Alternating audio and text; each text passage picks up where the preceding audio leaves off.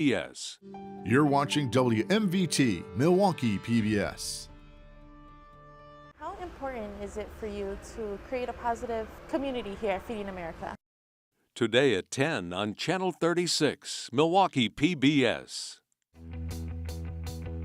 Throughout the history of the sandwich, the question permeated in everyone's mind was, what is the greatest sandwich?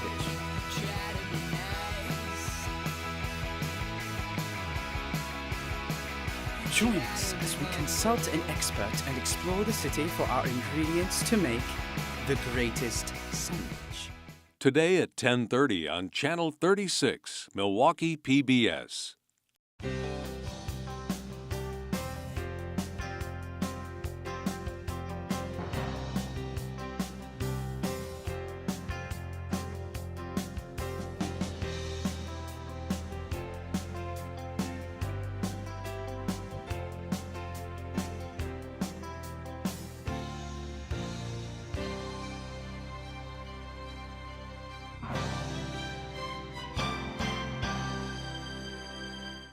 Hi, I'm Sade Moore-Beamon. I'm Sam Bussey. I'm student producer Miranda McCauley. I'm Mariah Martinez, a student producer in the television and video production program here at Milwaukee PBS. And you're watching Student Operations Day 2024. As part of the MATC television program, students create, write, produce, shoot, and edit a full-length broadcast TV program. And for over 50 years, these shows air on a special day on Milwaukee PBS, which is today.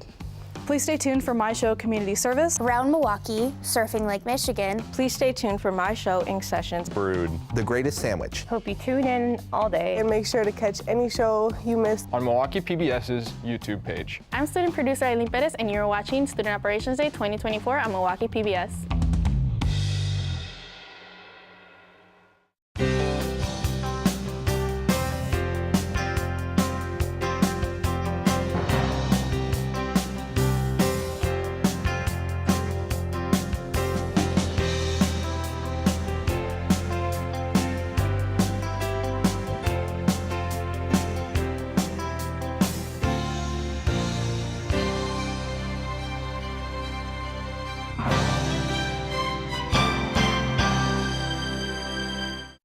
The following program was produced by students enrolled in the Milwaukee Area Technical College Television and Video Production Program. The content is student-produced and does not necessarily represent the views of Milwaukee Area Technical College or of Milwaukee PBS. Hello, I'm Alexis De Jesus, a student producer in the television and video production program here at Milwaukee PBS, and you're watching Student Operations Day 2024. As part of the MATC television program, students create, write, produce, shoot, and edit a full-length broadcast TV program. And for over 50 years, these shows air on a special day on Milwaukee PBS, which is today. Please stay tuned for my show, Harvesting Hope. It's next. Thank you for watching Student Operations Day 2024.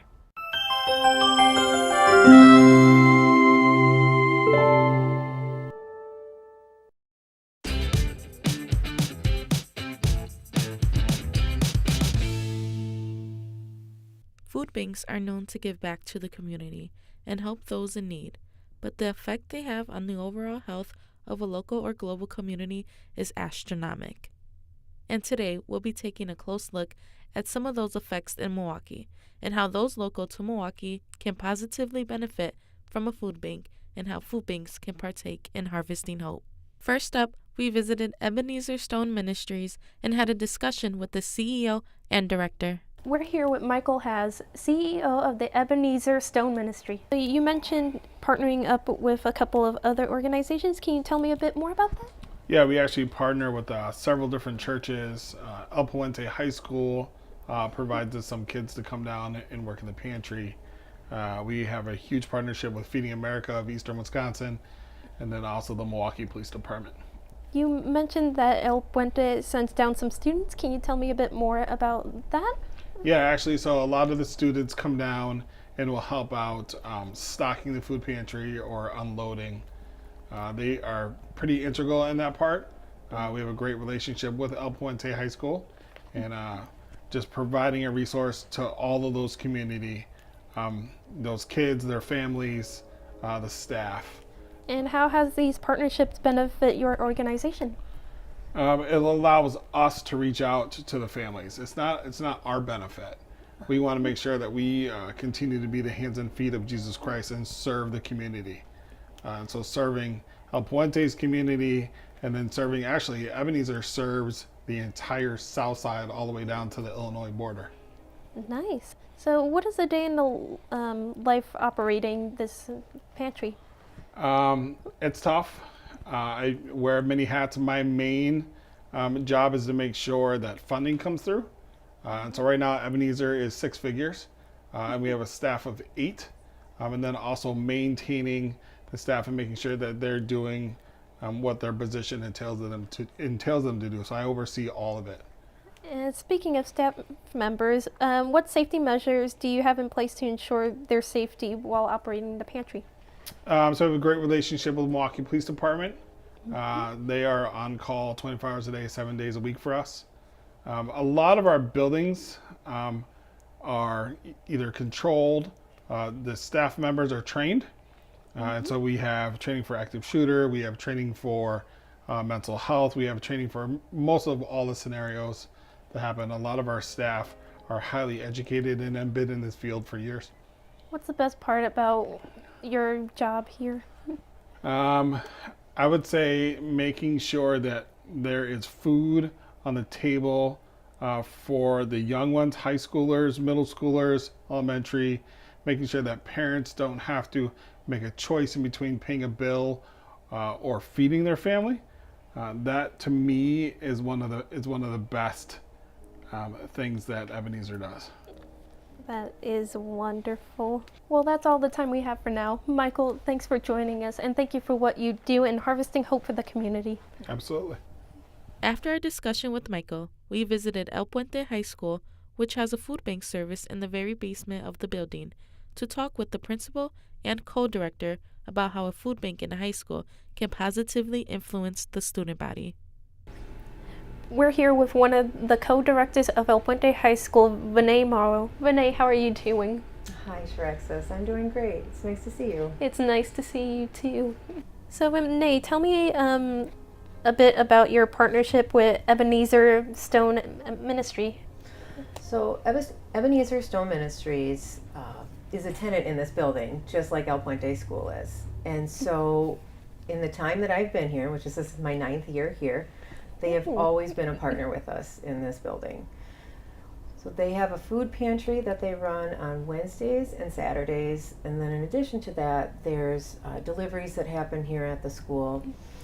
It happens down in the basement, which can sometimes feel a little disconnected from the day-to-day within the school building, but we actually have procedures and policies that assist students and the food pantry as we kind of navigate through the week. So for example, on Tuesdays and Fridays we modify parking so that delivery trucks can come in.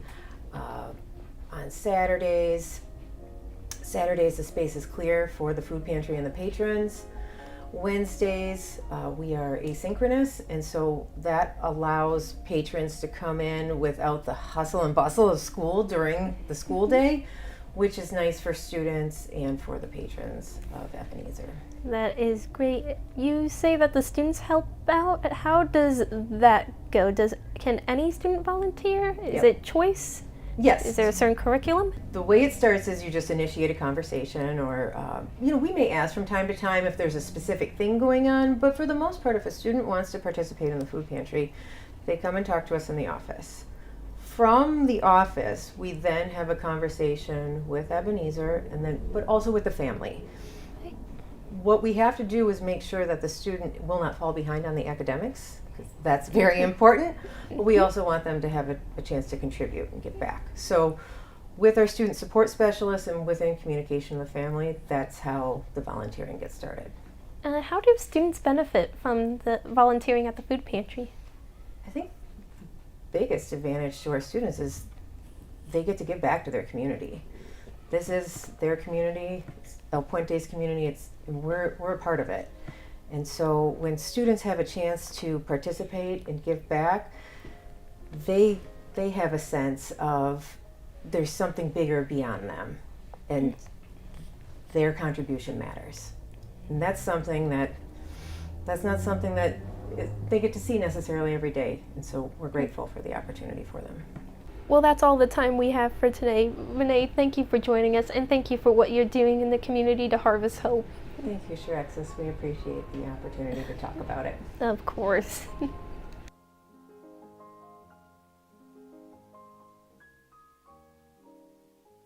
Next, we expanded our horizon and visited Feeding America Eastern Wisconsin to have a chat with the CEO and discuss her vision for making Feeding America a benefit to the local Milwaukee community.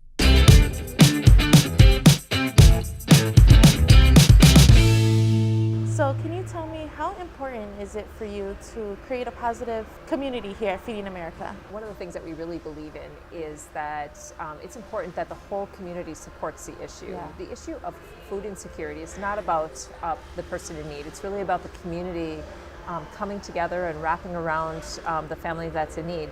We just never know when it is the time that you are on the side of being able to give, or when you need to be on the side of asking for help. Right. And so when the community really comes together, it's important for me to really believe that we're here for each other, because it's a situation any one of us can find ourselves in. When you think about hiring staff here, what is one of the main things you look for in someone that wants to work here?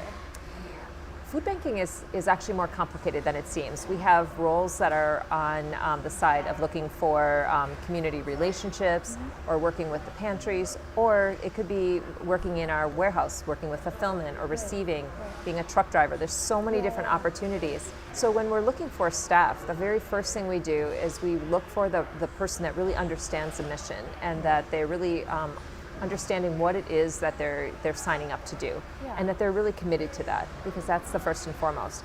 Then we look for people who really understand how to come together to make a difference in the lives of other people. They really have that passion for doing that. Most of the jobs here, except for the specialty positions, I can usually train a person. So what I'm looking for is that they have the right reason for coming to work here, and that they really want to help our community, that they really understand how to be a part of the community, and then we'll train up the rest of the roles. What's your hope for Feeding America for the future, and the community here surrounding Milwaukee? Do you guys just do it here in Milwaukee? So Feeding America Eastern Wisconsin is actually a food bank that covers 65% of the state. We work in about 2/3 of the state, and we're the largest hunger relief organization in the state of Wisconsin. So our footprint is very large, but we have a special affinity for Milwaukee because this is where we were founded, and this is where this home office is, our warehouse is located. And so we have a very, very special affinity to Milwaukee. We work closest in Milwaukee, but we do cover a lot of the rest of the state. Thank you for joining us today and giving us all your intel on Feeding America. Thank you for having me. I'm really excited to have talked to you today. Thank you. Finally, we met up with a senior volunteer at Feeding America to get a grounded look at how someone physically involved in the program feels they're making a difference in their community.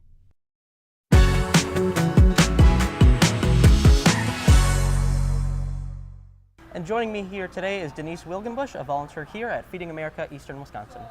So what was your motivation to volunteer for Feeding America? I retired as a substitute teacher, and I was looking for something to fill my time, and I absolutely enjoy giving back and making sure everyone is fed, from infants to 100-year-old seniors.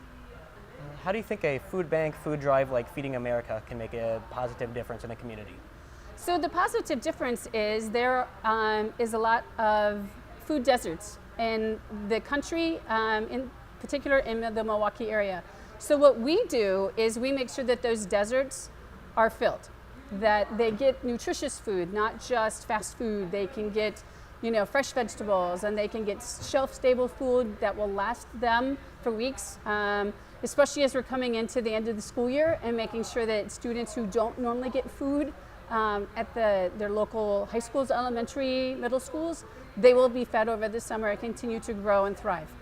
How important is volunteering for you? I've been volunteering my whole life. I started when I was in elementary and middle and high school. I worked at a local food bank there. I continued that through my adulthood. I raised my boys to be volunteers. They're Eagle Scouts, so they know the impact of giving back. And I've been doing that my entire life, whether it's through church, whether it's a food bank, whether it's through schools. Every little bit makes a difference, and even one little hour that someone can give is huge impact on our society as a whole. Have you developed any close relationships with the people you volunteer with? I have. There's a core group of volunteers that we don't do a lot outside, but we kind of know the drill when we get here. We each have kind of our areas of expertise. We feed up each other, we collaborate. We're like, oh, are you going to go do a drive-up pantry in the summertime? And we'll go do that, so that's kind of fun. Do the volunteers work together well as a team? Absolutely. We all have our strengths. We all come from some kind of walk of life that we were in charge, a lot of us. There's a retired nurse that's here. There's a retired insurance person. I'm a retired teacher. So we all have walks of life that make it impactful and bring some good diversity to the group. How can you see future generations being impacted by the work you do today? I think we lead by example. I think if we show people that volunteering is not a chore, it's fun. It's a way to give back, and I think that in itself is the positive that we can do. All right, and that's all the time we have here today. Thank you, Denise, for letting me interview you. Thank you so much. Have a wonderful day. You as well. Although everybody we talked to was different, they all had the same united goal of giving back to those in need and ensuring that the community they're feeding will be positively impacted from their hard work. And through our interviews and visits to their establishments, it's easy to see all of the hard work and positivity that goes into running these food banks. And we hope that they can continue harvesting hope for generations to come.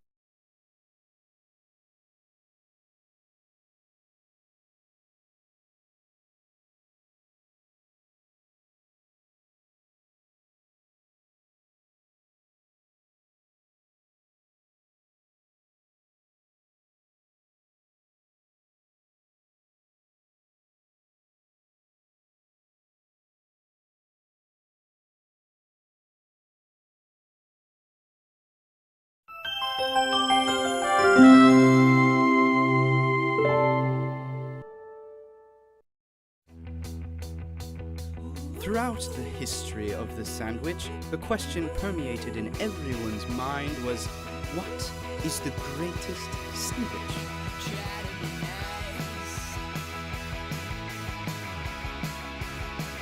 Join us as we consult an expert and explore the city for our ingredients to make the greatest sandwich. Today at 10:30 on Channel 36, Milwaukee PBS. We are here at the downtown MATC campus rooftop garden at the T building. I am here with Chef Jack, culinary instructor. How are you doing today, Jack? Great. We got the sun. We're on the rooftop garden, and nice. It's all good. Yeah. Could you tell me a little bit about the history of the garden? Absolutely. So this started kind of as just an idea 7 years ago. All the culinary labs started to compost their food waste, which is kind of a big, people are becoming more aware of that. But then when you compost the food, then you end up with compost. So then the thought was, well, could we bring some of the compost back to the school and then grow herbs on it and utilize it back in the kitchen? So it'd be kind of a full circle, experience for the students to learn and see that, and then to experience fresh herbs. And so the rooftop garden started about 7 years ago, the idea, and then MMSD came in and helped us because they're interested in it for stormwater retention. So normally a rooftop garden would be, just seed them like this down here. The roof would be this, and it acts like a sponge where if it rains really heavy, it just sucks up all the extra water, and then if it doesn't rain for a month, it's fine because it can tolerate the dry conditions. Nice. So that is part of the MSD was interested in that, but what we're interested in is over here, the raised beds. So in here we've got some of the compost that comes from the food labs. It's always good to get your hand in dirt, isn't it? Oh yeah, it's therapeutic. Nice. So we have a lot of greenery here. And here's the herbs. So we've got some oregano, and these were all planted last summer. And the rosemary, we were actually surprised. This is from last year. If you scrunch it in your fingers and then just smell it. Oh my gosh, it smells so fresh. Oh, it is, and that's what when we brought the students out here, first it was hard to get them out here, but then once they'd never seen oregano coming out of the ground like this. Yeah. So, I mean, this is nice, but what do you guys do in the wintertime? Well, we dream about coming up here. Well, actually, so we've got it in 2 stages. We've got the rooftop garden, which produces the herbs, and then in the dining room, cuisine dining room, we've got the hydroponic system, which produces 5 different herbs and then lettuces that we serve right in the dining room.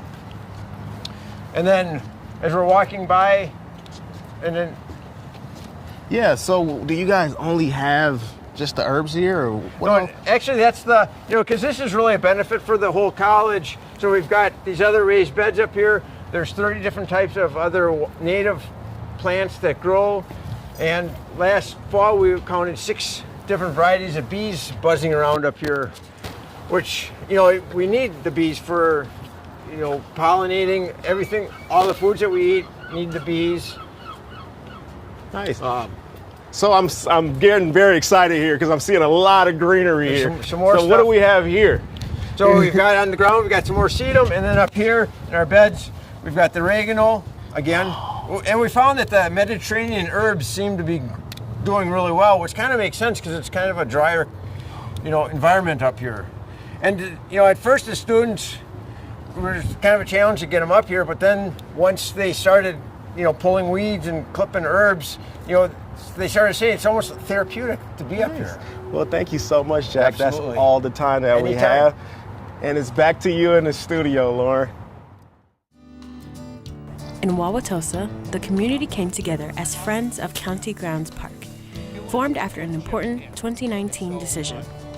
The city rezoned 58 acres, including the valued Sanctuary Woods, into conservation status, shaping a new story within the existing 55-acre County Grounds Park. We're doing our tree planting project today because we're actually adjacent to about 60 acres of older growth forest right here surrounded by Wauwatosa. So there are trees in this forest that are 300 years old, but they are being threatened by all kinds of encroachment, including the fact that prairies end up spreading out and things like that. So we're trying to give this forest a buffer. We're trying to actually plant more native trees in this area so that even this older growth forest that's in here can be able to thrive without being pressed in by all the prairie and other impacts. In 2019, volunteers worked hard in 3 events to remove buckthorn, a harmful plant threatening the historic forest at County Grounds Park. They aim to bring back balance to the ecosystem and secure its future. This year, I talked with the people who had organized it, and we talked about the possibility of trying another system. And so we are using wire fencing this year. And the reason that we're doing that is it's something that is durable. We can use it for many years, and it's also recyclable. Beyond being a nature escape, the park holds the history of a former behavioral healthcare place with farms, woods, and gardens. The woods was a recreation for the disturbed people, and I think the woods served that purpose. It was fresh air, and still today. And in fact, it's a proven medical fact these days that the fresh air and the trees and nature is good for healing. Often they start by just coming and learning about the park. And we actually do dozens of tours every year. Some on park history, some on the hydrology of the park, some on the mammals, some on the kinds of trees that we have in the park, some on butterflies. We have had a coyote tour. We actually have 2 cemeteries in the park. We hold cemetery tours as well. And so people learn about the park and really feel a strong affinity for it. County Grounds Park isn't just a place. It's where nature and history come together. The sounds of the past mixed with the gentle breeze and the hum of the wildlife. Whether you love its history, diverse nature, or just want peace, County Grounds Park is open for all.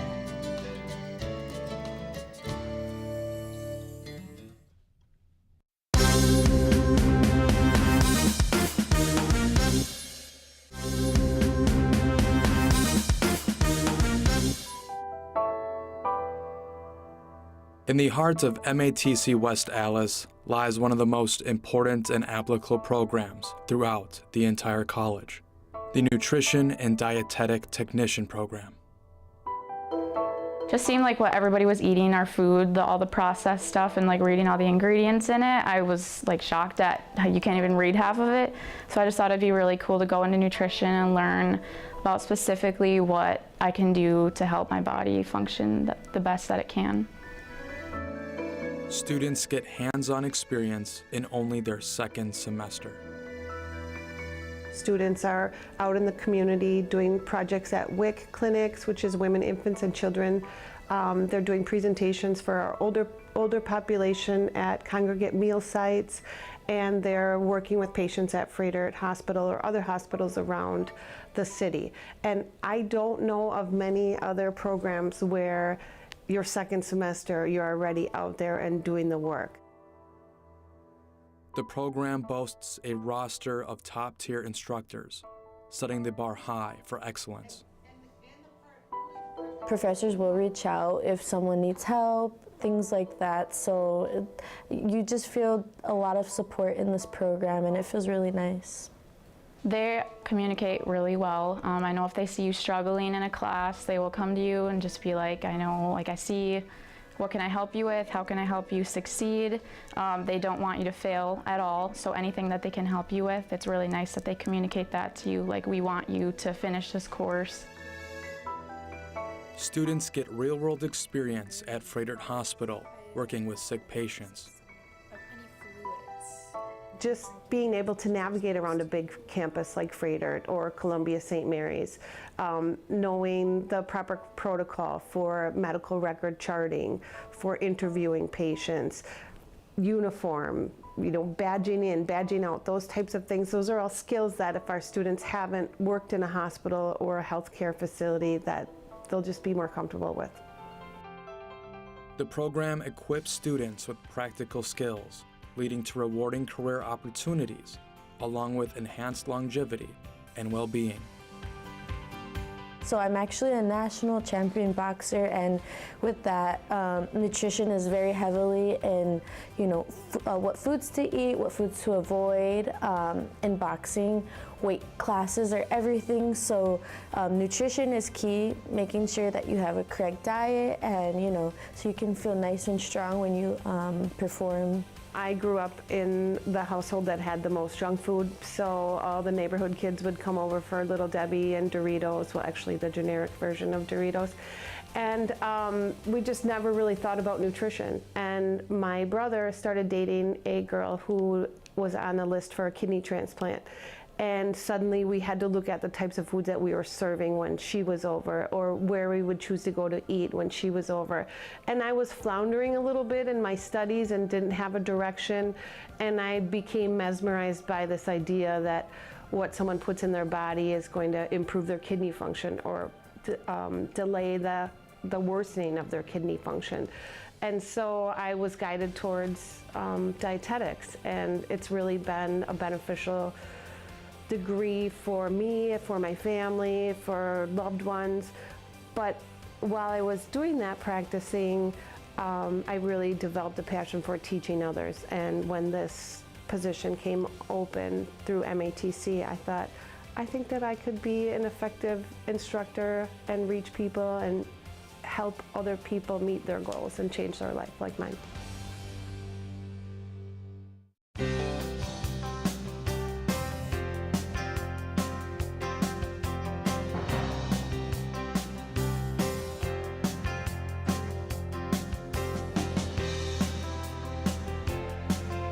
Today, we're going to learn about some animal shelters and the gift of hope and second chances that they aim to offer, where every paw print and hoof shows a path of rescue and renewal. Today at 11:30 on Channel 36, Milwaukee PBS. Join me on a Midwest surfing adventure where I go around exploring the surf culture here in the city. Today at 11:30 on Channel 36, Milwaukee PBS. Throughout the history of the sandwich, the question permeated in everyone's mind was, what is the greatest sandwich?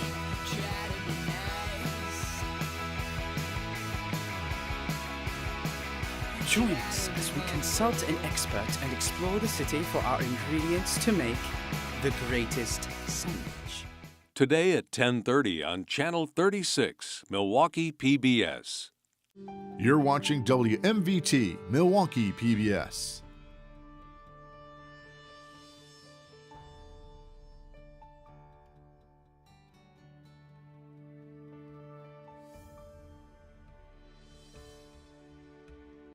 The following program was produced by students enrolled in the Milwaukee Area Technical College Television and Video Production Program. The content is student-produced and does not necessarily represent the views of Milwaukee Area Technical College or of Milwaukee PBS. Hi, I'm Leah Knoll, a student producer in the Television and Video Production Program here at Milwaukee PBS, and you're watching Student Operations Day 2024. Please stay tuned for my show, The Greatest Sandwich. It's next. Thank you for watching Student Operations Day 2024.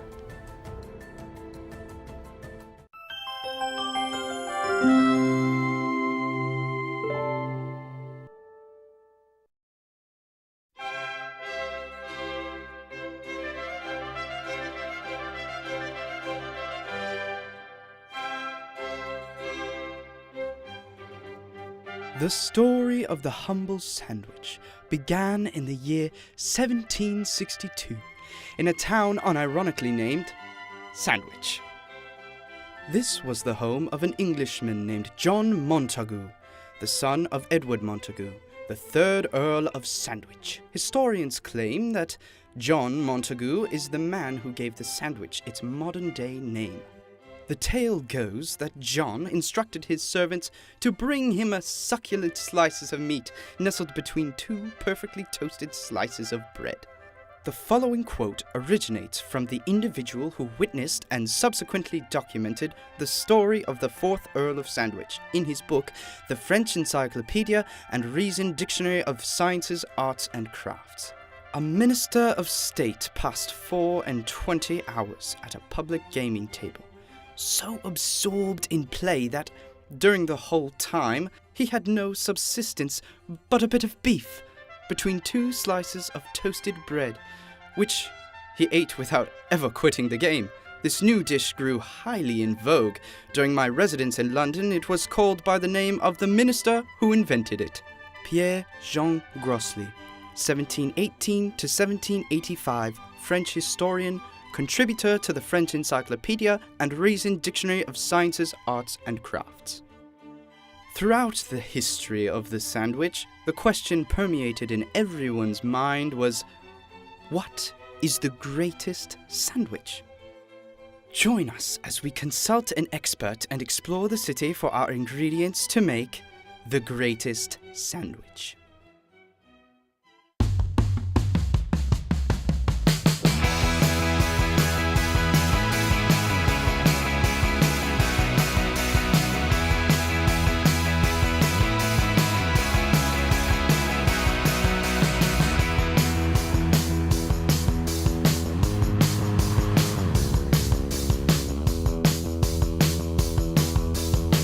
My name is Mike Hudzinski. I work here at Coppa's Deli. I have been in the business for 25 years, roughly, 26 years.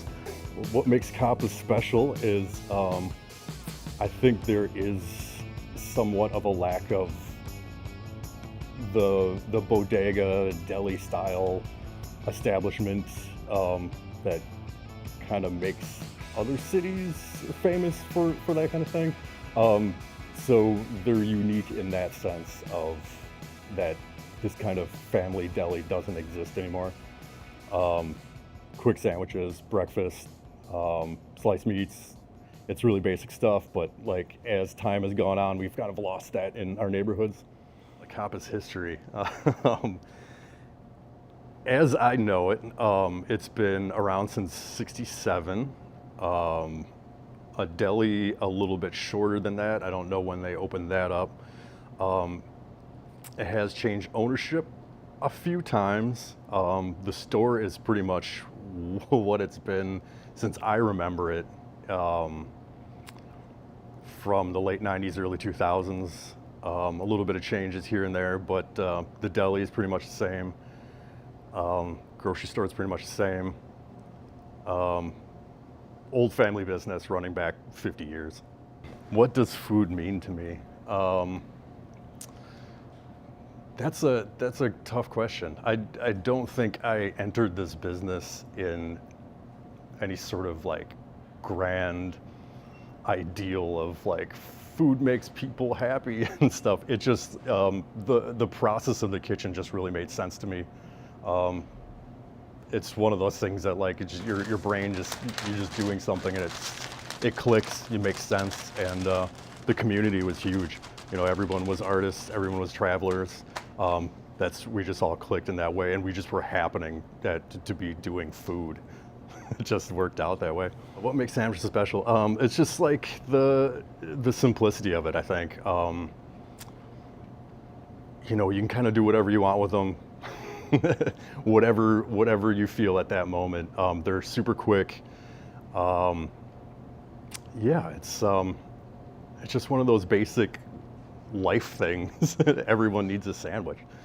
The basic elements of a sandwich, I think like Earl had it right. You know, it's bread and meat. You know, you can roll the dice on pretty much any other, you know, type of bread, type of meat, and I think you're gonna come out just fine. The Earl sandwich. I mean, it's a staple. Like, I mean, we sell something like that here. I think everywhere you go, you can get some sort of corned beef on rye. Yeah, why mess with it? You know, if it's not broken. Did you know the record for the world's largest sandwich was set in 2014 in Mexico? It measured a staggering 3,178 feet and 1.6 inches long, containing ingredients such as ham, cheese, and lettuce. A sandwich that can be eaten every day without burnout, I think would be the ubiquitous bacon, egg, and cheese. Wherever you can get one, they can never be disappointing. The simplest version of bacon, egg, and cheese would be bagel, crispy bacon, egg, and cheddar cheese.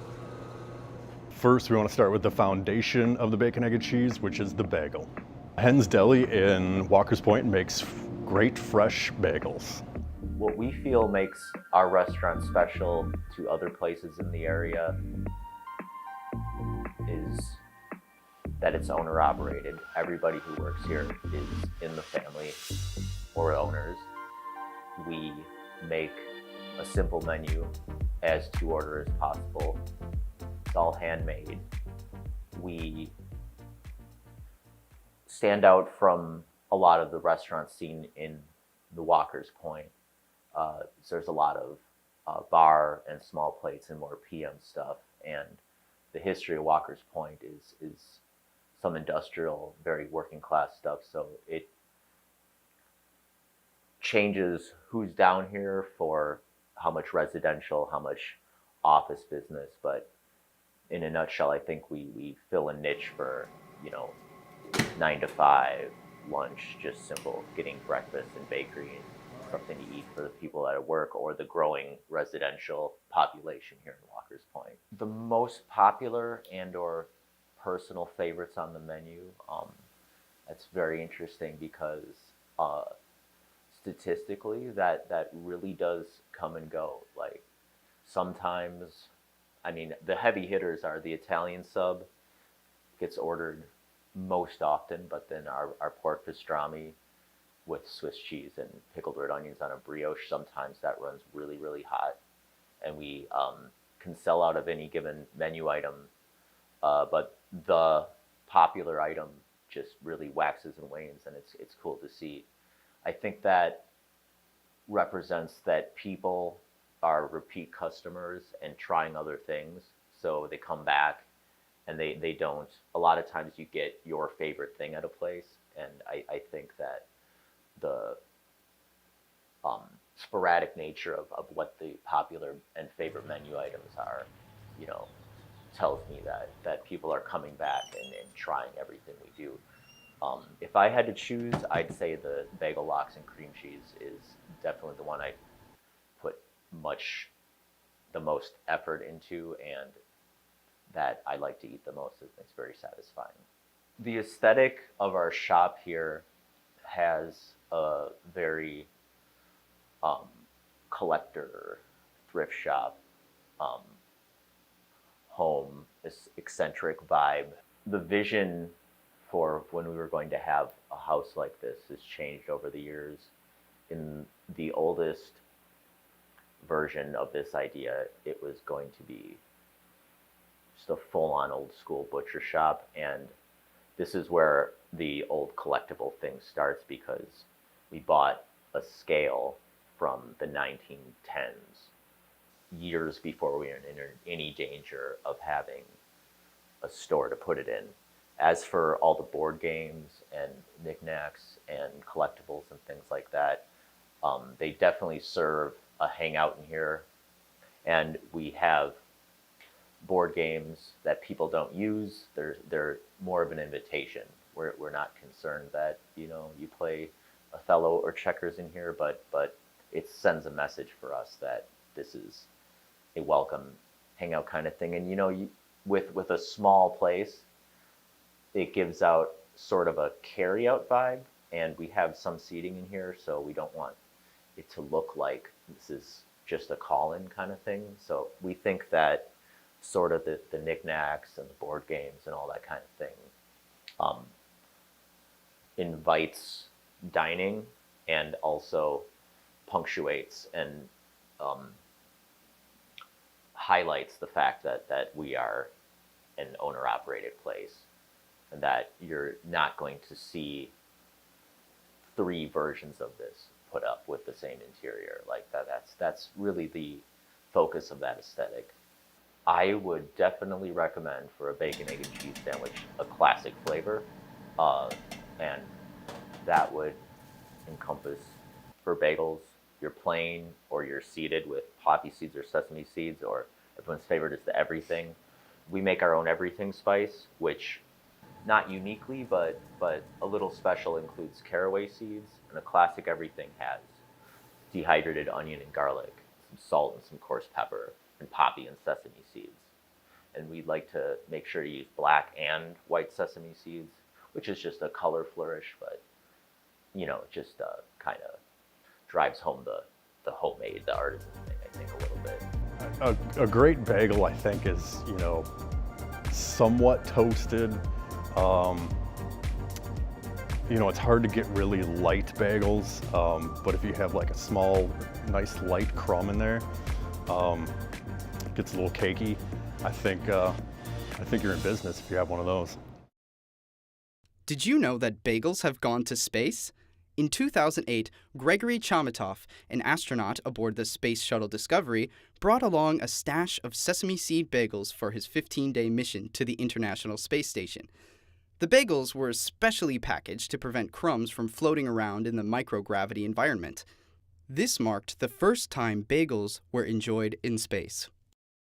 The next ingredient is the bacon. Grappy's Market in Bayview has a fantastic deli. It's where they sell the bacon. Grappy's has been in business over 100 years. The part of the building that we're sitting in now dates back to 1913. The Grappy's are an Italian family that moved to Milwaukee and started the grocery store here. They operated as a family-run business for a pretty long time, until about 20 years ago when the Nearings purchased it from them as they were trying to retire and they were aging out of the grocery business. Just recently, my brother and I purchased it from the Nearings to kind of continue on that family legacy. Tom Grappy still comes in fairly regularly and get a chance to chat with him. So there's a lot of community, a lot of the regulars, and then sometimes we do get people from out of town that heard about us from somewhere, or that like every time they come to Milwaukee, they come to get our Italian sausage. Tom is a, you know, really pleasant person to chat with. He'll chat about stories about the store and the family history around here. One of the things that was important for my brother and I when we purchased the store was to be able to continue to use the Grappy's name. And so before the purchase, we sat down with him and his daughter and, you know, had a good discussion about what we want to do here to continue on with, you know, making sure that like they're proud of the fact that the Grappy's name continues to stay, you know, as the name of the store. My brother and I are kind of sticklers for making sure that like When people come in, they leave happy. That kind of comes first before the profits, before things like that. So we want fresh quality product. We've got different things besides the grocery items in here, right? We've got the wine bar, which includes a wine club, and we get people that gather monthly for that. We do beer tastings and cheese tastings, and outside we've got a patio area, so as the weather warms up, we'll be doing some grilling out there. We'll have a little bit of live music, some little events like that. We sell almost any kind of meat products here. There are sausages that we make in-house. There's a number of different roasts and stuff that we'll cut for people. We'll do specialty cuts for people if they order them. We do have a seafood selection as well, but you can find just about any type of meat here at Grappi's.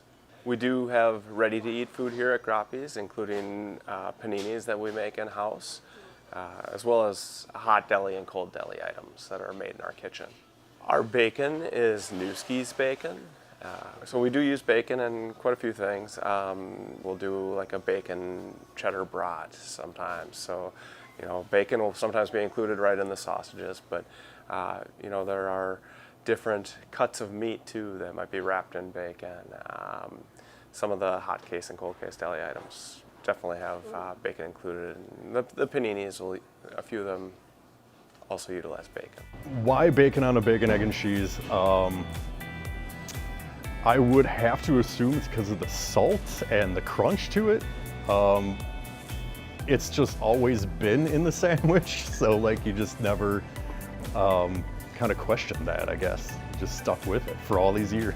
It just works. Did you know Elvis Presley famously loved a sandwich called the Fool's Gold Loaf, which consisted of a hollowed-out loaf of Italian bread filled with an entire jar of peanut butter, a jar of grape jelly, and a pound of bacon.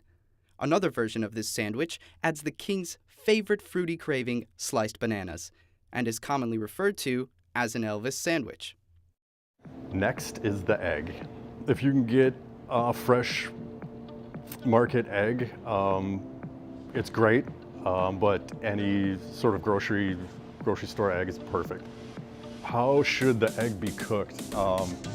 Again, that's really personal taste. I always go with an over easy. I know most places will do over medium. It's a little, I think, more palatable for some people. I really like loose yolks. I think that is, kind of the sauce that you need on, any egg sandwich. So I would always go with a lighter cook, over easy, very yolky, very runny. That's my preference. The texture you want to avoid with eggs, I think, is overcooking when it gets really spongy. It dries everything out, I think, really quickly. Did you know the modern ice cream sandwich with a layer of ice cream sandwiched between two cookies was invented in 1899 by an unknown pushcart vendor in the Bowery neighborhood in New York City? It was originally sold for just 1 cent. That's about 36 cents today. Lastly is the cheese to glue it all together. I think you want something that melts really well. The easiest thing to do is probably American or cheddar. You might be looking for a little bit of tartness, especially with cheddar. That really kind of offsets a lot of the salt. So cheddar's always good, American's always good. Something that melts really well is always the best. Village Cheese in Wauwatosa has an awesome selection of cheeses. So we are a cut-to-order cheese shop. We focus on artisan cheeses from Wisconsin, the US, and Europe. And along with that, we have charcuterie, cured meats, specialty items, crackers, jams, things like that, a full wine selection. And then we offer other things like cheese boards and meat boards and catering trays and gift boxes and classes and online. So we kind of do everything related to cheese. Vidmer is, like so many of our wonderful cheesemakers in Wisconsin, Joe is third-generation cheesemaker, Swiss immigrants, and that's kind of a very interesting part of our Wisconsin cheese history. It's European immigrants here, and we see that that tradition has continued. Joe's son is taking over now, so it's into the 4th generation. They just had their 100-year anniversary. I think there used to be more, but thankfully we have many of them still that we can enjoy, sell their products. Definitely a wonderful cheese, a cheddar producer, wonderful cheddar producer. He's really known for his brick as well, traditional brick cheese, which is something that was created here. And there's a younger version and there's a more traditional aged version, and he's known for that as well. So he has a lot of tradition, and he really adapts to now. They have some flavored cheeses and really has found his place with keeping tradition and moving forward. So just everything from Vidmer is going to be a wonderful cheese. It's our selection, really, that makes us a bit different, focusing on cheeses from all over. And also cut to order. It's really important to us to have a freshness factor to the cheese. We cut it for you, take it home, you enjoy it. And that's a very different concept, I think, than many other places you can get cheese in Milwaukee. So the Village Cheese Shop is really styled after kind of an old world, let's say European style store, where it is community based and we know our customers and we talk to our customers. We want to engage them when they're in the store here, sample cheeses, talk about cheeses, a place where we get to know their tastes and they can come back. A place that really is, a little local store that fits comfortably in the community, but also welcomes everybody from elsewhere. So the name really speaks to where we are in the village of Wauwatosa. I wanted my business to be here in the middle of all these other businesses here. There's quite a European feel here, and there's no doubt that I wanted it here for that reason. So the concept behind the shop really is to have a cheese shop where you visit regularly, and then you go to the bakery down the street, and then you go to the wine shop, and really kind of make all your stops at all different locations in the village. So I really wanted to have it be very clear that we are in the village and we are a community store. So really kind of have this as the name of the shop too. So people talk about supporting small businesses, and plenty of people do, but I think that it has to be bigger and more. And I don't just mean restaurants, which is great. I mean shops like mine. I just came back from Europe. There's 100 times of me in a community like this, and it's very much something that is part of life there, and part of happiness there, and part of quality there, and community there, and many, many things. So I think anything that really talks about small businesses, particularly small food businesses, and supports them is really, really great. Did you know? In 2013, an iconic sandwich chain known for its customizable submarine-style sandwiches faced controversy when customers discovered that their foot-long sandwiches were not always a foot long. This led to a class action lawsuit, and the chain ultimately agreed to settle the case by instituting measures to ensure their sandwiches met the advertised length. What my favorite sandwich is, it really depends on the day. Probably my favorite sandwich. Are we counting burgers on this? Oh, I would say yes. I mean, it's got bread and it's got meat and it's got usually cheese and vegetables. Yeah, I mean, it might be the ultimate classic sandwich in a way, right? It's a hamburger sandwich. It's round and yeah, it's same kind of category of meat and bread, but yeah, the hamburger, it's kind of its own thing too. In my opinion, a hamburger is a sandwich because the only requirement is academic bread with something in the middle of it. Is a hot dog a sandwich? When I think of a sandwich, I think of shape as well. And a hot dog is, a different shape. So I see your point. I would say no. A hot dog is a sandwich. I think that anything on a bun qualifies as a sandwich. I feel like I've heard a lot of the arguments like, is a hot dog a sandwich? I mean, a hot dog is its own thing, but yeah, I mean, if you put it in the category of meat with bread, simply, I guess that's sandwich-esque. My favorite sandwich is going to be a burger. If we're excluding burgers from the mix, I enjoy like a grilled ham and cheese. If I had to eat one sandwich every day, I can always eat a classic cold cut Italian sandwich, preferably with a spicy salami on it, like the hot calabrese. If you want something spicy, you know, go with like an Italian giardiniera. I'm always gonna go some version of the egg sandwich. I love very simple ingredients and quality ingredients, so a very tasty bread with a quality sea salt butter, if you will, thinly sliced mortadella, and maybe a thin slice of an Alpine cheese. I could eat that for breakfast, and I can eat that for dinner as well. The steps of making a bacon, egg, and cheese. You want to toast bagels. Cooking bacon is always like a personal preference thing. People want them crispy, you know, leave a lot of that fat in there. Eggs are always pretty easy to do, especially like if you're doing like over mediums, just kind of like be patient with it and cheese it up at the last minute and kind of make a tower out of it. Did you know the bacon, egg, and cheese sandwich has become a beloved breakfast staple in many parts of the world? Surprisingly, it wasn't until the 1970s that this iconic combination gained popularity in the United States. Fast food chains and diners played a significant role in popularizing the bacon, egg, and cheese sandwich, making it a convenient and tasty breakfast option for millions.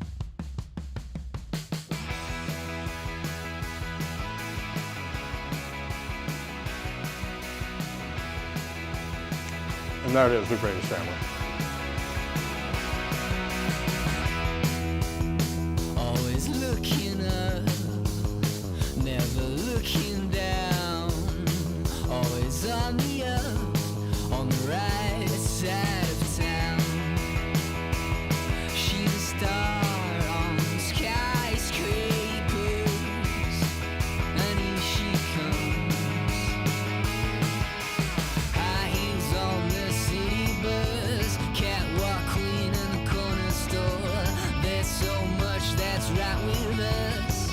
Gotta try to be nice.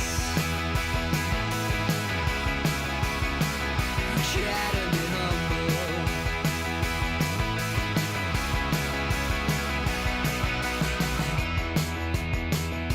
One fine day, she's gonna marry me. I'm counting down the days, walking down the avenue.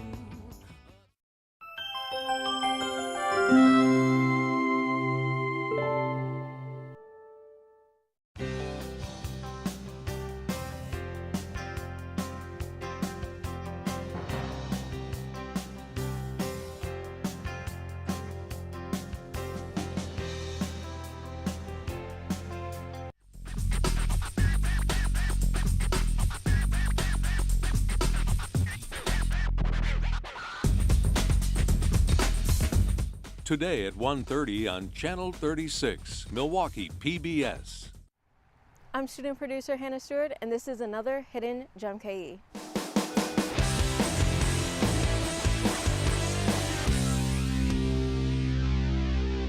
I'm here at the Linden Sculpture Garden. If you're interested in art and nature, this is the perfect place for you. It showcases more than 50 different sculptures throughout the park. The Linden Sculpture Garden was the estate of Harry Lind Bradley and wife Margaret. She was an experienced art collector and began collecting contemporary monumental sculptures in 1962, till her death in '78. Margaret would direct the location of the sculptures. Some artists would even travel to Lind to assist with the assembling and placing of their work. This spot is perfect for people of all ages. In 2009, it was later opened to the public, and a conference room, classroom, and gallery was later built. There's many educational events that focus on nature and art. The park includes many sculptures from names such as Charles Ginnever, titled Olympus, Sky Fence, created by Linda Howard, Axle Tree, created by Alexander Lieberman, Robert Murray, who created Windfall, and many others.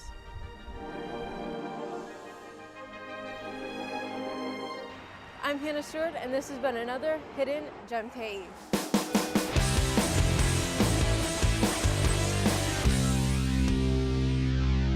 Join me on a Midwest surfing adventure where I go around exploring the surf culture here in the city. Today at 11:30 on Channel 36, Milwaukee PBS. Hi, I'm student producer Mariah Martinez, and you are watching Student Operations 2024 on Milwaukee PBS. You're watching WMVT, Milwaukee PBS.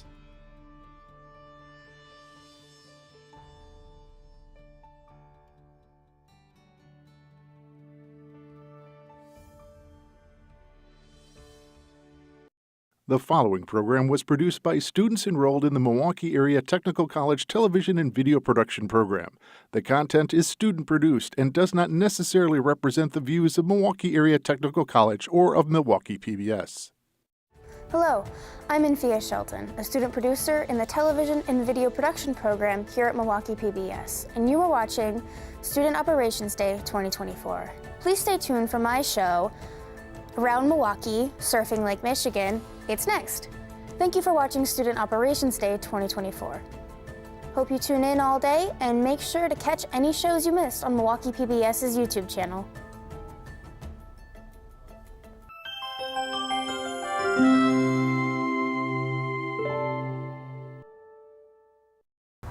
Hi, I'm your host, Bo Humphreys, and welcome to Around Milwaukee. Join me on a Midwest surfing adventure where I go around exploring the surf culture here in the city.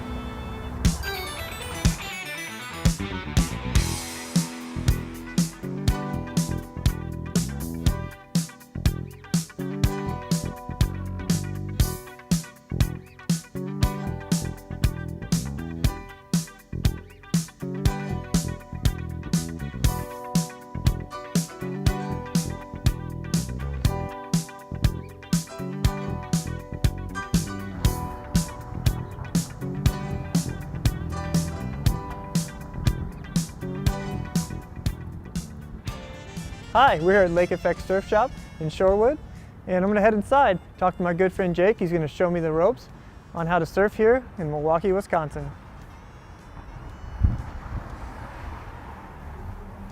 Hi, we're here with Jake from Lake Effect Surf Shop, owner-operator. So Jake, tell me, how long has Lake Effect been in business? Well, we opened in 2016, June of 2016, so it's been about almost 8 years now, actually. So, yeah, coming up on our 8-year anniversary in June, and yeah. That's awesome. So you are the only surf shop in town, I'm correct? Yeah, absolutely. Yep, we're the only brick-and-mortar retail surf shop, with open hours that you can come in, rent gear, purchase gear. Yeah, it's kind of cool to be, the, how do I say, on the forefront or pioneering the, surf business here in Milwaukee. Yeah. And like, what was the reception when people found out, oh, you're opening an actual surf shop? Like, there was excitement in it, like a lot of the guys who've been surfing here for years. For sure, yeah. So what's kind of cool is I lived in Madison before this. So for years I was surfing the lake, whether it be here in Milwaukee, Sheboygan, Racine, kind of all over, which was really cool because it gave me an opportunity to meet the people in each one of these communities and kind of get, established and not just some guy moving to Milwaukee to start a surf shop. So, yeah. When I put things out there on social media and whatnot saying, hey, we're going to be opening a surf shop in Milwaukee, a lot of people were really excited and supportive. They're familiar with who I was already. So yeah, it was really a good receptive, people really getting excited about this shop opening. The locals here in town were just stoked to have a spot they could buy wax and a leash if they broke one, or neoprene glue if they were to rip their wetsuits. Where typically we'd wait sometimes 5-7 days for that stuff to arrive in the mail from the online ordering before this. Yeah, I know, and the difference in California from there is you can walk into literally 7-Eleven and buy there's wax on the shelf in 7-Eleven. No, I don't doubt it. Right? That's so awesome.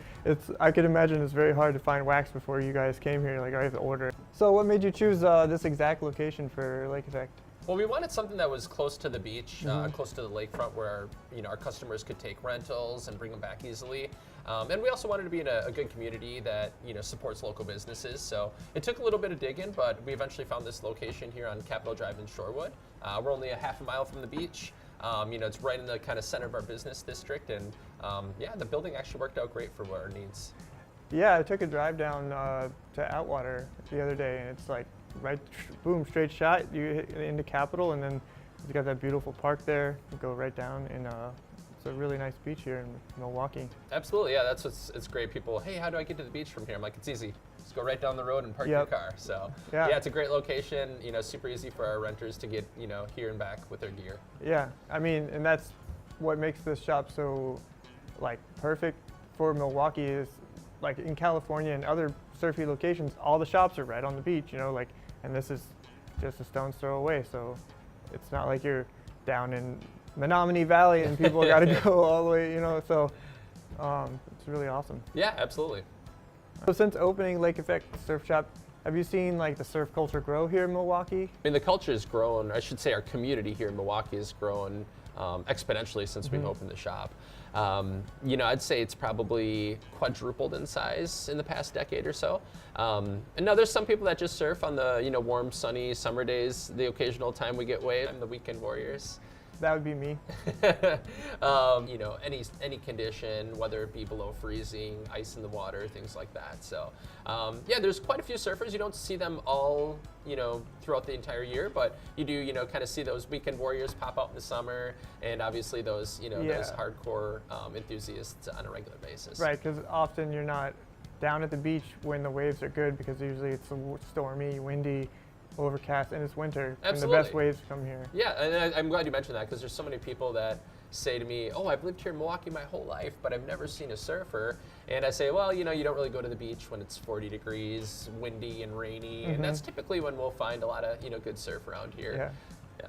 So you guys are out there just living the dream in the elements, huh? It is. Well, it's funny. It's like you say living the dream, and that might sound like a joke because we're here in, the Midwest and, in freezing cold water. But what's cool is a lot of people, we wish we lived in California or Hawaii or places that have better surf, but, friends, family, jobs, stuff like that, keep people here. So a lot of those people that love surfing are just stoked to be able to do it here, at their home in the Midwest.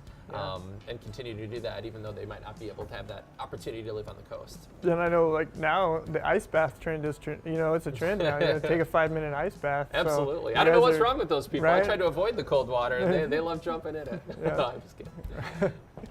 So tell me, is there a difference between a Great Lakes surfboard for freshwater versus saltwater?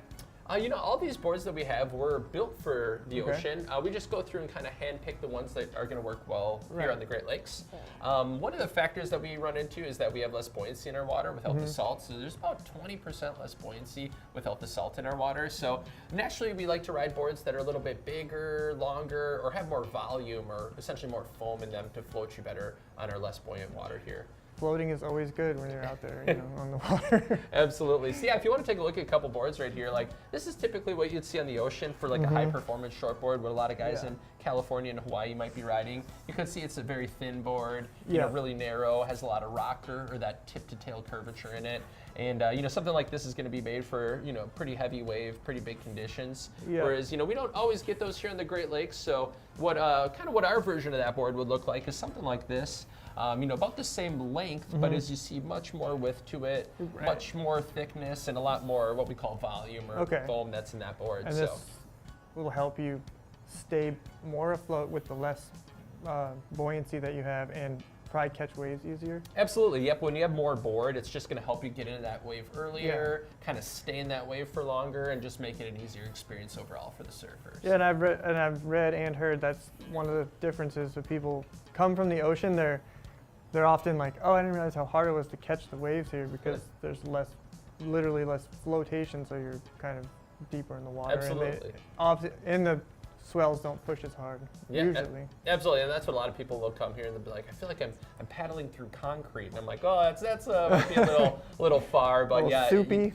Absolutely, you definitely feel it, and our intervals of waves too, they're not as spaced out as you see on the coast a lot. So we do, have that next wave kind of hitting us quicker, and makes for, a little more, intense experience. Right, and you can't breathe because the water is very cold. All right, Jake, thanks for having me today here at Lake Effect Surf Shop. I learned a lot, and I'm excited to get out there, but I guess next I'm going to head down to Loader and Surfcraft and see how one of these bad boys is made. Awesome. Appreciate Thanks for stopping in. Yeah, man. Have fun out there. All right.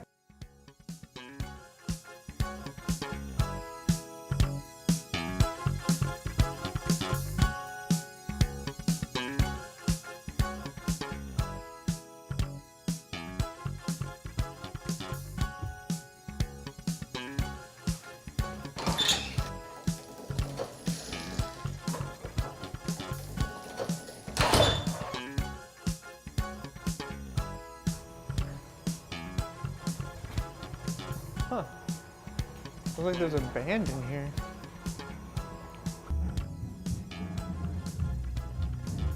Hey, Tamir. Hey, Bo. How's it going? Good. What do you got going on here? Just gonna be starting a repair on this board. Oh, nice. Mind if I check it out, see how you process and all that? Totally. Yeah, All right. just gonna go straight through Oh, here. right in here? Yeah, Cool. you can follow me. Nice.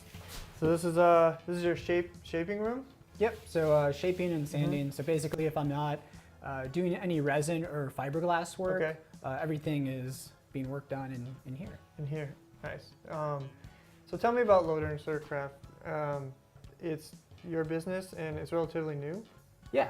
So Loader and Surfcraft originally was under the name Homegrown Okay. Surfboards, and basically, I wanted to get my skills up with repair and board building. Okay.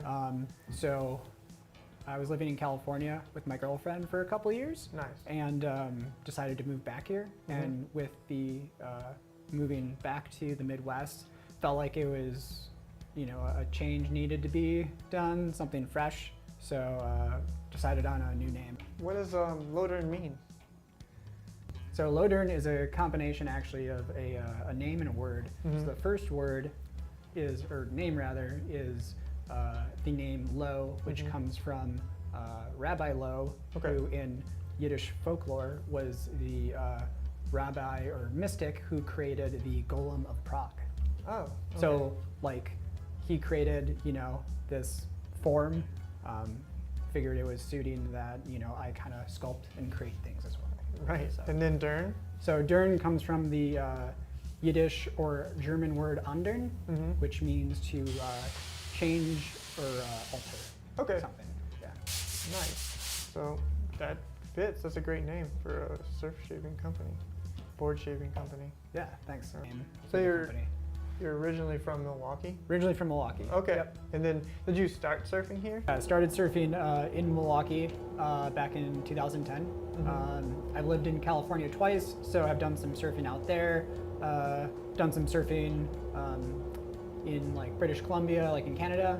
I've also been to Taiwan, a couple other places as well. Nice. So what's your favorite place to surf? I'd say there's some good spots in town. But you always come home, right? Exactly, yeah. All right, cool. Yeah. Aside from riding surfboards, what got you into actually repairing them and shaping them? So I think it was something that intrigued me, just coming from an artistic background. Thought it would be something fun to try, and new surfboards aren't cheap. Right. So I thought, why not just try to make my own? That being said, why don't we get into showing me some ding repair? Totally. Yeah. Yeah, glad to. Definitely looks like this board has seen some things. Yeah. So I think maybe something I'd hit it at one point. Right. I did go ahead and kind of break away the fiberglass that was chipping to expose the raw foam that was here. Okay. And so yeah, we're going to go ahead and kind of prep the area around it. You're going to be sanding around this to prep it. Yep. Got what's called prepping the ding. Got to make sure that the materials that we're going to be using to build this back up, that they bond to the board properly. Okay. Is there any safety equipment involved with that? Definitely. Yeah, safety first as always. So for you, ooh, got a little mask there and some safety glasses. Keep the old peepers safe. Yeah. Oh yeah. Can't see anything out of these. But you know what? We'll be all right. Something is better than nothing. Something's better than nothing. Yeah. I think this. All right. How come yours looks safer than mine? Well, mine's a little bit more heavy duty, but yours should do the trick. Yeah. Okay. Because you're doing the sanding, right? I'm just watching. Yep. Cool. Let's get it going. Get loud in here, huh? Yep. Can be All right. a little loud, so you want some ear protection as yeah, well? Definitely. Yeah. Cool. I'll take these. Everyone else, suffer.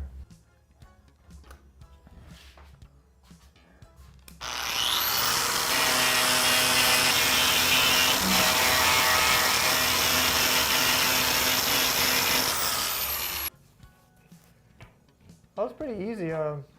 Went way faster than I thought it would, especially with the power sander. You can do that by hand too? Yep, you can do it by hand if you're a little bit uncomfortable using the power tools. Okay. And yeah, we're all set, ready to get some resin on it. Oh yeah, so we got to go into the other room for that, huh? Yep, gonna go. All right, so let's head on over there. Cool. Grab that. All right, so here we are in your glassing room, you call it. Basically, after you've sanded, you're coming here and you're ready to glass. Yep, ready to get a little stinky and throw some resin on this board. So we're gonna need these again? Gonna need these again. The next step here is clean this off before we gotta apply the resin. Yeah, all we gotta do is can grab that. This right here? Yep, that hose right there, and just gonna give it a spray the little area dust. off. Yep. Perfect. So now it's time to mix some fill. Mix some fill? Okay. Yep. We're going to be going over here to do that. All right, let's walk over here and get this. Roll up my sleeves. Yeah. So we're going to be adding basically 2 parts Cabasil. Okay, Cabasil. To 1 part Q-Cell. Q-Cell. And we're going to mix that in with some resin, and we're going to make it the consistency of peanut butter. Peanut butter. Creamy peanut butter. Creamy, not chunky. Not chunky. All no. right. Nice and smooth. Okay. It's probably about, maybe pour a little bit back in.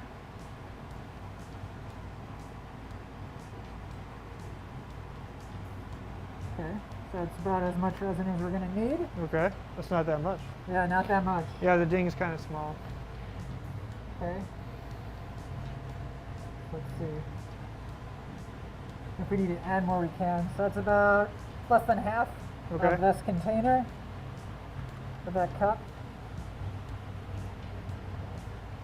So if that was half, we'll do about that much. 2 to 1? Yep, 2 to 1. All right. Gonna find a nice popsicle stick. Popsicle stick. And I'm gonna have you stir that. Stir it up. And if we need to add more, we can, whether that be more of the kind of powder, okay, or if we need to add more resin if it's too thick. Oh yeah, see that there? So you're getting like peanut butter? Yeah, a little bit. A little bit. Oh, there we go. All right. So now we're gonna fill the ding. Fill it up. All right. All right. So gonna have you just kind of get a big gob of it, and let's first make sure to fill in the area. Yep, just like that, just move it around. Just make sure that we're going to fill in any exposed foam. Okay. So make sure to get the edges.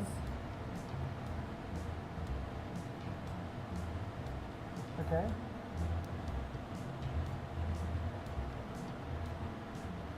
All right, how's that?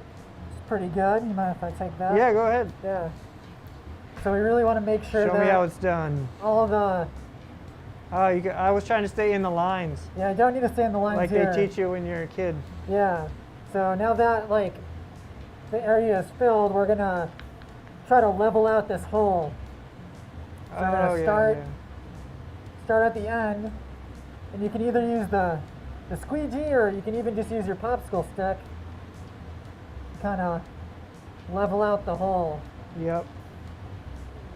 Get that little dent out, you know? And yeah. Okay. So we can kind of go back in here with something a little bit more precise. Kind of level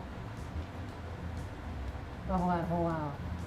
So looks like we need a little bit more on this side. So. See, I was trying to be conservative with it, but you're just slapping it on there, like. Slapping it on there. Yeah. Yep.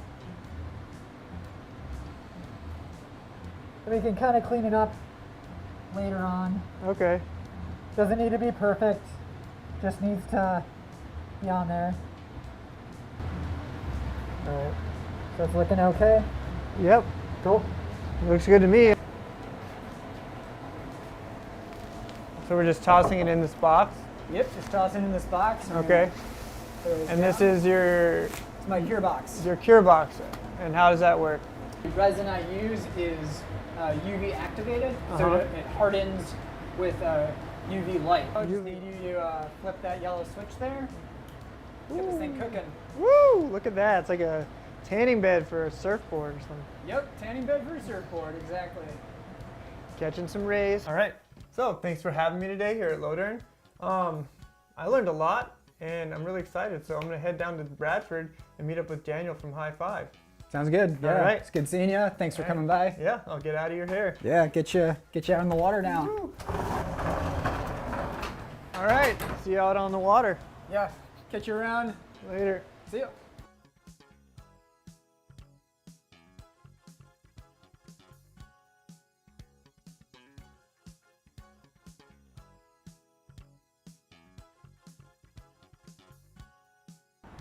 Hi, I'm down here at Bradford Beach. I'm looking for Daniel from High Five Surf. I found his car, got the boards on top. He's probably down checking the waves, so I'm gonna head down there and see if I can find him.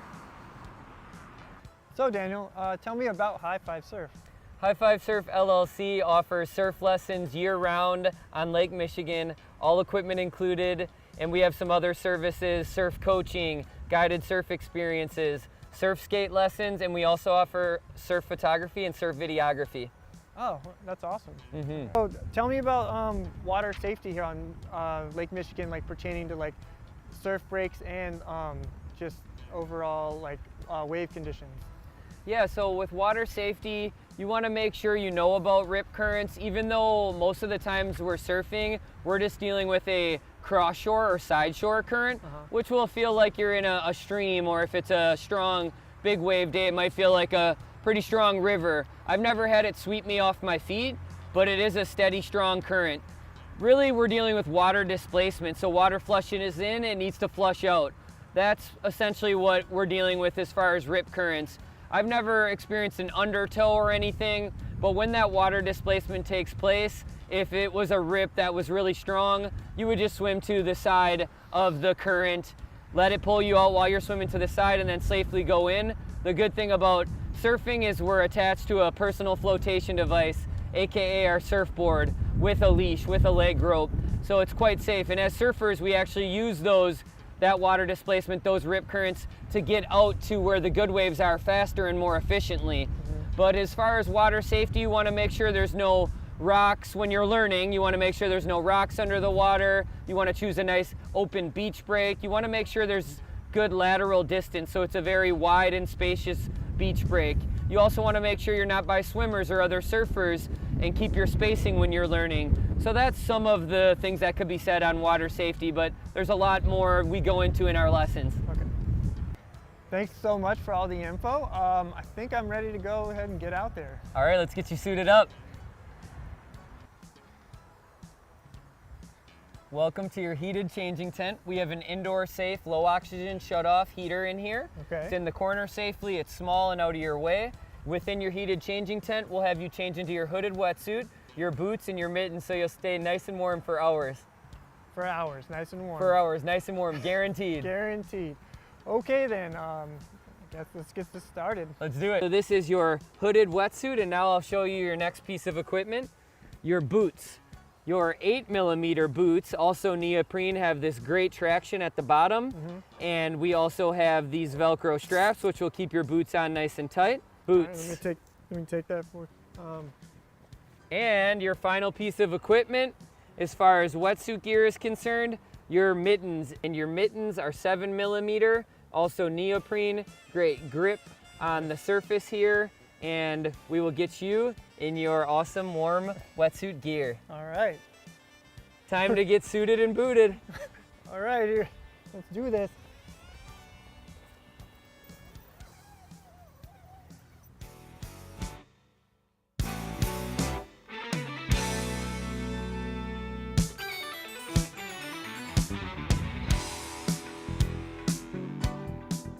All right, so we're all suited up, got the 10-footer, and I'm about to head out, and see what Great Lakes surfing's all about. So since I have a little bit of surfing experience, this is more of a guided tour, and Daniel's gonna guide me out there on the Great Lakes for my first time. Yeah, like Bo said, since he has some surf experience, this will be a guided surf experience. Let's head out in some cold water.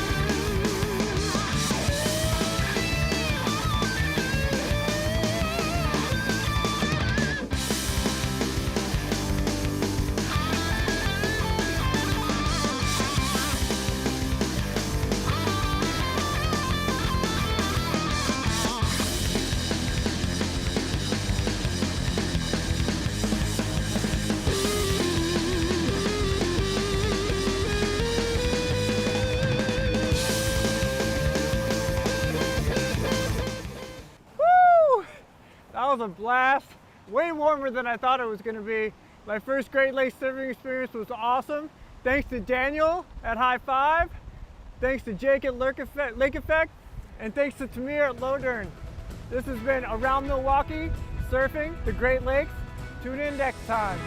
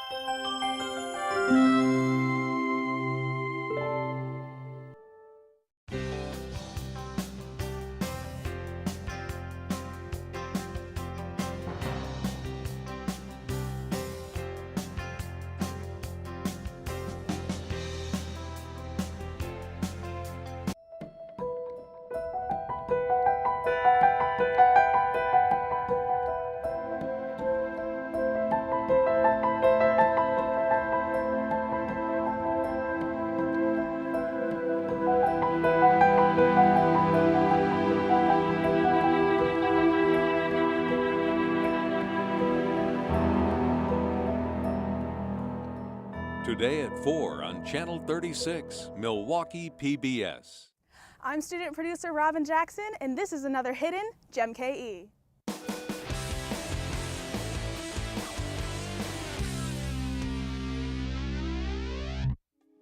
I'm here at Hawthorne Glen, an outdoor education center here in Milwaukee. Let's go in and take a look. The goal of Hawthorne Glen is to guide learners of all ages in developing awareness, knowledge, and commitment to the natural world around them. The grounds are filled with native plants and wild animals spread along 25 acres of woodland, prairie, fen, and open space. It was given its name after the owners discovered the grounds filled with hawthorn trees. It was a lot of work reforming the area, but the results are truly outstanding. Now here we are in the Little Nature Museum, home to many native animals, like this gentleman right here. Over 12,000 children visit each year with their schools and families to attend annual events, go on a hike, or to see animals within the Glen. It's a place for scouts to learn about and assist in outdoor education programs and community service projects that are operated by the Milwaukee Recreation. So if you're missing the beauty of nature during these winter months, come visit Hawthorne Glen and see everything it has to offer. I'm student producer Robin Jackson, and this has been another hidden Gem KE.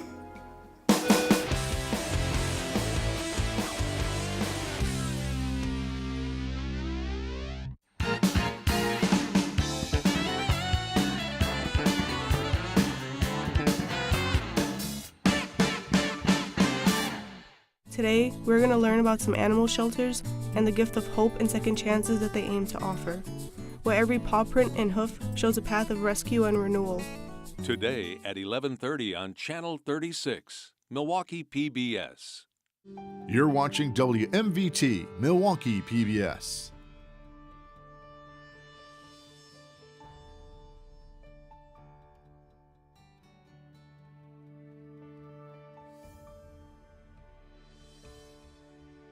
The following program was produced by students enrolled in the Milwaukee Area Technical College Television and Video Production Program.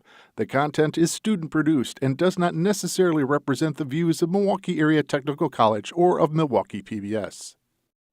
Hey, I'm Blue Thompson, a student producer in the Television and Video Production Program here at Milwaukee PBS, and you are watching Student Operations Day 2024. As a part of the MATC television program, students create, write, produce, shoot, and edit a full-length broadcast TV program. And for over 50 years, these shows air on a special day on Milwaukee PBS, which is today. Please stay tuned for my show, Rescuing Paw Prints and Whiskers. It's next.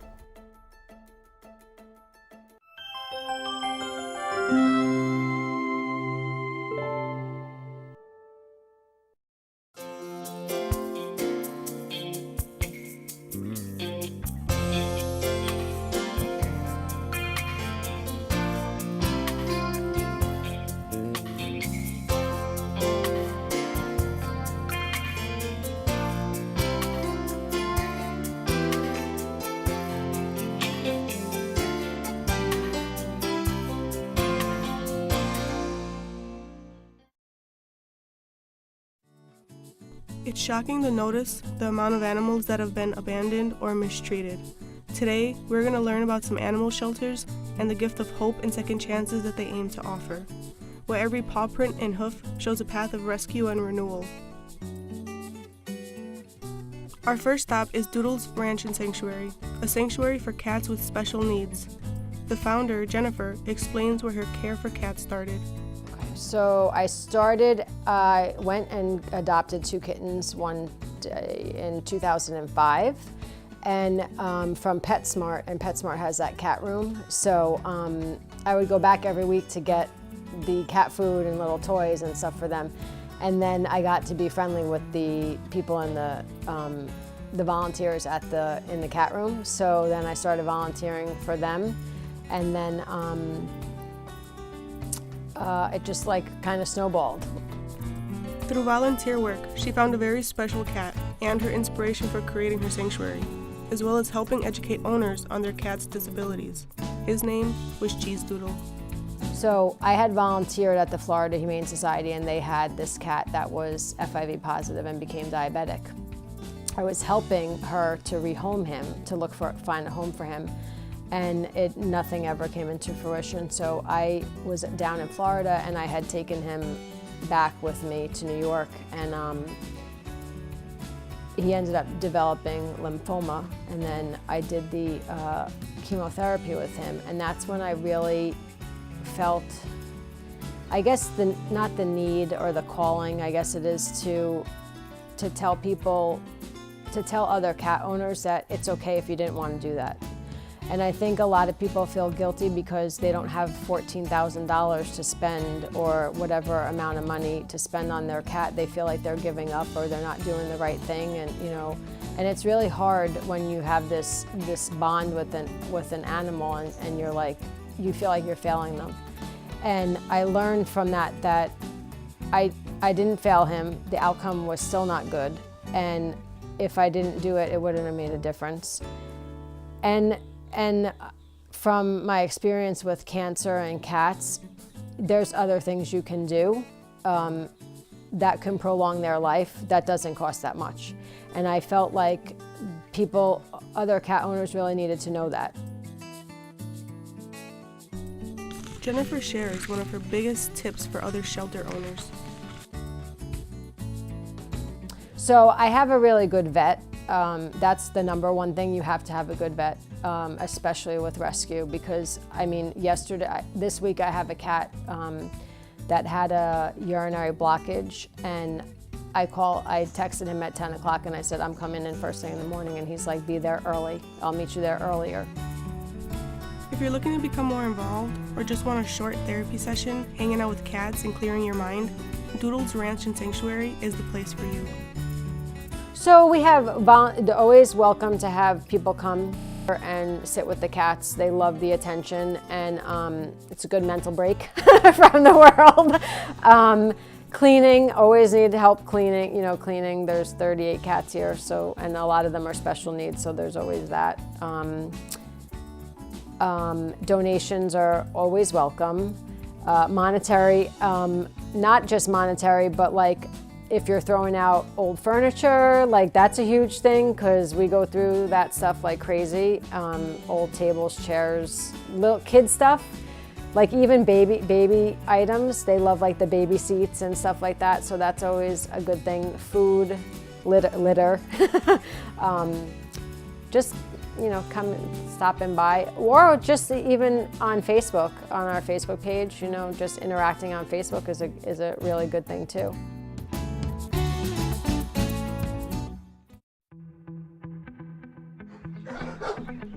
With a swift tailway, let's switch to a more playful energy, JR's Pups and Stuff, where every bark defines a new hopeful road where adoption awaits. I oversee the care of all of the animals here that are awaiting foster, whether it's cats or dogs.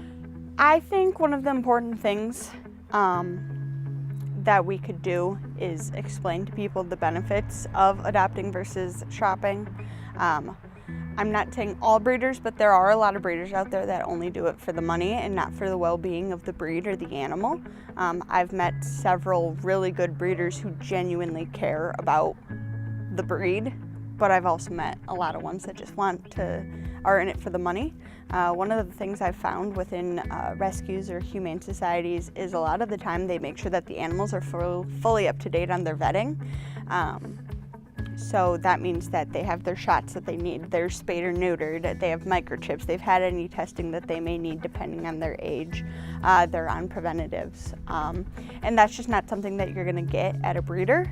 They'll have the basic vaccines if you get them as a puppy, so 1 or 2 distemper vaccines, but I think that's one of the nice things about going to a rescue is most of the basic veterinary care is taken care of from the get-go, and that comes out of their pockets and any money. So like for us at JR's, all of our adoption fees goes right back into the rescue for the dogs. So whether it's veterinary care, feeding them, buying them new toys, medicating them, those kinds of things. So we're not for profit. So the director makes zero profit on any of this. And that's something that a lot of people don't understand when they see our adoption fees.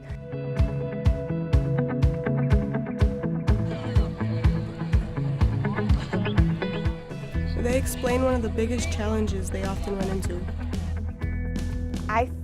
I personally would have to say that a lot of the issues when it comes to a neglected dog is there's not enough, like if we're in a shelter environment, it's hard to find the time to be able to sit down with the dog and just be with them, what they truly need. That's why foster homes are so beneficial for rescues, because a lot of the times once a dog is into a home, it just starts to be a different dog. We have the 3 threes of rescue, 3 days to decompress, 3 weeks to learn the routine, and 3 months to feel like family. And that's usually a little bit longer with the mistreated dogs because they have such bad trust issues. But it's definitely something that I've seen over my 6 years of being with the rescue, is just seeing the mistreated ones be able to come out and flourish when they're in a home. So as a shelter, I would say it's the time of being able to spend time with them when you're taking care of all the other dogs.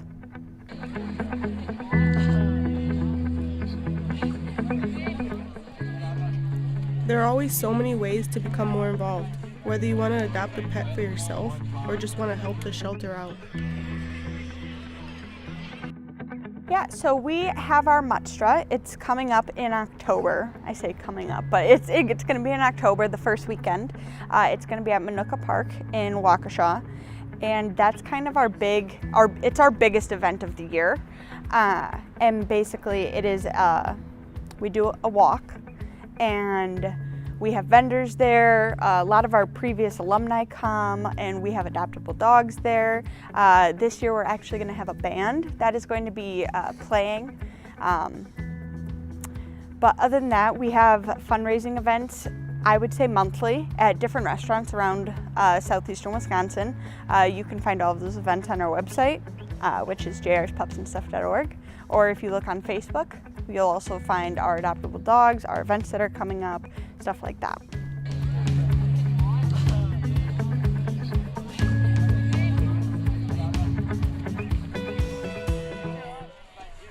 It's no secret that every adoption event brings a bunch of wagging tails and new beginnings. But lastly, let's look into a different type of sanctuary. We are shifting our focus to farmed animals. Tiny Hooves helps us learn more about this side of things. I've worked in animal rescue for almost 20 years, and I've been a vegan for almost the same amount of time. So I've worked with many species of animals that have been neglected, abused, and abandoned. And while doing that as a career and learning more about veganism, I did realize that the animals with the least amount of rights are farmed animals. Knowing that I wanted to always work in the rescue world, I thought, why not? Let's do this. Let's start an organization.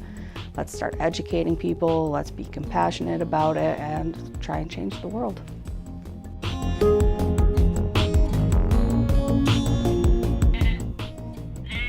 Becca shares a little bit about how they go about rescuing and rehabilitating their residents.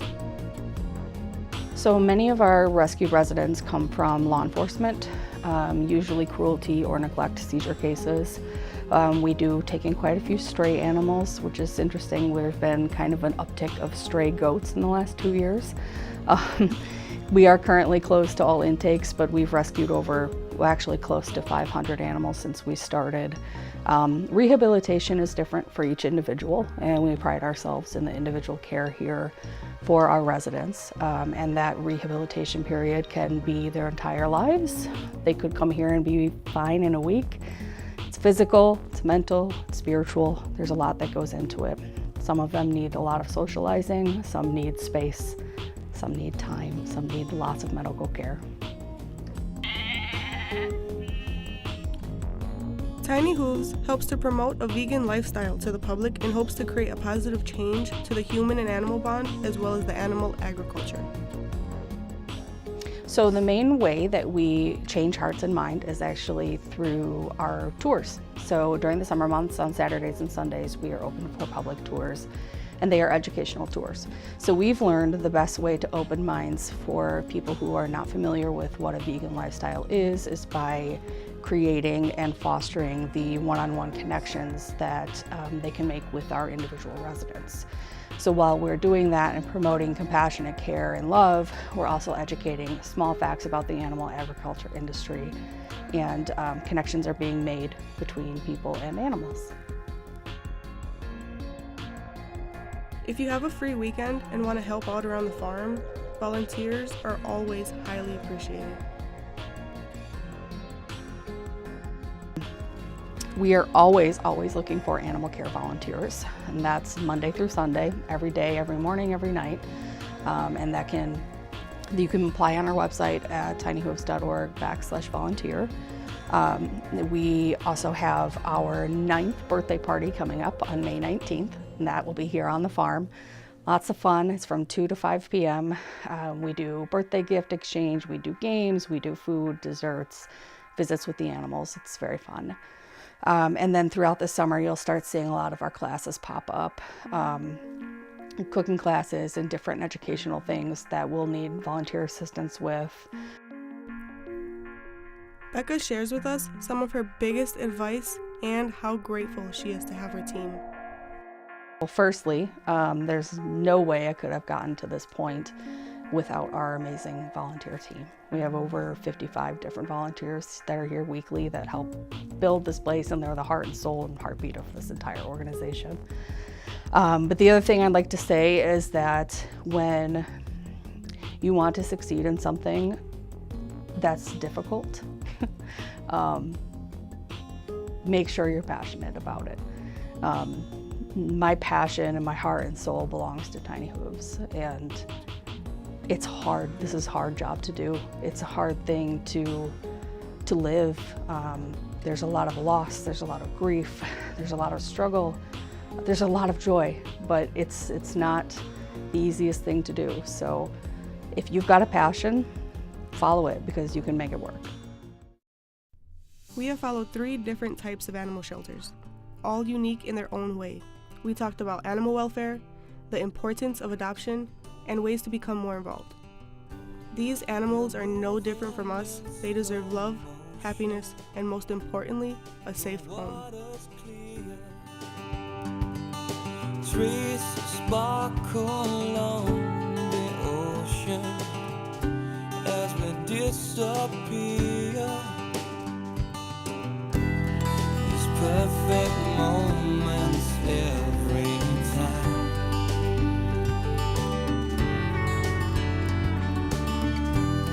I've drawn the pictures in my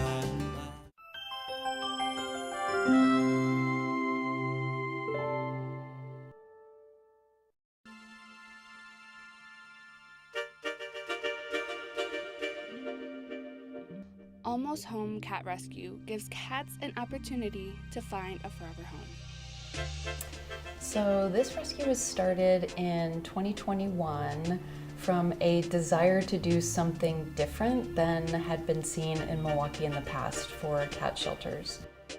At Almost Home, every person working is a volunteer, but they all have one thing in common. They all share love for cats. I think the one thing that really struck me when I came across the organization was everybody is truly a volunteer. There's not one penny that goes to an individual. We are all volunteers of this organization. We all have families, full-time jobs, part-time jobs outside of this organization, and we just are all doing our best and giving our all because we all have a love of cats in common. Almost Home also works with other organizations in the community.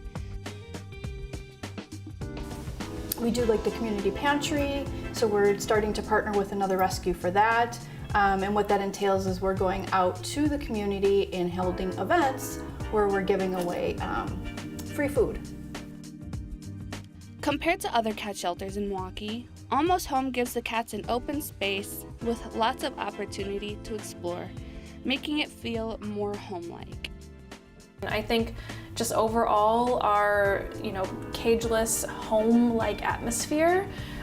We have furniture here, we have things that you would have at home, such as cat beds, such as rugs, such as just different things that the cats can play with, and they're not sitting in cages, like they're really all around each other.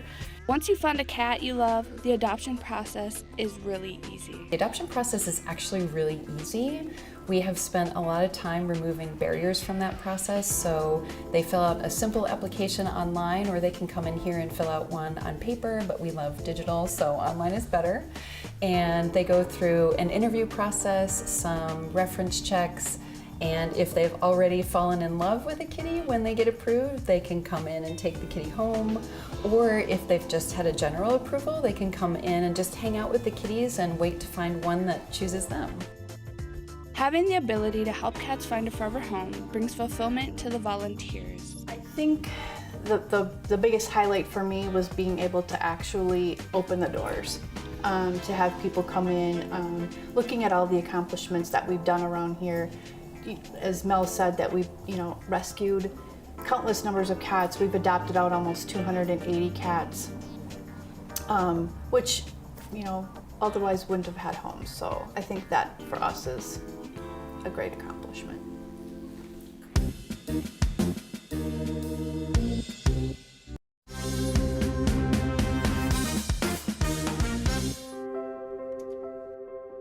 Every educator starts out as a student. Greg Clapp is an alum of MATC's television and video production program who has found his way back to campus as a tutor in the same program he graduated from. I came to MATC actually after starting at UW-Whitewater and decided that really wasn't for me.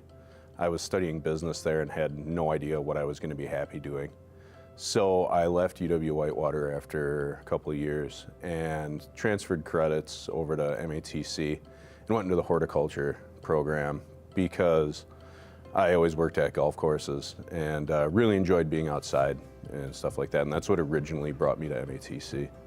I continued to work in horticulture at golf courses, but decided that that really wasn't anything long-term that I could do. I didn't see myself out there at 60, digging out bunkers and doing things like that, planting trees. It wasn't the kind of thing I wanted to be doing for the rest of my life.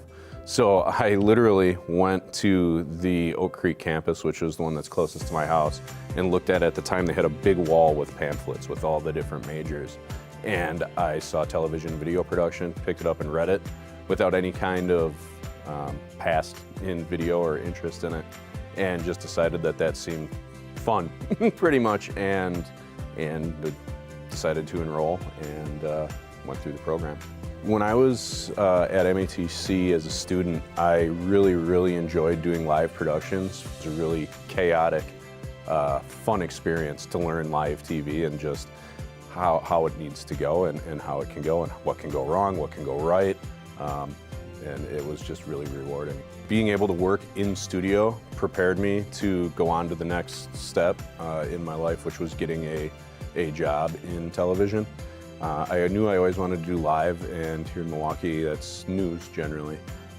And a position opened up at Channel 12 for a temporary studio technician, which is basically like running robotic cameras and things like that. And having the studio time here, I felt really confident in applying for that job. After I was done with my position as a television technician, I got into editing at a different station in town, and I was one of the daybreak editors, which means I edited for the daybreak shows, which was midnight to 8:30. At the time while I was there, my wife and I were expecting our first son, so we talked about doing daycare and things like that, but turning over your 3.5-month-old to go to overnight daycare was a scary prospect. And fortunately, we were in a position where she could work and I was able to stay home with my son. That created some challenges also, more so with isolation. Myself, I was always a really social person, and I didn't realize how much of my socialization I was getting from work. So that led me to starting the Milwaukee Dads Group, which is a social group for dads and their kids, basically. It works to bring dads and their kids together and dads together to socialize and just support each other. I never thought of being an educator at all, but my son went back, he's in full-day kindergarten now, and I had these big holes in my days, and I always thought about coming back into television, but news would never necessarily fit my schedule again. I loved the television and video production program when I was here. I got a whole ton out of it, and I had thought in the past about how I could maybe give back or get back involved with that. And when I saw that there was a position open for it, I reached out to some of my former instructors and asked, hey, do you think I would work out well in this position, and was encouraged to apply.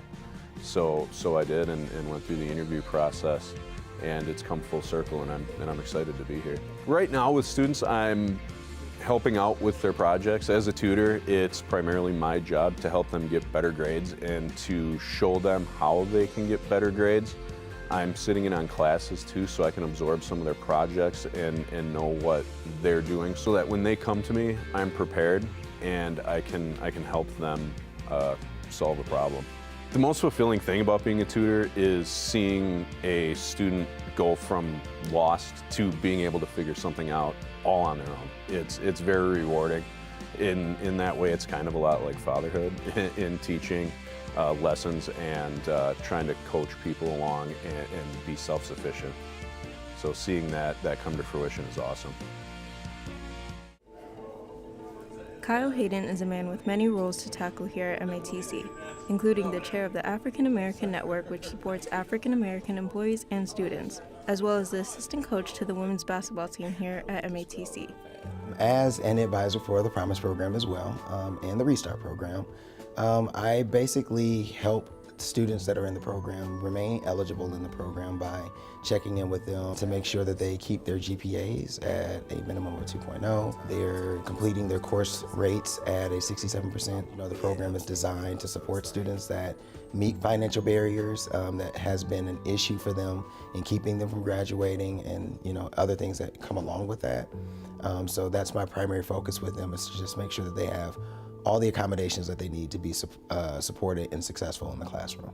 I've seen them going above and beyond to help individuals academically as well as personally. So, I mean, I honestly couldn't even, begin to count the ways that he's helped, not just myself, but, other individuals that I've seen firsthand.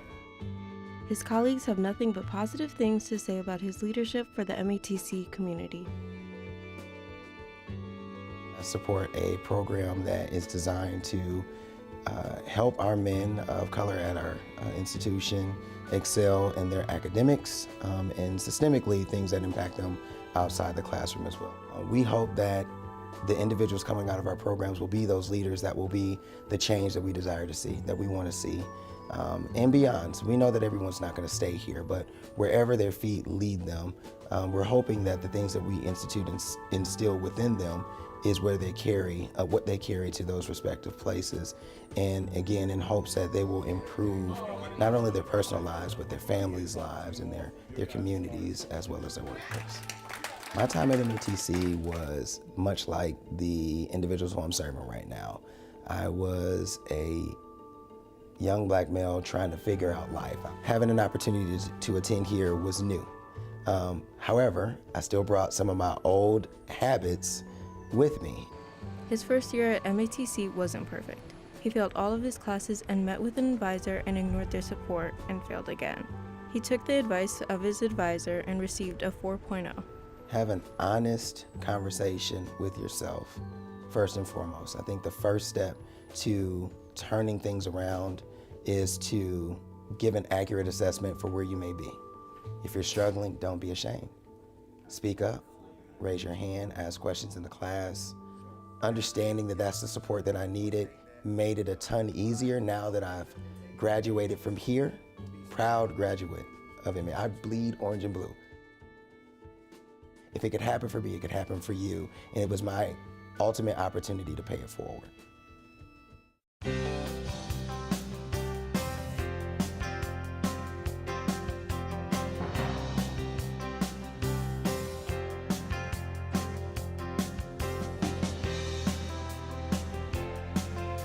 Have you ever been interested in the world of curling? If so, tune in to Milwaukee PBS for Chess on Ice and attend our 82nd annual Men's Invitational Bonspiel. And they will get the takeout on their own stone, sending it directly into the center of the house. What a shot! Come get swept away by the world of curling here on Milwaukee PBS. Tonight at 10 on Channel 36, Milwaukee PBS. I'm student producer Eileen Perez. I'm at the Conservancy for Healing and Heritage, and this is another hidden Gem KE.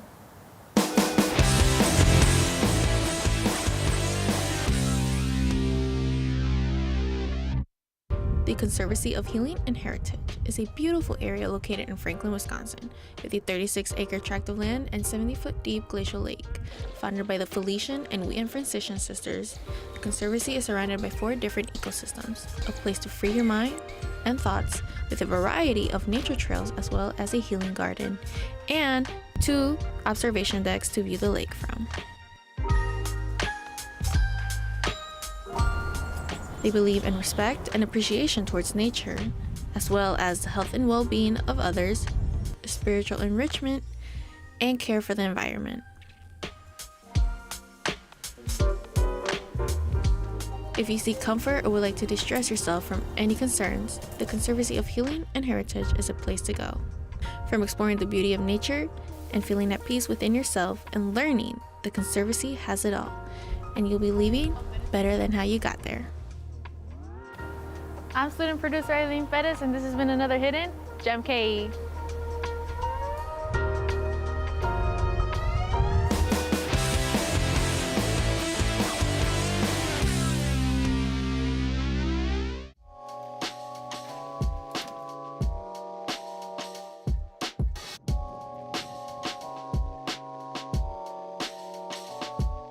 tonight at 8 on Channel 36, Milwaukee PBS.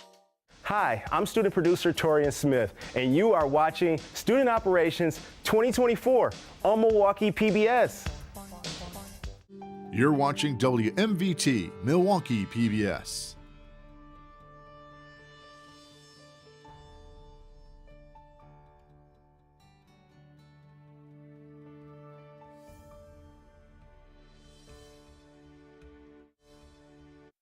The following program was produced by students enrolled in the Milwaukee Area Technical College Television and Video Production Program. The content is student-produced and does not necessarily represent the views of Milwaukee Area Technical College or of Milwaukee PBS.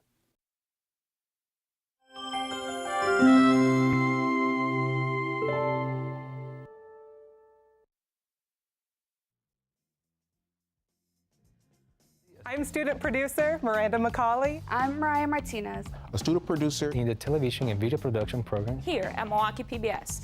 And you're watching Student Operations Day 2024. As part of the MATC television program, students create, write, produce, shoot, and edit a full-length broadcast TV program. And for over 50 years, these shows air on a special day on Milwaukee PBS, which is today.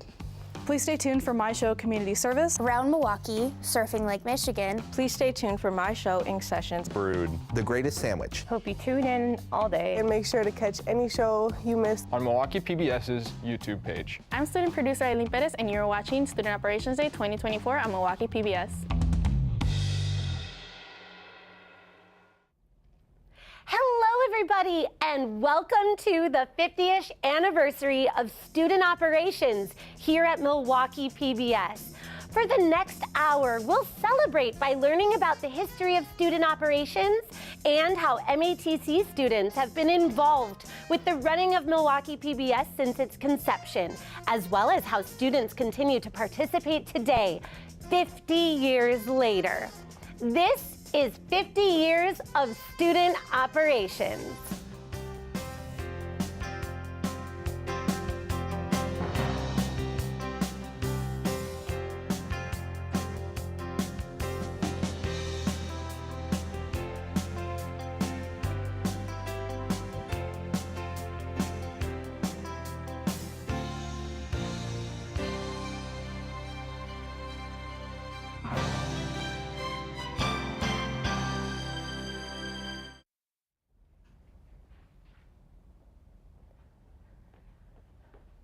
Hello and welcome to Student Ops 50-ish 2024.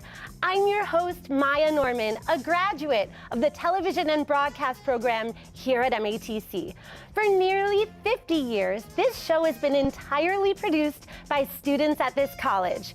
Joining me today is Paul Karszewski, who oversees the Milwaukee TV department and is also an alum of the program.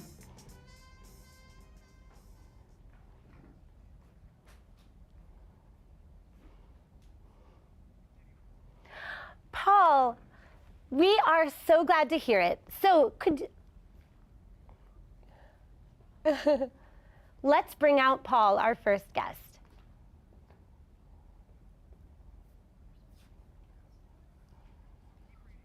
Shifting gears into history, I am eager to hear from our field correspondent, Shannon O'Dwyer, who's at Lakefront Brewery today. Hey, Shannon, what's happening down there? Thanks, Maya. We are here in front of the Lakefront Brewery getting ready to meet with a Milwaukee tour guide to give us a little bit of the insight behind the TV history associated with the brewery. We are so excited to be here for this year's 2024 Ops Day for the 50th anniversary. See you in a bit. We will catch up with Shannon a little bit later on. Over the past 50 years, our program has produced countless talented producers, directors, editors, and more. Today, we're excited to showcase even more student-produced content. let's take a stroll down by memory lane of our previous students' work with the stories of Milwaukee PBS staff members Justin Migliano and Adam Lilly, both alumni of our TV and video production program, along with Joe Sankey, our former scenic designer, who made an incredible impact on many students' lives throughout the years here at Milwaukee PBS. Justin Migliano has been a member of Milwaukee PBS for 12 years. He is what some might call the jack of all trades, fulfilling his role as production specialist. He has expertise in all aspects of production, from shooting live or remote shots, editing, helping students, working on PBS shows, you name it, he's done it. So there's several shows that are no longer in production that I've worked on that were very successful. Around the Corner with John McGivern. Justin Migliano, his show. I currently work on Adelante, Black Nouveau, 1036, documentaries as well that we produced throughout the station. Hallowed Home for Heroes was a documentary that we spent about a year and a half on. Rhythm Cafe is it's a new digital series. We feature local artists. We try and profile them, and so we go to a coffee shop and we shoot them performing 2 songs, and then we talk to them about how they got into music, what their inspiration is, and then we will edit those 2 songs down and then also create a Meet the Artist segment out of that, kind of telling their stories. Despite working at CBS 58 for a number of years, along with another production company, Justin decided to return to where his career began. He actually received his broadcast training at MATC and said that returning to work for Milwaukee PBS feels like coming home. What I like about Milwaukee PBS is the ability to tell stories and to not have to rush them out the door. We have time to produce good stories and tell good stories and gather kind of everything we need to make it toward the higher end, whereas in news, you had 15, 20 minutes to tell a story. And it's nice to have the ability to take your time, get everything you need, and tell a good story. Justin's passion and drive to tell meaningful stories is what inspires him to help students craft their own stories. Whether it be by assisting in the studio, editing, or helping shape student productions, he guides students to be better producers. What I like about working with students is being able to give back to them, to hopefully pass on some knowledge that I've acquired over the years and kind of guide them through the process to answer questions, give them guidance, hopefully make their transition in this career smooth and kind of give them a little bit of guidance. That's what's so great about what we do here at PBS as far as with students is everything is hands-on. It's a great program to kind of get in and see how all the aspects of television function and work and to learn them. Shooting, editing, crafting stories, or sharing his knowledge with students are all the reasons why Justin calls Milwaukee PBS home.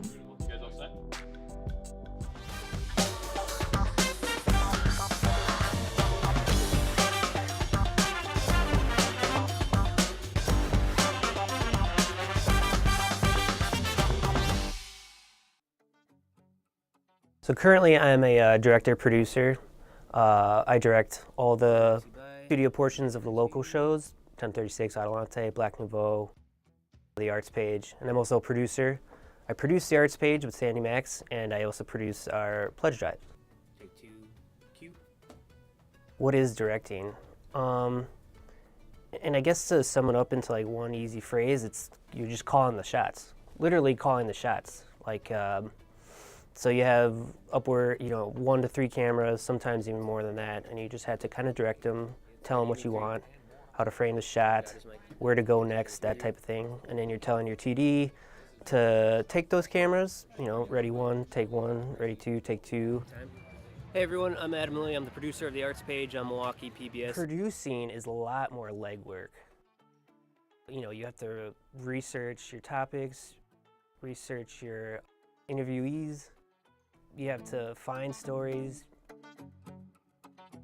get in contact with them, set up dates, set up crews, decide which cameras to take, decide which car to take. There's a lot that goes into producing. Right out of college, I started producing.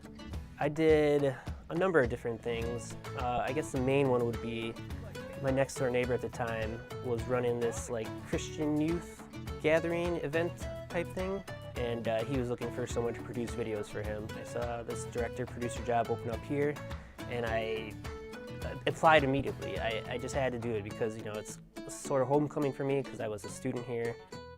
But I guess I really started producing in full when I got here to Milwaukee PBS. One of the benefits of the job is every day is different. You know, you're not punching the clock and doing the same thing over and over again. They wanted to bring back, the arts page was on hiatus due to COVID-19. So they wanted to bring it back, and they had just hired me, and they said, here, do the arts page. And I said, yeah, absolutely, because I love Sandy Max. She's a gem. She's so easy to work with. She's so nice. Wait till you see what we have coming up next.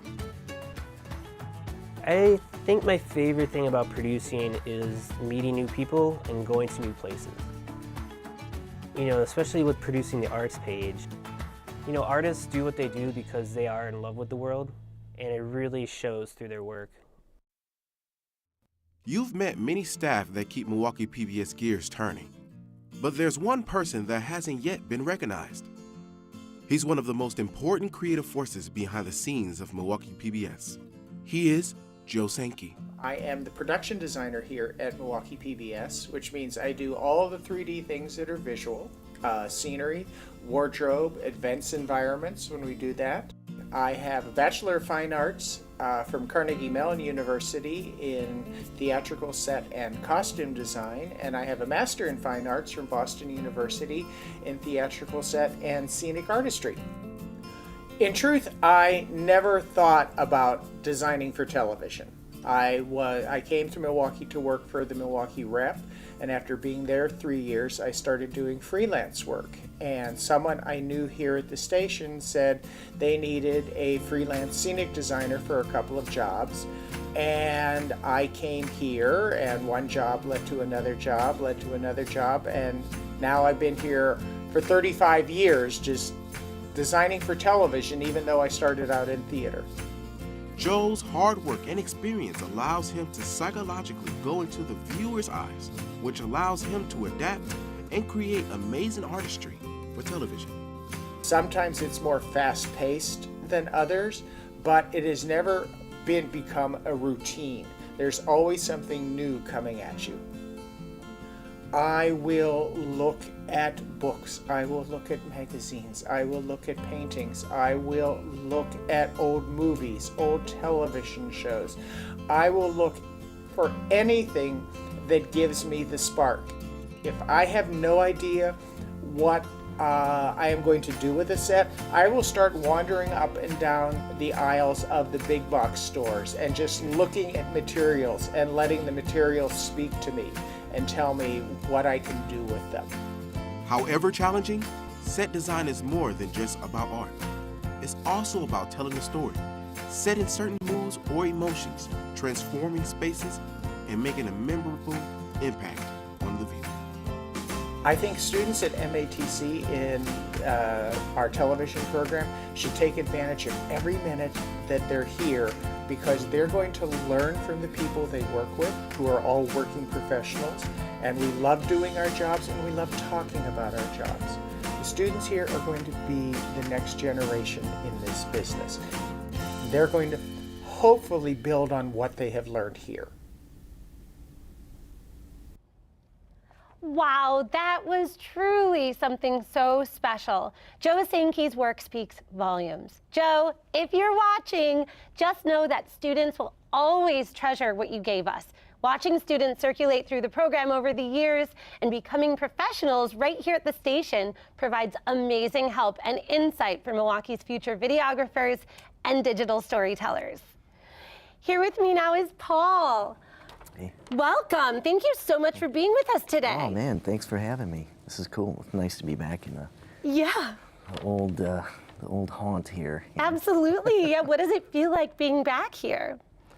It's cool. I mean, there's a lot that's changed, you know, just the way the building's kind of laid out, and but it's exciting to know that all the students are so on top of it, you know, and you guys are really, you know, putting this whole thing together. It's a lot of work. This is like your big day, you know. So Absolutely. I remember that. Yeah.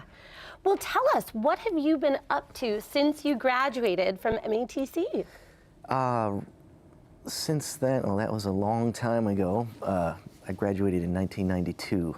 So right now, currently, I manage the municipal television station City Channel for Milwaukee. So yeah, so day-to-day basis, I handle all the broadcast operations and you know, staffing for our broadcast productions, staffing for our in-studio PSAs and on and off-site press conferences and that type of thing. So that's busy. Amazing. But I'm also like still involved in the production side of things. So I'm still out in the field shooting and editing and doing all that stuff too, and you know, doing a lot of different projects for some of the other city departments. So I'll handle a lot of that stuff too. Wow, that's amazing. So it sounds like you really took the skills that you learned here at MATC and you carried them with you, and you still use those skills today. Oh yeah, yeah. I learned a lot here, man. Yeah. How do you think the student productions prepare you for your industry work? I think they really prepare you a lot, you know. Like when I started here, I was like 17 or 18, you know, and I didn't know anything about television production. And there was a couple kids here at the time that did know, and but you know, I learned a lot just from like listening, and you know, I think it teaches you a lot how to work with different people, and you know, because when you leave here, you go out in the real world, and you're just going to work with all kinds of different people, ages, and you know, and there's a reason you probably were hired, because they trust you. So, you know, so this really prepared me a lot, you know, to work in the real world. That's amazing.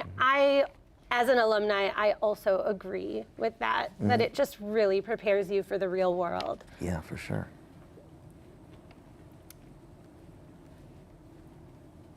And that's great. Well, we will be hearing more from Paul later on. Thank you so much. We will take a short break.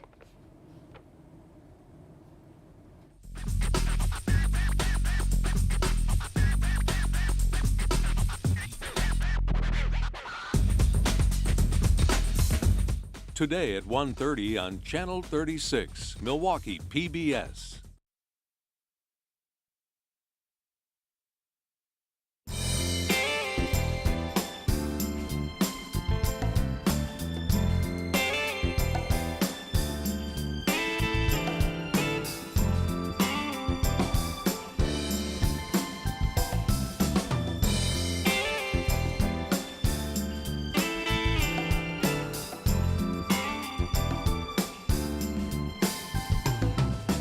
Tonight at 7 on Channel 36, Milwaukee PBS.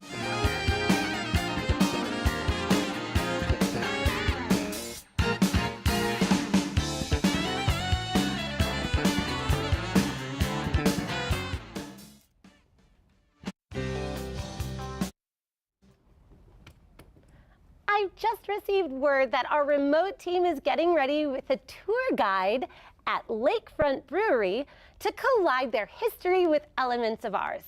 Hey Shannon, are you guys ready?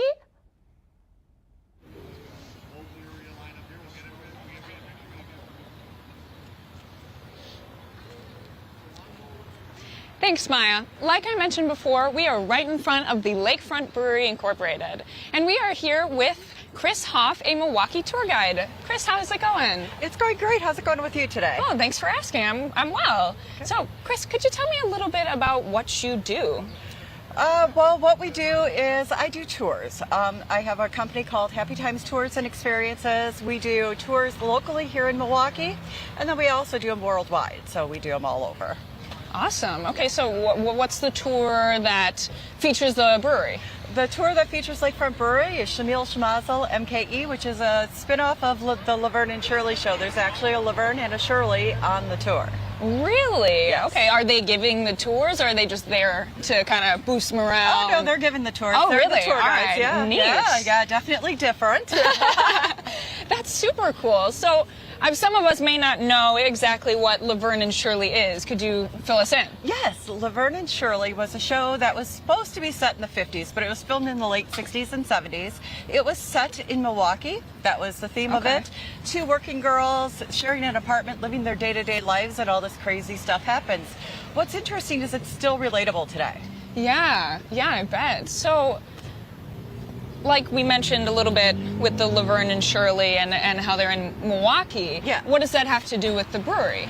So the brewery actually bought the line of the bottling line from Schlitz Brewery. Schlitz Brewery was the brewery that Laverne and Shirley worked at, but it was called Schatz Brewery in the television show. Okay, so I see here that there are these very large faces. Yes. What are these? So these are the first brewing kettles for Lakefront Brewery, and they named them Larry, Curly, and Moe. Okay. So when they were retired, they actually came out and they painted these. They had an artist come and paint them.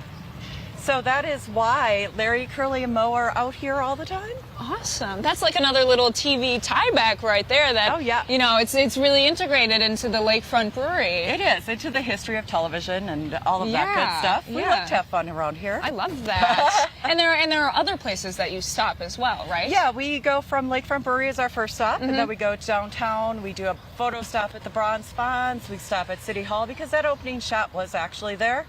Then we go out to Wauwatosa to Balistreri's for pizza. We go to mini bowling at Kaza's Mini Bowl, and then to Leon's, of course, for custard, because who doesn't want that? Exactly. Leon's is the best. Yes. That's super cool that a lot of this kind of like ties Milwaukee into television and into Laverne and Shirley especially. Yeah, it's a great way to attract people into this community or to come here and experience everything.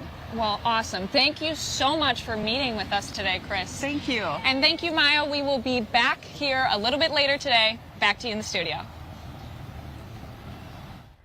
Thank you so much, Shannon. That looks awesome. I love Lakefront Brewery. Our students are making history by recording it. Our students make memories for themselves and television history for audiences as they learn and apply industry standard skills for broadcast television. And for our next celebration of the 50-ish years, we'll cover more former students on how the dynamic of their roles here has changed from student to production professional.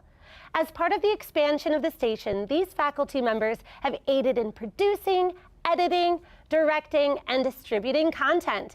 And our current student producers have shed light on the ones before us. Now let's take a look at former student Brian Ewig, who helps students here at the station create great content. In the heart of the city, where creativity meets community, there's Milwaukee PBS. Among the skilled professionals that work at the television studio is Brian Ewig, a production specialist whose creativity plays a pivotal role in developing memorable stories for viewers all over the city. I shoot local content for the shows and basically act as crew for the producers and gathering footage out in the field. Brian works on field shoots, but he also conducts productions in the studio. In January of next year, Milwaukee PBS is going to be airing a documentary on Al Capone. And over the last 2 years, I've been kind of learning the history and kind of separating the fact and the fiction of Al Capone and his ties to Wisconsin. So we are going to be shooting some B-roll, a little Prohibition Roadhouse type of scene where some gangsters enter and kind of have a mark, and Al Capone's enforcers come in, and one poor gentleman meets his demise.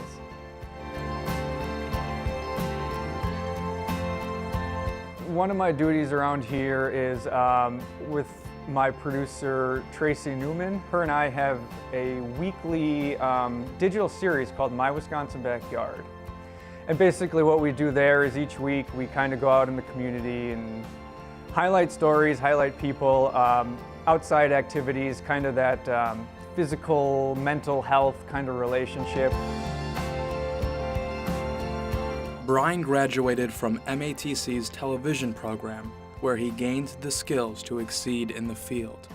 My story is unique in the sense that I actually went through the program here. I graduated in 2005. And I found everything about the program to be just amazing. I thought it was very helpful at learning a really good base of a lot of different fields and focuses, and you know, they leave a lot up to you as an individual to decide what you want to do, but they really give you a good education. And I mean, it's really rounded as far as here's what you can expect in the business and all of these different fields, and it really prepared me quite a bit. Through continuous effort, Brian aims to leave a legacy at Milwaukee PBS. It's the first digital series that Milwaukee PBS has been able to produce, and I know Milwaukee PBS has really been trying to get in that digital space a little bit more. So it's been really fun to be able to kind of be those trailblazers and kind of break into that. And we've been having a lot of fun with the non-traditional kind of broadcast rules that we've been so used to for a long time. So it's just been expanding our audience. It's been expanding our ideas and expanding our creativity and our storytelling.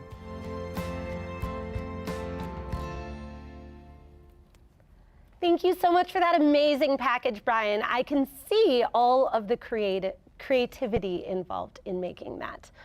So I'm still here with Paul. Thank you again for being here. Absolutely. Yeah. So I'm wondering about your, in your current experiences as an industry professional, what fundamentals did you learn here at the college that you took with you throughout your career journey? Man, I learned everything here, you know, every aspect of television production. You know, we worked on cameras and switching, editing, the whole thing, just kind of like what you guys are doing. You know, and I think knowing all of those things and then going out into the real world kind of let you, at that time at least, let you kind of, I don't want to say pick and choose, but you had because you had a wider gamut of talent, you know, you could kind of fit into different places, you know. Specialty positions at some of the production companies and stuff. But things are definitely not like that anymore, and so it's not like you're just doing one job. Now you're kind of like the all-in-one person, you know, you're editing, shooting, handling graphics, After Effects, everything. So it's good that I learned all that stuff back then, because, you know, I've streamlined it to how I have it now. Absolutely. It's so tough being a one-man band. But I know that television production is such a collaborative art form. What are some of your favorite memories that you have from being a student here at MATC? Oh man, there's so many. I don't know where to start. You know, I think a lot of it was just it was exciting to come into, you know, I was in this room, I learned in this studio. It was exciting to not know anything, and then, you know, to gather all this information. And, you know, by the end of my first year, I was like, wow, you know, I've learned so much. I didn't know anything about this stuff. But then the friendships and stuff that you develop, you know, and I've been able to maintain a lot of those friendships since then. So absolutely. I'm very blessed about that. I feel the same way. Yeah. How about one last piece of advice you have for current students in one sentence? In one sentence? Keep doing what you're doing. Don't worry about what everybody else is doing. Love that. Thank you so much. And now I think it's time for a trip down memory lane. I would like to present to you all the original Hidden Gem KE. Hey guys, I'm student producer Maya Norman, and this is a Hidden Gem KE.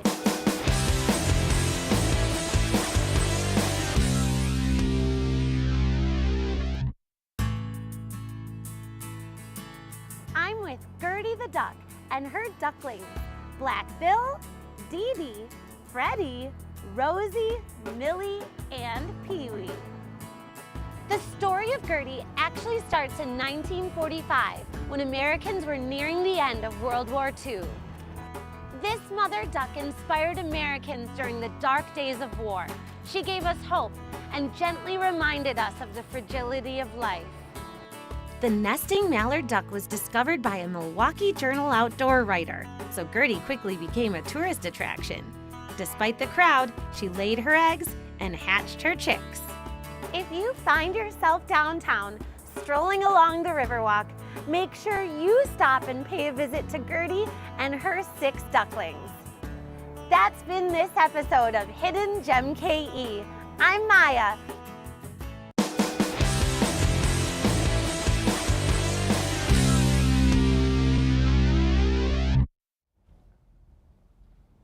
Wow, that was from a long time ago. Thank you for sharing that, Gertie the Duck Gem KE. I just want to say thank you so much to our guest, Paul, for joining us again. Thanks for having me. It's really cool to be back. Yeah, it was so, it's amazing, isn't it?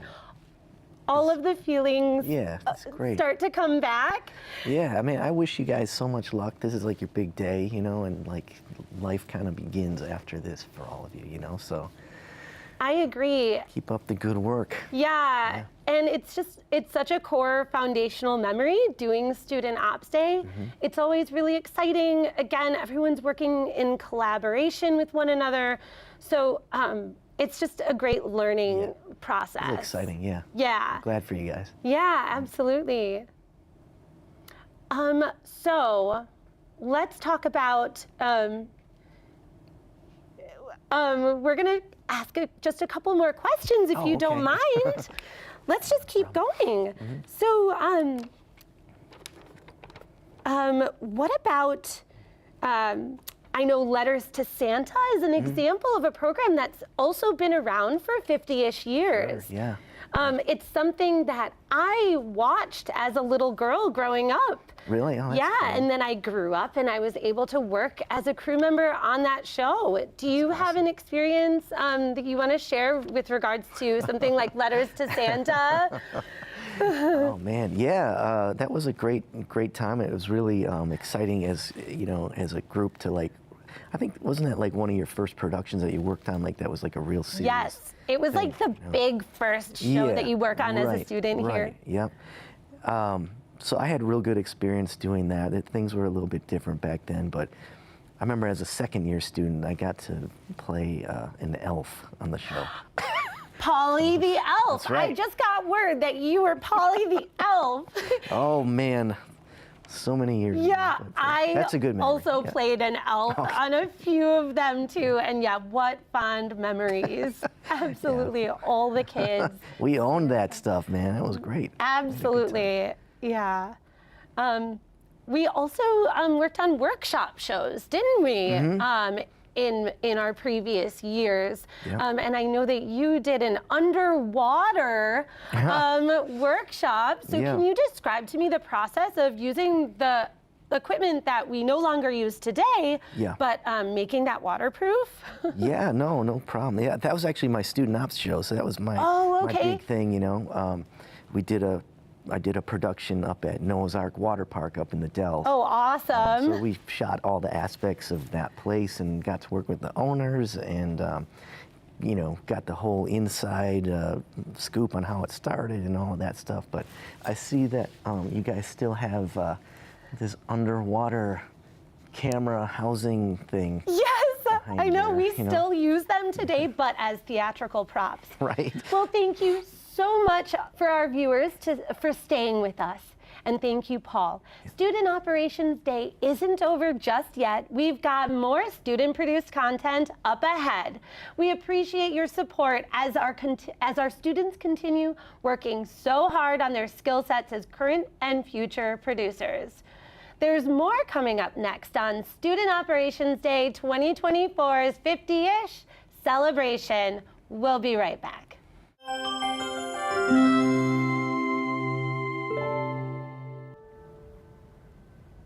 Get ready for a web of creativity where music, painting, poetry, photography, fashion, and design collide in the most incredible ways. Join us on a journey of discovery and inspiration. In our dance of life, we're born as art. Each one a canvas, a unique part. Colors blend and stories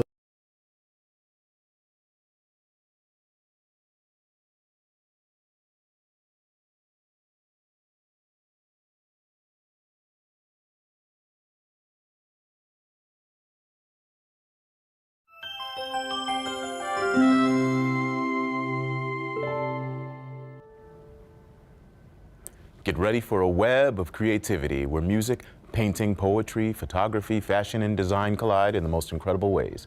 Join us on a journey of discovery and inspiration. In our dance of life, we're born as art. Each one a canvas, a unique part. Colors blend and stories of influences. We live in the moments of continuous. Breathstrokes of passion, sculpting our fate. In the rhythm of living, we create a painter's palette, a poet's rhyme. Art is in every form, but we fail to realize its norm. Our life's a masterpiece of visual art, melodies and design, each playing its part. All 4 seasons, in cold night we still arise, painting our dreams high, high in the sky. When dance meet music, we never really embrace the sight. In the artist's soul, a relentless fight. What we've seen and where we come from, collaborations far from a la carte. So in the end, we are all creators of art. But no need to worry, we are all subconsciously doing our part. This is Connecting Art Forms.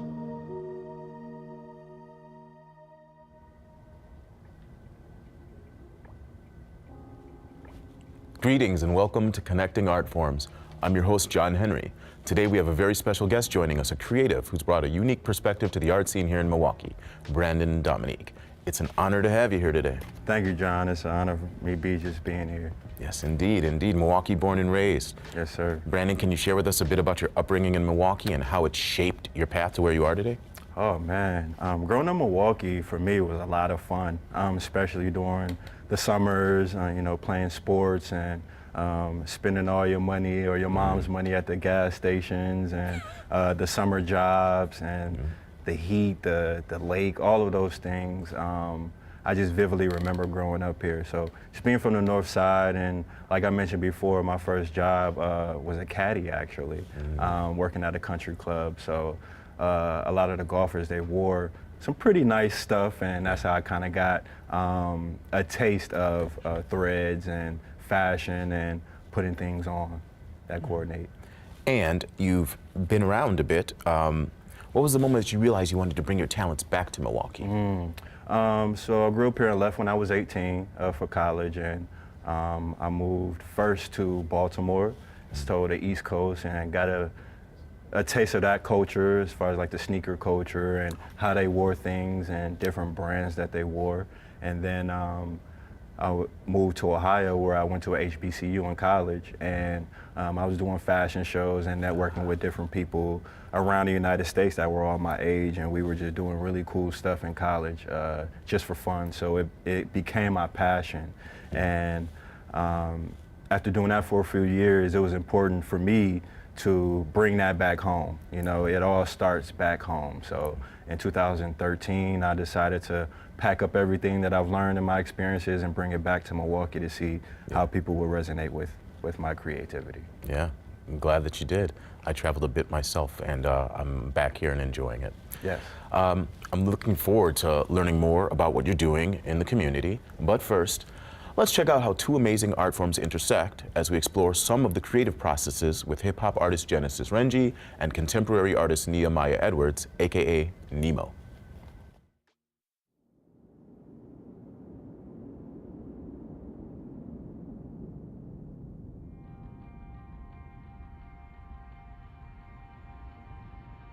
My creation process, it starts off with an idea of what I would like to express. I always do like a small mock-up before I create the larger piece.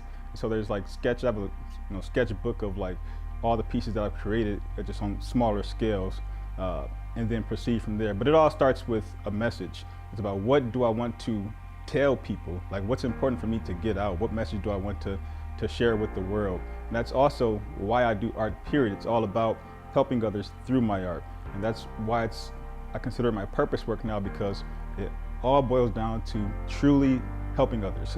You know, we're all on the same journey, you know, and we all ultimately want the same things at the very end of the day, which is to be loved, which is to be cared for, to be understood, to be accepted for who we truly are. That's what connects us all. We all desire that. This was the piece that I created that started that angel demon sort of concept, that the angel demon motif in my works. This was the piece. So I painted the background first. Background is all acrylic, and I had nothing on it at first. And I didn't know what I wanted to do with the piece. I just knew that I wanted a piece with a big blue background. And I'm like, what do I do? What do I do here? One of my first and foremost primary influences as a visual artist is Jean-Michel Basquiat.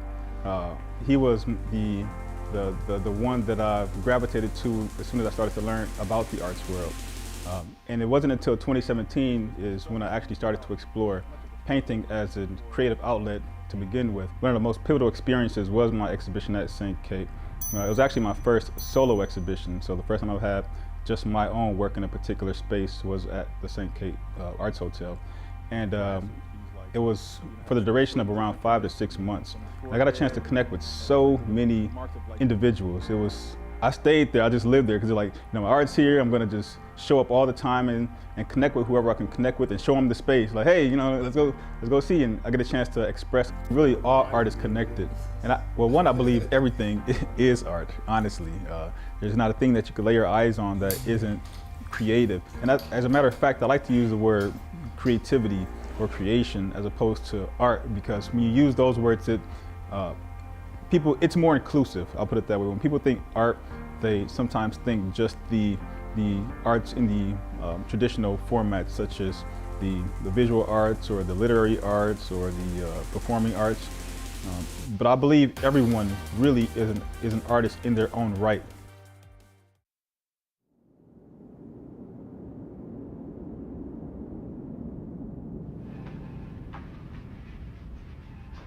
My genre is hip hop, rap. It's been that for a good majority of my career. I like to dabble with R&B every now and then, get the melodies going, and I flirt with electronic music every now and then too. I get inspired by people a lot and just the different things that they can bring and offer. Growing up, my parents, of course, biggest influences. My brothers, big influences on me. Trying to set an example for them, but then also learning so much from my brothers as well. My cousin Pierre, that got me into music. Musically, the influences came, my family. We used to watch Temptations like almost every Sunday. When it comes to connecting the music outside of just the music and making it live in other art forms, that's probably the most important part once you get done making the actual music, is how are we gonna let this thing exist outside of just the sonic sound that we've given it, right? The visual element for me is gonna go over into the cover art you see, and it'll show up in whatever videos we might come up with. So Monty Gransberry, aka Freakish Nerd, my shooter, creative director, he has a great way of bringing whatever little ideas I have visually to life, and then captivating and expanding on that and making it bigger than what I imagine. Now they want to reconcile. Problem always still the same when you want to change, but you know that is long. Still you going out your way just to make a name, cause you know regret is all. Nobody can do it all on their own. It's been times where I've tried to do as much as I can by myself, and that can only get you so far. Like, the more you collaborate and then learn to delegate, the further you'll get, especially if you're trying to be a part of something, regardless of the field, for a long time. You're gonna need a very solid support system and team around you to help not only carry you, but push you at the times when it's needed, and to help, take some of that weight off your shoulders. You have to work a lot harder just to find something to stand out from everybody else. And then we in the middle of the country already, so we get the influences of so many people that gotta come through the Midwest. So you get in these pieces and style points from all these different parts of the country, but then you still gotta cook it up and make it your own thing and make it unique while cutting against the grain. We in a city that isn't necessarily immediately thought of as a music city or a bigger city. And as we're growing and figuring that out, that's playing its part in the music as well. Like, gotta grow and adapt with the city, the sound, the styles, but then also the speed of it all, like being able to deliver. And that's something that I'll bring into my music as well.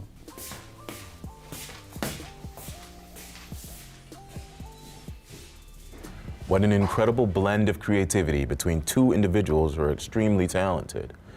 Brandon, how'd you feel seeing those two gentlemen who you know very well Yeah, it was really cool seeing those two passionate brothers, and also just their process. You know, I respect not only the art and the end result, but their process is very intricate. And I'm lucky enough, like you said, to know them and have them in my personal network. Yeah. Worked with Genesis a bunch and Nemo, hopefully soon. Yeah, indeed. And you provide a platform for artists like that with Breakfast with Champions, which I would like to talk about. So, since we got a chance to talk to you and get to know you, let's talk more about Breakfast with Champions. Could you give more details about the inspiration behind it? Yeah, I was inspired with Breakfast with Champions as a youngster, growing up watching music videos, Hype William videos, and my favorite artists, whether it was, you know, like DMX or Rockefeller, Pharrell and Kanye West, all of these artists and their style, how they were shot. It inspired me to kind of in my adulthood bring those same ideas that 106 in Park and Rap City showcased in our community to Milwaukee and shedding spotlight on the elite creatives here in Milwaukee on the digital platform, as well as providing a physical platform, which is our social gatherings that I host and coordinate, centered around these different creative people, and provide a safe environment for them to come as themselves and just enjoy breakfast. So I provide a hot, catered, quality breakfast, and they are able to enjoy that while they, again, see their favorite artists perform, or while they look at art and just enjoy the ambiance of creativity and community and inclusion here in Milwaukee. Yeah, that's a really creative platform, bringing people together. Absolutely. Somebody like a Emmett James, you know, something like that. That's and I really work cool. with Emmett James. I love Emmett James and what he brings to Milwaukee, his kind of do-it-yourself branding. And like I mentioned, just the quality content and the intention behind everything. He's one of the people that brings that. So. And I like the idea of collaboration. I actually wanted to ask you, like, could you tell us more about why it's important to you to have collaboration? Oh yeah, first, collaboration I feel has to be organic, not forced. Timing is everything, but collaboration offers different perspectives for one common goal. So when you bring other entities or other people in, it's really recognizing each other's strengths and weaknesses and using those strengths to each other's advantage. And coming together for a common goal. Collaboration is very important, and I see it happening more and more here in Milwaukee, and I love it. Very true, very true. Milwaukee's on the rise in so many ways. What I've seen with Breakfast with Champions, I love that it was multiple mediums and everything. It wasn't just, you know, a rapper or a singer. It, you know, was artists and vendors and things like that. For sure. Like, what is your favorite part of having all of those different people there? Yeah, my favorite part is actually the planning process, because it's a bit of a challenge, you can imagine, with pulling together 10 different artists, whether they're DJs or poets or set designers, project managers, jewelry makers. You know, there's a lot that goes into coordinating different people at this level when it's their art. So timing is everything, and my favorite part, again, is just being able to bring different people from different walks of life together. Okay, and that you have done. Breakfast with Champions. So yeah, since you mentioned things about collaborating, let's check out 2 more amazing art forms as we show the connection between fashion and photography with fashion designer Carlos Vergara and photographer Rob Ryan.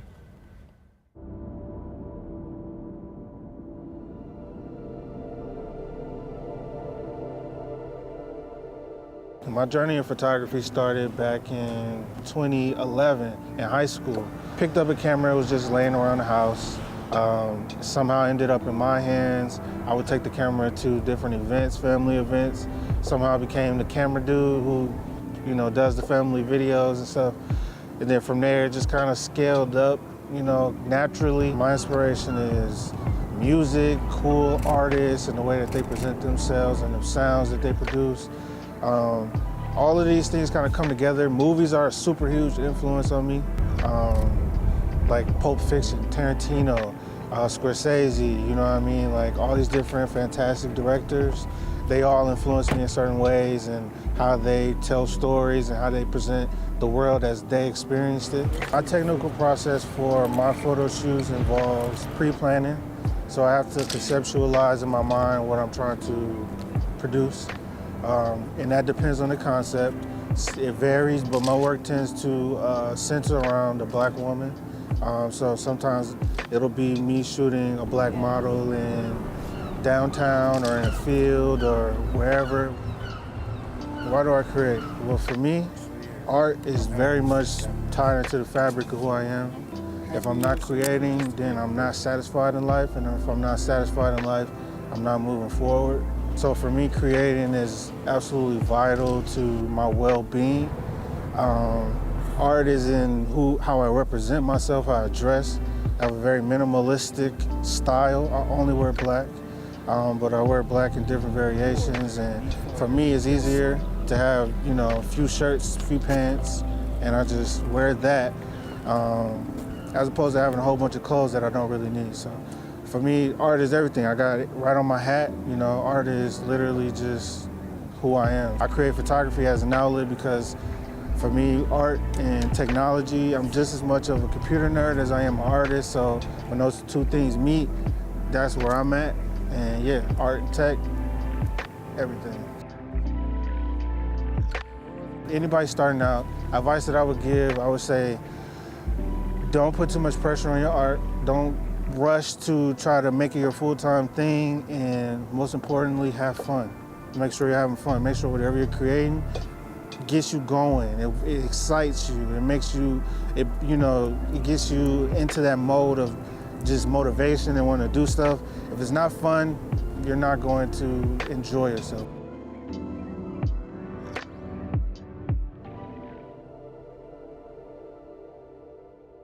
What I do in fashion, I am a creative cultivator. I bring all these creatives to fashion together. I try to create spaces for them. I help young people who have an interest in this industry. I'm also a fashion stylist and a designer.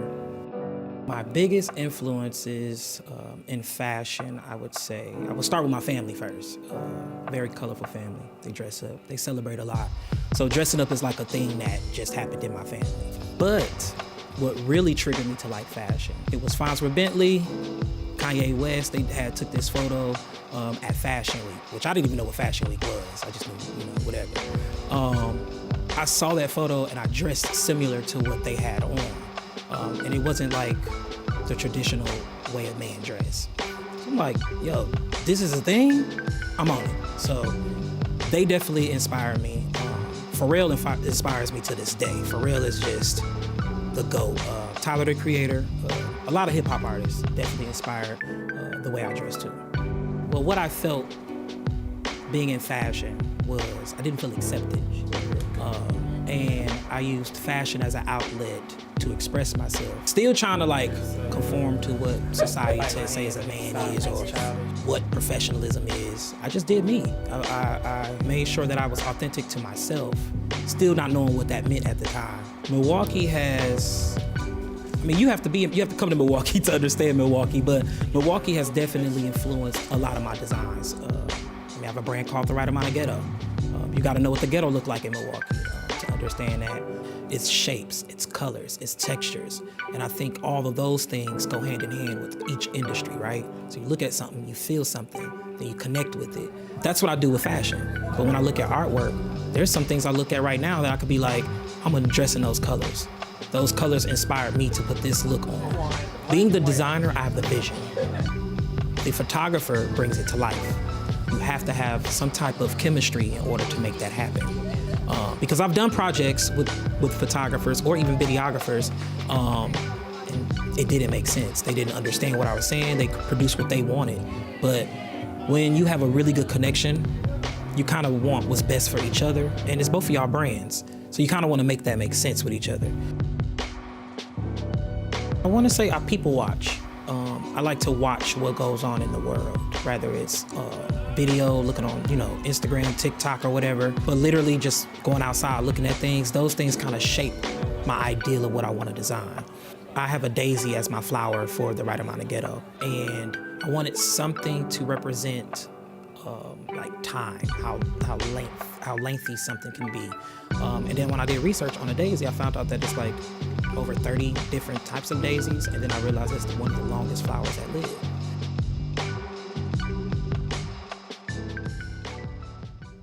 Wow, 2 amazing connections. I saw a little bit of Brandon, and I saw you in that video.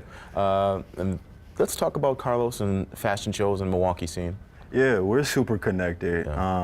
We've been locked in for a few years now. We did some fashion shows together and a few projects, and we have a huge project coming up soon this year that's probably going to be the biggest in the city. Cool. So definitely stay tuned for that. But I'm super proud of Carlos transitioning to where he is now, from being a stylist to like a fashion designer and having his own brand. So shout out to him. Yeah, you're making moves just like that. Can you tell us more about your involvement getting into the fashion industry and maybe some of the fashion shows you've done? Yeah. My fashion experience dates back to maybe like 2007. Coming straight out of high school and going to college in Ohio. The school that fall, my first year, was doing a fashion show, and they needed help with behind the scenes, so like the curtains and things like that.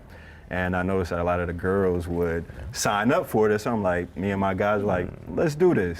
And one day they needed an extra, and they asked me to model, and that's when I began actually modeling before submitting my clothes, or being comfortable enough to submit my clothes and start directing my own fashion shows. And that grew into me coming back home and doing fashion shows at different universities like Madison, here in the city, at different venues, and collaborating with people like Carlos, and spearheading one of the biggest fashion shows in the last few years here. So it's been a journey, and I look forward to maybe expanding my visions and bringing more elements to fashion shows here in Milwaukee. And it's truly like a renaissance of the arts, especially with fashion in Milwaukee right now. Absolutely. And you yourself have, of course, Bricklayers Club. Yeah. Can you tell me about the inspiration behind Bricklayers Club? Yeah, Bricklayers Club, I started a few years after college was over, and I wanted to create something that still had that unity amongst dreamers and people who aspire to be something. And I took that inspiration from being at school and kind of like the Black Student Club there, or the different groups that you would hang out with and find commonalities with. So I created this brand. If you think about the greatest monument built to this day is the Great Pyramids, and what were they built out of? Bricks. So if you take that same concept, and we are the pyramids, and what it takes and the work that you have to put in to become this finished project or product, you know, I wanted to make something that collaborated the fabrics of like Ralph Lauren and Brooks Brothers, the brands that I used to work for in college, and my inspiration from working in the country clubs, and just bringing all of my experience together for this concept of a clothing brand that is now going on 9 years now. So super proud of where we become in the growth of Bricklayers Club. Wow. Great explanation. It sounds like you've kind of come full circle, getting to design some of the things you saw from your youth, and spread it in this community that is growing, and it's really exciting to see. I'm sure you see some of the things going on with Milwaukee, and it really impresses you. I'd like to ask you about how things you think have changed from when you were growing up compared to to now, just trying to make it as an artist. Yeah, for sure. Things are a lot more fast-paced now. I believe when I was younger, you were able to take time and enjoy the weather and see the grass and, you know, those type of things, and things are just a little bit more organic. But nowadays, things are just so fast and in your face. I think nowadays what has really changed is the amount of information that's available to people. You know, growing up, there was a lot of gatekeeping when it came to the passions or how to do this with the generation before us, but now I'm in position to be that generation, to be there for the next generation, like I needed when I was growing up. So I definitely see that changing, or being the biggest difference between growing up then and growing up now. There's a lot more resources. Wow. Okay, well, it's been an absolute pleasure having you on the show, Brandon. Thank you for having me. Yeah, thank you for your time today. I'm looking forward to seeing more of what you're working on in the future. And thank you for tuning in to Connecting Art Forms. Remember, art knows no boundaries, and it's through exploring and collaboration that we continue to discover more on our journey. So until next time, keep creating and connecting. Well, all right, now here's something.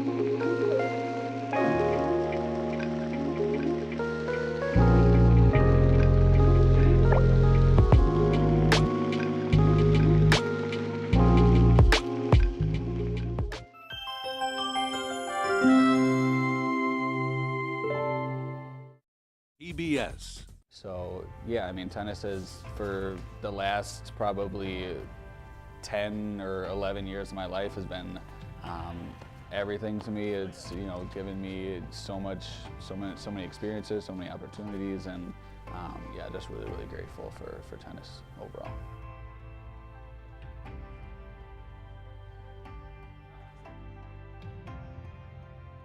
Tonight at 5 on Channel 36, Milwaukee PBS.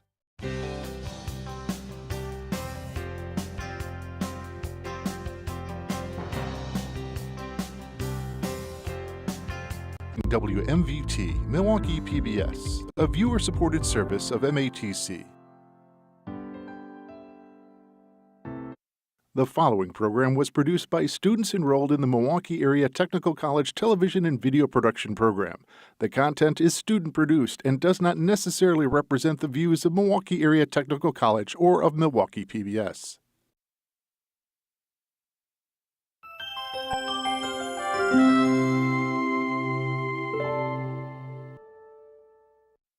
Hi, I'm Sade Moore-Beamon. I'm Sam Bussey. I'm student producer Miranda McCauley. I'm Mariah Martinez. A student producer in the television and video production program here at Milwaukee PBS. And you're watching Student Operations Day 2024. As part of the MATC television program, students create, write, produce, shoot, and edit a full-length broadcast TV program. And for over 50 years, these shows air on a special day on Milwaukee PBS, which is today.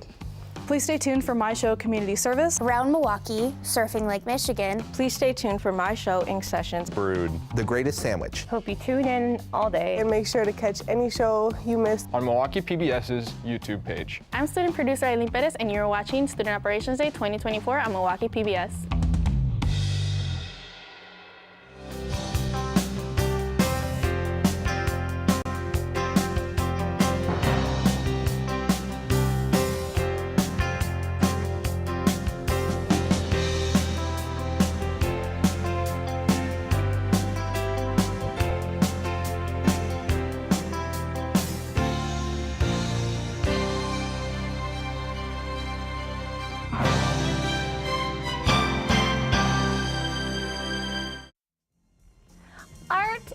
All around us, from the painted bricks of the city to student producers telling the tale.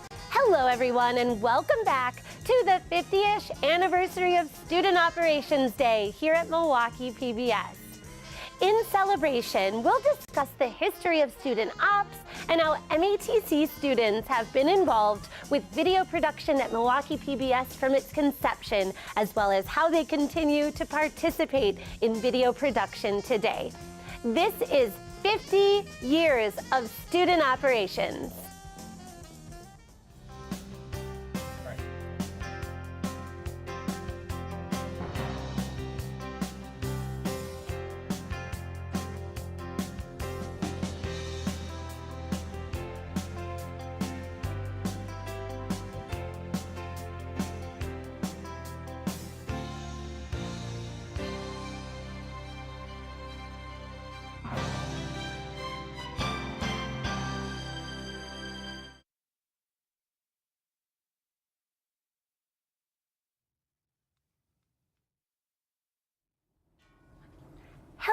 and welcome to Student Op's 50-ish year celebration.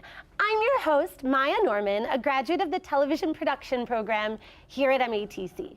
For nearly 50 years, this show has been entirely produced by students at the college, and joining me today is Jeff Jelinchek, who is another alumni of the program. Welcome back, Jeff. How do you feel being here? Thanks for joining us. Oh yeah, Maya. Hey, thanks for having me here. Really stoked to be here. Really appreciate the opportunity and the time. And yeah, stoked to celebrate 50-ish years. Absolutely. Could you tell me about what you do and your role as a video producer? Oh yeah, for sure. So currently, I'm currently sort of freelancing and sort of independent contracting with a company to help do whatever their production needs are. We've been doing like music videos, live events. So as a producer, basically just making sure to keep the ball moving, keep it, make sure everyone's communicating, making sure everyone's sort of happy on that front, and filling in the holes if we need like, some script stuff done or some, engineering stuff done, just, all that stuff, just make sure it's sort of, cross the T's, dot the I's type of a situation. Awesome. What about the changes that you've seen in the industry since you graduated until now, working as a video professional in the field? Have you seen any changes, like in the technological advancement of the different tools and equipment that we see out there? Yeah, I mean, it's gotten definitely smaller, easier to use. Everything from, we started with tape, so we were editing on tape all the way to, Premiere and Avid and everything. And now, you can do a lot of the stuff on your phone, so we're seeing a lot of like smaller, compact setups coming into the workflow, people setting up, things like GoPros and stuff, and trying to keep, the footprint, minimum and everything too.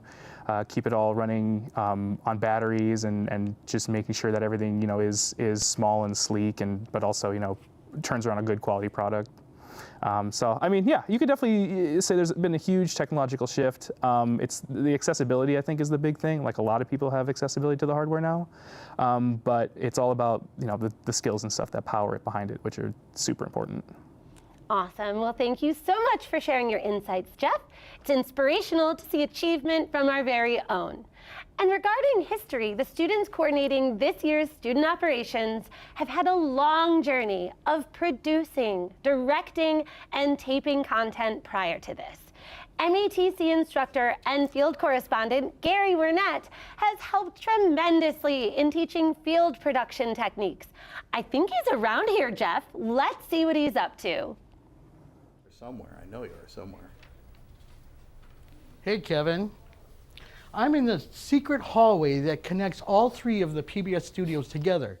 Back here, a lot of things go on. We have props, we have settings, we have all kinds of things. In fact, right here, we have a live set where a show is actually going on. Let's take a peek.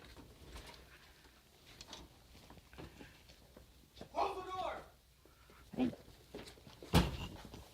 All right, well, I guess we're not welcome in there. Other studios in just a couple of minutes. See you soon. In this package. Thank you, Gary. We will come back to you in just a bit. It's refreshing to see the support, and it's all around the campus. MATC's student producers compose stories throughout Milwaukee of people who lead and instruct students who come in from all over the city. Thanks to faculty members like them, students are able to continue to perfect their crafts and passions.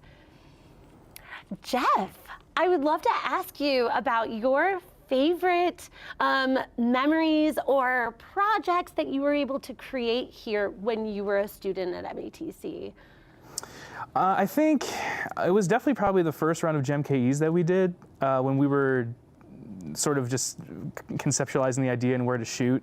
Because I remember that week being very, very sort of, very instant, very chaotic, and we have to, make sense of it. So you calling me on the phone just saying, hey, we're going here, hey, we're going here, hey, we're going here, and I'm like, okay, sick. And just sort of taking that direction and then turning around some footage and working with a lot of really cool people, a lot of really cool industry professionals now, and having that unique opportunity was very, very special, and I think would be probably the shining moment, probably, yeah. I cannot agree with you more. The Hidden Gem KEs, which were actually born out of our Student Operations Day, was that 2018? I think so, yeah. Was a significant part of my experience as a former student here as well. I'm gonna ask you a few more questions. So in what ways, I know we're talking about technology and changing the landscape of digital, tiny bite-sized things. What about streaming? Do you think streaming platforms have altered the landscape of TV? Yeah, I mean, you can definitely take into consideration, I mean, you can look 20 years ago and people who would get off of work would probably sit at their TV and see, whatever show they're used to seeing at like 6 o'clock. And now 20 years later, they're not really doing that much anymore. You're sitting at your couch, opening up an app to get the show that you want at your time. I think the similarity though is like you have, people that do stream on platforms, YouTube, Twitch, everywhere that, do stream at a certain time, so you do have to sort of tune in at that time to get that sort of live experience. So it's definitely like a different sort of take on a lot of it. A lot of the practices, here that get taught here, I think would benefit a lot of those things and propel that content. But I would say that would be probably the biggest change. Would be sort of the time isn't spent sitting at the TV at 6 o'clock. It's now going onto your phone or your iPad or your computer at 6 to see whoever you're following. Amazing. Well, thank you so much. It's refreshing to see the support, and it's all around campus. MATC student producers compose stories throughout Milwaukee of people who lead and instruct students who come in from all over the city.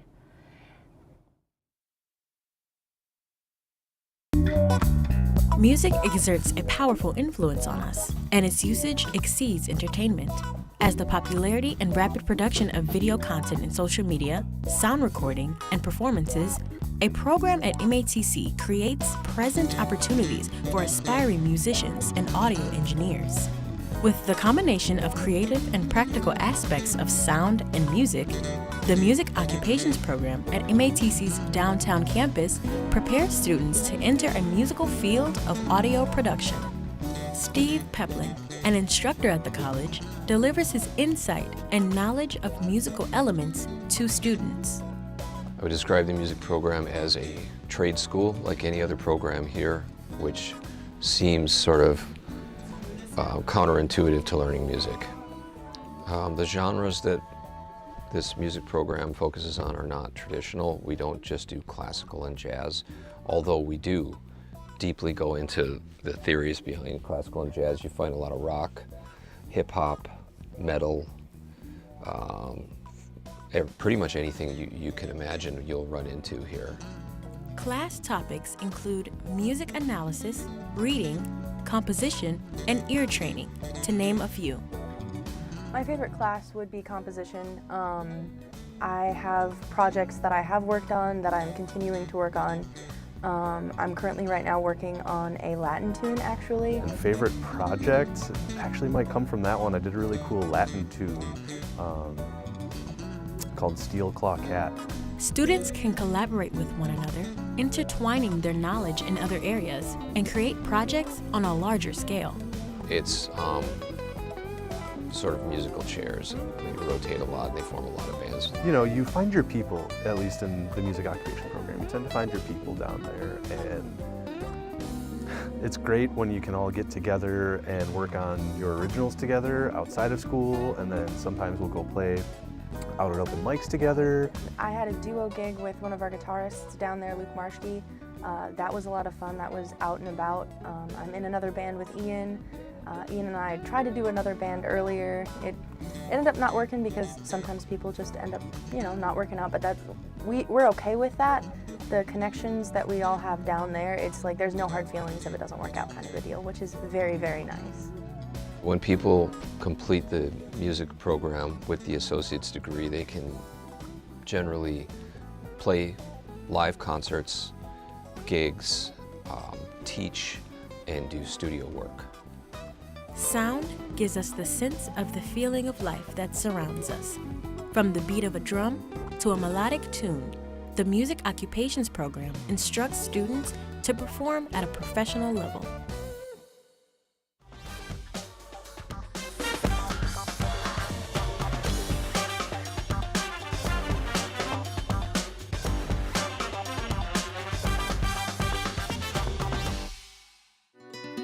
The Creative Arts, Design, and Media pathway consists of many dedicated instructors and staff, one of which being our very own dean.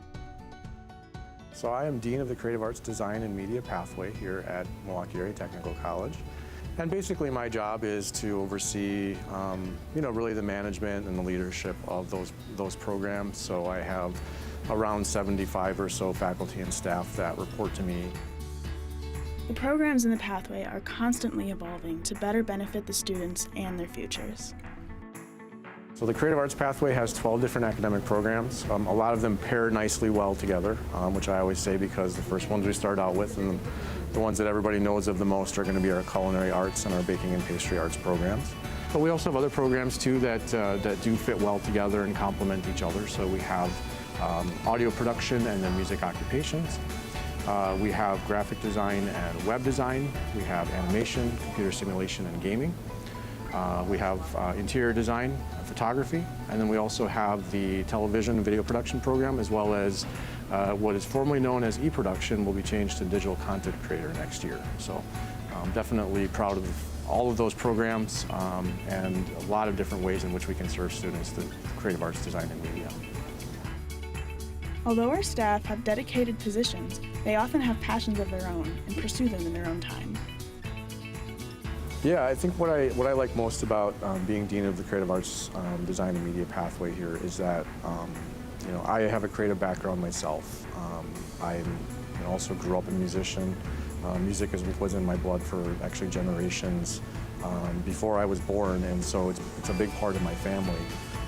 As well as, a lot of people in my family have some kind of creative arts thing that they do, and so people have these hidden talents. We've got a culinary instructor that's a poet, and there's other things that people are doing. People look at the music work that I put down in the gallery, and they're like, we had no idea you were in a punk band, and so I've been in a punk band for 30 years, and I'm like, yeah, it's just, it's who I am. So I think there's a creative passion within all of us, and it's just a matter of how we pursue it and what outlet it becomes, in an area of expression for us and something we can make money at, or if it's something that becomes who we are as a person. And so the thing that I'm most proud of really is connecting, people to just be who they are, but also to have a career doing something that's closely related to what they love.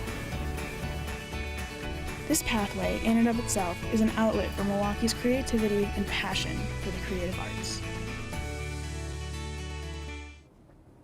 I'm wondering if we can check back in with Gary to get a tour of the studios utilized for productions over these 50-ish years. Are you out there, Gary? Gary? We've made it down to Studio D, which is our student studio that we teach all the students how to run cameras and how to perform in a studio. If you look inside of here, you can see it's empty for one thing, so we're not going to get yelled at for being in here. And you can see we have the cameras, a set that's lit for their demonstration project, and all the lighting in the grid, which is similar to our other big studios. However, this is where they first start to learn about studio productions. But there's also another big component to that, and that is the control room. We're going to talk with our other instructor, Lauren Hill, who's going to tell us a little bit more about what goes on back here. You may need this. Thanks, Gary. So this is the control room for Studio D, like he said. We like to train students starting on our shader. That way we make sure everything is perfectly... That way we make sure that everything is perfectly exposed. Then we like to go over to our prompter so that people know exactly where they're reading when they look on camera. And we also show them graphics. Those are all of our lower thirds and things that you see throughout the day. I tend to sit here during our productions. And then we also have the switcher, which is where they get to press all of our fun buttons and change what goes into preview and what goes into program. And then we also like to show them audio, but I believe Gary's going to tell you all about that. Well, I am going to talk a little bit about it, but I want to thank you for your time. I know you have a lot to do. I do. So stop. Okay. Stop all this, and we're going to get back in. So we're going to take a walk, and we're doing that. We're going to talk a little bit about audio.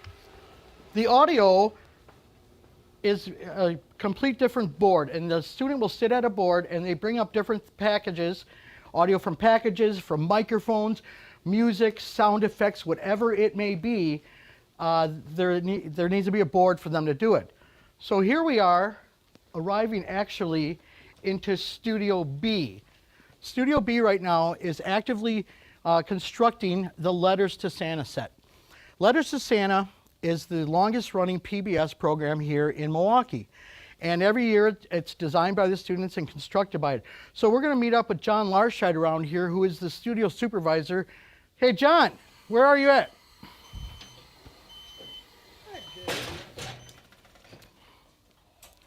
You may need this. I'm going to hand this to you, Johnny. Thanks. Okay, John, so a lot goes into constructing and building a set. Can you elaborate on that a little bit, please? Yeah, the students get together, they have a team, a set design team, and as you know, when you have a team, it's kind of a little contentious. They have to throw out all their ideas and decide on what it's going to look like. And how they, what helps them to decide what it looks like is they go into prop storage. We have a huge prop storage room where all the trees, all the walls, tables, chairs, furniture, and all kinds of sets and props and all sorts of things are back in that fun room. So besides all the set decorating and design and stuff like that, obviously lighting goes into that.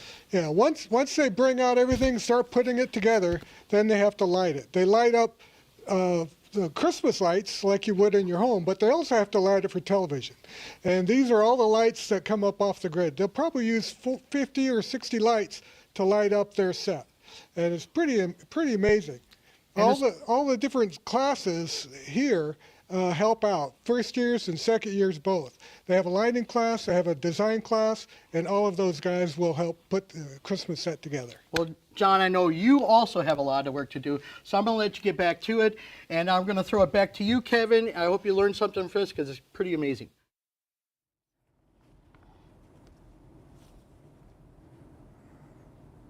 Thank you so much, Gary. Students are fortunate to receive broadcast instruction from a station known for high-definition production and programming. And there's much more than learning that happens here at the station. Opportunities to attend events like broadcast conventions and working alongside staff arise as students develop and sharpen their technical skills throughout semesters. And for the next celebration of these 50-ish years, we'll focus on MPBS professionals and their journeys through the broadcast television industry. Through the years of routine pre- and post-production techniques here at Milwaukee PBS, creativity has come from all over the world and found a home for diverse storytelling here. And I'd like to talk to you, Jeff. How significantly do you think the TV industry has evolved since you first attended this college? There's a lot more, as we talked about earlier, like on-demand stuff. A lot of people are watching like narrative content, you know, not at 7 o'clock, 8 o'clock as they sit down. They're watching it more on demand. But that leaves opportunities for like a lot of live stuff. We see a lot more live sports getting a lot more, you know, more of the budget in their coverage and everything. A lot more people are tuning in live for live stuff like that. Sports, I think the last vestige of like live stuff like SNL is still kicking and everything, but I think the biggest change is going to be we don't really see the sitcom, the live in front of a studio audience sitcom at 7:30 p.m. on prime time anymore. It's more or less like a notification that gets out on Facebook, hey, this season dropped, go binge it, and type of a deal. So we have, I guess, more control over that as viewers as opposed to 20, 25 years ago. Thank you for your insight.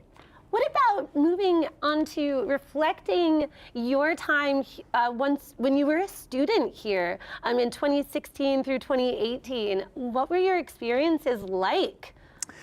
It was really cool. It was a very opening, collaborative type of a situation. I mean, you sit down in Studio D on your first day and you get introduced to literally everyone and everything, and then they put a camera right in your hands, which is really nice. So the hands-on experience has always been really special. I've talked to a lot of professionals just around who say they never really had a treatment like that, where they would go to can go to a program and sometimes they don't touch hardware in any way, shape, or form until like their last day.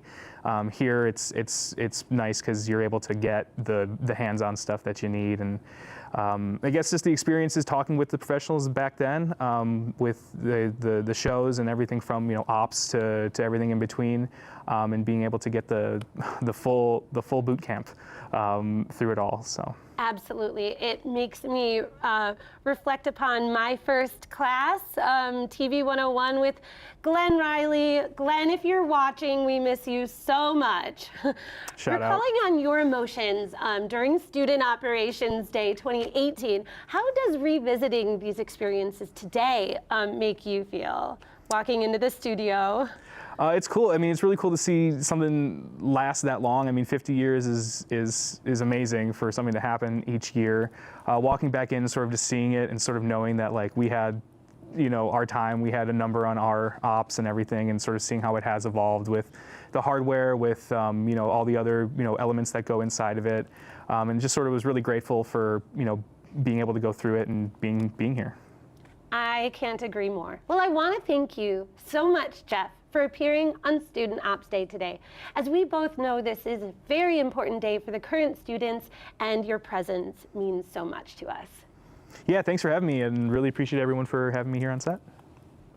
We wouldn't have the content we love without producers, and students in the program learn to coordinate various aspects of producing content for broadcast TV. We have more unique faces with us who write and highlight the stories that exist in our communities all around us.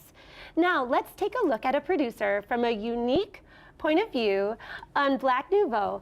But before we do, let's take a special moment to honor our Milwaukee PBS producer, Marianne, for her amazing career. Stand Lexi by, ready camera 2. Stand by. Take 2, cue. Good evening, and welcome to the December issue of Black Nouveau. I'm Alexandria Mack, one of your producers. Milwaukee PBS employs some of the most unique storytellers in the city. Among all is producer Alexandria Mack. I've been a producer at PBS for the last 4.5 years. So in my current position, I mainly produce for the show Black Nouveau, where each month I contribute a segment on something going on in the community, whether it be an event, a person. It could be about difficulty that's happened in the African American community. It also could be the successes of people who are doing good things. I also am a producer of our podcast, Speaking Of, where we do additional stories in audio form. I pursued a career as a producer because I've always loved telling stories, and the unique thing about being a producer here at Milwaukee PBS is so many of our stories are community stories. And in my previous job, I sat behind a desk all day, and I really missed getting out in the community and learning more about the people in the city around us. So that's what brought me here. Alexandria continues to sharpen her craft through projects and uses different forms of media to achieve this. Right now, I'm working on our podcast, Speaking Of, which will air our new season in February, and that's specifically focusing on the domestic violence crisis here in Milwaukee. I'm also working on a segment for our gospel special that will air in February, and then obviously our monthly episodes, so there's always something for the segments each month. Alexandria strives to reach out to the Milwaukee community with stories from the heart of it. When I think of my favorite stories I've done since being here, I think one that comes to mind in particular was the Dear Chloe story. It was a woman created this project for Black women and girls to write about the stories they've had with being bullied. And I got to interview the creator, who was an adult woman, but I also got to interview 2 young girls who were in middle school about their own experience being bullied. I was bullied in elementary school. It was a really emotional piece, but I just remember sharing my story with them afterward. And it felt like a full circle moment. I was also pregnant at the time with a little girl, so when I was, hearing about their experiences, I just kept thinking, oh, I really hope that my daughter doesn't have to go through this, even though I myself went through it.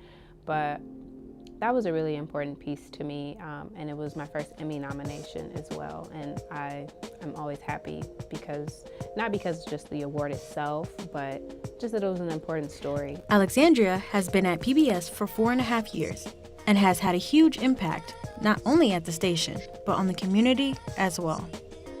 If I could give any advice to students, I would say hone your craft and dream big. I don't think any dream is too big.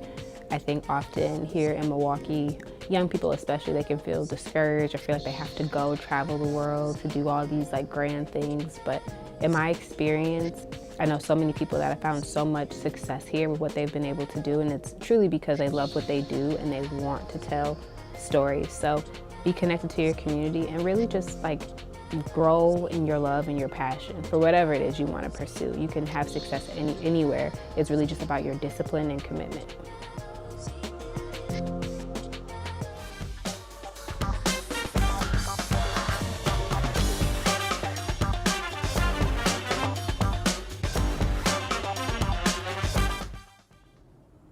Producers have one of the most important jobs in the development of a project.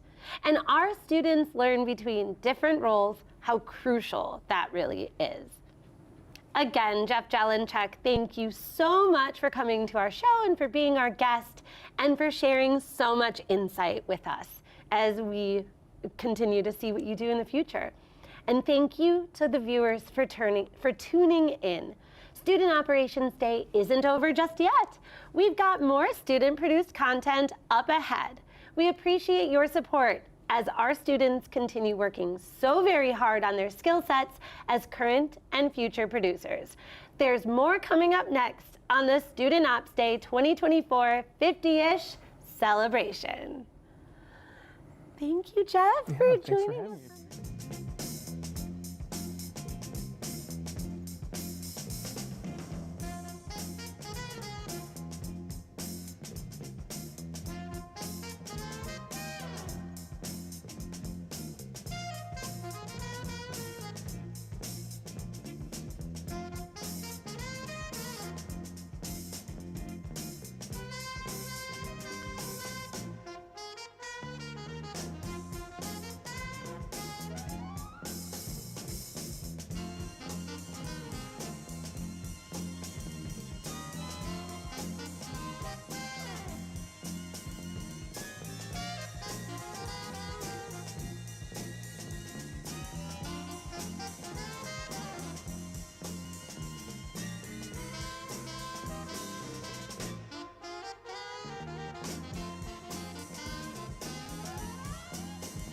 You're watching WMVT, Milwaukee PBS. The following program was produced by students enrolled in the Milwaukee Area Technical College Television and Video Production Program. The content is student-produced and does not necessarily represent the views of Milwaukee Area Technical College or of Milwaukee PBS. Hello, I'm Hannah Stewart, a student producer in the Television and Video Production Program here at Milwaukee PBS, and you are watching Student Operations Day 2024. Please stay tuned for my show, Ink Sessions, It's Next. Thank you for watching Student Operations Day 2024.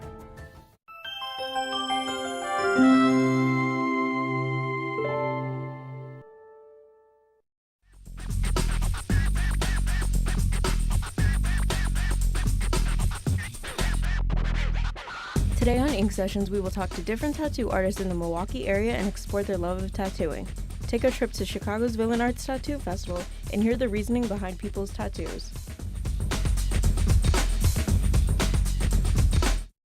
I personally get tattoos because I feel like I get them when there's certain moments in my life where something stands out, whether it be like a character from a show or a book or a quote that means something to me at that time. I feel like a lot of people feel like they have regrets when they get tattoos, and I find that I don't really get that because for me they kind of symbolize a moment or who I was at that point in time in my life. So I'd say that's why I get tattoos. In my opinion, I feel like I became more better looking in certain aspects just because without it, I just felt like plain. I don't really feel like I looked it different from everybody else. This also helps me stand out, but then also it helps me build my confidence. I kind of just get tattoos for fun. Like, I don't think that I necessarily need like meaning to get them. I kind of just wanted one to start, so I got one. A couple of them are from like places I've traveled. It's a self-expression, it's a kind of an art. And I believe that it tells a story. even though they may not all be connected or they may not relate to one another, each tattoo that you get, I think that it tells a story of what kind of person you are.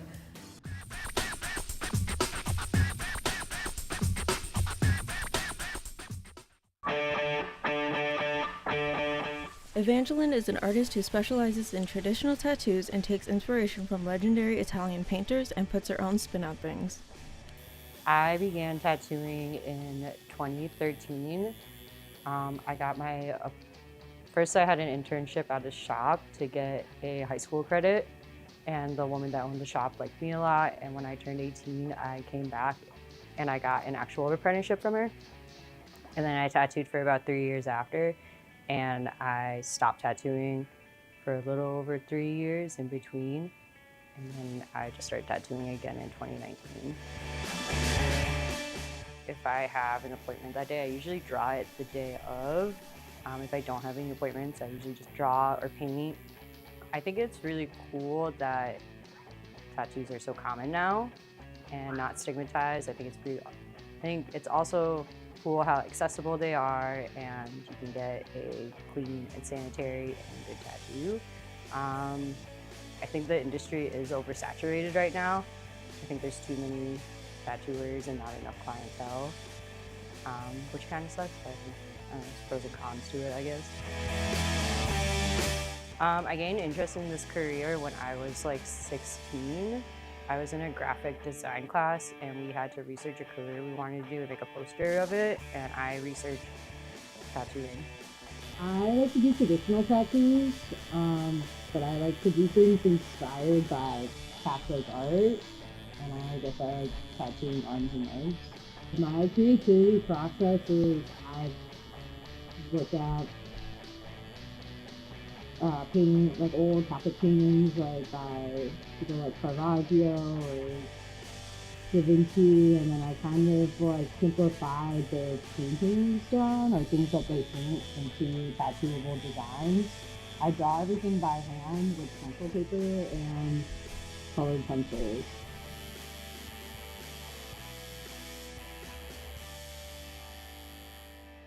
I have fun drawing and painting Flash. I think the most fun thing probably about tattooing is being able to travel and do your job just about anywhere, like going to conventions, or I haven't done a guest spot anywhere, but I would like to do a guest spot one day. I think that would be pretty fun.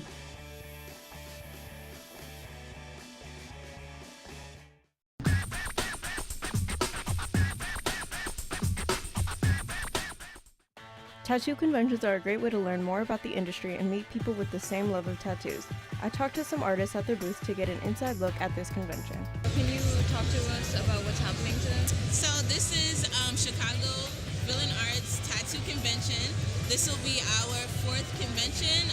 We usually come here to like tattoo, of course, and mingle with peers and learn seminars and that type of thing. And we're of course here to sell our art. So we're at the Villain Arts Tattoo Convention here in Chicago, Rosemont Center. We're just here doing tattoos, selling art to all the people in the Chicagoland area.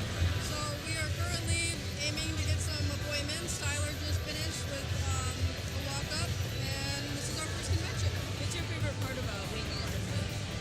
The best part of being a tattoo artist is having the freedom to work schedule, to create things, and just do something that you love and that you're passionate about. That's the best thing about being a tattoo artist. Meeting new people, it's a great opportunity for everyone to meet people that you would never really meet at your local shop. You get to experience all sorts of people, both from out of state, as well as other neighborhoods and things like that from the city.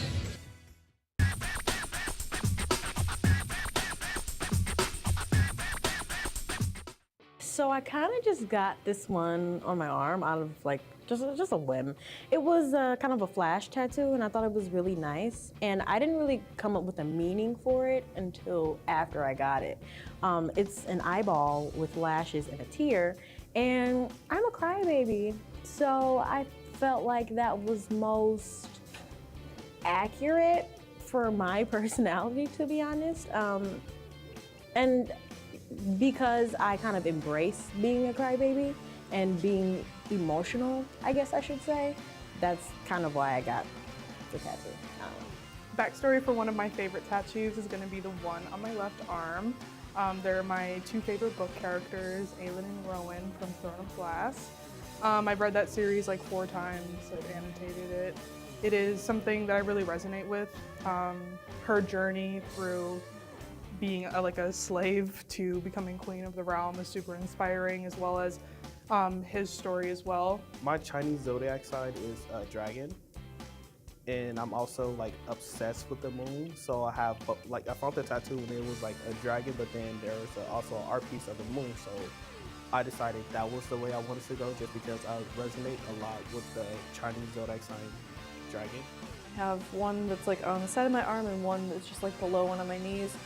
And I got those because I was in New York and just kind of I was kind of like itching to get another tattoo anyways, but I really wanted something to just remember that trip.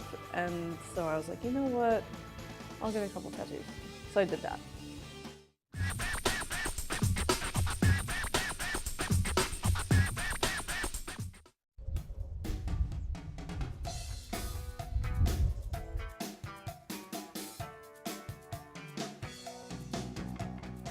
Didn't start beginning of like tattooing until 2 years ago.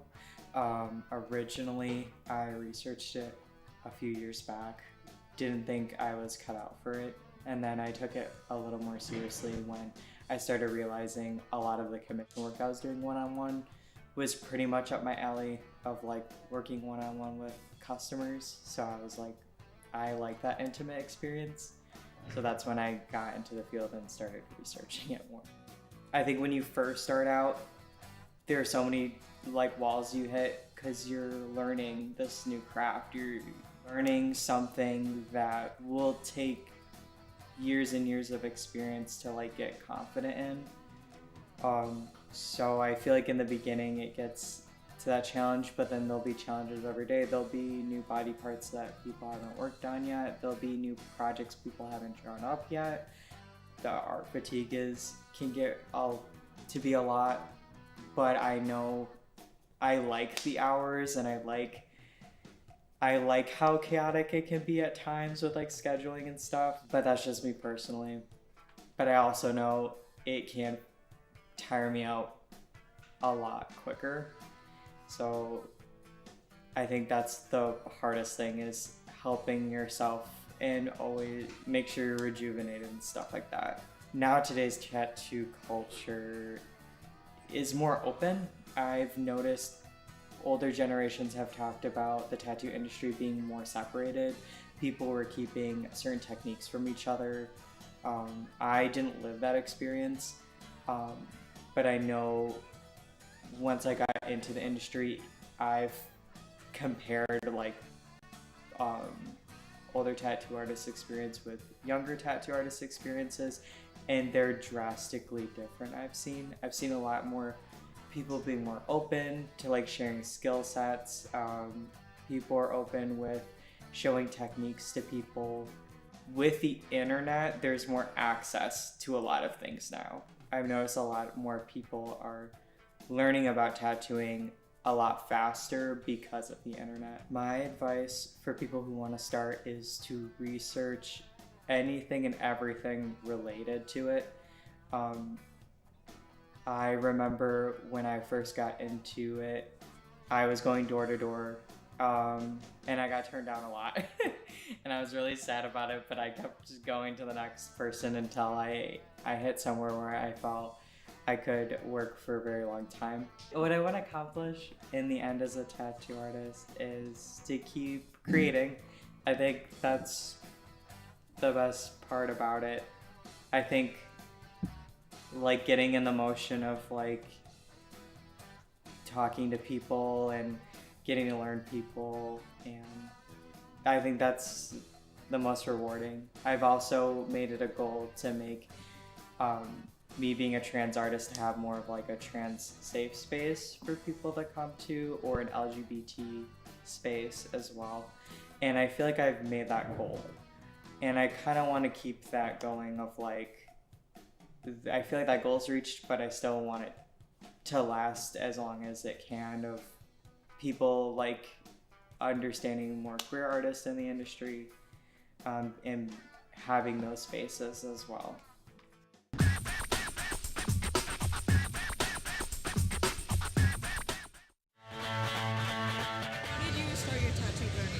So I was an assistant at a tattoo shop, and my boss offered me the opportunity to apprentice. And I had been watching people apprentice for about 2 or 3 years, and I decided I can do it too, so I just went for it. How long have you been tattooing? I've been tattooing for 5 years in December. Actually, my dad. I started tattooing about 4 years ago now, and I never really thought anything of it. I started doing graphic art and design first, and I wanted to actually be like a designer for Disney. So since then, it was kind of like the start of a COVID hobby, and I kept going ever since. How long have you been a tattoo artist? 4 years now. She actually started tattooing myself when I was still in high school. Just bought a kit online. Don't recommend it, but through that, I learned a lot and went about it the right way eventually, and just stuck with it and chose for it to be my career because I really wanted to pursue art and just had a real drive and passion for it.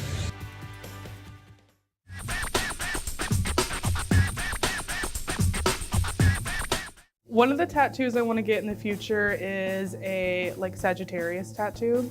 I'm a Sag, and I'm also a past horse girl. So I've already got a horse on me, but I think it'd be really cool to have the archer with the half horse, half human body, and then with an arrow and stuff. I think that would be really cool. And then of course I want a back piece eventually, but what that's gonna be, I have no idea. Oh, I have so many tattoos I want to get in the future. I want something done on my back. I want a couple postage stamps. I like the idea of getting stamps for different places that I go to. I want a ginkgo leaf. I want some different Roman numerals for some different things. I want more floral stuff. I want more bugs. I don't know. I want a lot more. A lower back tattoo, I think those are just really cute by themselves, and then the way people are starting to design it is very outside of the bracket from what normally people get, and that's one that I would love to get. And then there's the spine tattoo. One of my favorite shows is Avatar, and there was a person who created a tattoo, and it was basically all of the elements aligned on your back as a spine tattoo, and I just love the way that looks, and I would like to have that next. I think I would want a Courage the Cowardly Dog tattoo. I really love the show, but I love just the aspect that Courage always has courage and fights for the people who love him and also don't. So yeah, it would probably be Courage.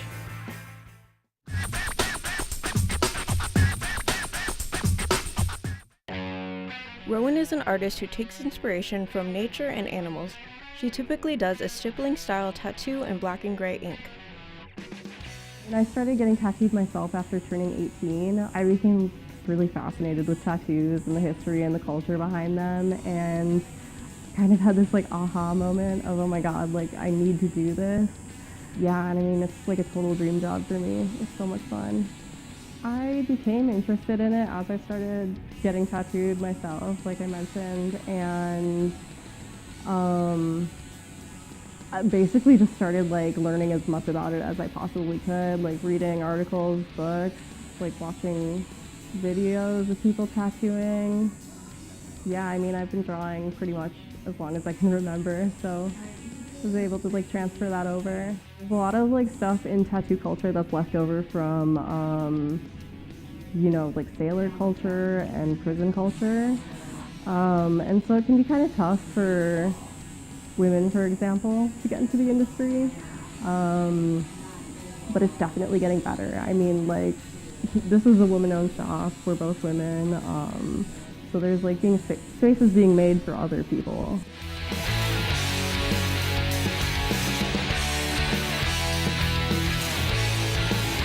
Tattoos are a permanent body modification, and so it's something that you have to remind yourself of. It can be a little nerve-wracking because obviously you're doing something very permanent for people, and it can mean a lot. And so kind of keeping that in mind, Definitely shop around for artists. There's so many different people in this industry, and it's not a bad thing to like meet with multiple people, just kind of gauge the vibe, because like I said, tattoos are permanent. You want to be sure that you're comfortable when getting them done, and the environment that you're in, the person that you're working with can make a big difference. I typically do like a black and gray style of tattooing with stippling in it.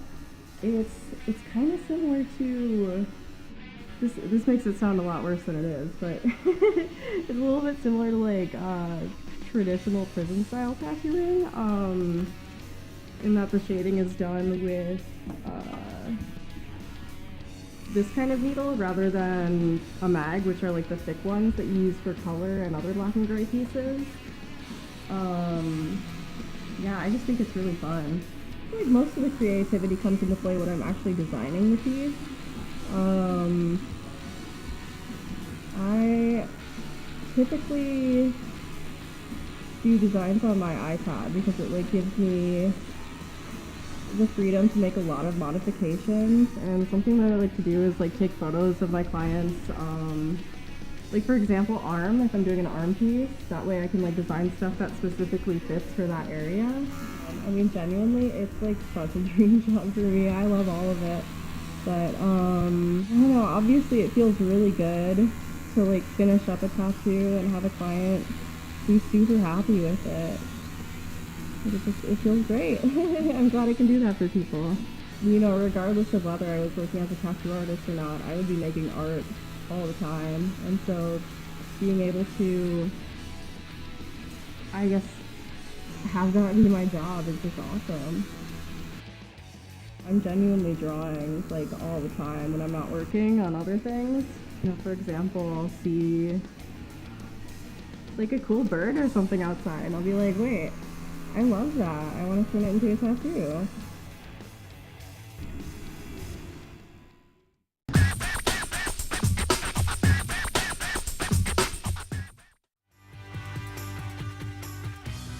I couldn't leave the convention without getting a new tattoo, so Spirit Inks gave me a beautiful heart tattoo.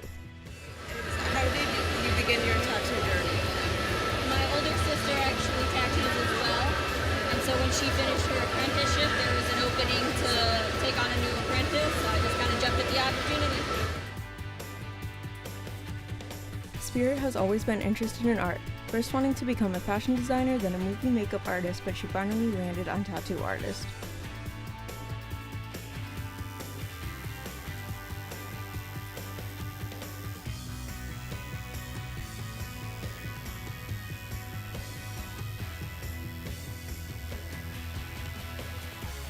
She's been tattooing for about 3 years and enjoys doing cartoon-style tattoos and specializes in color.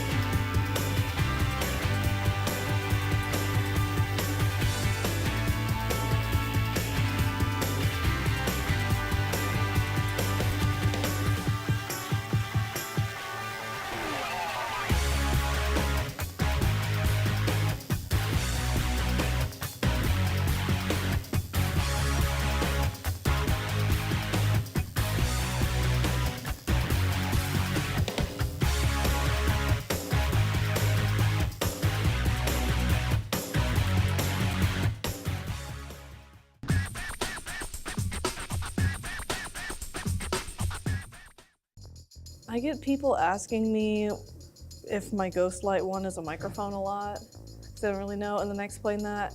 People compliment my moth a lot. And then my two smaller ones, I feel like people don't notice as much, but I'm also most of the time wearing like really long sleeves, and those would be covered. Okay, well, there's a story to tell my tattoo, but I can't say it.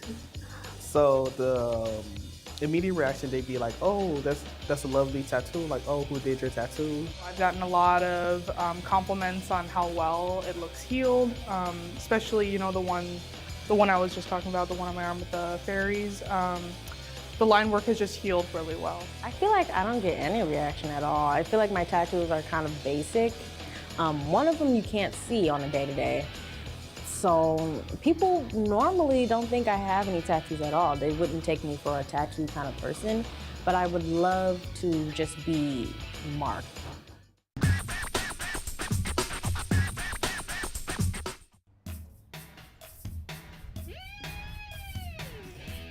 Emily is an artist who tries many different styles but loves using color for majority of their pieces. I've been tattooing since June of 2022, which is kind of crazy. It's not very long. But also I've been working here for like 2 years, which is crazy. I knew that I wanted to do something with art, and the thought of sitting behind a desk didn't sound very good to me. Things have changed really, really fast. I mean, current day tattoo culture, everybody's doing so many different things, and definitely with social media, you're able to see what everybody's doing, at least everybody online. Sharing of ideas, I guess, is a lot easier rather than having to travel to see different people's work. And I think that has helped. Like, it's so different. I don't know, the way that people get tattoos now is different too. Getting artwork rather than like, this has meaning to me, or I'm on vacation and I'm gonna go get like a tramp stamp or something. Which I think comes along with the, like, it's so much easier to share your work now. I don't know, advice for people who want to start tattooing, corny, but don't give up. Like, I talked to a lot of places before I got in here. I almost apprenticed at a place in my hometown, and then it just didn't work out. So if it feels like you're in a situation and you just feel like you have to get through it in order to do what you want to be doing, something better will come along. When you're making like artwork, there's always going to be like an in-between piece that isn't, you don't love it. Like, it's a step before you get to the next place you're going with the things that you're making. And it's one thing when that's on paper, and it's another thing when it's on a person, and it's gonna happen where you won't love it because you're noticing the flaws that you didn't notice before. Growing, I don't know, as an artist is hard when you feel like you have to be perfect with every tattoo you do. Depends. I think if I was doing the same thing every day, I would get bored. But I love American traditional, or whatever version of it I like to do. My creativity process when I'm creating a tattoo, if it's custom, I really like getting like as many photos as possible from the person I'm doing the custom piece for, so I know better who they are and what they like.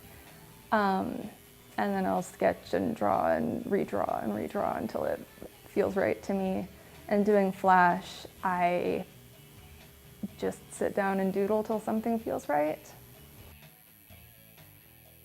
You get so many interesting perspectives from people in your chair, and something about being horizontal makes people spill their beans. But it's a lot of fun. I'm very much an introvert, so it's fun to come here and be forced to interact with people. I don't know, if you're apprehensive about getting your first tattoo, it's not as bad as it sounds. And if you feel like it has to have meaning, get that first one with meaning, because your next one probably won't have a meaning. And know that you will outgrow it. Like, you won't like something forever. That's just kind of a given.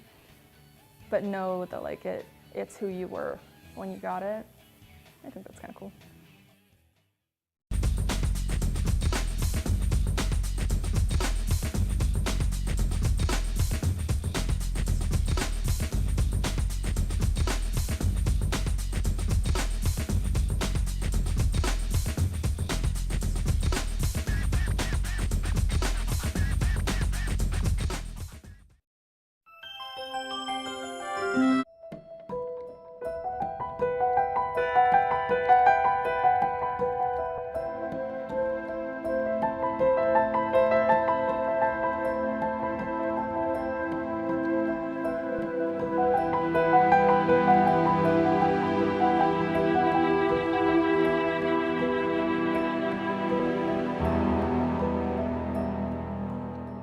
Today at 4 on Channel 36, Milwaukee PBS.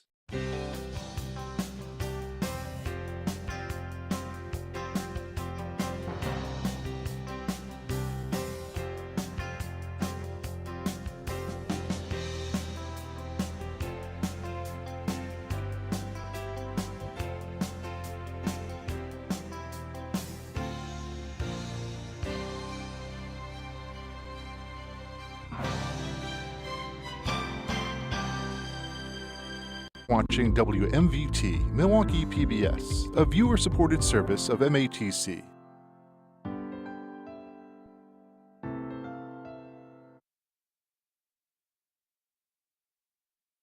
The following program was produced by students enrolled in the Milwaukee Area Technical College Television and Video Production Program.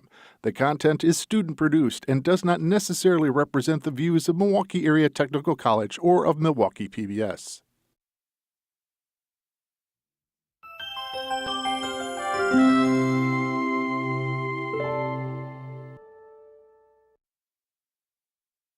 Hi, I'm Sade Moore-Beamon. I'm Sam Bussey. I'm student producer Miranda McCauley. I'm Mariah Martinez, a student producer in the television and video production program here at Milwaukee PBS. And you're watching Student Operations Day 2024. As part of the MATC television program, students create, write, produce, shoot, and edit a full-length broadcast TV program. And for over 50 years, these shows air on a special day on Milwaukee PBS, which is today.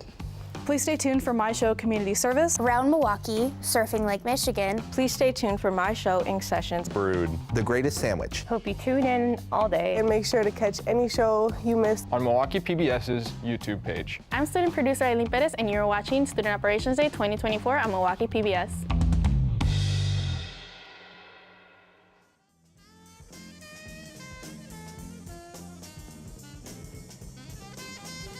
Milwaukee's film scene has been growing exponentially, and its celebration is dedicated to entertainment, engagement, and education. Welcome back, and thank you for joining us today. I'm Maya Norman, a graduate of the television and video program here at MATC. Students are surrounded by instructors and faculty who've worked really hard to create other types of broadcast media besides television, like social media and radio. We're now joined in studio by Tiff Pua. She's a news director at 620 WTMJ, as well as an instructor here at the television program at MATC. Thank you so much for joining us today, Tiff. Thanks so much for having me.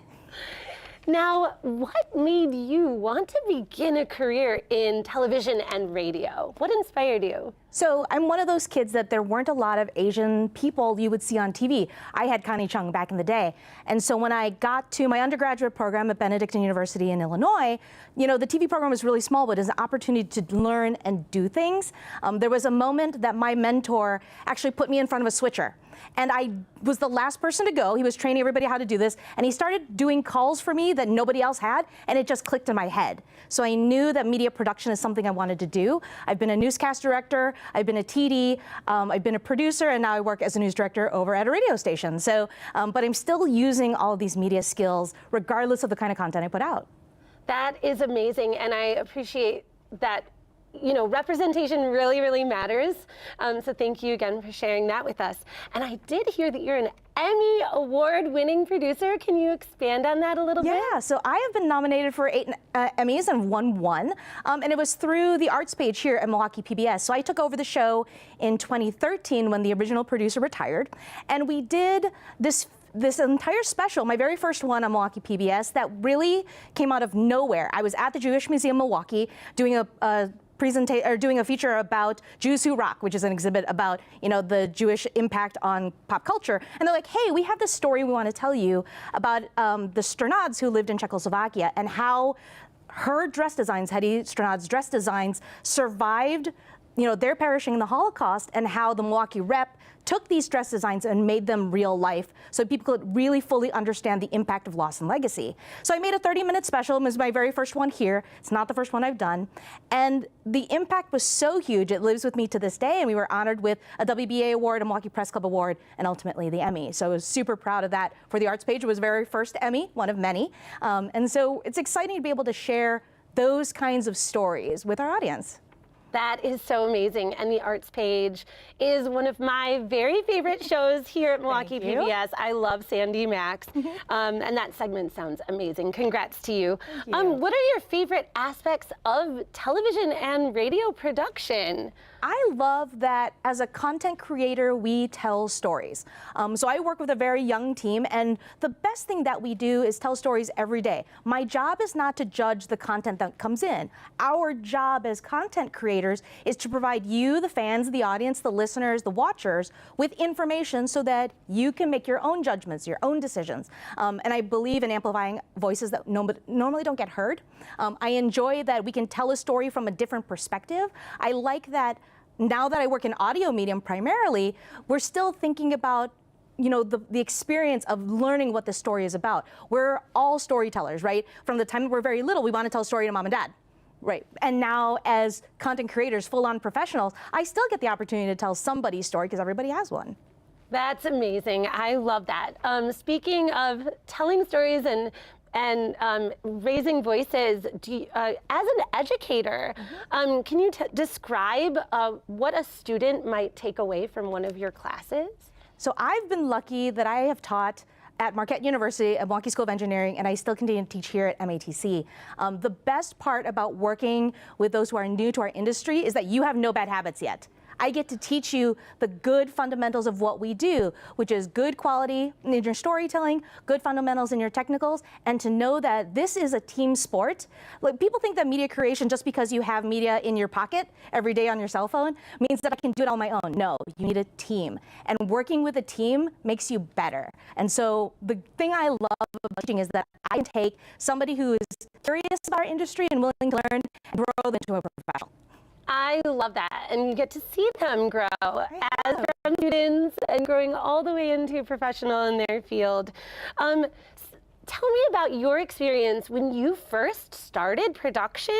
When was that, and what was the first project that you remember, besides that moment you described being on the switcher, but what was the first project that you remember making and having it be an impact on you today? So I started my career, so I graduated college, I'm the class of the millennium, so I graduated class of 2000, got into media in 2001. But it wasn't until 2006 was the very first time that I felt ownership of a project. I was doing my master's degree at Marquette, and my final project was, I decided I wanted to make a documentary.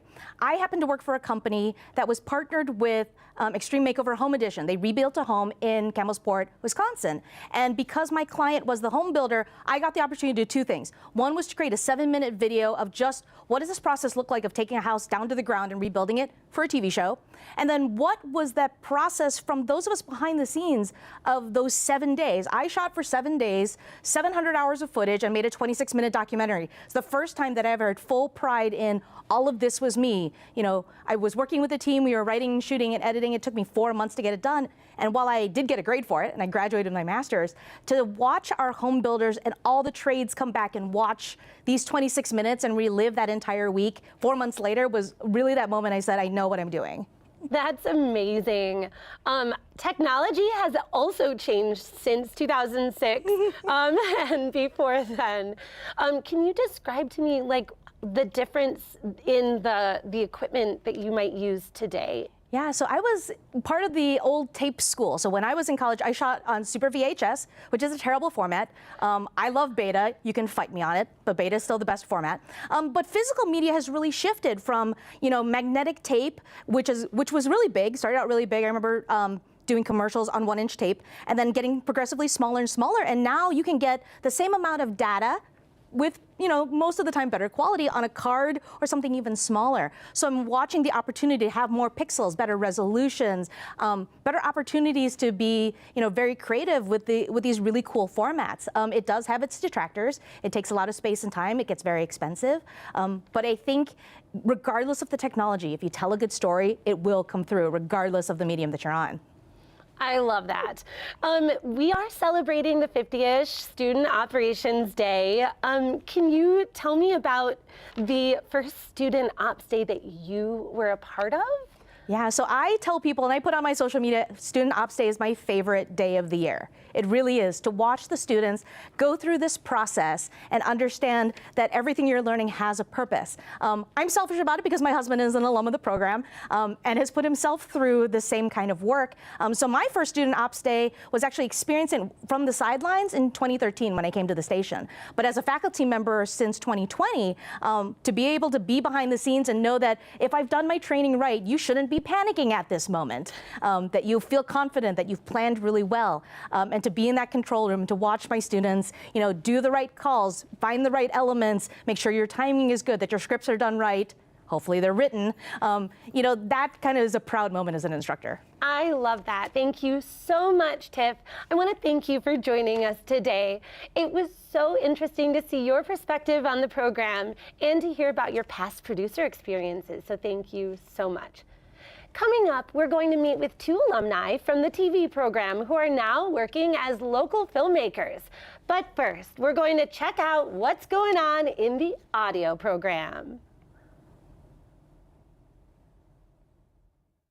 At MATC, we have multiple audio programs. So I would say this program is for a variety of folks. It could be a musician who wants to know how to record themselves better, or how to do the technology side of things. We've had many musicians who come in who say, yeah, I've been paying people to do this for 10 years and I want to know how to do it myself. We also have folks who are interested in live sound. And so they're wanting to know more of the skills so they can be part of like concert production and event production. But I would also say we've had some folks who are doing more television and video related things and they want to know more about the audio side as well. And then we have some people who are wanting to produce their own music where they're both a musician and engineer, and they're learning both skills simultaneously. We often have students who are in the music occupations and audio production program at the same time. So our preparation for a career is very broad. Because there's so many ways that students can take this experience and make a career out of it, we can't focus on one pathway. We try to teach it broadly to something that could be applied in multiple ways. The art of crafting audio has always inspired people to become better at what they want to do. I was in choir for 7 years, from 6th to 12th grade. And then I also have family members who are DJs and do like some music production stuff. And so that kind of like pushed me towards it. And then I found the audio production program here and I was like, yeah, let's do it. A lot of students when they first graduate are doing kind of gigs, or they're taking internships. They're maybe pairing part-time work with other kind of part-time work. So giving them the ability to bounce between different avenues in audio production or sound reinforcement or music production means that they have a higher possibility of being able to make a living from it. We have a good amount of classes that do prepping for not only just like the audio side of things, but we have worked with like how to set up a studio. We've done a music business class where we get to learn how to like start a business with music. They also they make us do a marketing class, a social media marketing class. And then just like in general, we get such a wide range of music / audio production stuff that it's kind of hard to not be prepared. Like I met with a studio who I came in there knowing a good amount of stuff already, and they were like, you are pretty prepared for knowing how to interact with clients and stuff like that. Okay. So I would say the biggest jump for me personally with all the classes I teach is that I do teach like an introductory recording class where we're talking about basic microphone techniques and signal flow. And then the Ableton Live class I teach has none of that. It's all in the software. It's all about music production, music making, creativity, and music performance, which is something unique to that program. So it's quite a stretch from studio recording to production and music performance. Audio has been around forever and has changed since the beginning. So the history of audio production, I know it loosely. Microphones were invented towards the beginning of the 20th century, between about 1900 and 1920. And for some reason, there was like a huge surge of creativity in this field in Great Britain. A lot of some of the biggest microphone manufacturers and even to this day, console companies are based in Great Britain. Like Solid State Logic is a big one out there. And so we originally had dynamic and ribbon mics. Those were the most prevalent. There were condenser mics, but they needed batteries, and not all the batteries were always easily replaceable, so that kind of prevented us from being able to use condenser mics until phantom power was invented later after that. And as far as like a medium of recording and playing back, Thomas Edison actually invented the very first one in the late 19th century. I don't remember the year off the top of my head, but there was the Edison phone, which recorded onto this, I think it was a wax cylinder. And the very first thing he recorded was Mary Had a Little Lamb. There was a giant cone, and he sang into it. It does not sound very musically like insightful or great, but it's the very first thing that was ever recorded. And then they were able to switch it to a different needle so that way, and the direction so that way it would play back. And then we have the great era of analog technology where we have analog mixers, we've got analog preamps and compressors and EQs and reverbs, and all the delays and all the audio effects that we know today as a plugin were all analog. And then into the 1990s and definitely by the early 2000s, we have the invasion of digital. We have MIDI in the 1980s, we have DAWs starting in the 1990s, we have digital consoles like this one coming out in the late 90s, early 2000s. The invention of audio interfaces, so you could take a lot of channels of analog audio and record it through one place into the computer. And then today now we're having advances in wireless audio signals and audio over different cables such as Cat5 or Cat6 or higher Ethernet cables as well. Everyone has personal decisions to make that impact the rest of their lives. But it is important why you are here. So controlling audio, I would say, in a live studio can happen in many ways, but the most important one to start with would be your preamp, because that is going to give that's the first step of getting level and power and quality sound to your microphone. And then kind of the next step after that would be some kind of mixing console or a patch bay. And then that would then go into something maybe software related, or maybe that's going into like a receiver box where you can also adjust those levels there as well. So having, I would say, 2 or 3 places that you can adjust, monitor, and control gain, volume, and quality of sound is really going to be helpful. But making sure that you're using it at the right spot. Because if you're a one-person show, you don't want to be trying to adjust gain on 14 different little preamps. You would want to do it on something like this mixer. But if you have multiple people, multiple hands, that's maybe when you can divide and conquer, and you could have some people doing preamps, someone else doing another job at the mixer, someone else doing another job on the software. Hey guys, I'm student producer Jeff Jelenchek, and this is a Hidden Gem KE.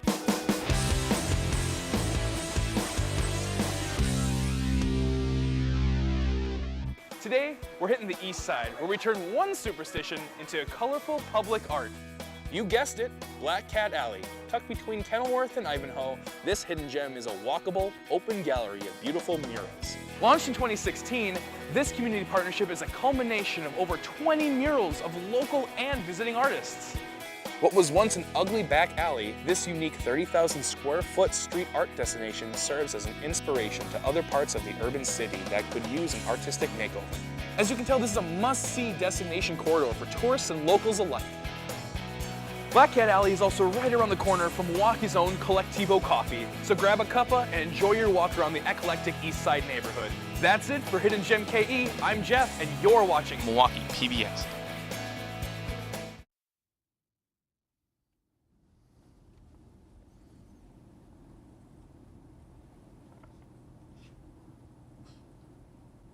Thank you so much for that, Jeff. Oh, I have such fond memories of filming our Hidden Gem KEs, and that Black Cat Alley was actually shot by Jesse Busio.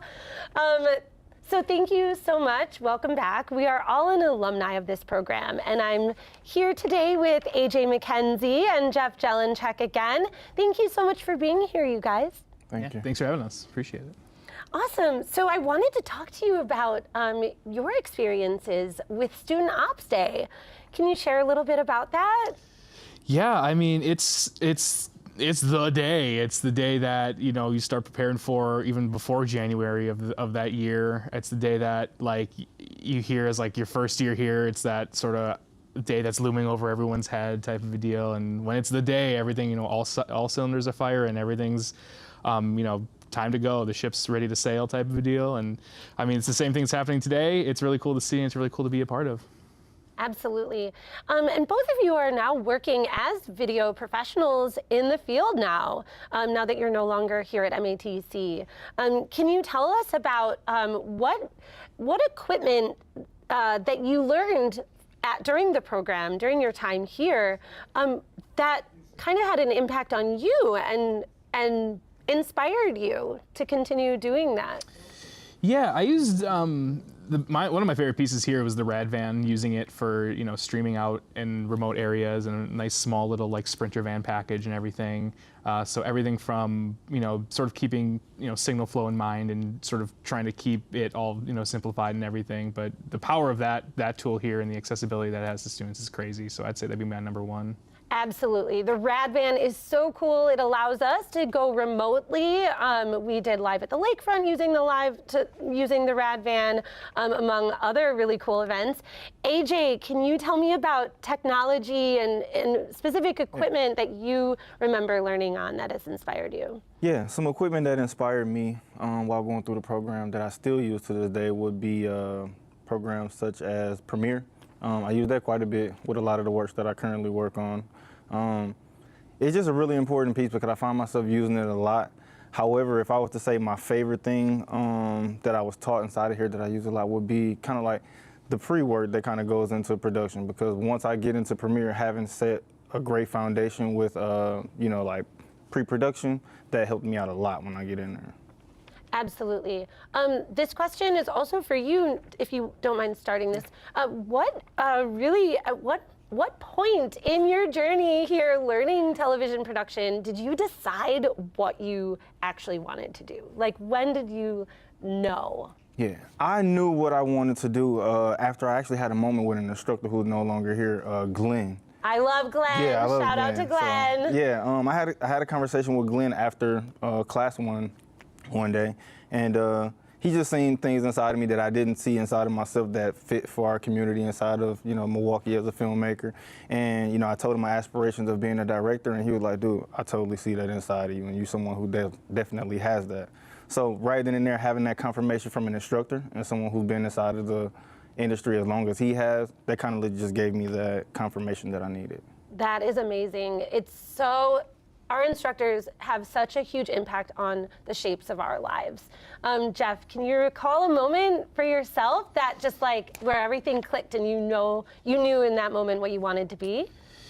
It was definitely like walking in here on like the first day and just sort of, I guess, the atmosphere that was sort of created. It was with Glenn, so we were just sitting down, and he's like, hey, I'm Glenn. I'm here to teach you, you know, the chops of video production, and just sort of getting on the same level, and sort of just thinking like, oh, hey, you know, this is an environment I feel like I can like grow and learn in, and haven't looked back since.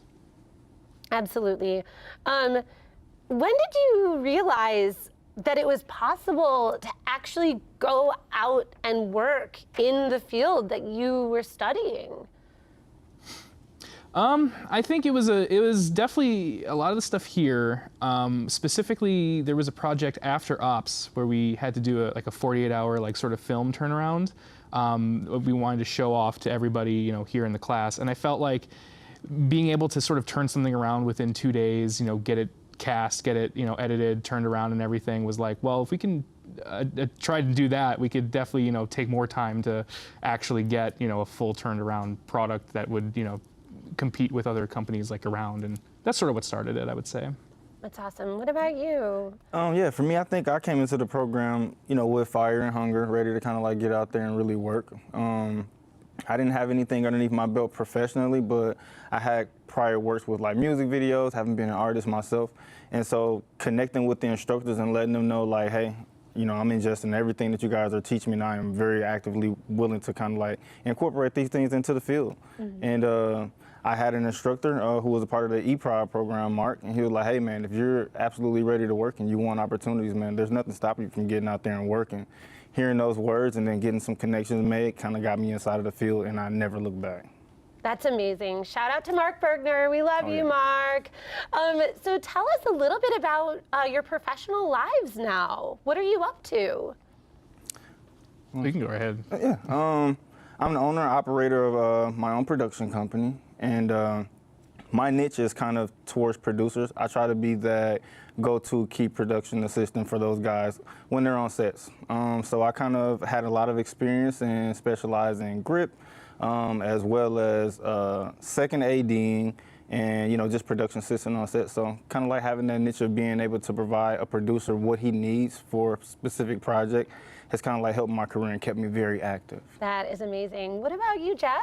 Yeah, just something, you know, as you said, keep active, keep sharp. I've been helping out doing sort of like engineer in charge for a local company in town for like live events that they shoot, help them direct some video shoots, and then aside from that, AJ and I helped produce a local short film here in town. So we just started, you know, want to keep sharp and keep creative on that end. And all the skills learned here have helped in all those regards. That is so amazing. And I know that your short film is titled Aroma Vision, so I can't wait to see that and to hear more about Aroma Vision. Thank you so much, Jeff. And thank you so much again, AJ, for being with us right now. And we will be right back.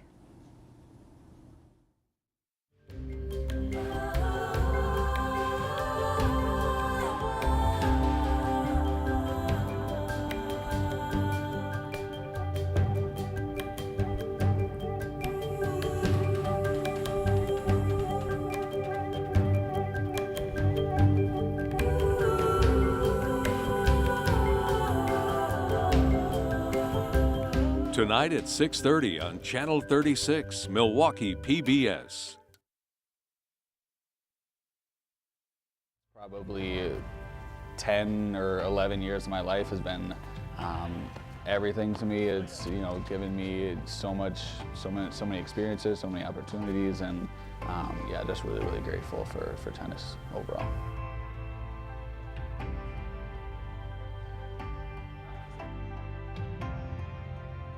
Tonight at 5 on Channel 36, Milwaukee PBS.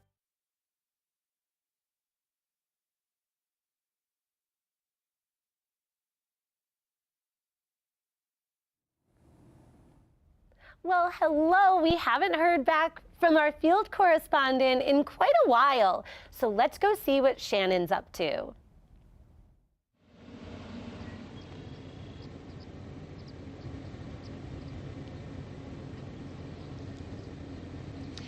Thanks, Maya. Now, earlier, you got to see us do an interview, but now I'm going to show you a little bit behind the scenes of exactly how we make that happen.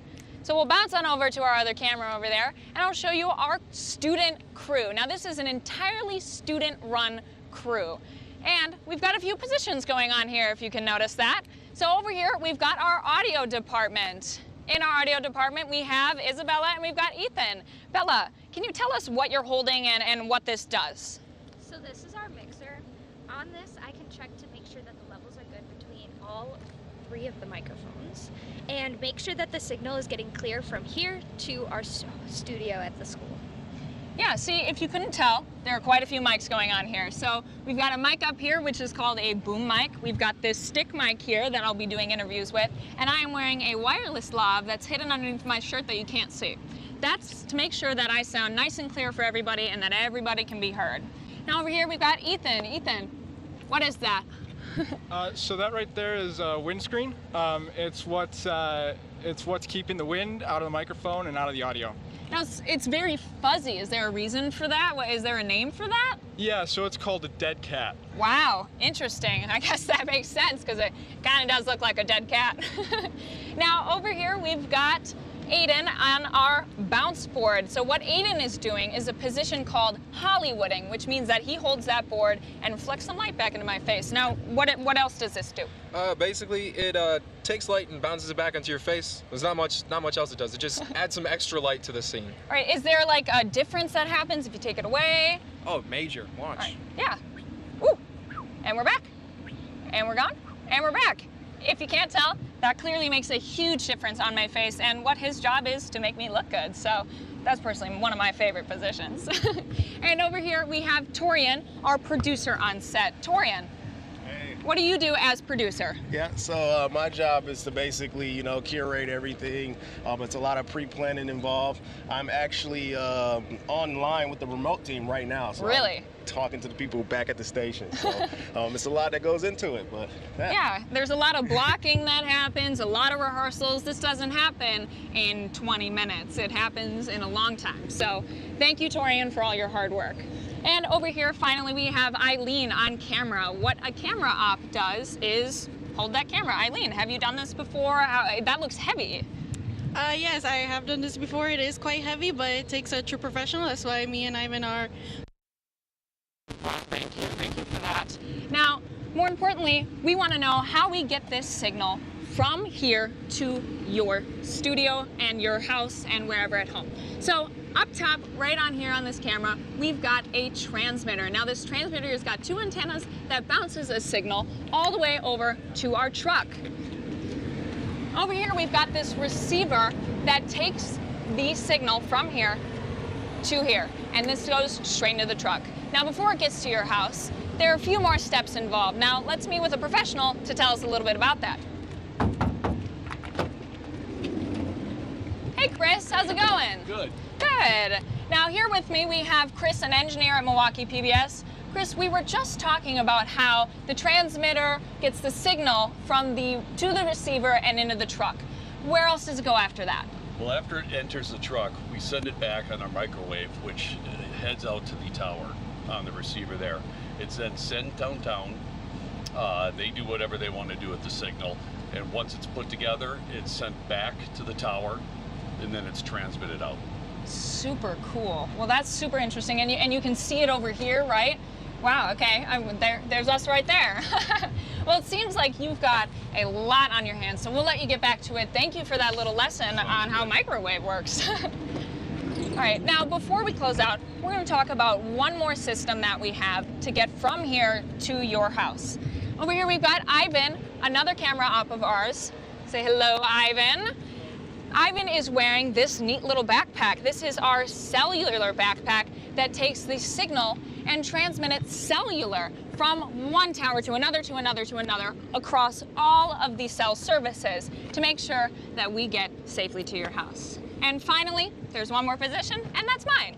And what I do here is basically stand in front of the camera and tell you what's going on. And what that does means that I have to rehearse, I have to practice, I have to know what to say, and I have to know where to look, which is exactly at the camera right now.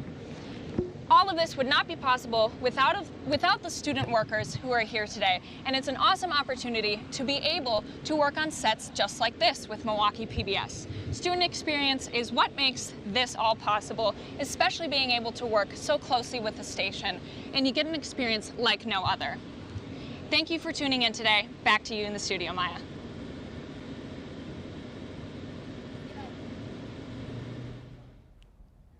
Wow, thank you so much, Shannon. That is so incredibly informative, and it was amazing to be able to see how the signal flow goes when you're trying to do a live shot. That is amazing. And it looks like this is just about all the time we have left right now in the studio. So thank you so much to our amazing viewers for tuning in. But stay tuned because we'll be back in the studio live in the next half hour. I'm your host, Maya Norman. We'll see you soon.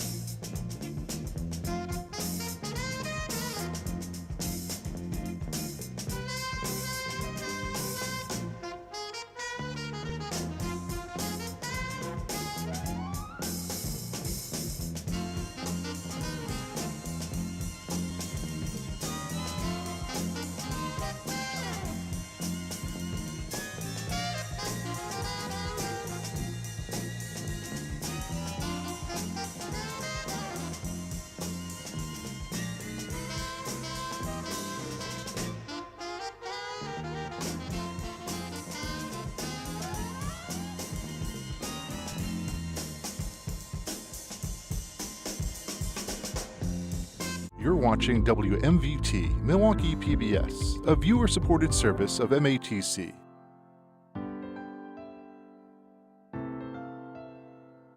The following program was produced by students enrolled in the Milwaukee Area Technical College Television and Video Production Program. The content is student-produced and does not necessarily represent the views of Milwaukee Area Technical College or of Milwaukee PBS. Hi, I'm Mariah Martinez, a student producer in the Television and Video Production Program here at Milwaukee PBS, and you are watching Student Operations Day 2024. Please stay tuned for my show, Make It Local. It's next. Thank you for watching Student Operations Day 2024.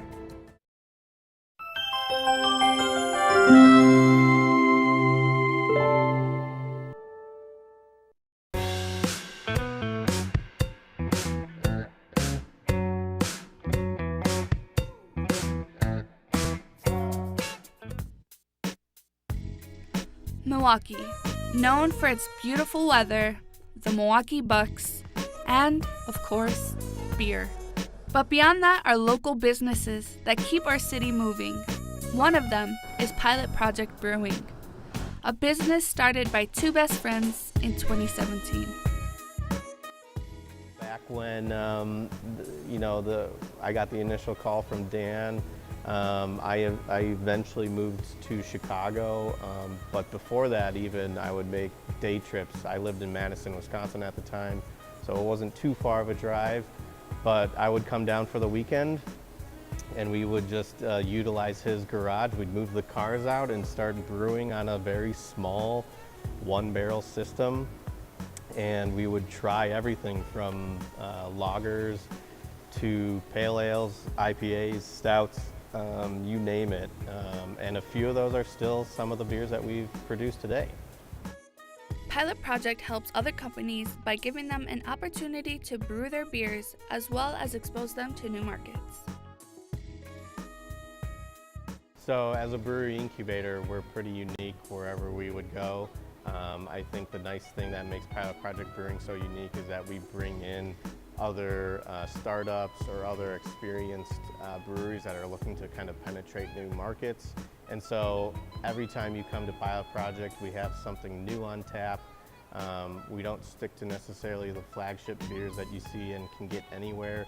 There's always something new and something innovative here. I think initially we were kind of like looking to just bring on anyone we could at the time. But once you start to kind of add 3, 4, 5 of those partners, you kind of try to balance out your portfolio in a sense.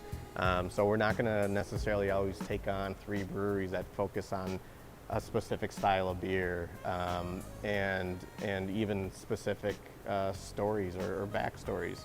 So always just trying to diversify and make sure that we kind of can give every single opportunity a shot is usually what we're looking for. So if we've worked with everyone from NA, non-alcoholic beverages, to kombuchas, to of course beer, but different styles of beer, different innovative processes that people utilize in beer. So anything new and creative and diverse is really what we're looking for to kind of just help accelerate their goals. Pilot Project makes a point to try to make things local. Supporting local, it builds your community. It builds the culture, it builds everything around you. That's why we love to keep things as local as possible. If we ever have guest taps, it's local breweries or it's local food vendors that come in. We've partnered with local artists for murals and whatnot. But keeping things local just means you're kind of creating a tighter relationship and connection with everyone that supports you. And so if people are going to support you, we truly feel like you need to support them back. And so that's why whenever we have the opportunity to work local, we do that, and we certainly urge others to do that as well. Pilot Project also offers fun activities like a trivia game night and also a tour that gives people an inside look of what goes on throughout the facility with stops to sample different beers along the way. Essentially, they're able to get a little bit more of a sneak peek at the production side of the facility here, everyone's welcome to the public side, the tasting room, the restaurant. But on the tours, you get to go behind the scenes a little bit more. You get to be a little more up and close personal with the equipment, see how from start to finish our finished products are made. You also get to, along the way, try out beers from every single client and partner that we are working with. So it's kind of like a little interactive, I suppose, history of everything and also a projection of where we're looking to grow. This would be the start of the tour. If we were doing a tour, we would have the folks gather here at the bar in the barrel room. We would just give them their first sample. We have 5 samples on the tour. This would be where the first sample would be. And particularly lately, it's been an Il Serpente. It's an Italian Pilsner, so we would describe that beer, and then a little description of the beer itself and the style of beer, and then we would take the folks over to the mezzanine to start the tour. And on the mezzanine, in the first part of the tour, we talk about the history of Pilot Project, who we are, what we do, the owners, how they came up with Pilot Project. So then the next step of the tour is to actually talk about how beer is brewed.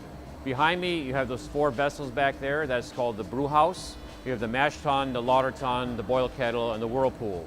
And I go through each of those vessels and what happens in each of those vessels to produce beer. Then at this part of the tour, I talk about the building a little bit. It was a former Pabst building, the last building built by Pabst in 1977. We have a sign here that used to be on the original building for Pabst when they did tours, telling it was a warehouse distribution center. It had loading docks in the west end of the building. The east end of the building, there's a garage below where trucks used to load up for Pabst. And I talk a little bit about the history of the restaurant. When this was formerly Milwaukee Brewing Company, first came in this facility in 2018. The restaurant was not part of Milwaukee Brewing, but is now part of Pilot Project. So we are all the same company now with the restaurant and the brewery. The next part of the tour is to point out this sculpture here. It's a giant beer bottle. It was created by a program on the History Channel, Milwaukee Blacksmith, in 2016. The producers want a beer-related sculpture, so he did that with the Milwaukee skyline around the sculpture. The next part of the tour, I talk about the cellar. This is where we ferment our beers in these various tanks here. The 2 tanks on the left there, those are bright tanks. That's where we infuse more CO2 into the beer, get that foamy head that we want on there. And then the machine to the right of those tanks is our kegging machine. So if we want to put beer in kegs, we'll use that machine.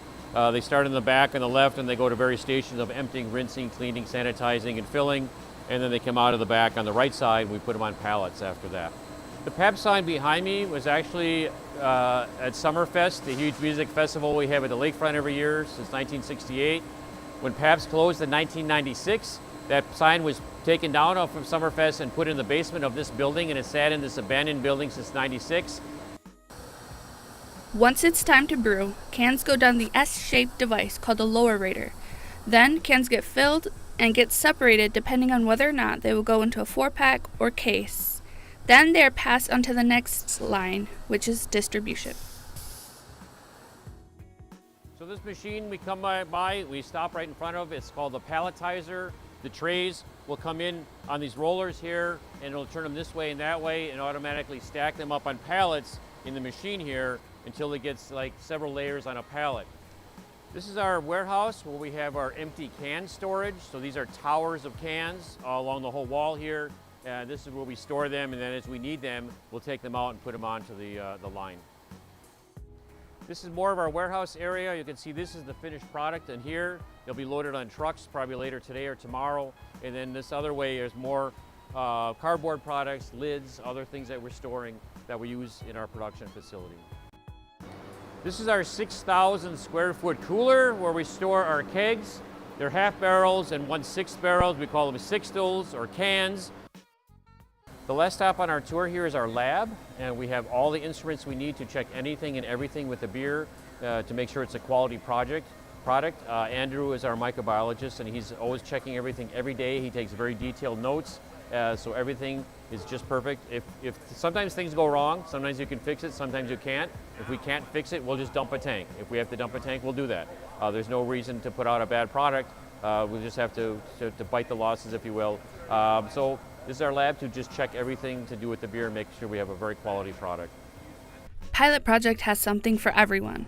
And one thing is for certain, quality is met in every aspect. There's a niche for everyone, and I think we do our best to supply that niche for everyone. It's funny, we always kind of said when we opened up a brewery, well, like, my parents don't drink beer, but we'll find a way to make sure that they can enjoy something that we create. And so we've worked with clientele, and we've also produced products ourselves that are not just beer. It's hard kombucha, hard seltzers, and now with Milwaukee, it's ready to drink cocktails. We also serve wine in Milwaukee, so we kind of have a little bit of something for everyone. But whether you're new to the products, whether you're a really hardcore craft beer drinker, you'll find something that you'll like. If you're out exploring Milwaukee and are looking for something light, or you're just in the mood for a protein shake or a quick pick-me-up during the day, check out La Via Nutrition. Started by Jessica in 2022, Yessi was 9 months pregnant when she first opened the doors to La Via Nutrition. So I started off as a nutrition coach / personal trainer, and then I worked as a paramedic, did all the things. I went based off of like always drinking really bad energy drinks, but loving protein shakes and having nowhere to stop. So I just decided that I wanted to make it like an accessible spot for people to stop for what I like genuinely thought that would be a good place to stop, but I didn't have it around. I signed my lease February 1st, and I gave birth February 27th. So between the 1st and the 27th, honestly, it was like the craziest 3 weeks. I was still working at the hospital full time. So I was there and I was like planning my floors, and I was planning my bar, and I was calling the plumber and all this stuff while working and almost giving birth to a kid. So then when I gave birth to him, obviously like I was on maternity leave from the hospital. They didn't give me any maternity like pay or anything. Like I got nothing, right? So my drive was like, I literally need to open this up because I have no income coming in, and obviously like they don't care, you know? So I did. I literally finished everything up, and I opened before my maternity leave was even done for the hospital. So basically from having a kid to my, what did I have, 7 weeks of maternity leave, I opened this up. Yessi says the name La Via originates from the concept of creating community, but also from the importance of community, unity, and support. La Villa comes from like a village of people, because it honestly took like my family and friends to help me out to open this up, and also to like take care of him. So it all kind of like went together, and it just felt right. You won't feel guilty eating anything from La Via Nutrition. From protein shakes to teas to waffles, everything tastes amazing and is filled with nutrients and vitamins. So like you have other smoothie shacks, right? So that's where people go. They're like, oh, let me go get a smoothie. And then if you go to smoothie places, they normally have like a protein option to add to maybe a protein shake. Or they have like one protein shake option, which is still like a smoothie with like whey protein in it or something. What we do here is all of our shakes are protein shakes, right? But they're not just protein shakes, they're meal replacements. So they don't just have like protein in them, or you know, creatine or vitamin, or like just a regular protein shake. They have all vitamins and nutrients that you normally would want in a meal. That's why it's called a meal replacement. So like essentially if you need breakfast, you come in, you get a shake, you're getting probably more vitamins than you would in like your typical breakfast that you think is like healthy, right? Because you're mostly getting your what would be in veggies and fiber, like your iron, your vitamins, plus your protein. So it adds that, and it's without consciously even thinking about it. You don't pick like a shake and go, oh, can you add protein? No, they're all protein shakes. Now my teas, those are like a healthy energy drink. So you go to the gas station, you go to the store or whatever, and you're like, I'm gonna get a no honey, or I'm gonna get a seltzer, you know, whatever, a Monster and Red Bulls. Well, yes, you need the energy, but what happens when you drink those, or like even coffee, when you get coffee, right? You crash. You're like, I drink it, have all this energy, and then you crash, or you feel tired, or it just runs out. So my energy teas have a vitamin B complex, and they're natural caffeine. So they come from like herbal teas or like guarana tea and stuff like that, so they're natural and they're sugar-free. So then you don't have like a headache, you don't have, you know, the sugar-free high, which is why you're feeling like you have energy, but you really don't. And then you don't crash. So you feel like awake and alert and you can go throughout your day. No matter what you're looking for, everything La Via Nutrition has to offer can be enjoyed by just about anybody. So well, obviously the teas do have caffeine, so I don't like allow kids to have them, or like, I mean, some parents do. My kid is hyper enough, I don't need it. But you can, the protein shakes, my kid has been consuming since he could sip a straw, which was even earlier because I would just put it in, he'd like just suck on it, you know, whatever. It's protein. Protein is good for any human being. I think there's a misconception with like kids consuming protein, but that's like a huge part of nutrition that I think we underestimate, and even a lot of people realize like I haven't had enough protein when they start to go for goals. If you go for gaining weight or losing weight or just being better nutrition, like a nutritionist will tell you need to consume protein. Whatever you drink, one thing is for sure, supporting local businesses helps our community thrive and supports that one person that took that leap of faith to starting their own business. I think that small businesses are coming together where it's not competition anymore. I think that it's more so like I want to help people support you, and I know that you want people to support me, right? So as a small business, it's like the support of anybody is huge, but the biggest thing is always being like, this is someone who took that chance. This is someone who, it's not a big business, oh, I bought a franchise and it's just this and this and that, right? This is like a single mom, or you have someone's daughter, or you have a person who maybe like was done with life and then they find some passion and now they made a whole little business out of it. And it's never little, right? It's a small business in the sense that we're maybe one person or two people, whatever, but a business can be massive. So like if you support each other as businesses, as people, as communities, even like bigger businesses, I think are seeing the benefit of like supporting, you know, the community's businesses, because they like then host, right? If you have like a big business and you host an event where you have all these small vendors, it's so beautiful to see. Like I love going to markets and seeing everybody who's now like decided to put themselves out there in selling something, being their own boss. Yessie hopes that anyone interested makes it a point to come in, say hi, and have a drink. I'm so laid back. I welcome everybody, right? And I want to be that. Like not only are you coming in and being like, you might not even know what you're gonna get. You're just walking in and guess what? You're gonna walk out with a smile and probably a protein shake because they're good. But I would just say like, just come in. You know, you have nothing to lose by trying something new. But not only that, it's healthy for you. It's gonna be, trust me, delicious. It's gonna be so delicious. I take so much pride in what I do. I take so much pride because I am proud of being able to provide that to like communities. And also like if I were to go to the gym, I'd want somewhere to stop. You know, so then, or if I wanted a quick stop or even just like an energy boost, like my space I think creates a good like energy. So if you walk in, like you're gonna feel that. You're not just gonna be like, oh, I don't know what I'm doing in here, or like this is creepy. You're gonna be like, oh dang, okay girl, hi, you know, and you have me in front like looking really creepy, but it's okay. I'll be your friend the second you walk in. So I guess just come in. You have nothing to lose. You'll always be welcome, like no matter what. Esteban, you know, my little 2-year-old toddler will love to see you, meet the kids or the grandparents or anybody. He will become best friends with you too, so yeah.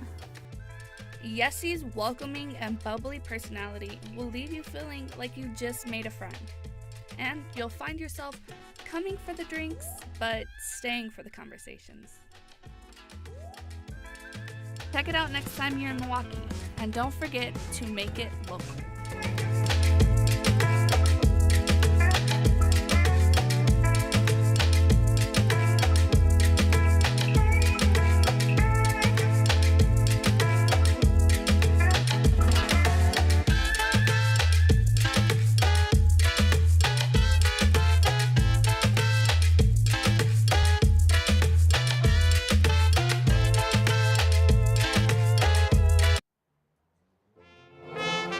Since 2009, the Milwaukee Film Festival has brought together filmmakers and film fans alike to celebrate and appreciate cinema. What I enjoyed is seeing just how much love there is for film in Milwaukee. So it's that even though movie theaters have become, an endangered species, and with COVID and everything, the film festival is still alive and growing, and so that's really rewarding to see that Milwaukee supports this kind of art form. Just the ability to see so many wonderful independent films, foreign films that we maybe normally wouldn't see, and to see a whole bunch of really good movies in a short period of time, and also get to see the movies at these wonderful theaters, the Oriental and the Downer, and Times Cinema and Avalon, and they have great popcorn here too. So I think they do a wonderful job of curating really quality films, but in every genre and type possible. So it's a really condensed way to see a really wide variety in a short amount of time. Every year, hundreds of films are submitted by filmmakers hoping to have their work showcased. So how are the films for the festival chosen? We do have a viewing committee, and that usually starts in October, September, October. And everybody in Milwaukee Film is allowed to participate in that. There's so many films that need to be watched, and not everybody's going to watch the same things. You just kind of give your rating, and you kind of go about it as you do. And then our programming team will go through all of our ratings, and they will basically say what's going to stay and what's going to go. And a month before the film festival, that's when all the submissions will get an answer of whether or not their film made it or not. Each year, the attendance of the film festival has continued to grow, from around 19,000 in-person attendees in 2022, jumping to about 30,000 in 2023. It's safe to say that film is well loved and appreciated in Milwaukee. The festival itself, I feel like the first year I was really starstruck by it because I had never been to a film festival before, but since then it's gotten so much bigger. I feel like if my first year was this year, I wouldn't have been able to handle it because it was just, it's been so packed since the first year. I just really love seeing how excited people get when they come through. They'll just sit there and tell us how much they love that movie. When people come out of the theaters too, just seeing the reactions, whether that be happy or sad or just something that got them thinking or something that made them mad or anything like that. Just all their reactions just makes the job 10 times better and makes the film festival so much better. In a time where movies and shows are easily accessible from home, it's a truly magical experience seeing so many people from the community come and enjoy themselves at the Milwaukee Film Festival. Yo, what's good? It's your boy Dose at Dance for Dose. Make sure you tune in to Former Creations on Channel 36 on May 4th. Tonight at 7:30 on Channel 36, Milwaukee PBS.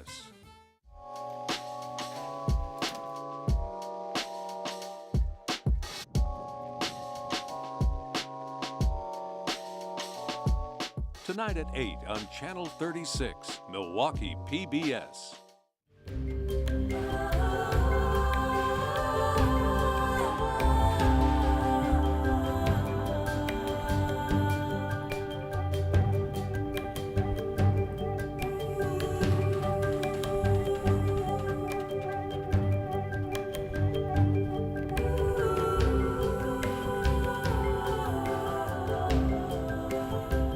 Tonight at 6:30 on Channel 36, Milwaukee PBS. So yeah, I mean, tennis is, for the last probably 10 or 11 years of my life, has been everything to me. It's, given me so many experiences, so many opportunities, and yeah, just really, really grateful for tennis overall.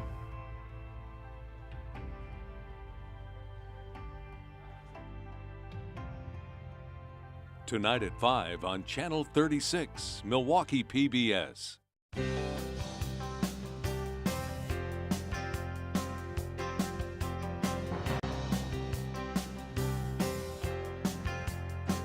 You're watching WMVT, Milwaukee PBS, a viewer-supported service of MATC.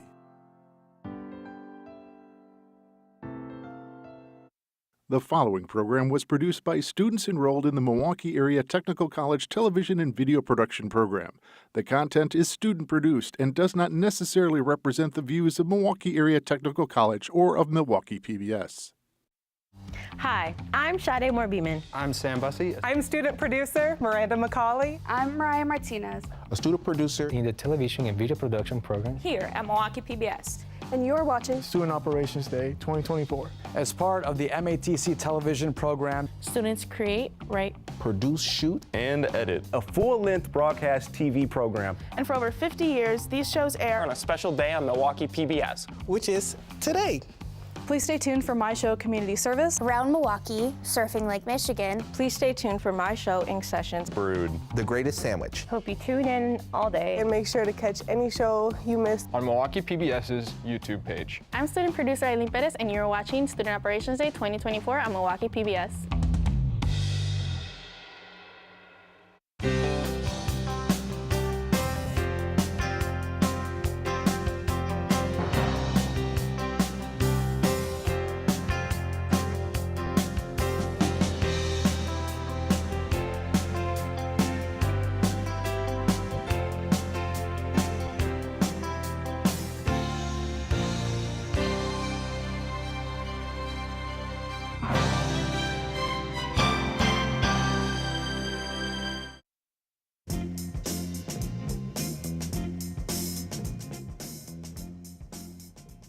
Welcome back to Student Ops 50-ish. It was great getting a peek into some local businesses around here. I'm Maya Norman, an assistant director for movies and TV. We are now joined by Wes Hawkins, a former student of the MATC television program and a current TMJ4 photographer. Thank you so much for joining us today, Wes. Oh, thank you, Maya. Thank you for having me here. Awesome. I'm wondering if you could actually share a little bit about your experience when you first did your Student Ops Day. Oh, I could get into it. It was much different because back in 2020, it was a huge opportunity, but because of what happened with COVID. Oh my goodness, I can't believe you're stuck in the COVID scene during your Student Ops experience. Oh yeah, it was not easy, but we managed to pull things together and try to do things virtually and in a digital format. Wow. So you did everything from home, really, and then streamed it, or? Yeah, everything was pre-arranged and pre-recorded, and we all have our separate roles that we did. Some did editing, some are come up with stories in the fields. So we always have to develop our stories out in the fields with our interviews, our current projects for packages and stuff, and try to form it all together, but at a minimum setting because of all of social distancing. Wow, that is amazing. Tell us about what project that impacted you the most while you were here as a student. It was a personal project that I managed to work together with other groups of students is the workshop. I did a show called, it's more like a segment, but the local food travel. One of the first ones because it got me into in a creative setting, but also it got me to think how to be a director, how to be a producer at the same time, and also to operate a show during the workshop. And that was one of the biggest things that impacted me the most. That is amazing. Wes, I want to thank you again for joining us today. It's so interesting to see your perspective on the television programming. So thank you once again.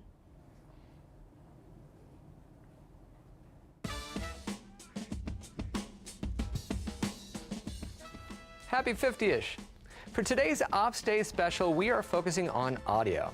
And I will be giving a demonstration of what the difference is between recording in the field and in the studio when it comes to live audio. Trying to fix audio in post-production is very difficult, which is why it's so important to capture good live audio. For in-field audio, you will need a mixer, like this one right here. You will ideally also need a lavalier for each person that you'll be miking up. But you might also use something like a shotgun mic on a boom pole. You'll need a breakaway cable, like this one here, and a variety of XLR cables to keep your job simple. You'll also need a few batteries for your mixers and your microphones. Be sure to have access to the back of the camera where we plug everything in, headphones that you're used to the sound of so that way you can monitor your audio, and any specialty audio products you might need. Of course, you'll also need a person you can mic up, like Manny the Mannequin. First things first, we need to plug in our batteries to our mixer. So I will open that up and move those batteries right on in. Wonderful. We'll tighten that down. Okay. Then we need to plug in our mixer to the camera using the umbilical cord. So I will plug these into the outputs. 1, 2, and of course the return, so that way I can monitor from my mixer. And then on the camera, I'm going to go to the back and find the XLR inputs. So I can plug in my left and I can plug in my right. I'll also plug in this little adapter so that we can get our return and the camera person can monitor audio. Wonderful. Then we take our lavs and ensure that there are batteries in them. Ooh, that's pretty important. So when I open up my lav, I'll open up the cylinder and see, oh no, no battery. So I would just put that in there. Fortunately, for Manny the Mannequin, we already have a battery plugged in. Then we plug in our microphone into an appropriate length XLR cable, depending on our shoot. It's better to have too much XLR cable than too little, so that way you have enough space. Then we plug those into the mixer in an order that makes sense to us. So I'm going to plug this into input 1. There we go. I'm going to turn on both the camera and the mixer. Now we'll want to send tone from our mixer to our camera. So I'm going to turn on my tone. And I'm sending that out at -20 decibels to ensure both the camera and the mixer are synced. Then we mic our guest, in this case that's Manny the Mannequin, and we've already done that step. Once they're mic'd up, we're going to have them say a few sentences and adjust their levels first through the gain level. So as I've got my fader knob up and I'm talking into Manny's mic, we can see that we're adjusting the gain here. We're keeping it between 40 and 50 on modern mixers. Then, using our sense of hearing, we are going to make sure that the audio doesn't sound too high or too low. Testing 1, 2, 3. Testing? Yeah, that sounds fine. It sounds all right.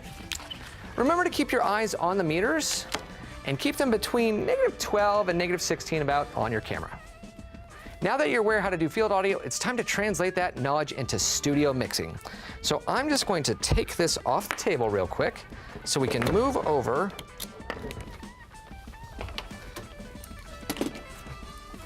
our live mixer. Alrighty, here we go. There's the live mixer. So inside the studio, of course, we need to have our studio mixer. And again, ideally, a lav for each person will mic up. We'll also need a variety of XLR cables to keep the job simple, and a few batteries for mixers, mics, what have you. A few key differences are, in a studio, you'll have access to things like a mic stand and booms. You'll have a wider variety of microphones to use. And you also have a lot more destinations for your audio to go to. It's nice when you have that much control over your environment. So in the studio environment, our mixer's already going to be plugged in.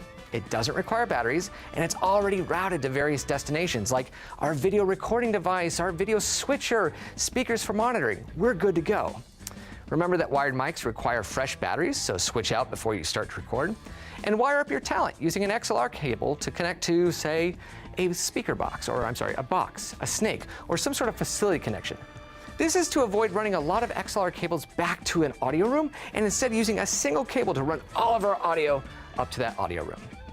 So now, once we plug this in, we're going to follow basically the same steps. So I have my microphone plugged into input 2, and my mixer's turned on. So I'll move my volume knob up to unity, and then I'm going to adjust my gain so that I can hopefully see the input levels on my mixer. 1, 2, 1, 2. If we avoid setting our fader to unity, then our input levels might actually show incorrect on our meters. So we need to make sure we set that properly to unity so that way we can actually see what we're doing. Many studio mixers also include like separate meters for input gain and mix level, which is really nice for modern studios. Just remember, when it comes to audio, people will put up with bad video if the audio is good. But good video with bad audio, that's gonna make people click away. Just keep that in mind. So back to you in the studio.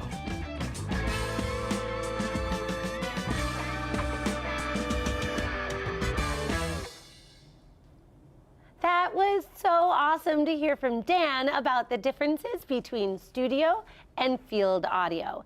Now, West, I was wondering if you'd share a little bit about your experience in the television program here at MATC.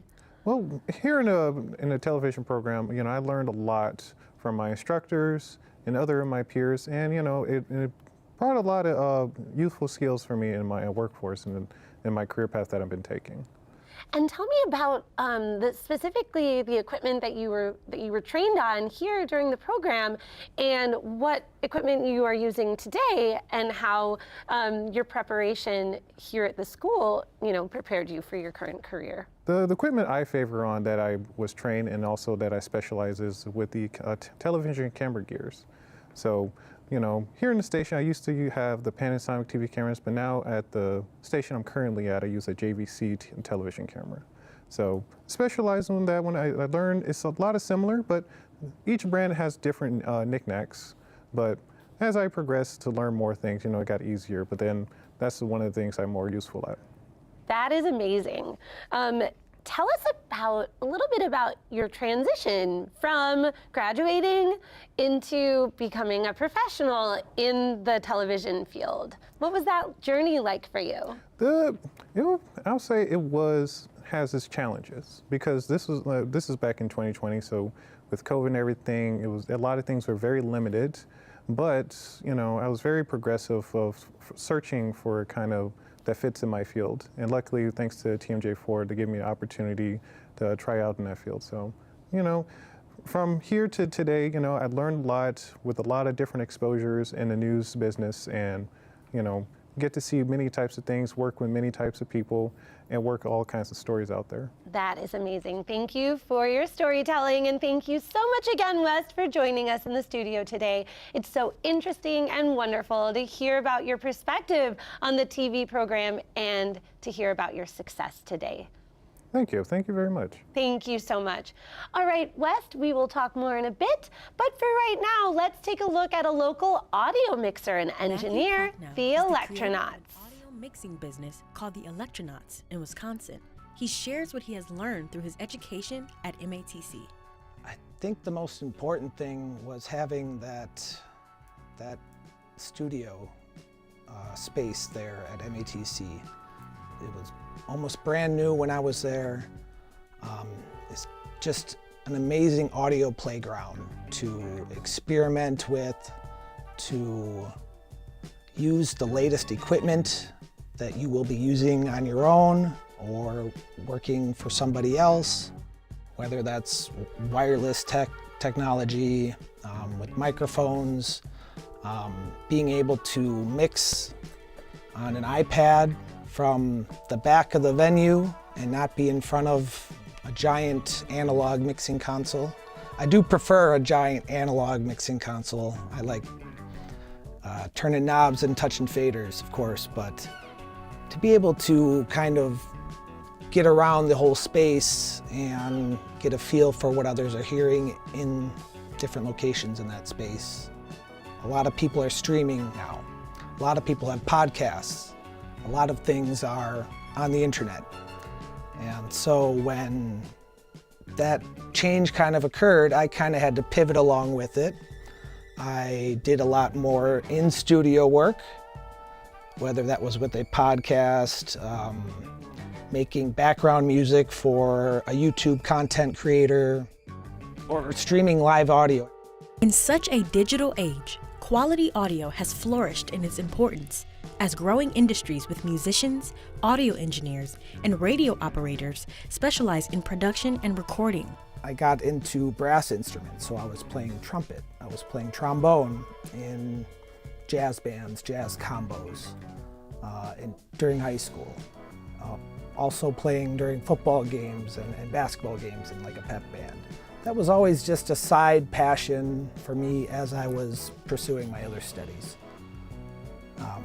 Then through college, I bought my very first guitar, I believe, and that led me to buying another guitar, and eventually you just end up with a lot of equipment, a lot of instruments, and not enough people to play them all. So I went and taught myself how to play guitar, how to play bass, how to play synth, how to design your own sounds, and actually making music has become very therapeutic for me, as well as, you know, just a fun hobby.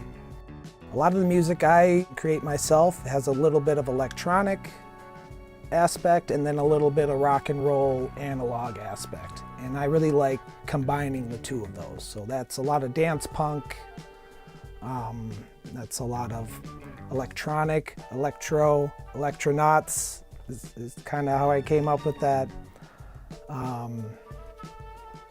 Yeah, and I'm listening to really everything.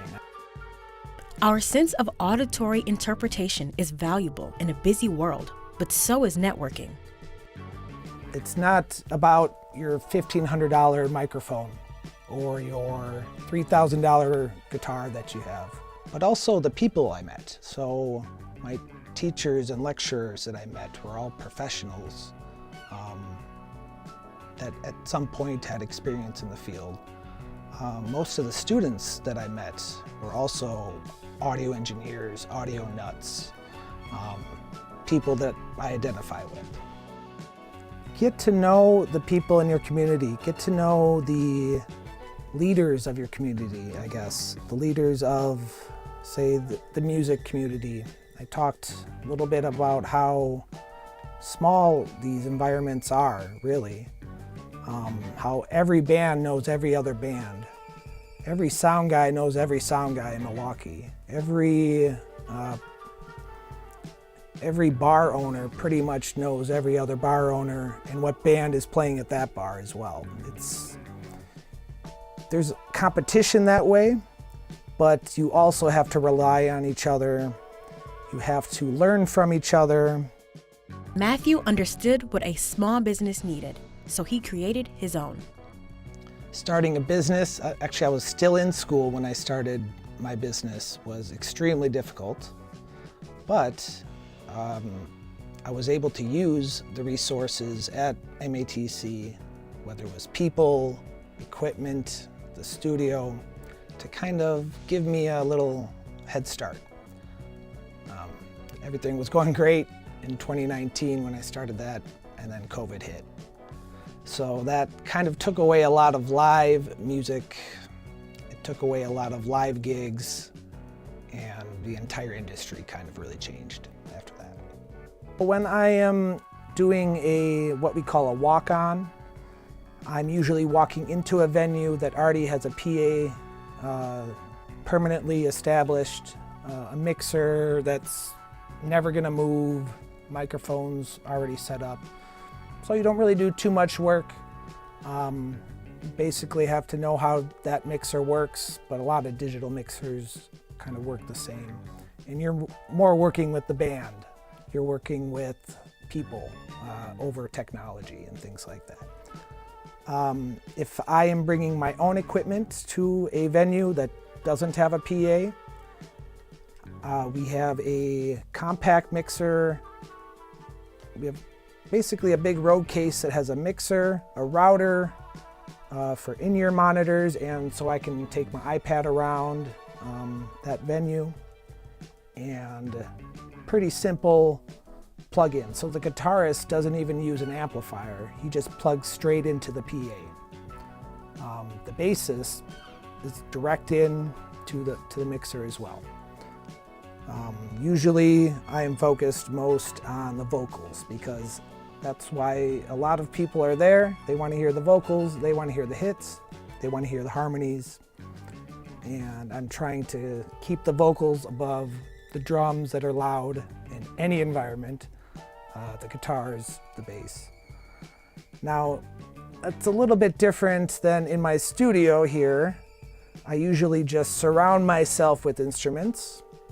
A synth here, I have a full keyboard, bass and a guitar. I surround myself with instruments, and then I am basically just going direct in to an 8-channel interface. So just a regular analog to digital interface that I can plug straight in to my computer. Well, live mixing is definitely a different beast than studio mixing because there's so many different variables. It could be the acoustics of the venue you're in, whether it's a dive bar or an actual concert hall. And of course, if say you're mixing a rock band, someone might sing quiet during one song, and then the next song is much faster, sings louder, has a crazy guitar solo in the middle of it. So you kind of have to,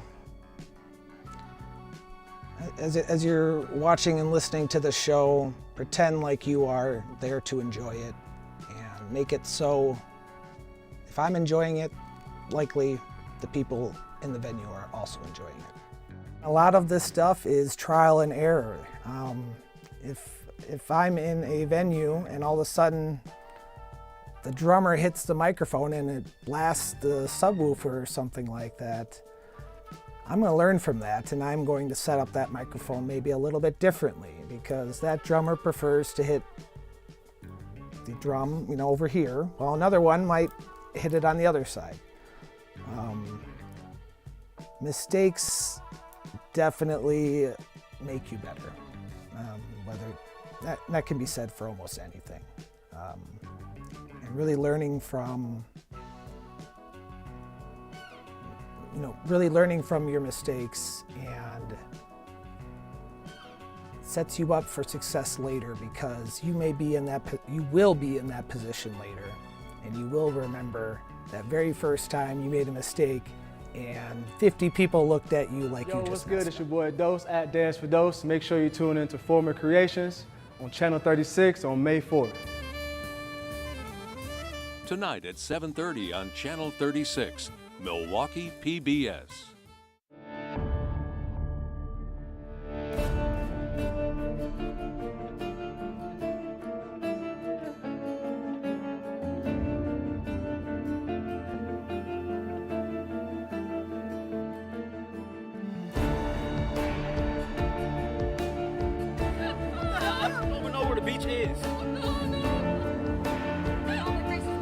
Tonight at 8:30 on Channel 36, Milwaukee PBS.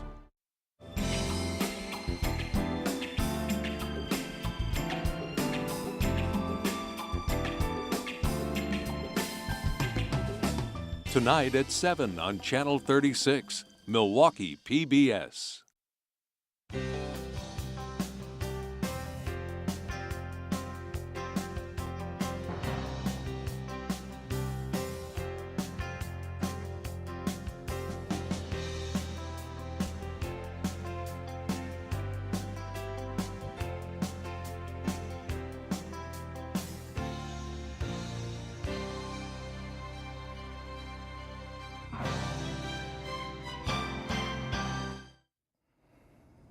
Welcome back. We are now joined by Corey Morrison, a devoted audio engineer. Corey, thank you so much for joining us here today. No problem, no problem. I wanted to talk to you about your inspiration and why you picked audio as your profession. I picked audio as my profession because I've always been into creating music back when I was a kid, banging on garbage cans, making drums, having fun, into engineering in church and whatnot. Growing up in Wisconsin and around my family and my mother, that's what I've always been around, technology, because my dad was into computers, and into music and vocals and instruments, etc., due to my mom and being in church. So. Oh, I love that. So you had just like the perfect culmination of everything, and then I'm sure there was something that that sparked your interest. And what has been the most useful thing that you've learned throughout your time working in that field? The most useful thing that I've learned in this field is under promise, over deliver, and punctuality. I feel like something my wife taught me was that a lot of people try to oversell, right? Instead of sticking to their guns and delivering what the client wants, they try to oversell and then they underdeliver, and then the client's unhappy. And then you're looking at refunds, or you're looking at just a potential client that's not returning through the door. So that's probably the biggest thing. And then punctuality, you know, knowing how you want to deliver, being able to decipher what the client's telling you, or anything in this game, you know, that's the media business for you, you know. Got to be punctual with what you want to do. Absolutely. I think it was Glenn Riley that taught us here at the MATC program. He said, early's on time's late, late's fired, which is something that I still carry with me today too. I wholeheartedly agree with you. So are you from Illinois? Is that where you're from? Me, I'm from Kenosha, Wisconsin.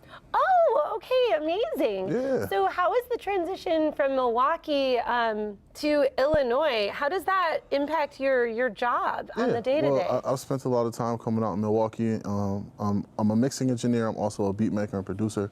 So I play in a lot of different areas of music and having my hands in different pieces of the game. So being able to incorporate that with, I'd say, like, battling with beat battles and stuff in the Milwaukee scene and in the Kenosha scene, and then being able to transition into moving into Illinois was because I met my wife. So I learned a lot being here in Wisconsin, but when I met my wife, and you know, love, takes you where you want to go, I ended up moving to Illinois, and I've seen such a huge flourishment of my career since then.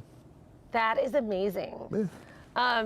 Tell us about your current projects and what you're working on today, or something that you might be excited to work on in the future. Yeah, sure. Current projects, I'm always active. I work on soundbetter.com, which for all of you out there that are aspiring audio engineers or novices in the field, or even veterans in the field that are looking for a way to gain new clientele, stay consistent, build your portfolio. Soundbetter.com is an amazing brand and outlet for you.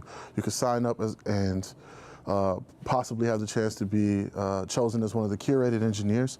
Using that website, I'm constantly working on new clients. I have R&B songs with artists from all over. Right now I'm working with Coco from, I believe she's in Tampa. But as well as in production, I do a lot of different things, like my Beatmakers Toolbox event, which is an event to help engineers and beatmakers alike in the Chicago area be able to come together, hang out, network, and constantly build and grow with what they want to do, if that's making music, getting better at engineering and techniques and whatnot. But I could go on and on. I don't want to take up too much time. Oh, no, I love that. I know you were probably filled with so much wisdom and so much advice. Is there anything that you would want to share for future audio engineers, in particular these students? Continue to be creative and be yourself. Originality is key, but also remember that the client comes first, and you need to be business oriented, and you need to be able to deliver what they're asking for. So I think those are very important things. But originality, don't try to be anybody else. Try to be yourself, because that will take you so much farther. I completely agree. I love originality. Thank you so much, Corey. I want to thank you for joining us today. It was so fascinating to hear your perspective on audio, working as a freelancer, and to hear about your continued success. Yeah, constantly. So for everyone out there, have fun, be yourself, continue to create music, and reach the world. That's how you do it. Thank you so much. We'll be right back in a bit. Stay tuned. You're watching WMVT, Milwaukee PBS. The following program was produced by students enrolled in the Milwaukee Area Technical College Television and Video Production Program. The content is student-produced and does not necessarily represent the views of Milwaukee Area Technical College or of Milwaukee PBS. Hello, I'm John Weimer, a student producer in the Television and Video Production Program here at Milwaukee PBS, and you are watching Student Operations Day 2024. As part of the MATC television program, students create, write, produce, shoot, and edit a full-length broadcast TV program. And for over 50-ish years, these shows air on a special day on Milwaukee PBS. which is today. Please stay tuned for my show, Feasting. It's next. Thank you for watching Student Operations Day 2024.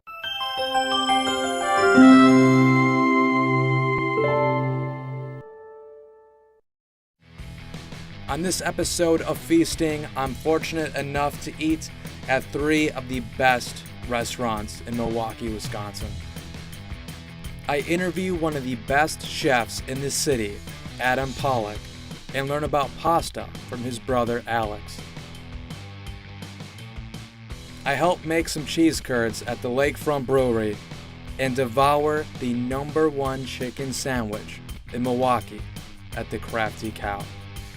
I know you want some.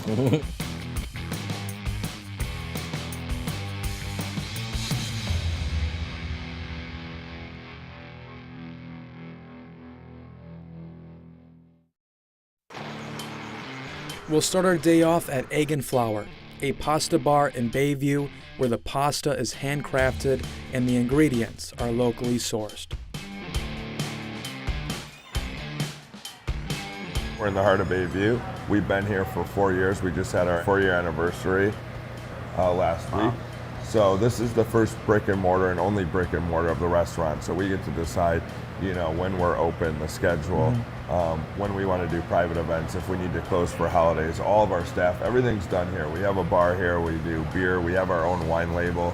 We do hard liquor as well, but this is a way for us. Yeah, exactly. So it's a little bit different than what we've done in the past, but the thing that's cool about this place too is that we have a full kitchen to be able to do really great specials. The whole thing about Egg and Flour and how it started is that every single day we would have a new special that would come onto the menu for the day, and when it's sold out, it's sold out. So it's really cool for me to be able to have a place that's bigger and more equipment, and make it a lot easier for myself and my staff to come up with different specials and do new stuff. We might add pizza to the menu. We used to do pizza. We had a restaurant called E&F Pizzeria. It was like kind of like a one-off of what our brand is now. So we want to bring pizza back, and we want to do special events like cooking classes here, which we do a lot of cooking classes teaching people how to make pasta. We do a lot of you know, events here in the space, whether it's cooking. We do pop-ups with other restaurants and stuff, so it's cool to have a space like this that we can have control of and showcase what we do here. How was it on Hell's Kitchen? Just being around Gordon Ramsay, that's just the coolest thing ever. Yeah, so Hell's Kitchen was definitely an experience I couldn't say no to. You know, I've watched all those seasons, all those episodes, all the way through, you know, for more so entertainment. You know, I don't think people are watching Hell's Kitchen for learning how to cook or anything, but it's good entertainment. And when you get the call, you know, I've been tried to get on that show a few times, but when I got the call to say, hey, you're going to be a contestant, we want you to be on here, you know, your whole mindset changes, and it's more so about being around Gordon Ramsay, being around all these other great chefs, being able to showcase what you've learned over the years and be able to cook the food that you know, and be in that competition setting. You know, that was the first TV competition that I was ever in, so there was no practice on like a one-off show or a one-episode show or anything like that. It was going from, I've never done this TV thing before or cooked in front of a camera or whatever, to jumping into a multi-season or a multi-episode full season show. And it's Gordon Ramsay, so it's a little bit stressful and you can't really plan for it. But once you get there, you know, you want to do your best and you want to prove the cameras are irrelevant at that point. You're cooking for Gordon Ramsay, you're cooking for the other guest judges. And then honestly, it makes you better and it makes you like more aware and just inspired when you're cooking to say, hey, if he's around, I want it to be the best that I can do. And it's, you know, it was a fun experience. It was stressful. It was crazy. It was, you know, tiring, but definitely happy that I got that opportunity. And I think a lot of people enjoyed watching. We represented the city really well and Milwaukee, and we all know that line is learn everything from Milwaukee. And I'll never forget that, you know. I can always watch it whenever I want, so it's fun.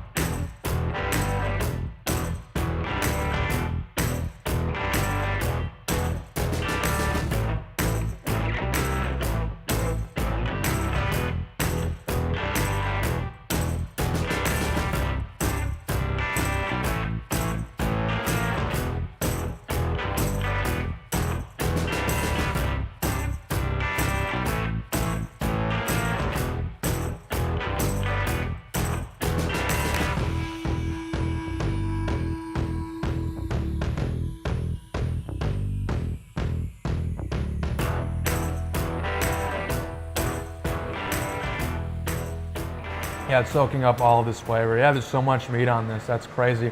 It's way easier to eat, you know, than just like spaghetti, where you have all those little strands of noodles and you're just struggling to even get it all on your fork. Yeah, You really don't have that with this. I feel like people, like the way that we do it here at Egg and Flour is we place the sauces with the noodles so that it's going to pick it up the most. So some of like the more loose noodles are going to have a thicker sauce so it coats it. And some of the noodles, like your next dish here, gives it a chance to get in all the crevices and have like little flavor explosions.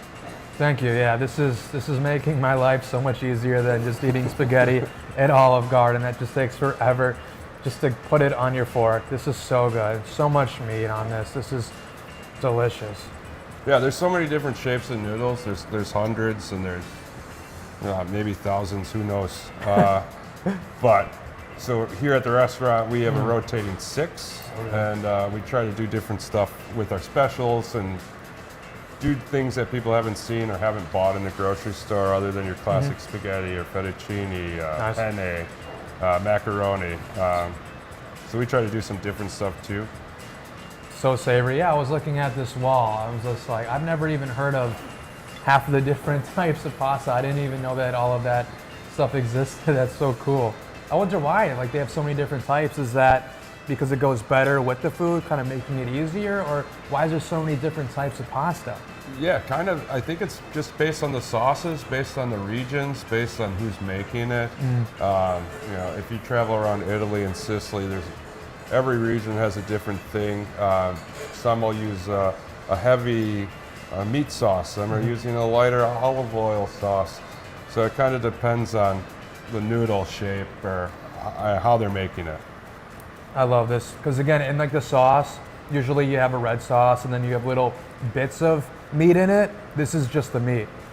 Yeah, so it is a tomato-based sauce, so we will have that. We started with that tomato sauce because it's braised down with the meat and our vegetables. It's kind of all together. It's not putting the ground meat into the tomato sauce like you're saying. We cook it for 8 hours. And it just brings all the stuff together. But this is green, so it's heavy basil, and we put it with our campanelli noodle or campanelle. I was going to ask about that. I've never seen one like and this. It's like it a looks little like a flower. Yeah, this is beautiful.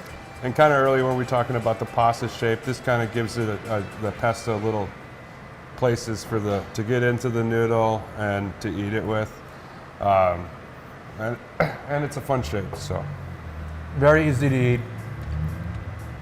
Even easier than this.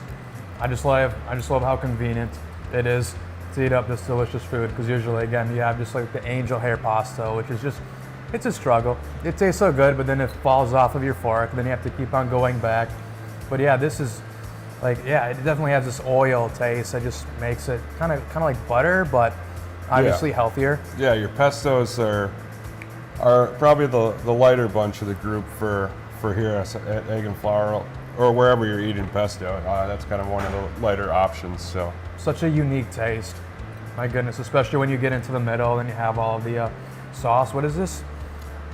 Is that the sauce? Yeah, so that's the sauce kind of mixed in. We also throw in like fresh basil, fresh parsley, chives, and then like everything here, cheese. More Lots of Parmesan cheese on top. So can't have too much cheese. And lastly, this is a salad? Yeah, so this is our caprese salad. Most people hear about a caprese salad and they have the sliced tomatoes, your sliced mozzarella cheese, fresh basil, and like a balsamic glaze or balsamic dressing.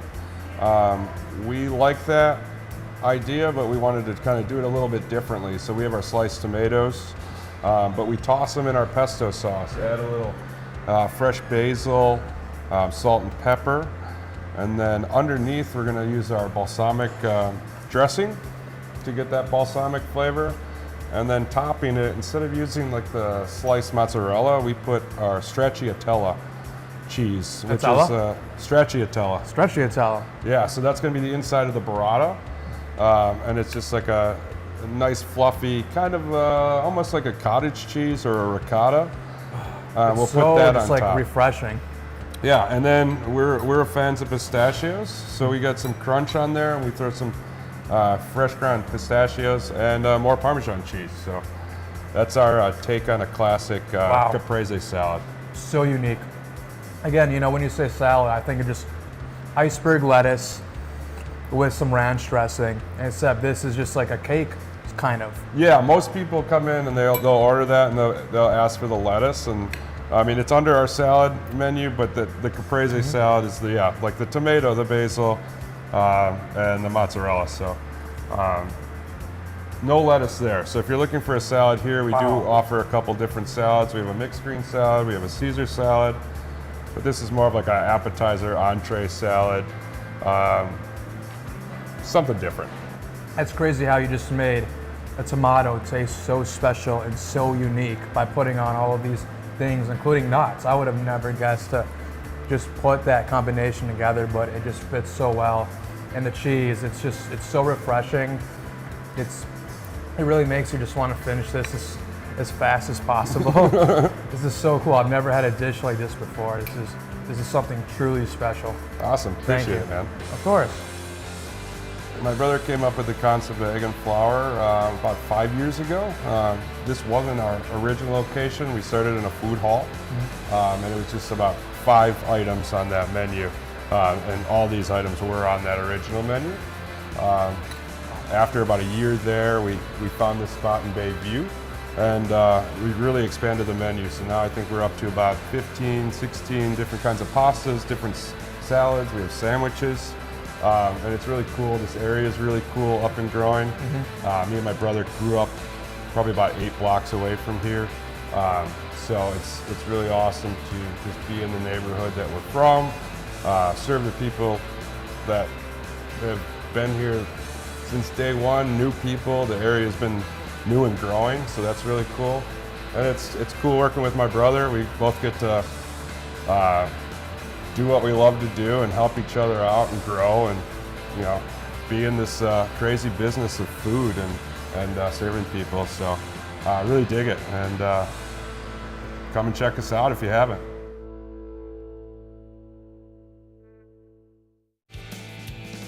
A couple blocks away on Kinnickinnick is Crafty Cow, the next restaurant we'll be visiting. It's the home of the award-winning fancy chicken sandwich, and I cannot wait to taste it.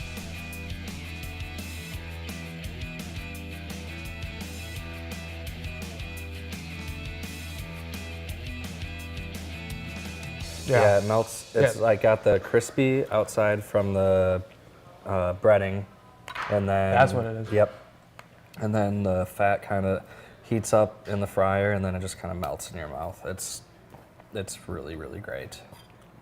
Yeah, it definitely melts. Yeah, that is not annoying at all to eat, and it doesn't feel unhealthy. Like like on a steak when you have like the chewy part, which is the fat, and you're like, all right, is this good for me? I don't know if it is. It is. That's unbelievable. Yeah. That is just so flavorful. Thank you. That is incredible. Wow. Should we move on to this one? Yes, please. All right. It's a smash style burger that was invented in Oklahoma during the Great Depression. So the beef was super expensive, and they wanted to figure out a way that they could still make a burger, but at a good price for everybody. So they took onions and they smashed them into the patties, and it actually turned out super great, where like people were freaking out and loved it so much that it's still around today. Wow. The onions cook in the beef fat once you smash the patty down, and then when you flip the patty over, you get a nice crust on the burger, plus those onions get a nice little char on them. And it's actually, there's a lot of onions in the burger, but they kind of just melt into the meat, which is just adding more texture, more flavor, a little more crunch. And then we just put pickles, American cheese, and then like our house burger sauce, which we call special sauce. That's a big burger. Yeah, it's a big burger. This is 2 4-ounce patties. Thank you so much. Cheers. Let's go.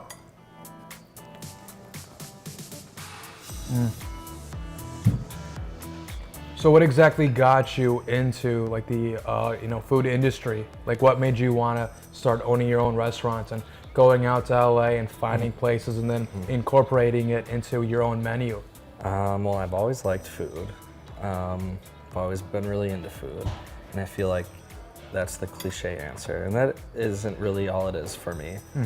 A lot of it for me is like when I was younger, and I still do this, like, and my wife does this too. Is actually one of the reasons I feel like we're together, is that we love throwing parties for people and like bringing people together and like celebrating, whether it's like a real celebration of like a birthday or just being with friends.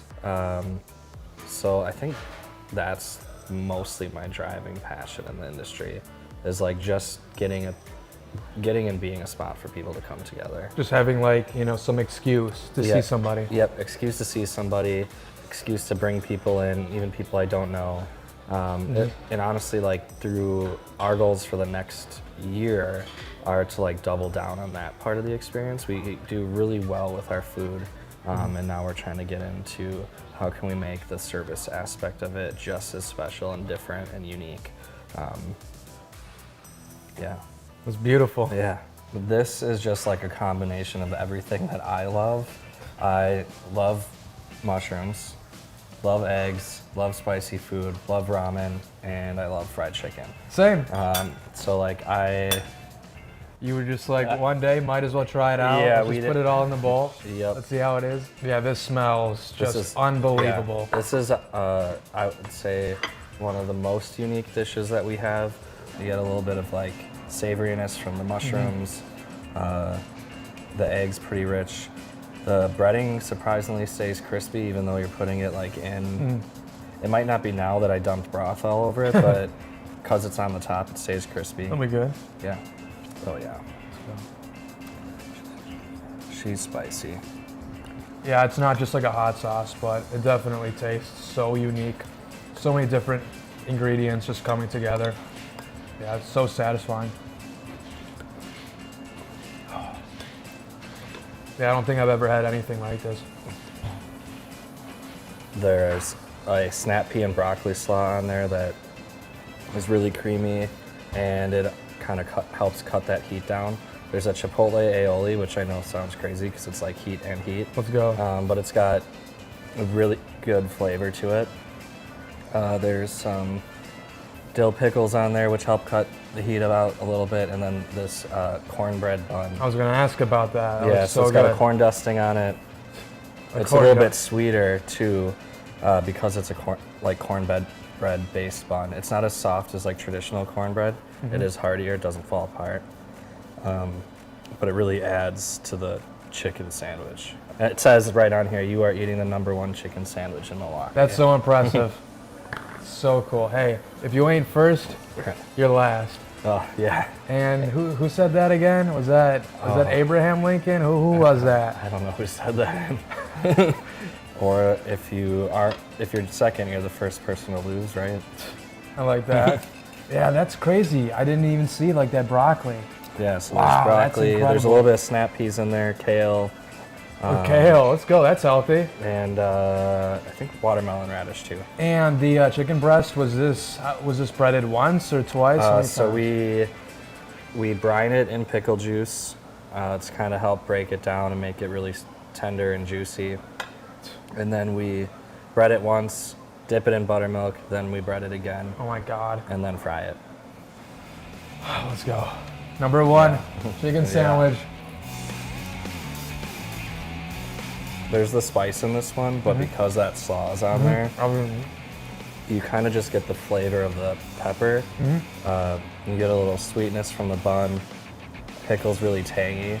You kind of hit every single spot on your tongue with this one.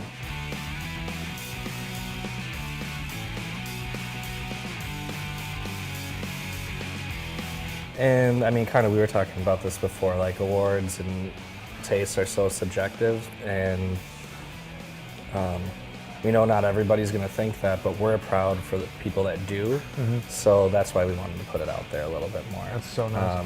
Especially if you are like a chicken sandwich connoisseur, it's like even if you still go and say Popeyes is better, like at least you come in here and you get to try it and try something that a lot of people say is the best.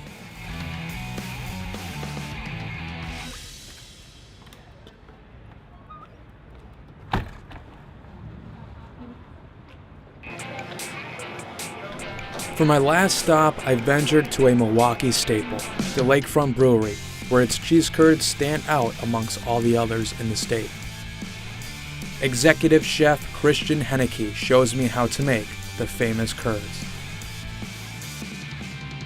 Start going to make curd batter.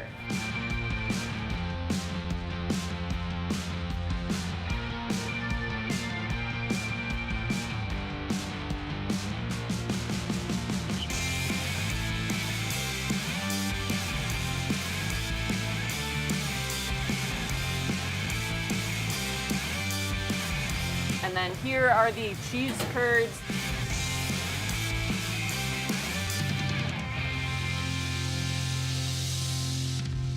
These are gonna go into the dredge, which is a mix of flour and a bunch of different seasoning, which we have coined LFB, or Lakefront Brewery seasoning. Wow.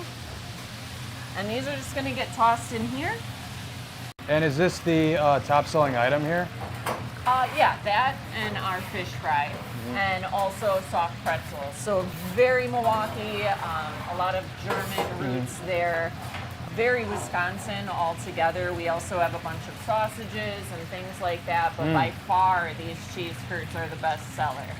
I've only worked at places where there's just no love in the back of the kitchen, like Culver's, Chick-fil-A.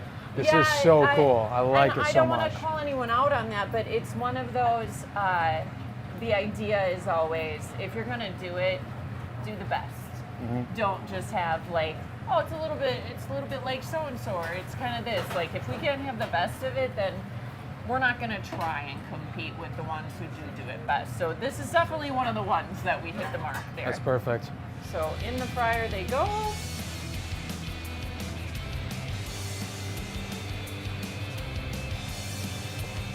Give that a little shake, and down they go. What we're going to be looking for, and you'll see it in just a second, are a nice golden brown crispy texture, and then some of that cheese starting to peek out a little bit from the shell.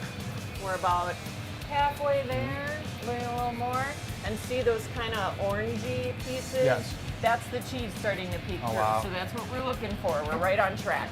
I used to work at a place with cheese curds, and I remember kind of forgetting about them sometimes. And then I would pull up the basket, and it'd just be black. The shell. Just black. It's like, oh, gotta make another one. Well, then I guess I'll finish this part so we don't have that happen.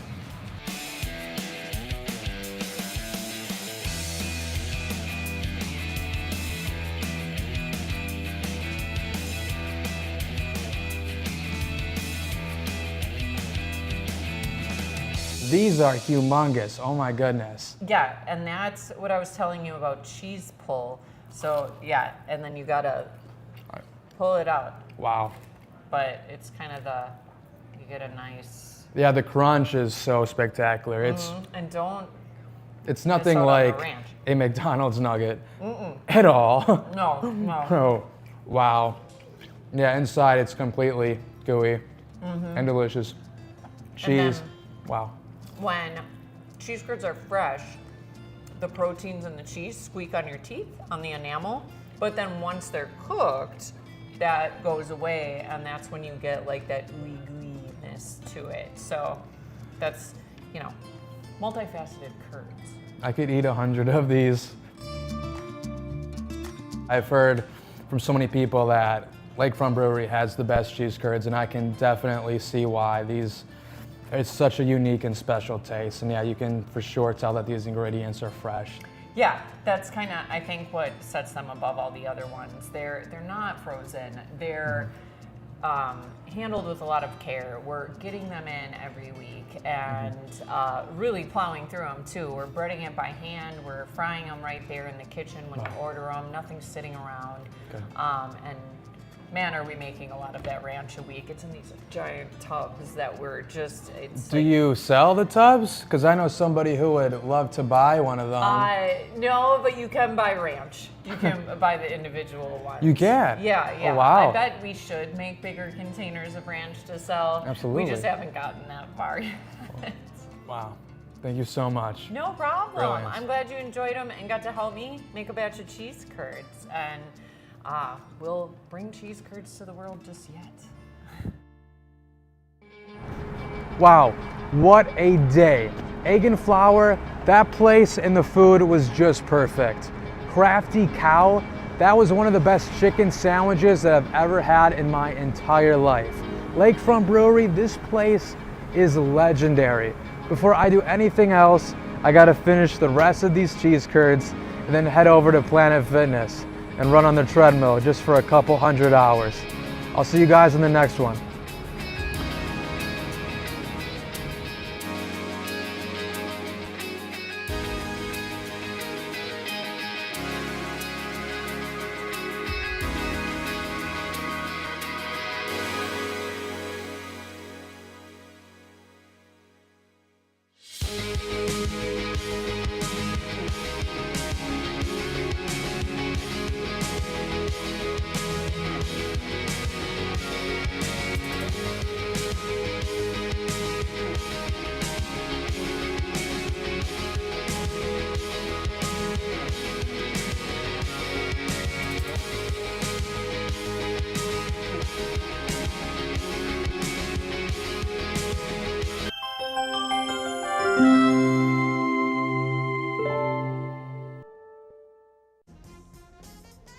We've been learning about the history of student operations and how MATC students are involved. Thank you so much for tuning into Student Operations Day. If you missed any productions, they are now streaming on Milwaukee PBS's YouTube channel. And don't forget to tune in next year for more student-created content. Thank you so much and have an amazing day. Bye!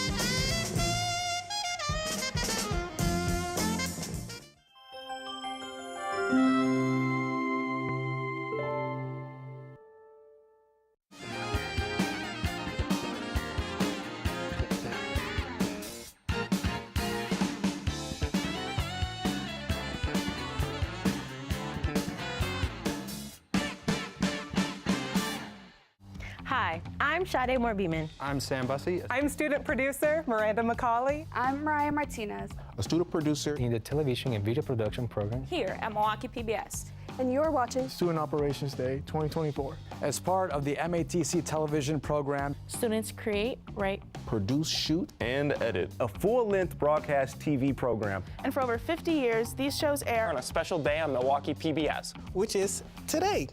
Please stay tuned for my show, Community Service. Around Milwaukee, Surfing Lake Michigan. Please stay tuned for my show, Ink Sessions. Brood. The Greatest Sandwich. Hope you tune in all day. And make sure to catch any show you missed on Milwaukee PBS's YouTube page. I'm student producer Eileen Perez, and you're watching Student Operations Day 2024 on Milwaukee PBS.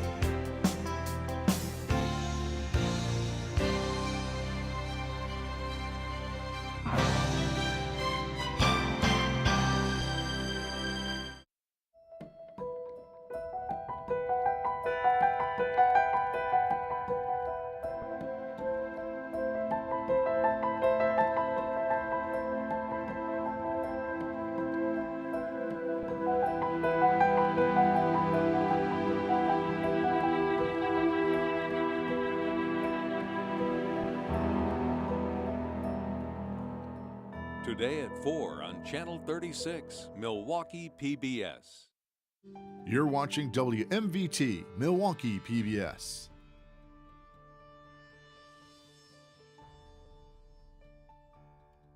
The following program was produced by students enrolled in the Milwaukee Area Technical College Television and Video Production Program. The content is student-produced and does not necessarily represent the views of Milwaukee Area Technical College or of Milwaukee PBS.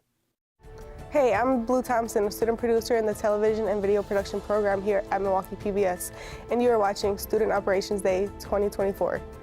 As a part of the MATC television program, students create, write, produce, shoot, and edit a full-length broadcast TV program. And for over 50 years, these shows air on a special day on Milwaukee PBS, which is today. Please stay tuned for my show, Rescuing Paw Prints and Whiskers. It's next.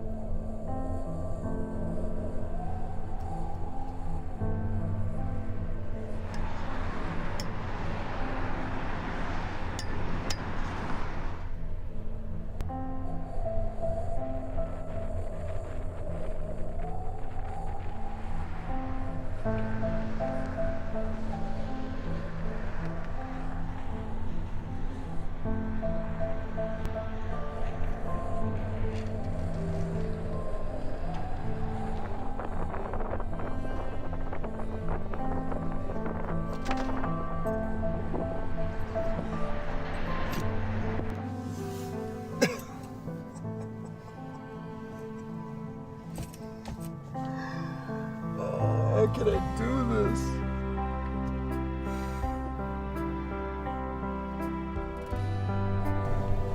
How can I do this?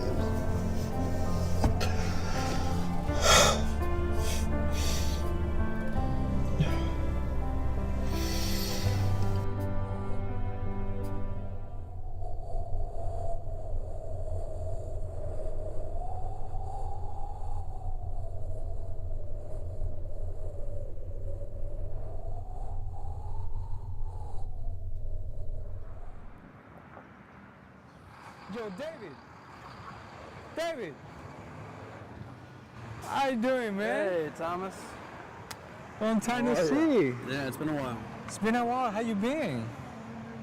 You know, Just getting there? getting there, carrying on. You know, life is life, I guess.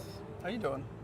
Not too bad. I haven't seen you in a while. So I started getting worried actually about you. Yeah, I've been going through, you know, life.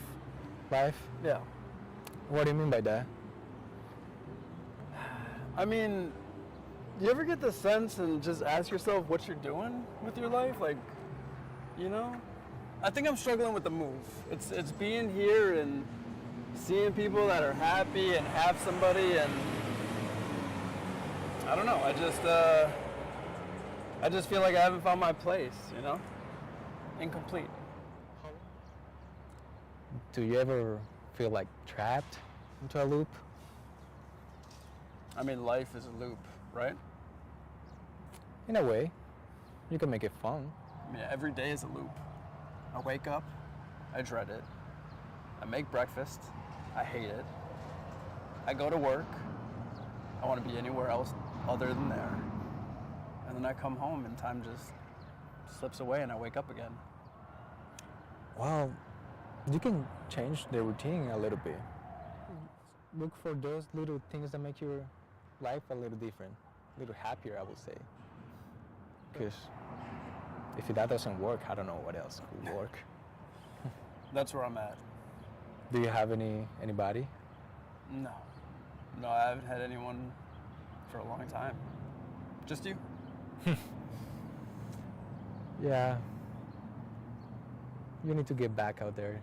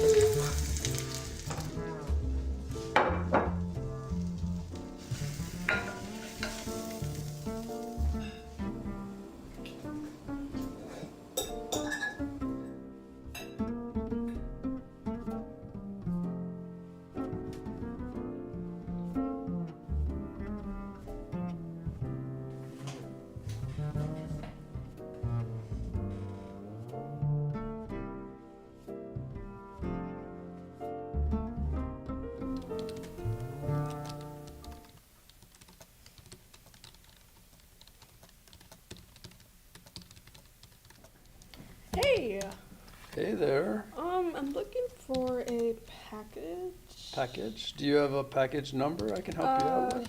Yeah, let me take a look at it. Okay, it should be 519 519 223 223 and then 910 910 11. 11. Yes. I'm not seeing you here, but I can help you. I can definitely help you. I can help you out. I'm Dave, and whatever you need. Okay, well, I'm Sarah. Find you. I will find you. Safe.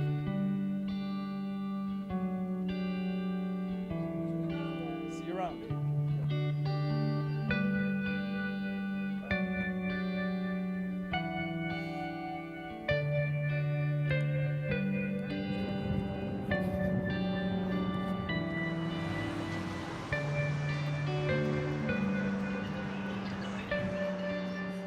If someone like can read lips and they watch this scene and they just start yeah, they're like,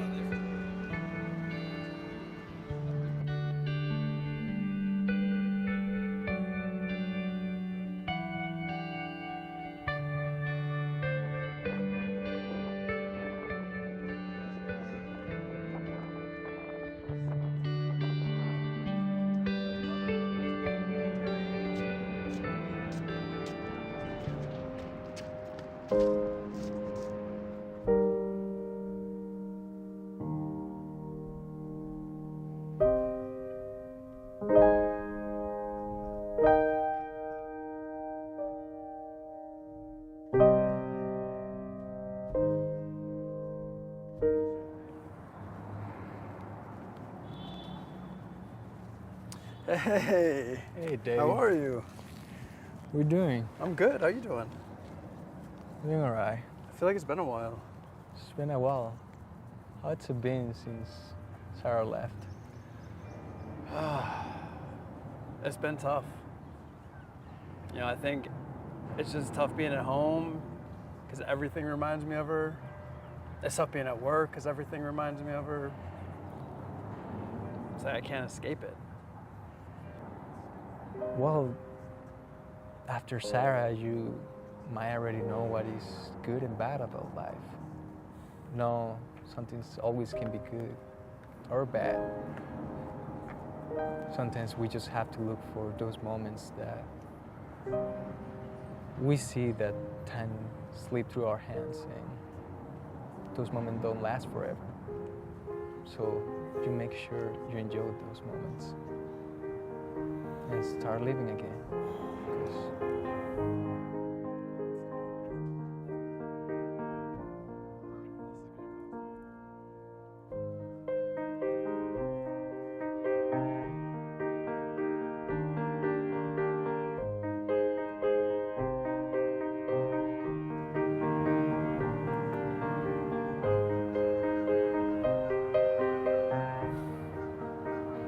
I miss you so much.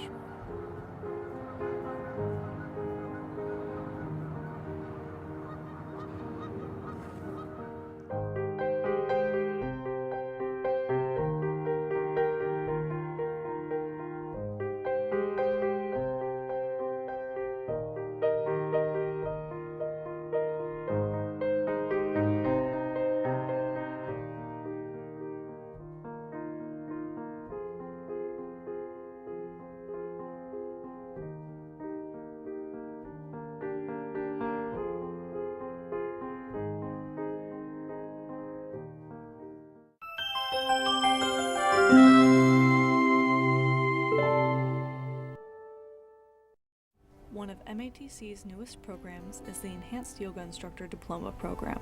The EYI program allows yoga practitioners to apply both holistic and Western practices into health and wellness.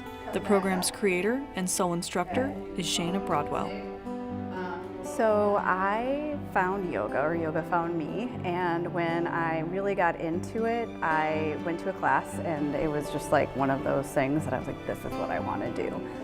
And I just Google searched yoga teacher trainings, and that kind of led me down the road of taking a lot of different certifications over the years, and then this opportunity here at MATC opened up to be able to build this program.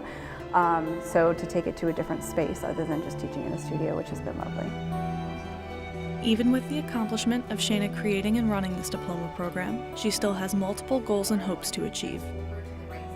What I would love to see built with this program is more of an integration of yoga into the Western medical model and a legitimacy within the teaching field of yoga as well. I'd love to see that marrying together.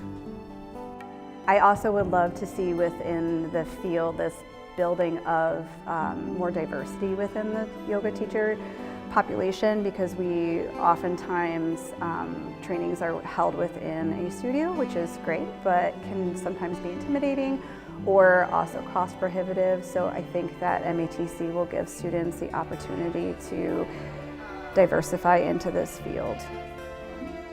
I think MATC is a great place to start because it is going to be one of the most cost-effective ways to get your education, whether it be in the yoga teacher training or not. And then I think if they want to step out into the world, this is going to give them a great foundation because they're going to get a lot more of the Western medical knowledge that they might not get in some of the other trainings out there, to give them a broader field to be able to work with patients and students and clients. With one of Shayna's foundational goals being to integrate yoga into Western medicine, the way in which she teaches at MATC has evolved. I've been doing teacher trainings for a few years now, and I think that it has changed my perspective of being in a different space of teaching at MATC than opposed to how teacher training is oftentimes done in a studio, because it's very cohesive in a studio, whereas at MATC we've kind of broken things into different categories. So it's given the opportunity to get a little bit more in depth in some of the trainings. Through creating the EYI program, helping students become well-rounded yoga practitioners, and creating harmony between holistic and Western approaches to wellness, Shayna is able to gain satisfaction. What drives me to educate the students and show up every day for it is the belief that yoga has a profound benefit for people and can really help them change their life, whether they end up wanting to teach it or not. And so just being able to share that information and see again how people's lives get more authentic and usually better. It's no surprise to anybody that social media is becoming largely integrated into the professional world. Student producer Blue Thompson highlights Carol Burns' role in content creation for Milwaukee PBS. This is Carol Burns, the digital content manager here at Milwaukee PBS. The creative genius behind all the captivating visuals and engaging stories that you see online. I take care of basically promoting the different shows and distributing the content that I receive from the different editors and producers. She pays close attention to analytics and user feedback. By analyzing data and listening to what the audience wants, she continuously refines the content to ensure it resonates with them. Probably my biggest challenge that I have is just the amount of digital content that's available and wrangling it and getting it set into the right format for the different audiences. You don't really want to just take one thing and plug it in to a platform and then put it across all the platforms. You need to think that, what is my Facebook audience going to want? What is my YouTube audience going to want? What kind of keywords are they looking for? With an eye for detail and a passion for creativity, she brings life to the digital realm like no other. She knows the value of collaboration and often taps into the expertise of the students here to stay up to date on digital trends and ahead of the game. You really are constantly trying to stay on top of all of the different software and platforms that are out there. And my best resource for that are the students here at MATC. They help me stay on top of the different trends. I obviously can't be on all of them at once, but I can find out from the students.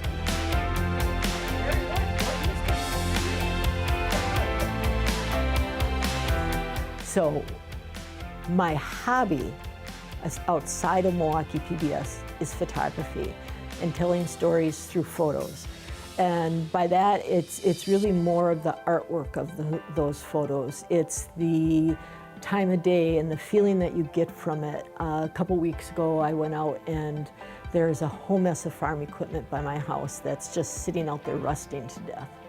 And I went out, the sun was setting just perfectly, and I made a whole mess of photos of just this farm equipment. And I'm not sure why, but it like spoke to me. It's like, it was almost like nature was reclaiming its space, but at the same time adapting to the fact that that tractor was there. So you could see like the tree roots going through it and stuff. And I just think that that's kind of cool. So that is why, one of the reasons I got into digital storytelling. From selecting perfect images to creating eye-catching graphics, she strives to make content visually appealing and attention-grabbing, and is always on the lookout for new ideas and inspiration to keep content fresh and exciting.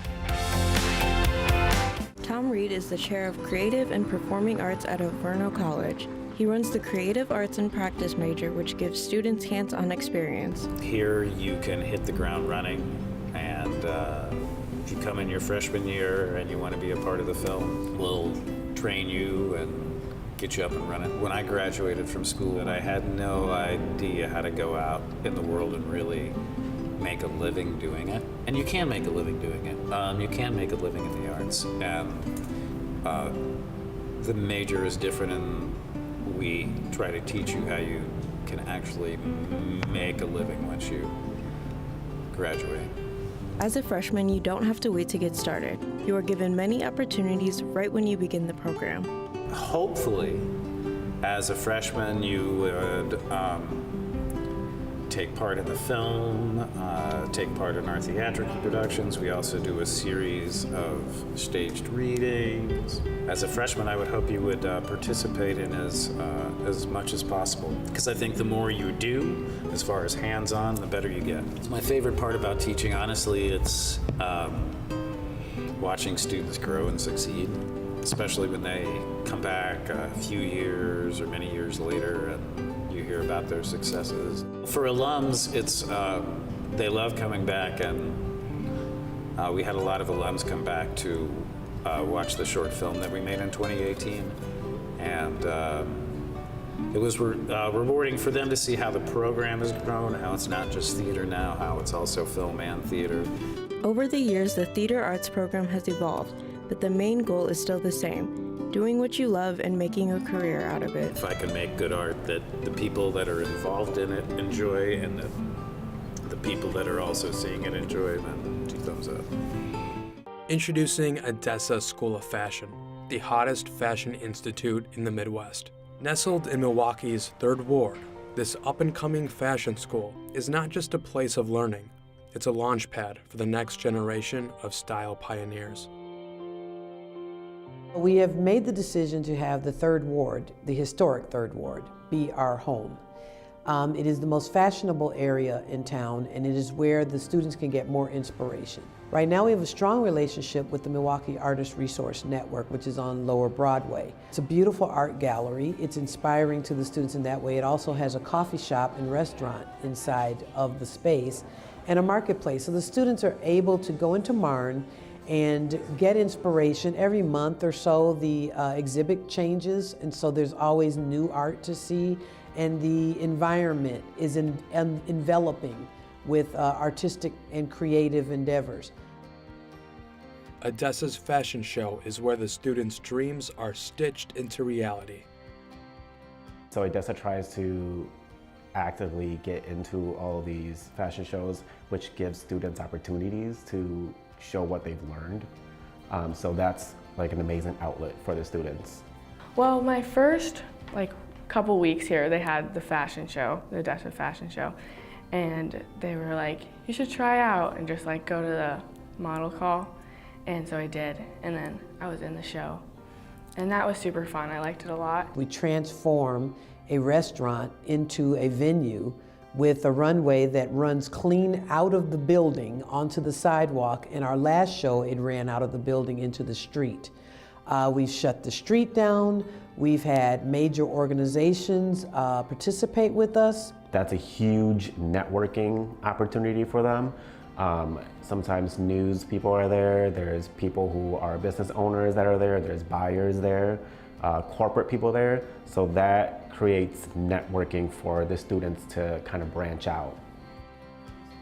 At Odessa, their small class sizes provide for an intimate learning atmosphere. I think because it's so small, like they're there all the time, and that is a huge support because they're able to just talk to you about whatever's going on. What I love about my class is one student may have an idea that another student has never thought of, so she or he will ask, how would you make this? So it gives them like all these ideas. So my class dynamic is very like, we learn a lot from each other. You know that your teacher's not grading 30 papers. They're grading 8. And therefore they can give just major attention to what you said in your paper. Odessa doesn't discriminate and aims to stand amongst the top fashion schools in the country. A lot of the colleges in Milwaukee, specifically for fashion design, does not allow men. So Odessa allows everybody. So that's, I think, the biggest part, because even when I was going to school, it was really, really hard finding a place that allows men to go practice fashion design. We've given an opportunity for the Midwest to compete with the East Coast and the West Coast, where the designated fashion schools are. And it shouldn't require a student in Wisconsin to make a decision, do I go to New York or do I go to LA to study fashion, when they could study in their own area. I feel like I'm learning so much, and so much that I've never learned before. I really didn't know anything about the industry. Like, I knew about fashion, but not like the technical part of it. And that's been the most amazing part about coming here, is I just feel like I am learning so much, and I love everything that I'm learning. And the teachers are amazing, and they're great, and they're kind, and everyone's so loving. It's just a really great community to be in.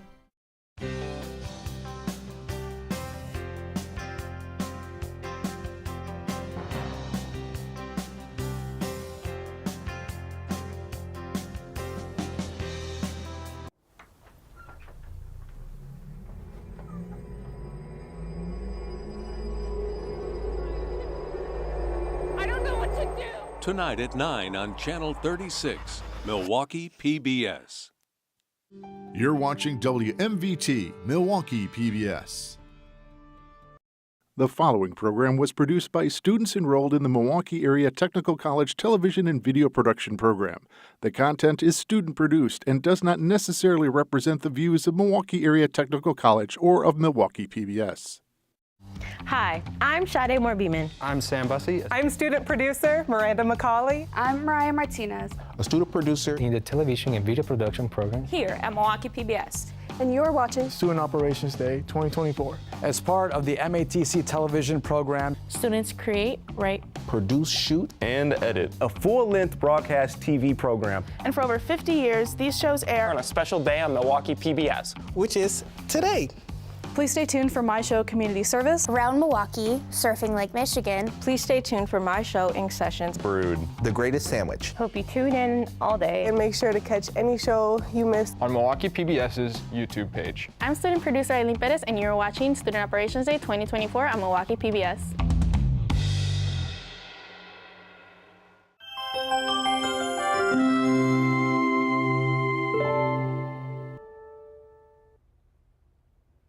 Hello and welcome to Cosmic Mysteries, where we will briefly explain how astronomy and astrology differ.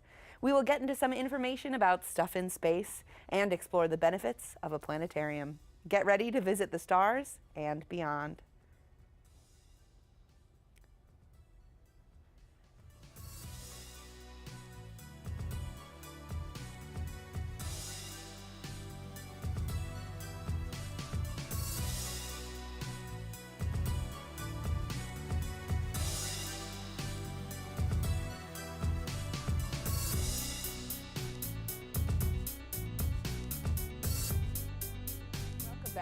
I'm your host, Hannah Tattenden, and with me today is my co-host, Brian Cieslak, who just so happens to be a planetarium educator.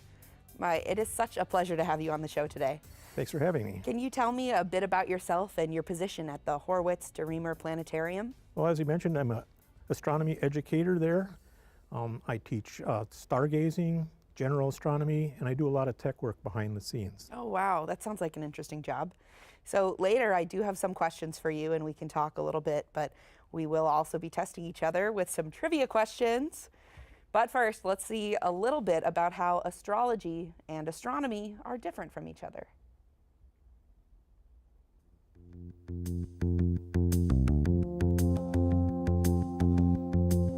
So astrology is the study of the stars with the intent of predicting the futures in our lives. And it comes from a long history of weaving stories about the stars and trying to connect to them.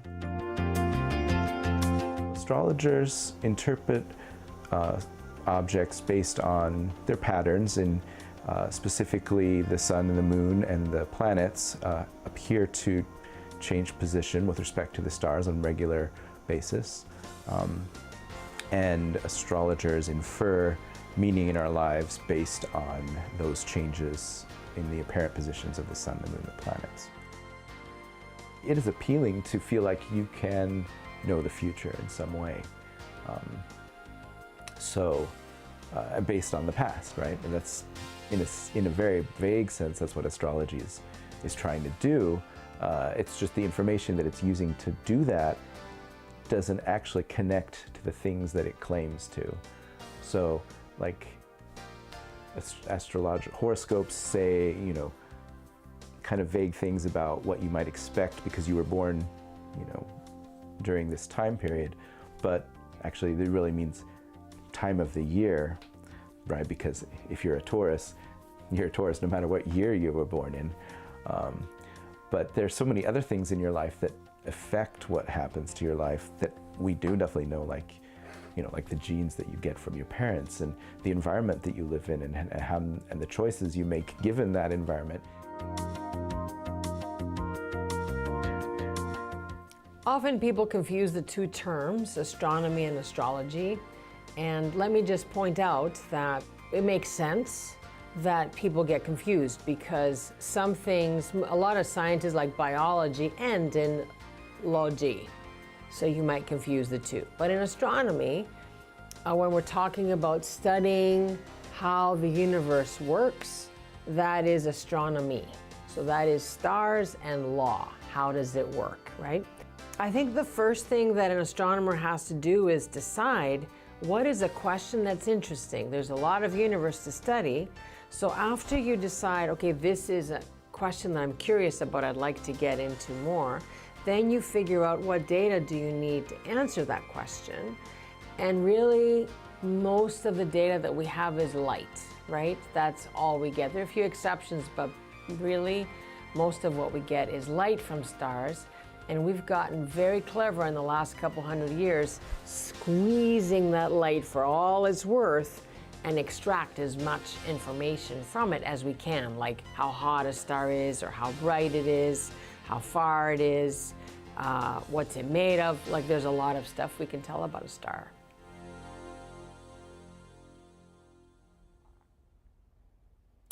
I gotta say, a few years ago, I would not have known the difference. So learning about their distinctions may really help others. So Brian, how about we start with some of these trivia questions and get those astronomical gears turning? Sounds cool. Hey, let me start first, all right? All right. Okay. The NASA Space Shuttle was the first reusable spacecraft. True or false? I'm gonna go with true. That's right. Nice. All right, here's a stumper for you. What was the name of the first artificial satellite in space? Ooh. I'll even give you some options here. We've got Galileo, Cassini, Mariner 9, or Sputnik 1. Sputnik 1, of course. There you go. The Hubble telescope orbits the Earth and is powered by A, rocket fuel, B, solar energy, C, nuclear energy, D, all of the above. You know, I'm going to go with solar energy. Hey, you got it. Nice. All right, here's a true or false. Astronauts cannot burp in space. Ooh, that's a good question. But I think they can. Actually, yeah, you do need gravity to burp. Is so that that's right? one bodily function they cannot do. But how about this? Are you able to burp at the planetarium? Yeah, we do once in a while. Okay, good. True or false? The sun is a planet. The sun is a star, not a planet. That is correct. Perfect. All right. Brian, what is the largest manned object ever sent into space? Oh boy.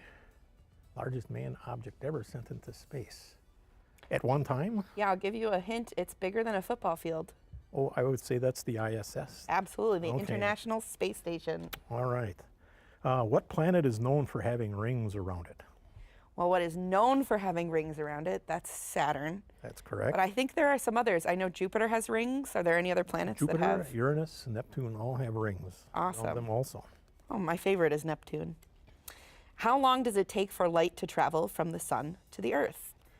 Is that 1 second, 30 minutes and 5 seconds, 8 minutes and 20 seconds, or about an hour? 8 minutes and 20 seconds. Absolutely. Mhm. What's the coldest place in the universe? The Boomerang Nebula, the North Pole, Venus, or Iceland? Well, Wisconsin was not one of those things that you mentioned. I'm going to have to go with the Boomerang Nebula. You are correct. That was a very tough one, too. I'm doing pretty good here. We might have a spot for you at the planetarium. Oh, I'd love that. Well, what about this? What was the very first food ever eaten in space? Was it meat, ice cream, pizza, or grapes? Oh, boy. I'm going to go with ice cream. It was, I mean, that's a good guess because it did come in a toothpaste tube, but it was actually meat. Oh, okay. You know, I think we have some of that at the planetarium. Oh, yeah. True or false? We can only see one side of the moon from Earth. That's true. That is correct, too. Awesome. All right, how about this? Who was the first astronaut in space? Was that Alan Shepard, Yuri Gagarin, Neil Armstrong, or Mae Jemison? That would be Yuri Gagarin. The Russians beat us on that one. What is a meteor called when it hits the Earth? I think that's a meteorite. That is correct. My third grade teacher, Mrs. Sullivan, would be proud. Shout out to Mrs. Sullivan. What year did astronauts first land on the moon? That would be 1969. Absolutely. What was the name of the first dog in space? Oh boy, it's probably not my dog's name, which is Lucky. You're gonna have to tell me. Well, I'll give you a choice. Lassie, Laika, Pluto, or Petey? I think it is Laika. I've heard that before. You are correct. Awesome. All right, which planet is known for its great red spot? That would be Jupiter. And it's out in the sky tonight if you go out and look. Oh, amazing. I'll have to catch up with Jupiter later. True or false? We have sent spacecraft to Mars. I'm going to say we have sent spacecraft, but not space people. That is correct. We have littered the surface of Mars with tons of space junk, spacecraft. Instruments, Yes, and yeah. You bet. Awesome. Well, what is the hottest planet in our solar system? I would go with Venus. That's correct. It says Venus is actually, the temperature of Venus can be higher than 850 degrees Fahrenheit. No, okay. You can bake a pizza real quick. You could. Well, I'm really enjoying all this and finding these topics super interesting. It's very intriguing, even if I don't know all the answers. But speaking of interesting, let's take a moment to see how someone can become more familiar with the sky and why there hasn't been anyone else sent to the moon. Let's have a look.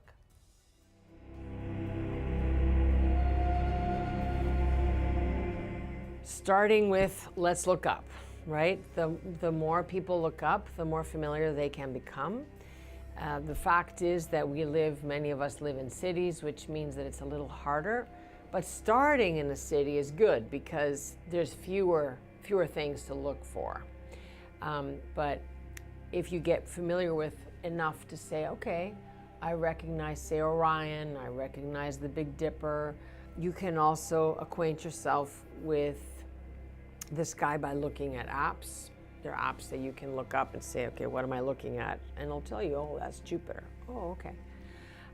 But then the next step would be to go to a darker sky where there's many more things to look for.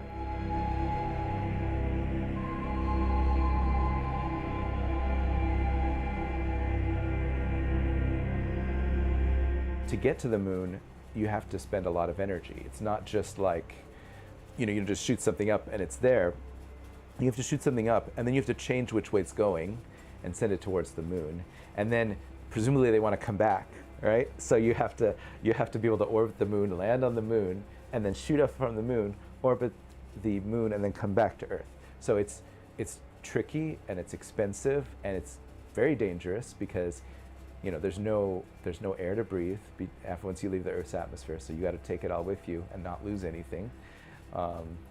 And yeah, if anything breaks, no one's there to help you. You can't just go to the repair shop. So that's why they haven't sent more people to the moon. I mean, it's expensive, and it's dangerous and hard. Now, there is a program to do it. They're trying to do it within the next few years, so we'll see. But I'm not going there until there are cruise ships that go regularly. Then I'll take a cruise to the moon once that's happening and safe.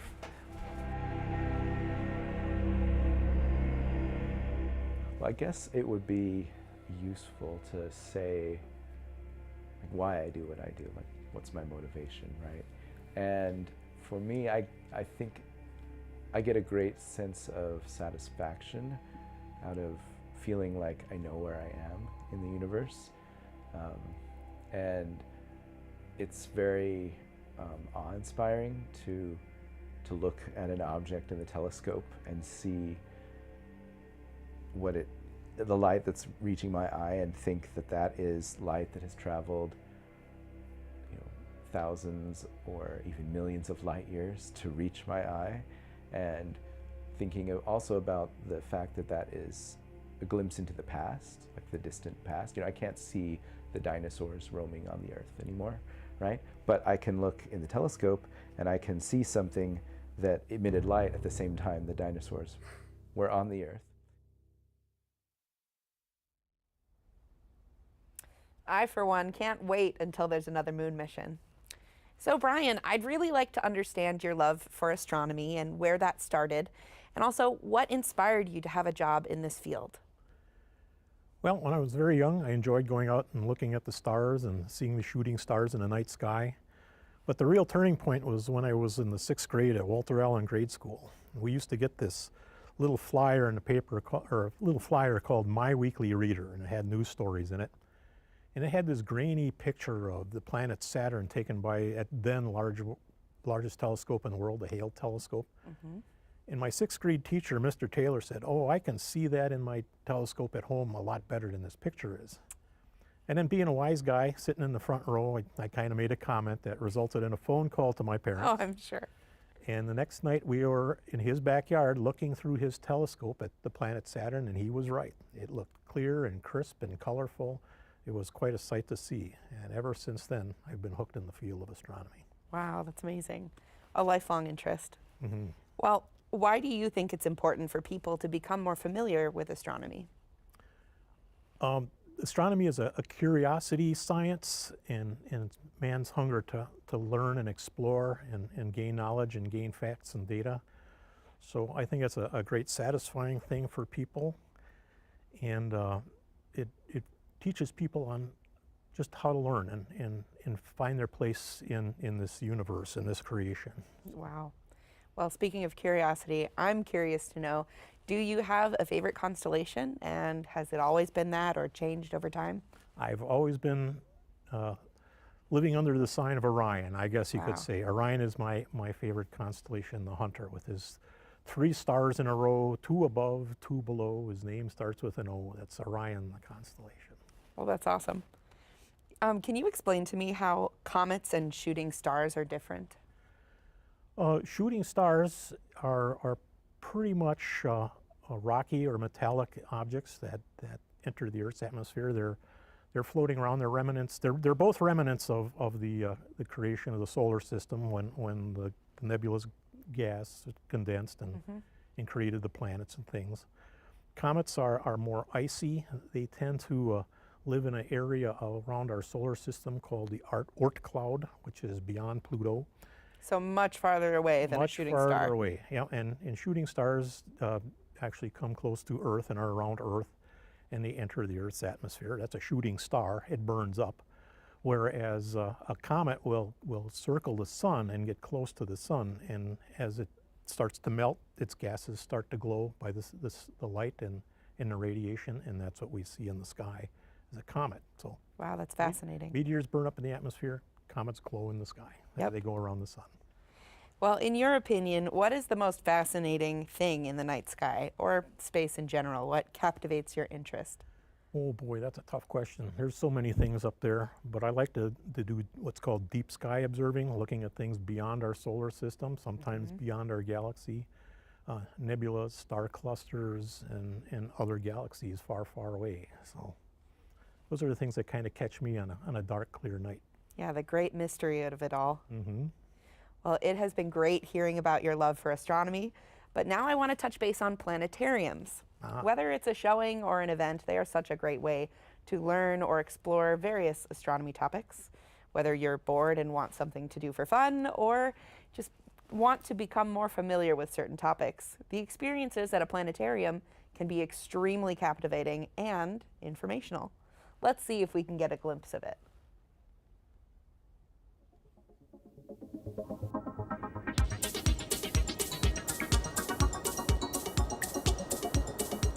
My name is Sarah Parker. I am a planetarium educator here at the Horwitz-Dreamer Planetarium, and my role is giving shows and outreach events to people in the Waukesha community, as well as developing some visuals for inside the planetarium dome. I think the planetarium is a really exciting place that is different from your average classroom. So kids get to come here on school field trips, and they get to see this awesome lobby and, you know, different ways to interact, you know, in a tactile and visual and auditory manner that they don't necessarily always get in a classroom. So when the kids get to come here, they get this different experience of being immersed with astronomy as opposed to when they are in the classroom setting.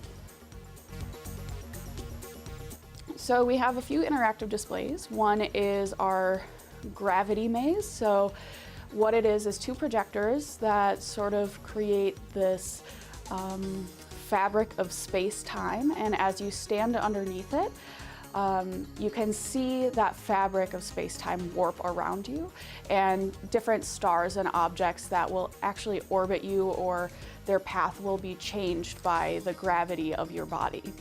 Another interactive display we have here is the Aurora Wall, and similarly you can stand up to the wall and take your hand and wave it around, and you can actually move the aurora within the display.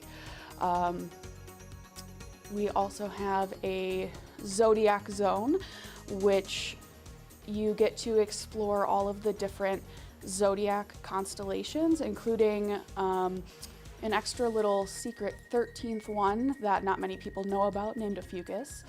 And you get to push the buttons and explore which zodiac sign is your own.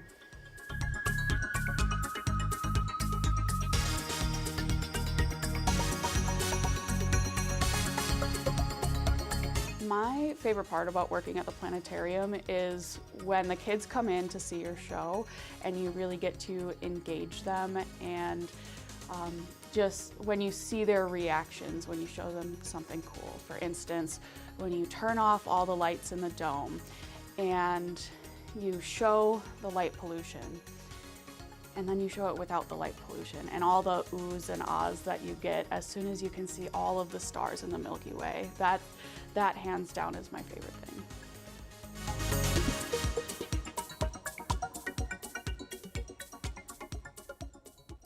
I love simply looking up at the night sky, but I really love the feel and vibe of a show and the amazing things they can show you. If you've never been to one, you should really consider it. Now, Brian, what would you say is your favorite part of working at the planetarium? My favorite part of working there is when I get a chance to do a star talk with an audience full of people under the dome. We like to take them through a nice mood-setting sunset to set the tone. You get the crickets chirping in the background and everything with some nice spacey music playing in the background. And then we start to take a walk through the sky and point out all the different stars and constellations. I try to teach it in such a way that once the session is done, when these people go out at night and look up in a night sky, they can remember or start talking and say, oh yes, I remember that constellation. I know that star. Oh look, there's a planet that he talked about in the sky. And that's what I try to create under my Star Talks. So they'll learn about our star and then also some of its neighbors. That is correct. Wonderful. Is there anything interesting happening right now at the planetarium that people should come see, or any recent improvements? Actually, we're getting pretty excited at the planetarium right now because the eclipse is coming in April. On April 8th, we're going to experience a total eclipse in a part of the country. In the Milwaukee area here itself, we're going to get about a 90% eclipse coverage of the sun by the moon. And so we're kind of focusing on that. But we do have a lot of programs going on every Saturday. People can come out. We have an early show at 11 o'clock geared mostly for a younger audience.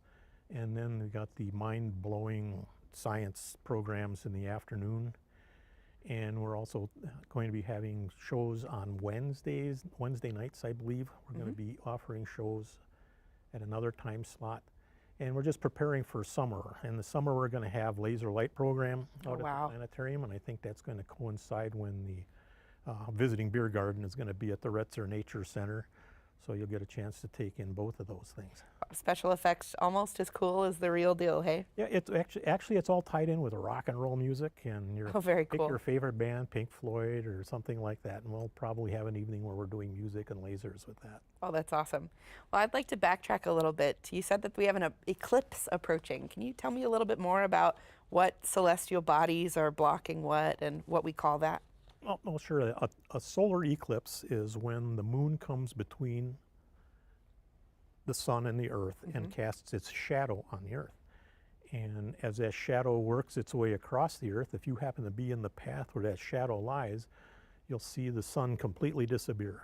The sky around you will look like just after sunset or just before dawn, but you'll see this big black hole in the sky where the sun used to be. And this is the only time you can ever really look up at the direction of the sun safely, is when it's under a total eclipse, because the sun is completely blocked out.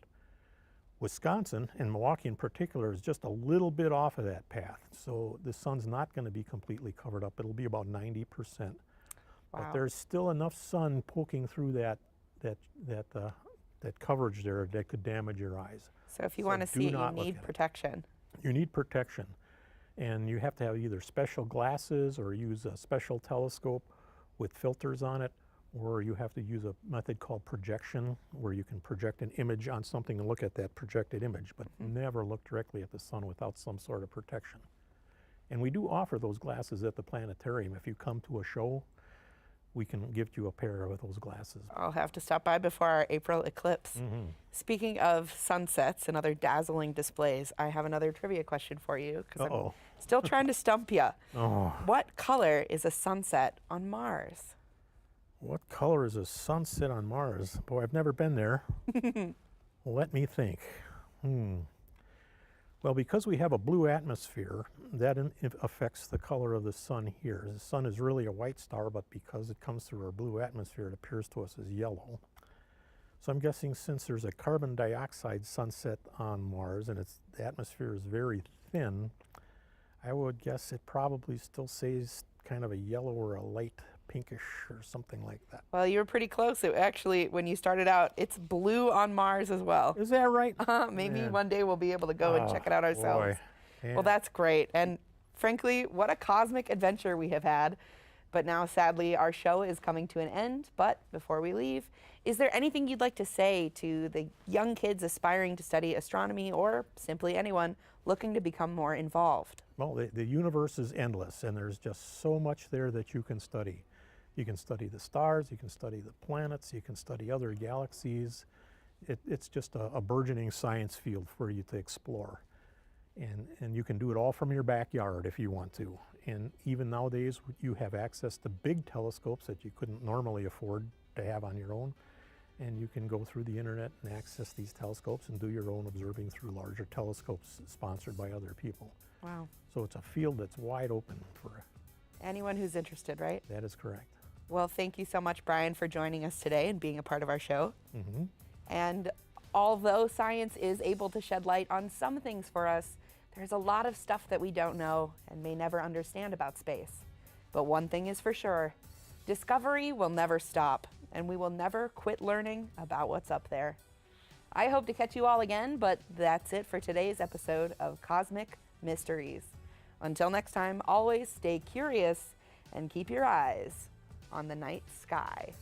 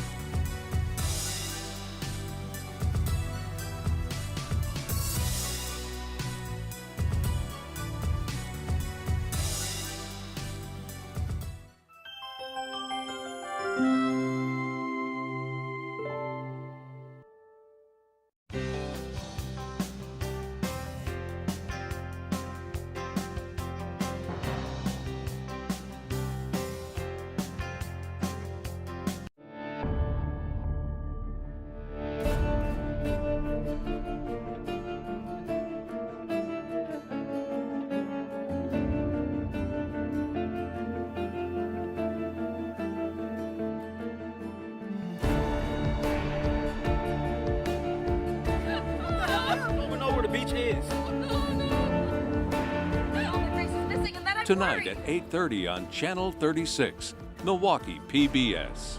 So yeah, I mean, tennis is, for the last probably 10 or 11 years of my life, has been everything to me. It's, you know, given me so many experiences, so many opportunities, and yeah, just really grateful for tennis overall.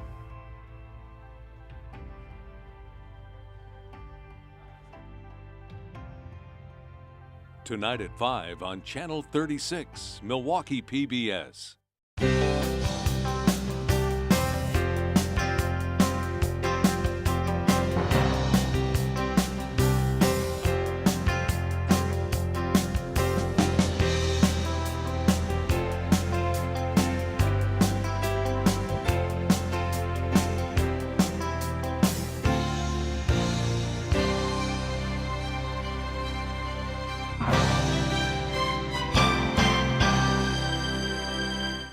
You're watching WMVT, Milwaukee PBS.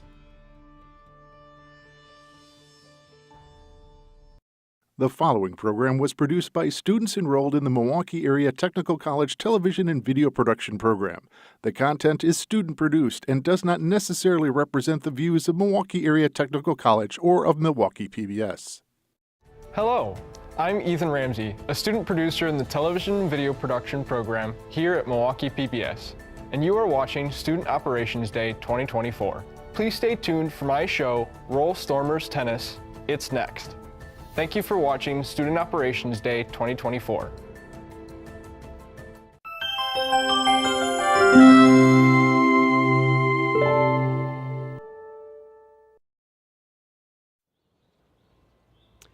Hello everybody and welcome to Roll Stormers, the show where we take a look at the sports programs here at MATC. Today, we're at the Paley Tennis Center to check out the tennis program. Let's get right into it.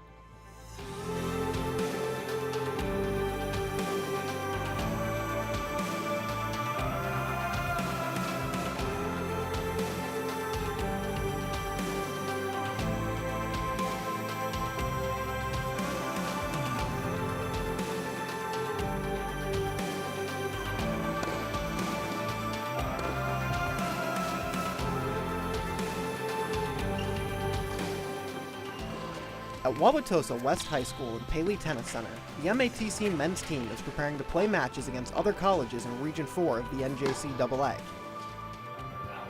Having already played 3 matches this season, the Stormers are practicing for their upcoming matches this spring. While busy at work, we got a chance to sit down with the players and coaches for the men's team, as well as the women's tennis player at MATC to talk about their experience in tennis. For about a year and a half, almost. Around a year and a couple months. About 4.5 years now. started in high school. For about 3 years now, just over 3 years. I remember when coach contacted me, he sent me an email on 2022 on September, I believe. And I was like, sure, because he's like, oh, I saw you apply for, you're showing interest in for the tennis team and stuff in your application for MATC. And that was on my second semester, and to be honest, when I read that email, I was like, I forgot I applied for tennis team. But I was like, sure, I can go for it. My high school offered it. Wanted to try something new. It was the only sport I got accepted in, so I started excelling in that. So I was scrolling the app on the MATC athletic page and seeing that they was having tryouts and just decided to show up. I just was asked by the head coach at my high school if I wanted to play. He knew I didn't really have a spring sport I wanted to do at my high school. And I knew him. He was a really nice guy. He was a teacher. He was a religion teacher at my school, and he saw me playing volleyball, told me I should go out for the tennis team, and so I did. I've been playing tennis since I was about 10 or 11 years old, and I've been coaching for about 20 years. As far as playing, I guess you could say I started kind of late. I started around 12 or 13 years old. I've been coaching tennis for now for 3 years, both at MATC and then also at a private club. So yeah, I mean, I guess you could say a bit of a late bloomer in that sense, but I've always been athletic. I've always been, playing multiple sports. So the transition into a new sport of tennis wasn't too bad. How did I get my start in coaching tennis? So I started, I was kind of teaching tennis on the side, and then one of the high schools, Wauwatosa West, needed an assistant for part of it, so I volunteered as a volunteer assistant for 1 year, and then they hired me the next year to be an assistant coach at Tosa West. I knew Mark McCard. He's the head tennis coach at MATC. I knew him from past experiences, and when I heard that there was a opening for an assistant, I texted him, I called him, got in contact with him, and he was glad to kind of get me on the team. Shortly after that, I started privately coaching tennis. The previous coach at MATC had been a doubles partner of mine in an adult league, and when he was retiring, he contacted me and said, told me he was retiring and he thought that I should apply for the job.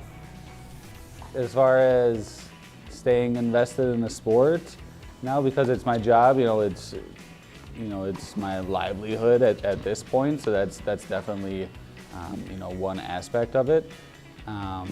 But at the same time, I love what I do every day. I don't take many days off. I love being at the club or traveling with the team. So on top of just the financial gain, I also love what I do. So it's fun.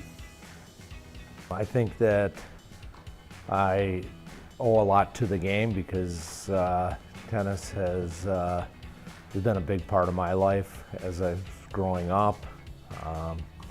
One of the reasons I got into tennis was because between the ages of 5 and 10 I had 5 concussions, and the doctors wouldn't let me play football or basketball or anything because they didn't want me to end up getting another one.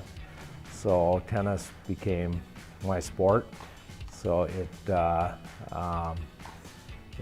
think without tennis, I'm not sure what I'd have done.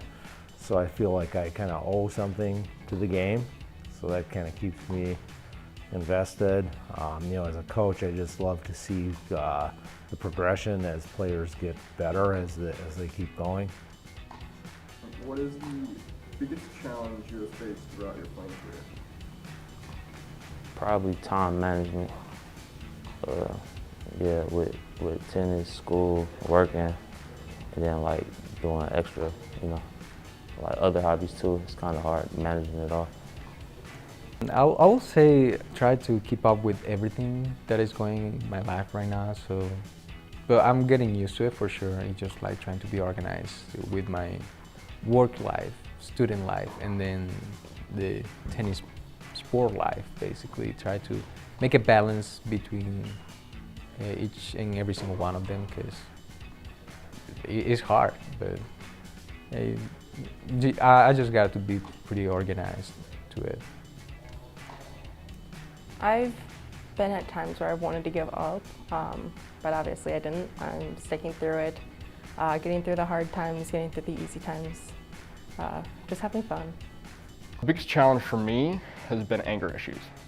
I have always had anger issues in any sport I've played, whether it's something I'm doing wrong, whether I think it's something an official is doing wrong or whatever. Everything would get under my skin and just build up, and I just let it all out. And that's just been a huge challenge because my opponents just see that as a weakness and they attack it, and I play worse when that happens, and I can't play a good match when I am angry. So that's definitely my biggest challenge.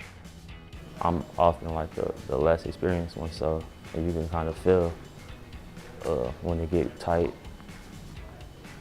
them knowing like things that I don't. Yeah, it's kind of hard. It's a lot. Some days you're very in the game, you're very in the mood, you're very into it, and some days you just like off. Some days you don't feel like playing, or I don't know. It's just kind of weird. But focus is everything when it comes to game. Like, I'm still learning that part of my life, because there's been matches where I just go and I don't feel like playing, and at the end I get to lose, of course, because of that. But sometimes when I'm really into the mood of like being focused in the game, I get to give my best.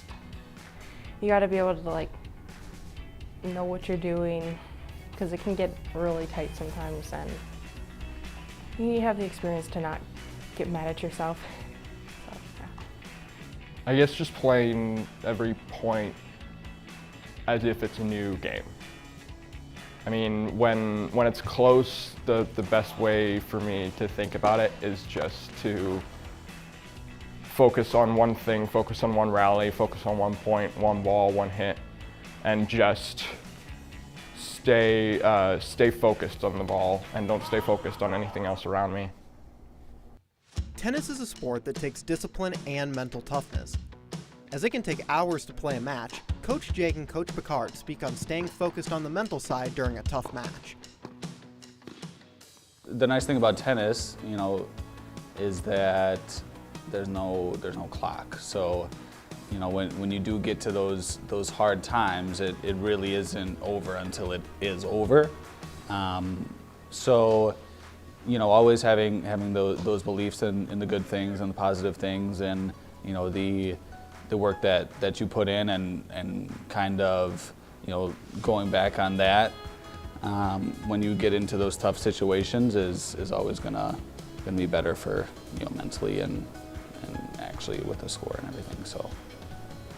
Because tennis, just like life, is like a roller coaster. You're going to have ups and you're going to have downs, and you know, hopefully there's more ups than downs. So I always know when things get tough that it's eventually going to get better if you just keep pushing. But if I see a player is struggling mentally with what's going on, I try and take them off to the side and talk to them about, you know, what's going on, what they can do.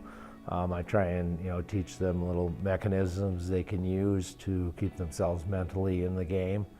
You know, there's different ways that you can kind of, you know, not really deflect, but you can, you know, mentally clear your head so that you can move on. You know, the mistake you make, you can't get back, so you need to be able to move past that and not compound it by having that mistake turn into 2-3 points because you're upset about something that happened 3 points ago. For my players, you know, if they're having a tough match or they're in a tough situation, it's very difficult to convey exactly what I want them to do, just because, you know, I don't know exactly what they're feeling or what they're, you know, what's going through their mind.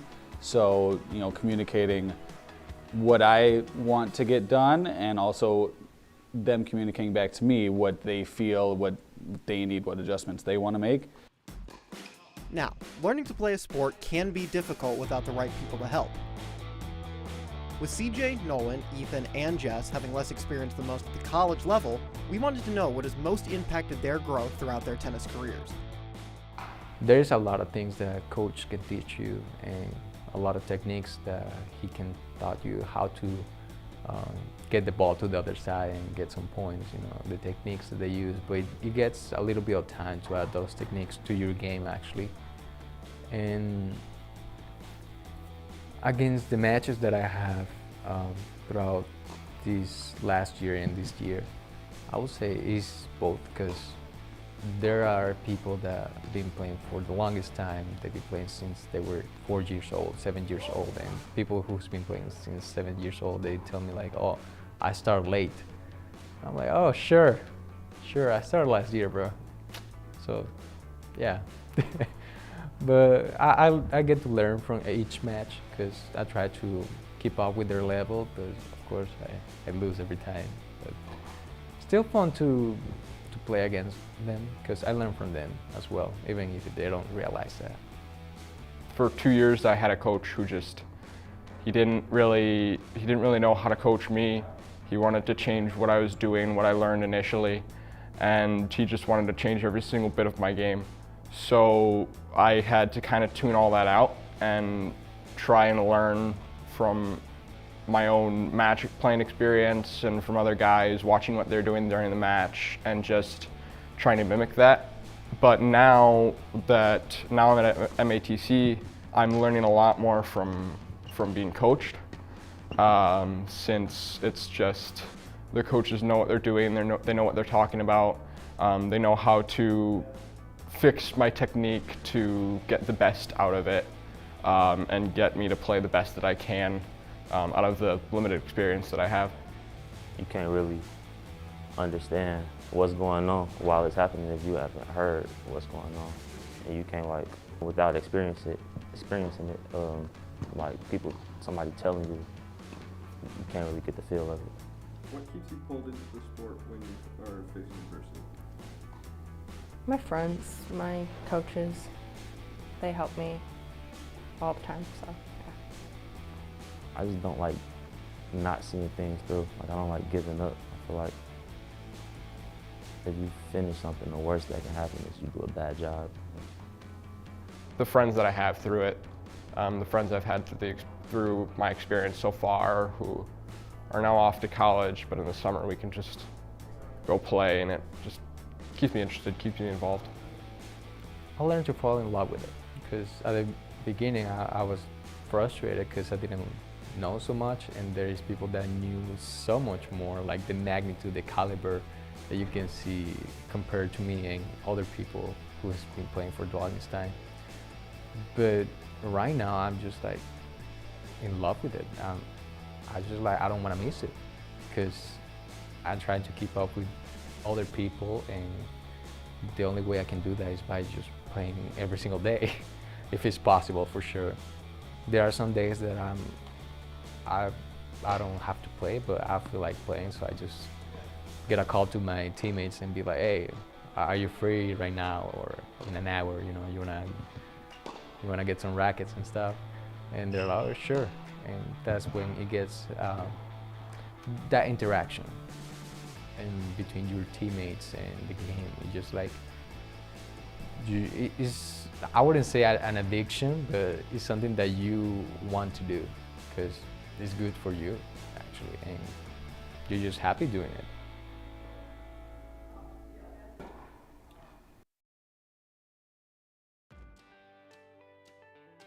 Now that you know how the players and coaches at MATC got into tennis, it seems like a good time to explain the rules and fundamentals of the sport. We talked on the court with Coach Picard so he can demonstrate the principles and explain the rules of the game. Tennis is a pretty simple game. It's just a matter of hitting the ball over the net and into the court. One mistake I see a lot of beginners make is that they tend to slap or hit at the ball, where in fact you want to hit through the ball. So my assistant coach, Jake, is going to demonstrate some forehand and backhand ground stroke. You see how he came through the ball instead of hitting at the ball. All right, now he's going to show you the backhand. It's going to be a two-hand. And again, going straight through the ball with his arms extending out towards where he wants the ball to go. Tennis is also a very unique sport in that tennis is one of the few sports where the player is also the official. So there's no umpire or referee to make line calls on the court. The players themselves make the line calls, and this goes all the way up to the top levels of college. It isn't until you get to the professional level that they have people to make line calls for you. The inventors of tennis assumed that everybody that was going to play this game was going to be an honest person, so you have to be honest about the line calls, and it tends to even itself out, because if you start making bad line calls, your opponent's going to start making bad line calls, and then it escalates from there. But it is a unique sport in that you're both the player and the official at the same time.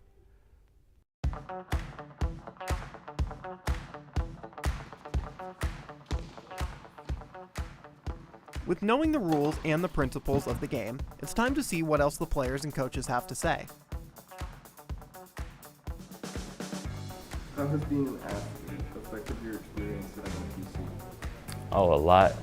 I feel like before athletics, it's like you're not really a part of the school. Kind of feel like a job where you're just like showing up and then driving back home and doing whatever you gotta do. But with athletics, it's like something. It's like you start to feel like a part of the school. Yeah.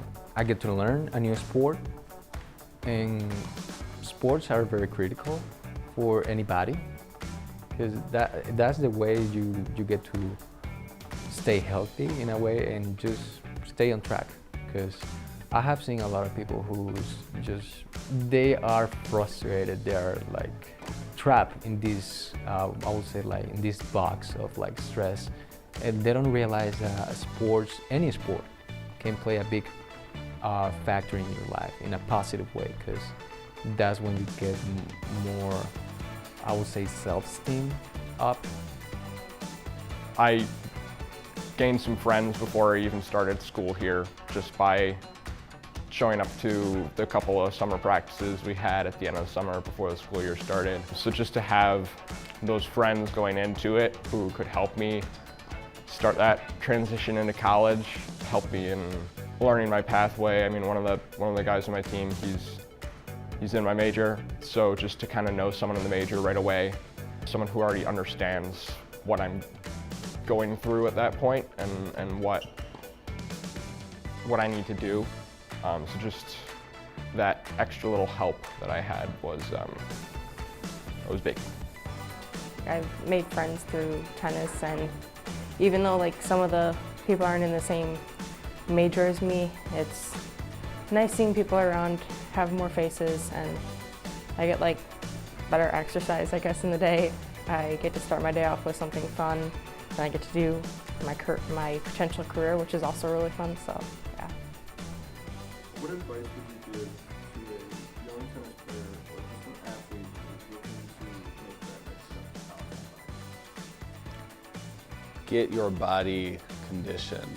Maybe you're in high school, whether it's tennis or any other sport. If you're looking to go to that next level, you need your body conditioned, first of all, just based on the fact that if you can do your sport longer than the other person, especially in tennis, you have a pretty good shot of being successful. Not to say, there isn't work that needs to be done, again, technically and tactically, but making sure that you're getting your sleep, you're eating correctly, you're hydrating, you're making sure, you're stretching. That's something that I found out a little bit later, where I was like, ooh, yeah, I should have more ice baths, more, cold showers, stuff like that. Make sure you're working on your body, and that's, that I'm sure that'll be a good idea for any athlete that wants to go from high school to a college level. A lot of players have a misconception that you have to be like, one of the best in the state to play college tennis. If you've played any, varsity level or even some high JV level in high school, there's a college team that you would fit on. So, just keep going and understand that there is a place for you. Even if it's not your field, like if you're in high school and you've been playing tennis or playing soccer, don't be afraid to try another sport. Because if you want to keep going to the same sport, go for it. That's cool. And if you want to go for another sport, go for it. Like even if you're not good at it, you learn about it and you get better at it. And college and high school is the opportunity for everybody to start learning that new experience, experimenting a new world of sports. Like there's people who doesn't know how to play basketball and they just want to try, and at the end they just fall in love with the sport. So I'll say try it. I'd say go for it. It's a lot of fun. It will take a little bit of time to get everything balanced, but it's a lot of fun. You'll end up probably making something of your life, having more friends than you thought you would in college. So yeah, it is not like high school, but you'll have fun. Don't give up. It's like a hard adjustment at first, but everybody kind of go through that same thing. So if you see it through, like I said, the worst that can happen is, not that bad. Yeah. If you're going to go and play athletics in college, you have to approach a coach, an athletic director, someone from a college, and just kind of get your foot in the door. And it's not something I did, but I know it's something a lot of my friends have done, is just reach out, make sure they know you're there, give them your skills, have them come out, see you play, and just be ready to be outgoing, be ready to go and get that college experience yourself. This team means so much to me because it gives me the feeling of being a part of something bigger than myself. This team means a lot to me because I love spending quality time with my players, seeing them progress on the court, and having fun times off the court as well.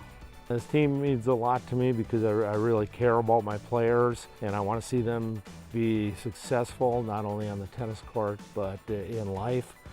And I really enjoy seeing players progress as they gain skills and confidence, both on the court and off the court.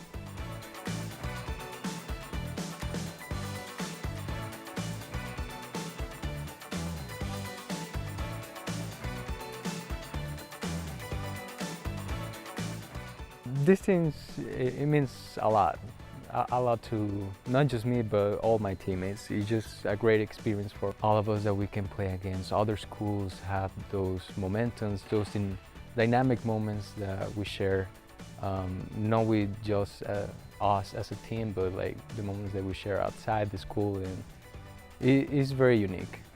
This team means a lot to me because of the friendships I've gained through it and the people that are coaching me and playing with me and helping me along the way.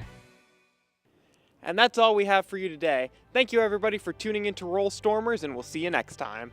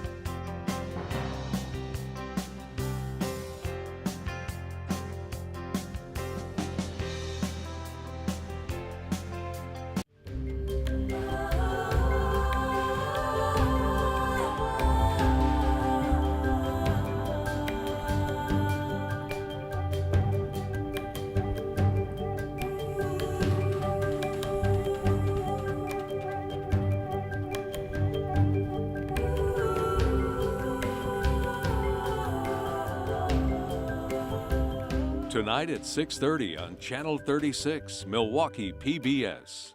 Hey everyone, I'm student producer Nolwin Guilarte, and here we are in the Forest Home Cemetery, and this is another hidden GMKE.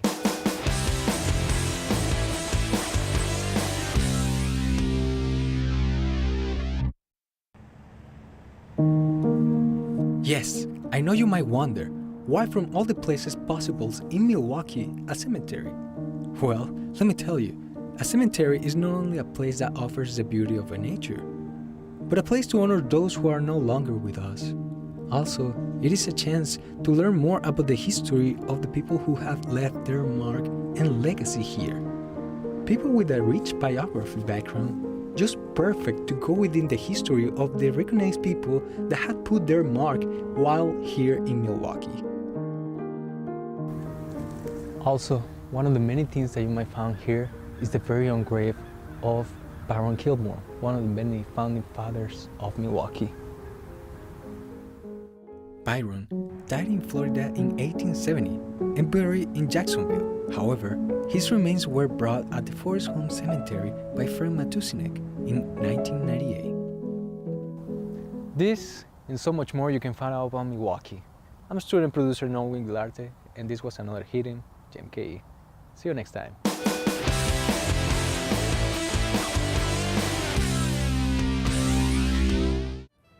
Yo, what's good? It's your boy Dose at Dance for Dose. Make sure you tune in to Former Creations on Channel 36 on May 4th. Tonight at 7:30 on Channel 36, Milwaukee PBS. You're watching WMVT, Milwaukee PBS.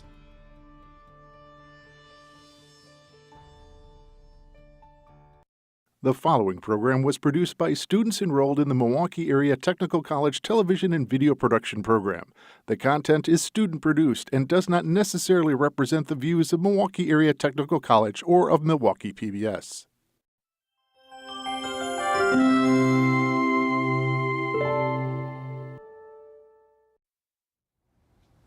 The first sign of fashion design can be cited from the Egyptian and Roman Empire. Upper and lower class clothing items were made different, but even then, over time, that hasn't changed. But the way we dress and consume fashion sure has changed.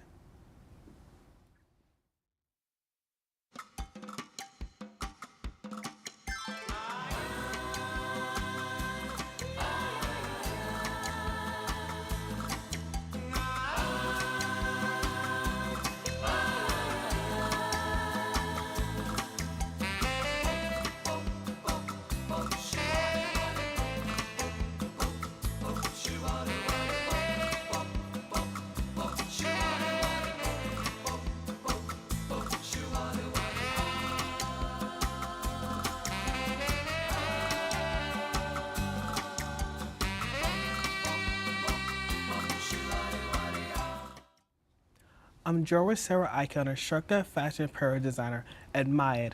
Your fabric artist is sustaining life, living advocate. Can you explain a little bit about that for me? Hi, Carlos. Yes, I'm an associate professor of the fashion and apparel design program at MATC. I'm also a knitter, weaver, natural dyer, and fashion designer. And I prefer to use natural fibers and materials within my work, and also to try and be as zero waste as possible. Celebrities, media, economic status, and different cultures all have a say in how trends are created. Women's fashion here in America has evolved over time. Let's take a look at the trends started from the roaring 20s.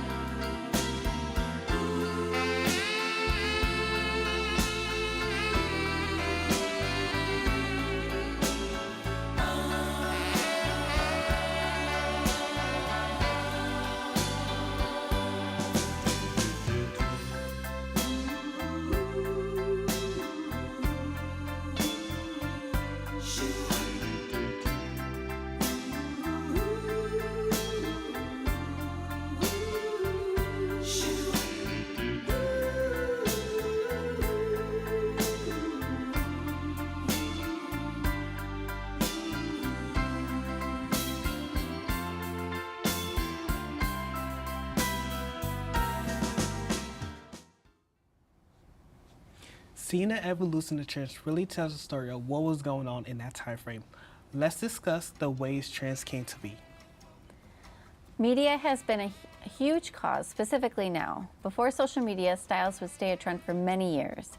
Trends have died faster than ever before because social media moves on from topics fast. These apps have created so many microtrends, which has led to the creation of subgenres of style. Social media isn't the only media outlet people use for style inspiration, though. People have gained inspiration from movies and TV shows for many years, as well as many people watch a show or movie and be in awe of a particular character so much that they want to be just like them. The way the character presents themselves is a key part of their personality. That's why people get inspiration from celebrities. Brands know celebrities have a big hold on how people consume in today's age. So with that knowledge, they send PR packages to promote their clothing pieces. Even if the fans aren't buying the expensive pieces, they try and look for cheap knockoffs. In the past, people would look through magazines and see what celebrities were wearing, try to mimic the silhouette of the outfits with items they came across because they wouldn't be able to afford a $100 top, but they would look at what they were wearing on Instagram and find dupes of it at fast fashion stores. The economic status is a huge part of how people dress. When people have a high amount of money, they tend to spend money on luxury items, and with low incomes, they tend to buy from cheaper options such as thrift stores. Different cultures also create trends within the communities because different values, interests, and they have clothing pieces can show that. Let's take a look at how fashion designers in Milwaukee view and consume trends.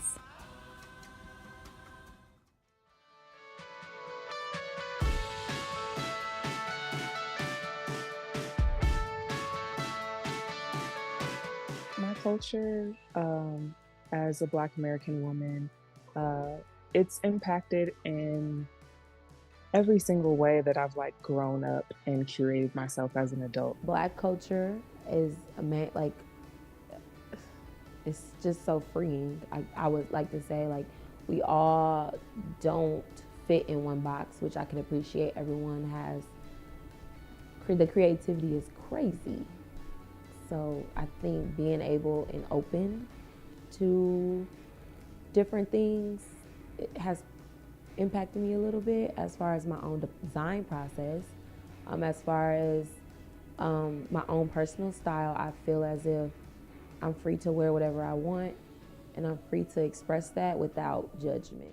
My childhood was pretty much spent in the Black churches, so accessorizing is huge, I have vivid memories of grandmothers with their grandiose hats in the church and their hats that match their blazer, that matches their shell, that matches their pencil skirt, that matches their shoes. So grandiose moments, creating moments with your looks, I feel like is very embedded within the Black culture. Based on where I live in the Midwest, it's very much influenced by the weather and staying warm and quilts and knits and things like that. So I think growing up, that played a heavy influence on the clothes I wore. So now I like to design stuff that's comfortable and warm. Let me think. Fashion trends in my culture. The thing that I love the most is not needing a moment to create a moment. A lot of times there's this thought process that you need to be going somewhere in order to put what you want to wear on, and I feel like the Black culture pushes back against that narrative every time. I love that the baggy era is back. The skinny jean thing was kind of a little uncomfortable. So I love the baggy era. It's the baggy tops and the baggy bottoms. I like that. It's just coming back. I hope it stays a little while. And the bell bottom cuts and stuff like that. I'm really enjoying the baggy look right now. Streetwear, that's the trends I would say are oversized jeans right now. I would say oversized baggy jeans is bringing it from the 90s, since I really do like the 90s a lot.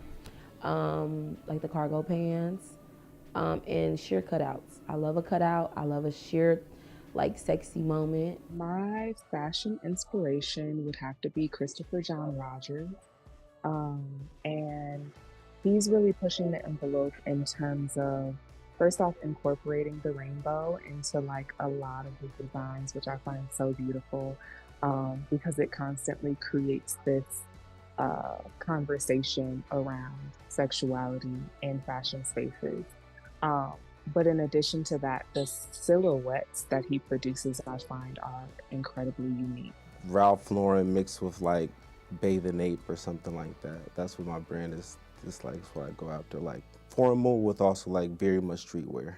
King B being one, Ken White being another one.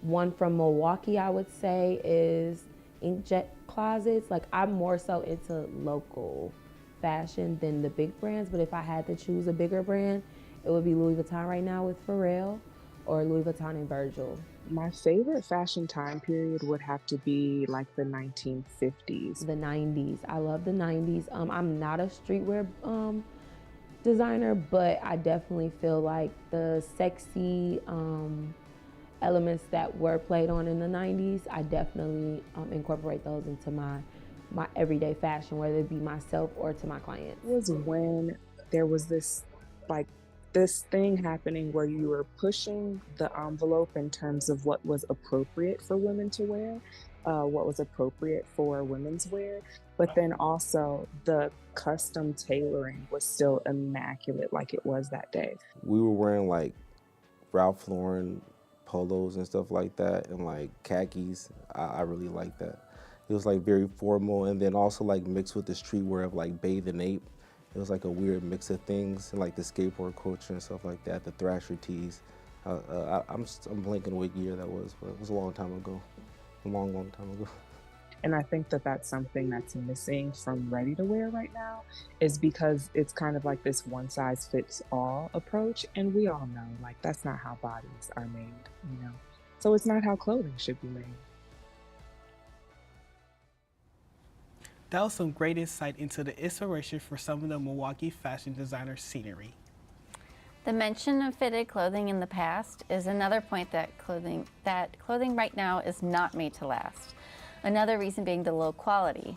Fast fashion items have a limited lifetime.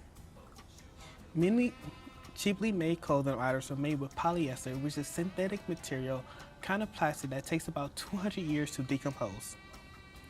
It's damaging to the world during its whole lifetime, including the creation. It's one of the main causes of the climate crisis. It's responsible for about 10% of global carbon dioxide emissions. Waste happens during all phases of production, including harming wildlife, damaging land, polluting soil, and water. We'll continue this conversation later. Now let's take another look at the local Milwaukee fashion designers. They'll talk about their creative process and what they want to accomplish within the fashion industry.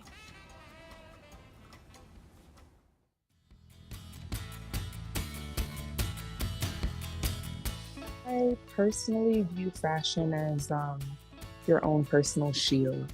So I feel like it is a way to create your own safe space and a way to articulate who you are to people around you based on how you put yourself together. I always say it's ever changing. It's like an evolving, like a revolving door. It's always moving, always going, and many different people are always jumping in and out.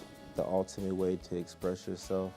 I also come from the music side of things where you can express yourself there, but fashion is like a little more broad, like anyone can express yourself. Like even if you don't talk to anybody and just like get on the bus and go to the store, people could peep, you know, what kind of outfit you have on and maybe be inspired by that. You can like be inspired by that. It's always good to like, you know, someone to tell you have a nice outfit on, so stuff like that. I plan on really pushing against the idea of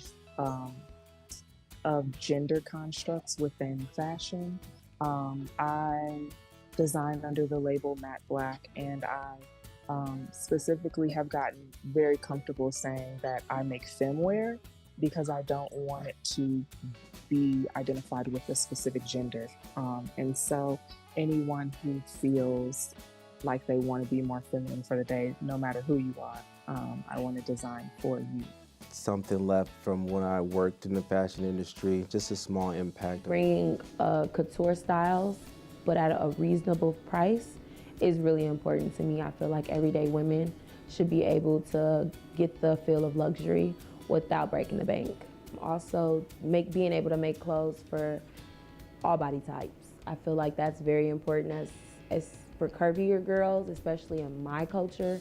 It's really hard to find those nice things that don't always make you look matronly, but can make you feel sexy regardless of your size. Having sustainable practices, in addition to making Black faces a lot more prominent within high fashion spaces. My creativity process is pretty random. I'll go to Goodwill or Joann's to get some fabric. Sometimes I'll have an idea of what I want to do. A lot of times I don't. It's very random. It's very random. I'll make tops, make bottoms, and put them all in the collection and see what I got. I've been inspired by nature. I've been inspired by culture. I've been inspired by movement. You know, there are some looks that are static and on a hanger and they give you nothing, but as soon as they're on a body in movement, they're the most gorgeous thing you've ever seen. So I've thought about, I have been inspired by so many different things. My fashion journey began, the Hades journey began not too long ago with my girlfriend teaching me at the time how to crochet and how to sew. But I was always into fashion a lot. I guess I didn't know where to put it. I used to make t-shirts and hats and stuff like that as a musician for touring and stuff like that. But the brand just started, it just was inspired by just laying around and bored, and my girlfriend was crocheting and making money with masks, so I was like, I want to make money too. I woke up one day and told my mom that I wanted to be a fashion designer, and 3 weeks later, she had me set up with a mentor and a sewing machine. I was a sophomore in high school. How I got into gowns would be my senior year. I was creating gowns for all of my friends. Fashion used to take its time a little more. It seemed like the 90s fashion lasted all the way into the 90s, and then in 2000 it just got really baggy. But now it's switching every 3 to 5 years, drastically, the style. Today, there's a little bit more freedom. A little bit more freedom in what you wear and who wears what. You will see men in skirts, you will see women in suits, which I can appreciate. But I will say there's not as much originality now than there was back in the day, maybe the 90s, where everyone's personal style was way different. You couldn't put compare two people to the next as far as their style is concerned. Whereas now, with social media, a lot of things are just being recreated. Different outfits are being recreated. Everything is being copied. A past fashion trend. I think all of the trends are coming back. Corsets is a real big one right now that I love, I'm in love with. I don't think that there's anything that hasn't been seen in the last 10 years that we haven't seen before. Honestly, I'm ready for the polo collars and the khakis somehow. Not the skinny jeans, but I don't see a lot of collared shirts and collared short sleeve shirts. The thing that's coming to mind right now are gauchos.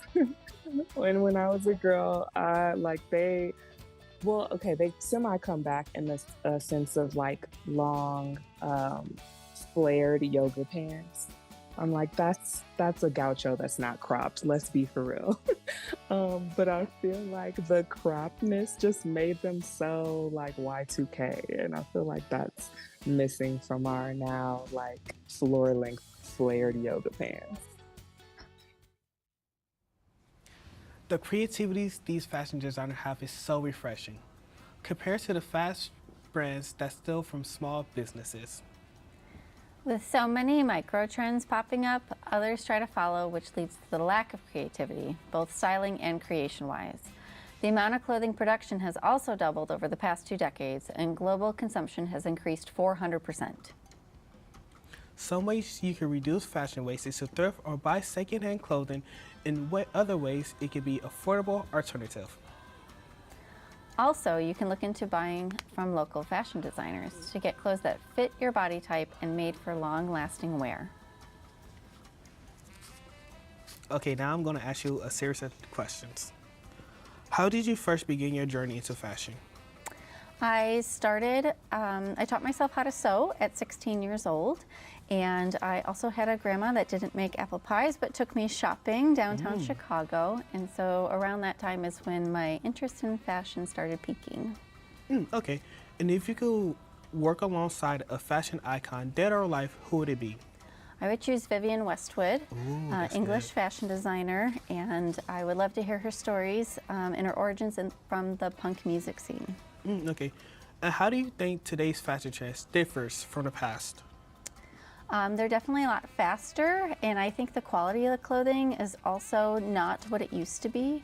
And just us as consumers, we aren't as responsible with the clothing that we do purchase. Okay, and then out of all the material that you ever made, what was like your favorite piece that you ever created?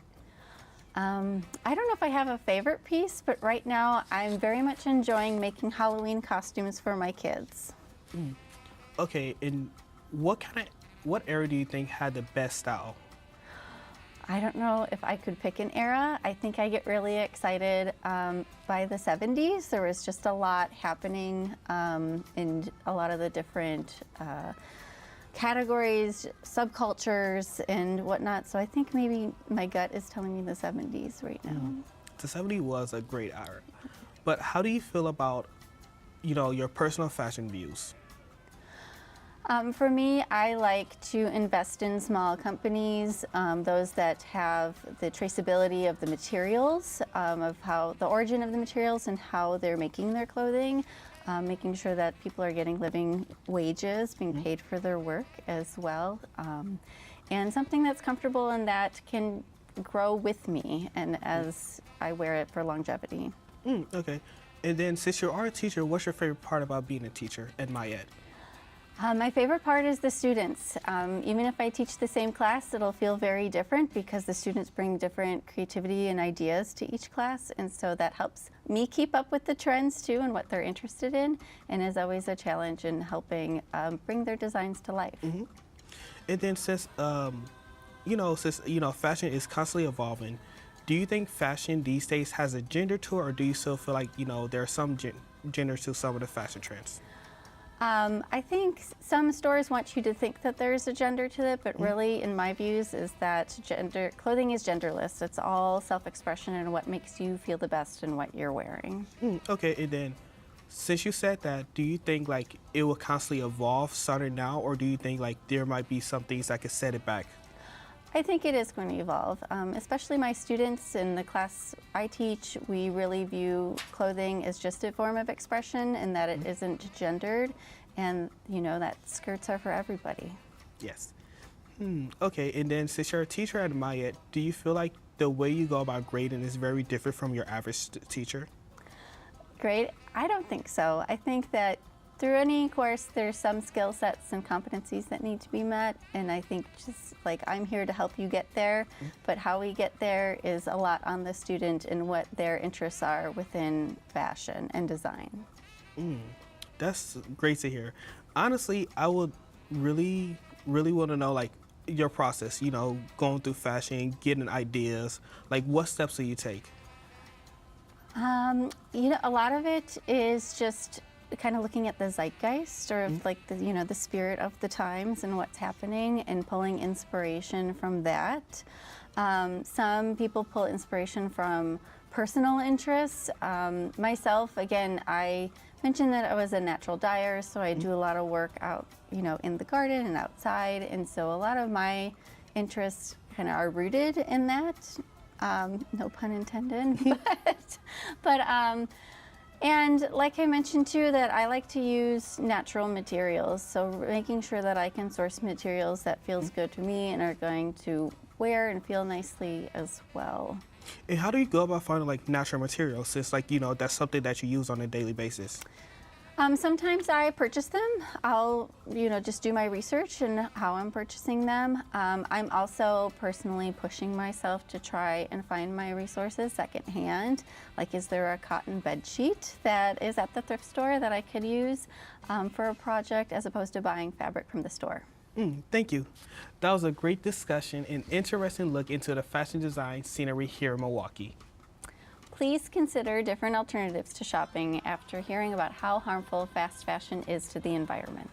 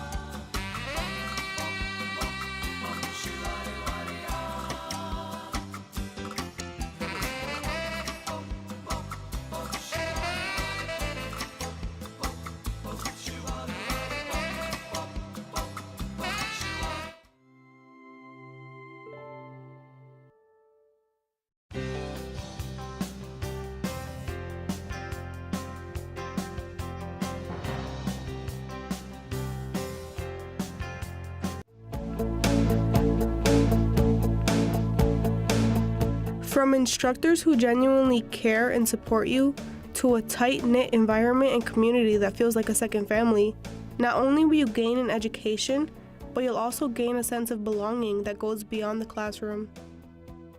VC is just a positive energy that is just never judgmental.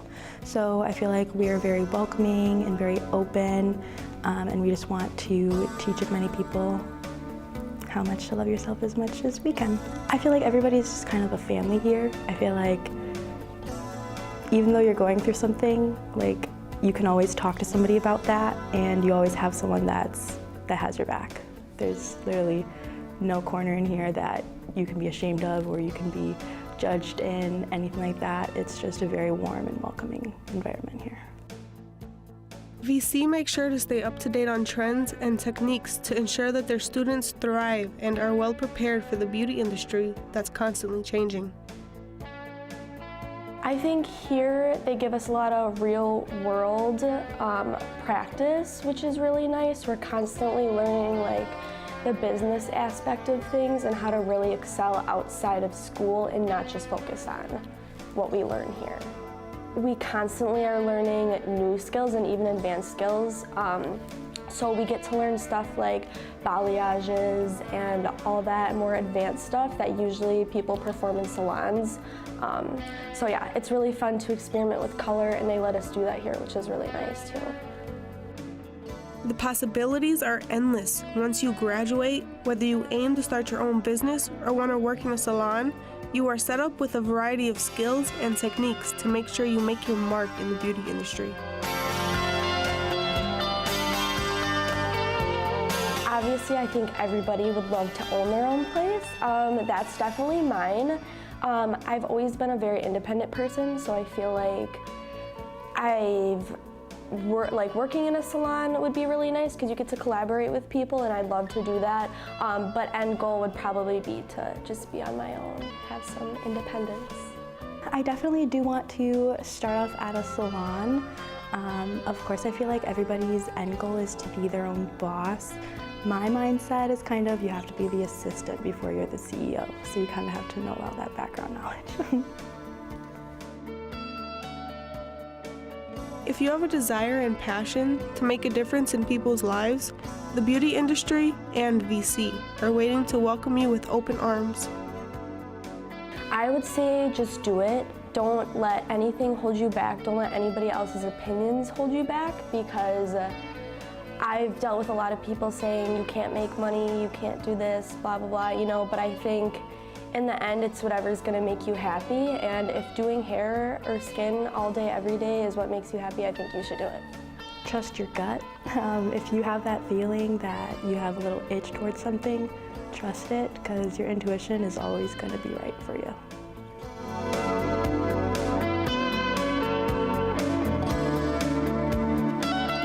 offers a 10% off discount to any service for college students. All you have to do is provide a valid college ID at the time of your service. Of course, these services are performed under the supervision of licensed professionals.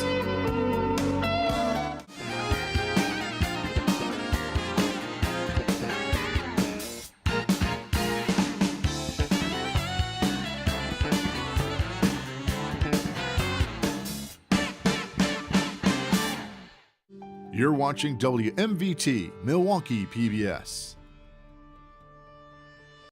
The following program was produced by students enrolled in the Milwaukee Area Technical College Television and Video Production Program. The content is student-produced and does not necessarily represent the views of Milwaukee Area Technical College or of Milwaukee PBS. Hi, I'm student producer Sade Moore-Beamon, and you are watching Student Operations 2024 on Milwaukee PBS.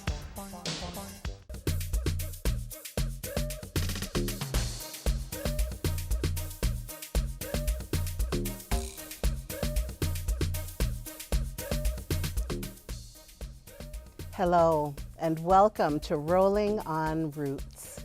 My name is Shahana McKinney-Baldwin. I am a born and raised Wisconsin educator, advocate, and natural sister. This means that I'm an African-American woman who does not use chemicals on my hair. I'm your host for today's student workshop show covering texturism, also referred to as hair-based discrimination against textured hair and protective styles. This is a type of discrimination that disproportionately affects Black women. We're here with some incredible guests to talk a little bit about our experiences, as well as the Crown Act proposed here in Wisconsin by one of our guests today, Representative Dr. Lakeisha Myers. We also have Congresswoman Gwen Moore joining us in the studio. Thank you both so much for being here today. Thank you for having us. Representative Myers, could you tell us in one sentence, what is the Crown Act? The Crown Act is legislation that means creating a respectful and open world for natural hair. It is allowing us to be ourselves, wearing our hair as it grows from our scalps. That's as it. simple as that. Yes, ma'am. And Congresswoman, you've talked a little bit about the need for the Crown Act. In a sentence, could you talk a bit about the complaints that you would get back in the day from Black women in the United States military who faced discrimination because of their hair? In fact, the United States military changed their policy because it just, on a practical basis, while it's wonderful to be able to do anything you want with your hair, on a practical basis, I visited Baghdad, which on any given day in the summertime, it's 104, 110 degrees.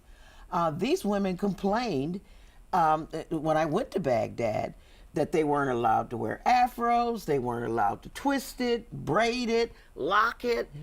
They couldn't put it in the protective hairstyles. And I'm sure that their only option was to either get up and try to figure out how to straighten it every day for it to last 10 minutes in the hot sun, and they or to shave it off. And they faced actual policies that prohibited them from wearing their natural hair, as you said, Representative, as it grows from our scalps. We're going to talk more about protective styles later in the show.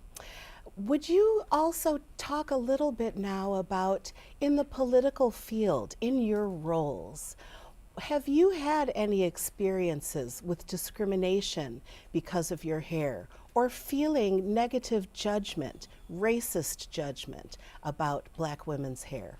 Representative Myers. Indirectly, yes. I think there is a standard that exists for most industries. You know, I'm sure Representative Moore can talk about this as well. When you look at television news, when you look at individuals who work in front-facing industries, there is always what is neat, what is the company standard, what is our grooming policy. And these sort of race-neutral policies often disregard African-American or Afro-Latina hair. Which is not race neutral at all. Absolutely, not at all, no. And Congresswoman Moore, can you talk a little bit about your own journey as an elected official with your hair? Well, you know, this was so apropos because I talked earlier about just the practical need to be able to wear your hair, as you said, as it grows out of your head. When I was campaigning in 2004, I had a plethora of photos of myself with my straight hairdo. I had some length to it. I'd go every 2 weeks to get it done, had it broken down with chemicals. And so when I was campaigning 20 hours a day, it was just almost impossible for it to be well groomed, for me to have the time to take out to do it. And my sister Brenda, my political director, would not allow me to go natural because she didn't want to change my hairdo in the middle of a campaign, or all of my literature had me with these straight hairdos.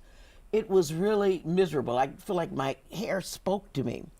And as soon as I took office in 2005, 2006, I happened to be watching Don Imus. Don Imus, the infamous DJ who made a racist comment about our championship basketball players.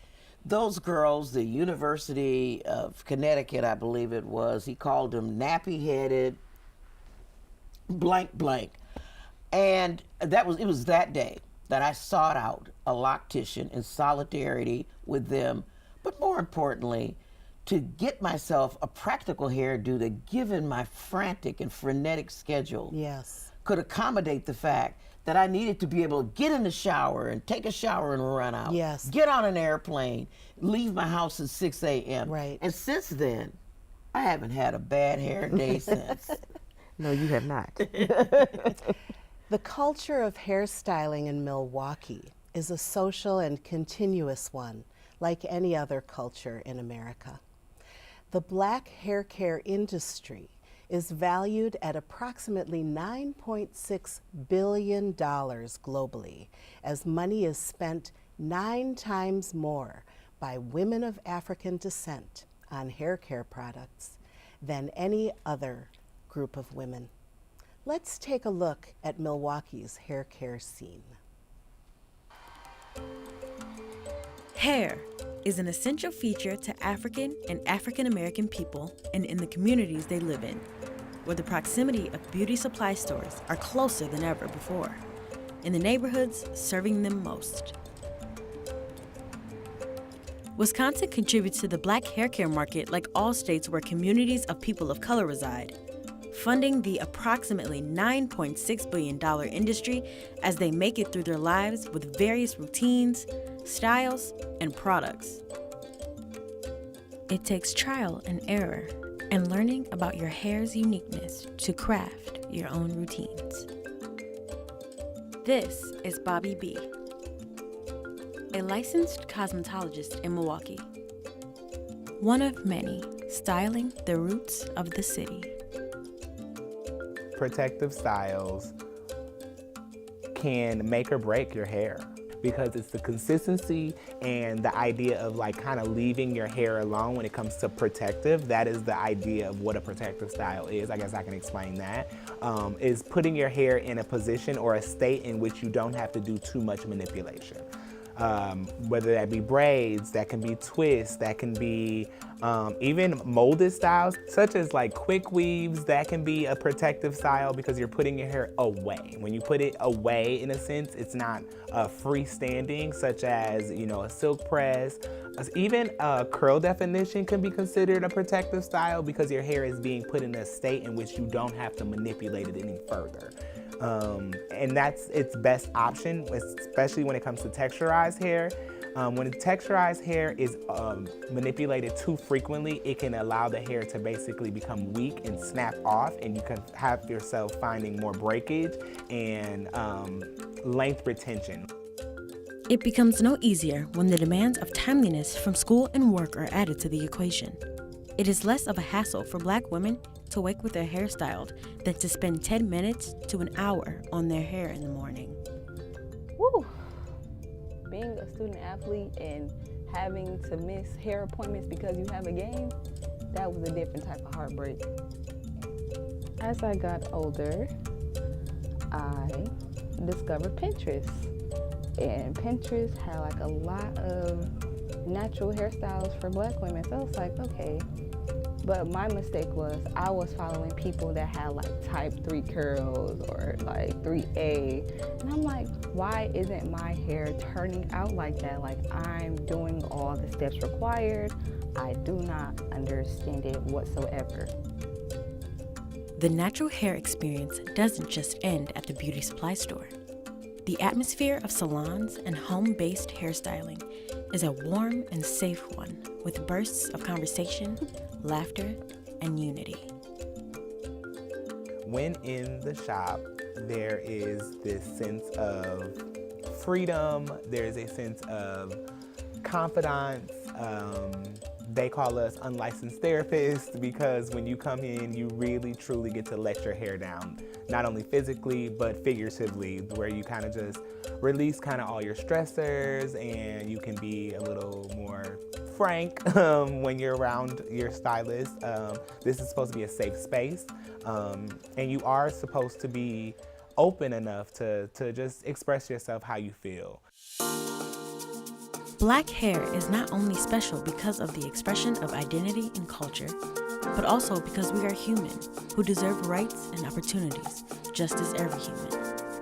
There are historic connections attached to our own roots, and the Crown Act protects the roots of our present and future of natural hair and protective styling.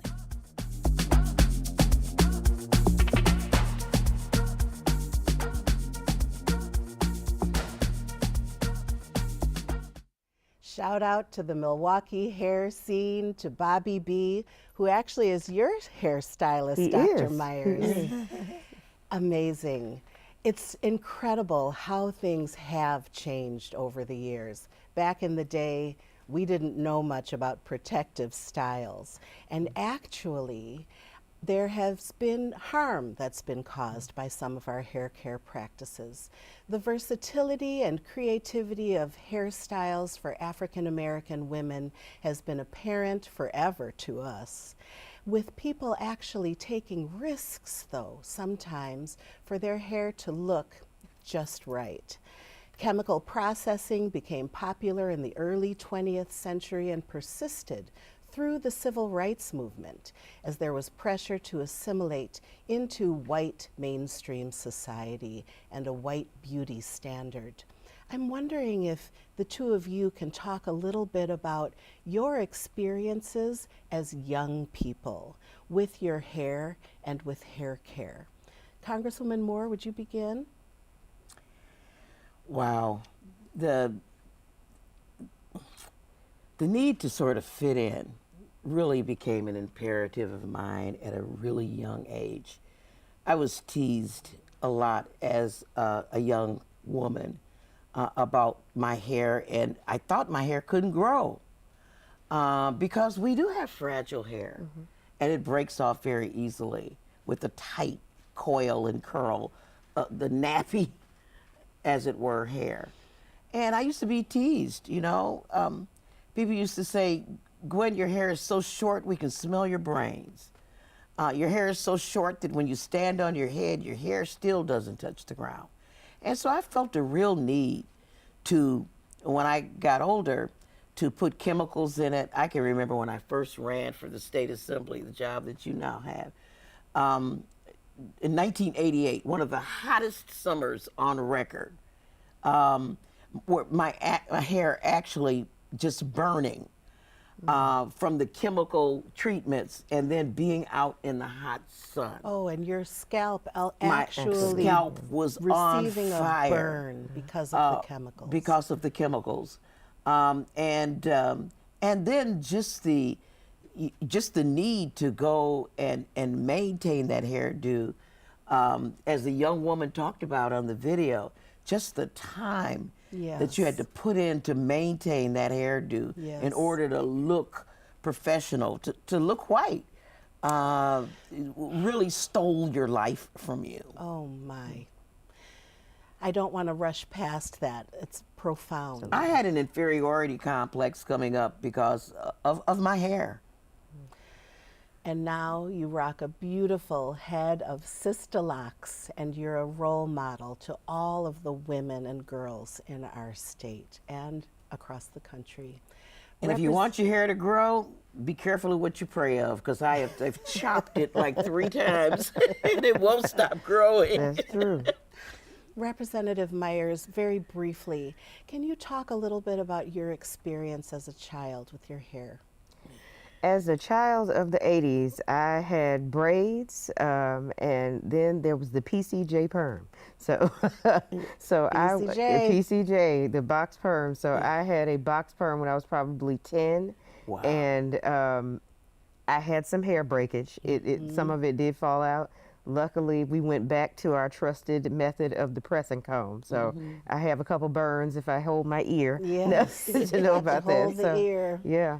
So. And I'm back natural now, so just, you know, I have a standing appointment with Bobby every 2 weeks.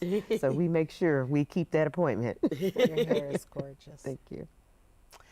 I myself had long dreadlocks for years. Okay. And then now I wear this kind of, I call it a fake wet set.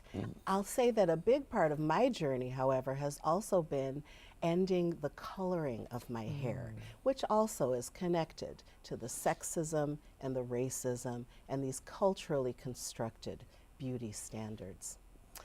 Representative Myers and Congresswoman Moore, I want to direct the conversation now to the Crown Act and how the two of you are making it possible for the people of Wisconsin. Representative Myers, can you talk a little bit more about the Crown Act? Absolutely. The Crown Act is the brainchild of a former state senator in California, Holly Mitchell. And Holly was great about working with Dove and the Crown Coalition in trying to bring some reprieve to people in California and spreading the message across the country. Unfortunately, we have introduced the Crown Act, I believe it's 3 consecutive sessions. We've received a public hearing twice, but no movement outside of the committee process to get it passed in Wisconsin. But it is one of the signature pieces of legislation that I will continue to pass as long as I'm in the legislature. Thank you so much for your leadership on this. So the Crown Act, Congresswoman, has passed in a number of other states, although it didn't pass at the federal level. Is that correct? It's passed in a number of other states, California, New York, or some other states, and it's pending in a variety of other states. So keep the work going. The movement is there. The need for it is there. And, you know, it's just like Vel Phillips, as we celebrate this, just keep reintroducing it. We're celebrating Vel Phillips's 100th birthday. Yeah. And you know, she was an icon for what it means to just keep on working it until you get it done. It is, you know, the Crown Act is really necessary. And I'll just have to say, when Representative Bonnie Watson Coleman of New Jersey introduced it on the floor, I was one of the folks who spoke. And you should have seen the pushback that we got from white men as they just ridiculed us about the need for the Crown Act. It sounds like you're describing something out of the late 1800s. What is the conflict? How would one politely describe this conflict? I would describe it myself as it's about racism and sexism. But what are the excuses that people give when they are arguing about this issue? Well, you know, it's sort of keeping people in their place. You know, you talked about your own hairstyle where you had dreadlocks. And that was a name, I believe, that white people, white men gave to our hair when it was in its natural state and before the press and comb. Right, because there's nothing to dread. That's right. Dread locks. And it's keeping you in your place. You know, there was a standard of beauty that was different from the natural coils of our hair. and it's just part of keeping us in our place. If you want to be beautiful, you need to make your hair look different. And adhere to that particular culturally constructed beauty standard. No matter how much pain it causes, how much damage, how much cost it is to you, this is the standard of beauty. Now, are there things that community members can be doing right now to show their support for the Crown Act in Wisconsin? Absolutely. Write your member of the legislature, write every member of the legislature to request that there's a public hearing and a vote, an affirmative vote out of that committee to make sure that we can get the Crown Act to the floor and to get it passed. That works in both of our chambers. If you write to Congresswoman Moore and all of the 435 members of Congress to make sure that they pass the Crown Act at the federal level. Thank you. Now, let's talk about the youth. One of the reasons why it's critically important to have good policy is to protect the youth. The youth are our future, and it's important that we support and represent them as they grow and learn what it means to represent themselves. The Crown Act has the potential to support Wisconsin's youth as they're sometimes faced with discrimination from their own teachers, from their own classmates, who separate their style of their hair from the significance of their attendance.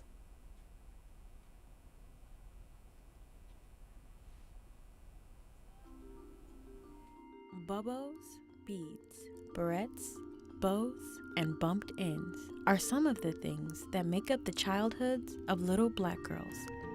From youth is where we gather our first experiences of hairstyling. I remember seeing Annie for the first time, and she had this fro, and I was like, oh my gosh, I want to wear my fro every single day.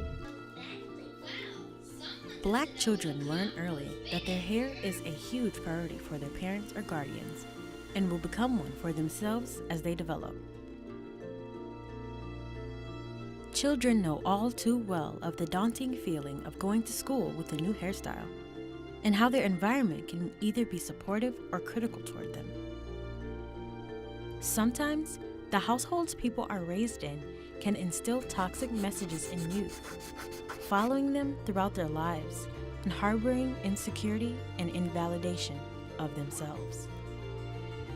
My hair is very fragile to me, and I love my hair, and my hair is very, very special.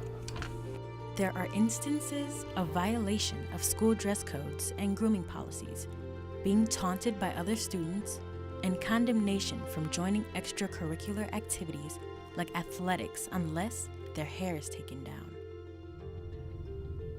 Going to a private school, you couldn't have your hair a certain way. It doesn't matter about your hair. It matters how you play.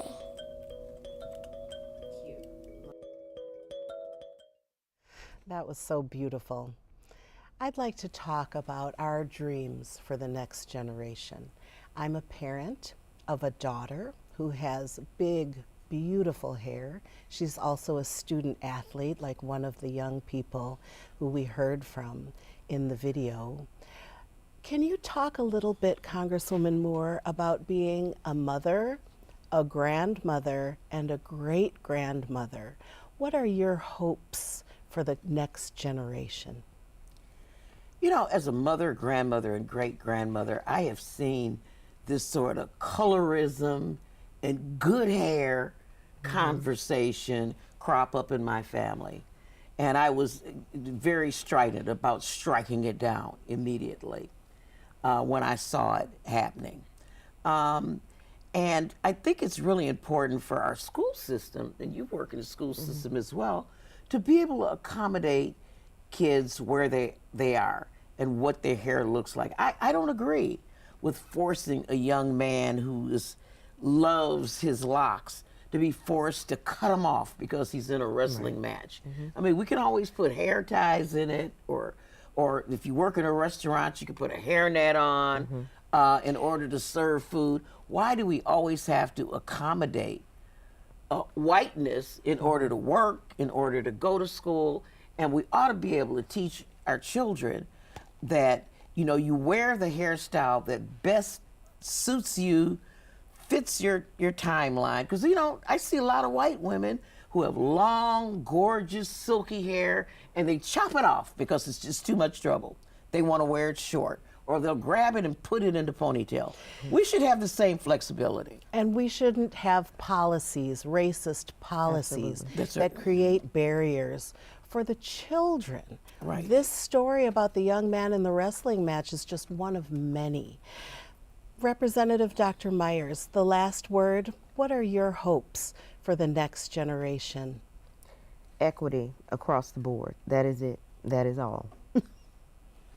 Simple. Simple, Absolutely. a simple idea, Yes. and a great challenge to get there, to Absolutely. complete equity in our communities.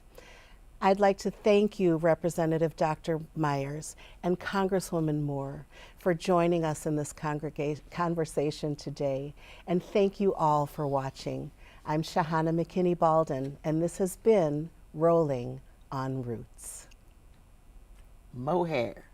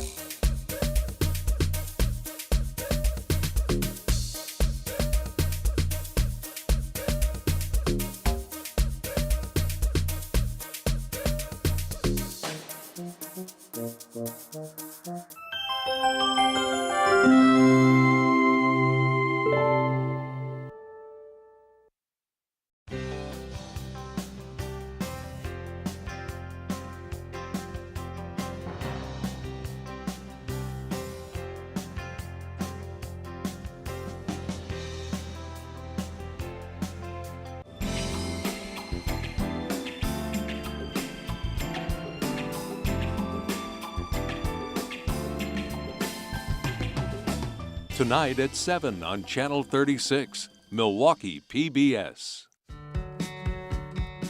Creating a show takes a team of people. Darren Malkowski helps craft those stories through his editing. I started working at Milwaukee PBS about 12 years ago.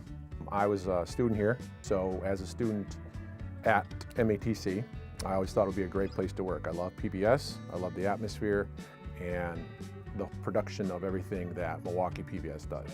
My job is editor. I edit segments, television shows, specials, documentaries for the station.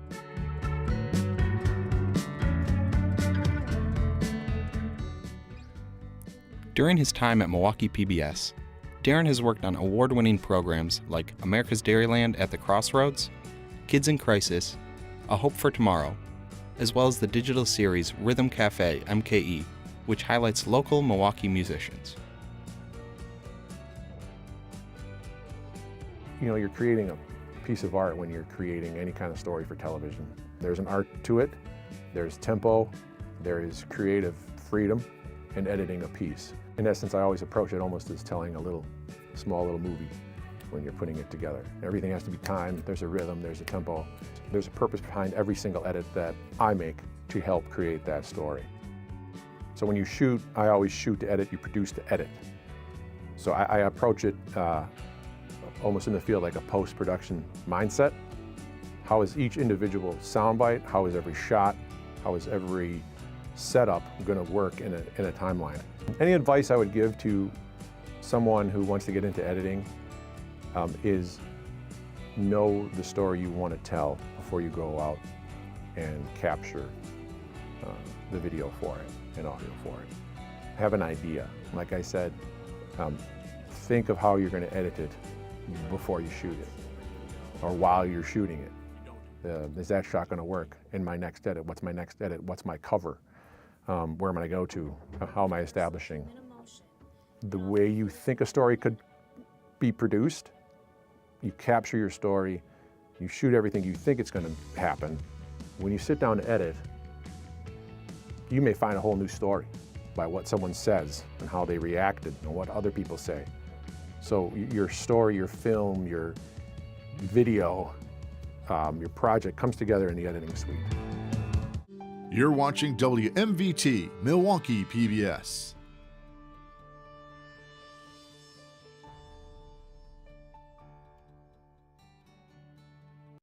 The following program was produced by students enrolled in the Milwaukee Area Technical College Television and Video Production Program. The content is student-produced and does not necessarily represent the views of Milwaukee Area Technical College or of Milwaukee PBS. Hi, I'm Robin Jackson, a student producer in the Television and Video Production Program here at Milwaukee PBS, and you are watching Student Operations Day 2024. As part of the MATC television program, students create, write, produce, shoot, and edit a full-length broadcast TV program. And for over 50 years, these shows air on a special day on Milwaukee PBS, which is today.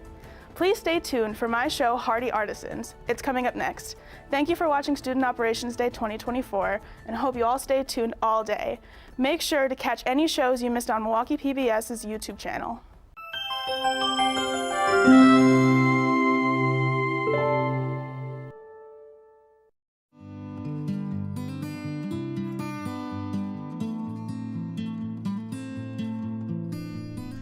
One of the pillars of a community is the artisan. For as long as humans roam the earth, people have found ways to create practical items in the most beautiful ways. These skills have been passed on through generations and are still a vital part of a community, which is why it's important to keep passing these practices down and continue to create with our hands.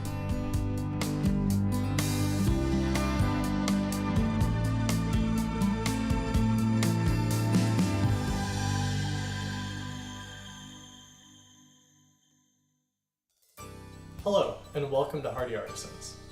Have you ever been interested in how artisanal products are made? Well, today we'll be looking at cheese making, ceramics, and so much more. But first, I want to bake one of my favorite breads for you today, challah. Let's first look at the ingredients that we'll be making it with. We have yeast, salt, eggs, flour, sugar, oil, and water. Let's begin by activating the yeast. How we're going to do that is we'll be adding warm water to this bowl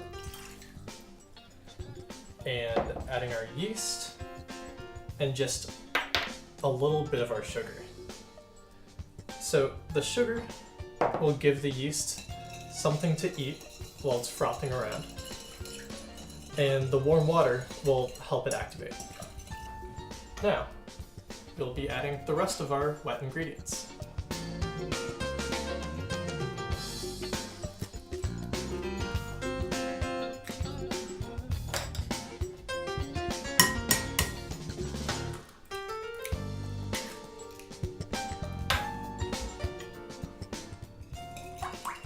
And you just gotta mix that up real good.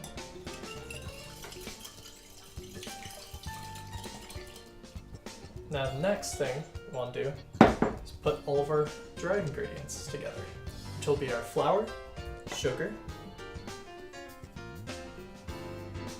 and some salt. With both our wet and dry ingredients ready, we will start by slowly mixing the dry into the wet.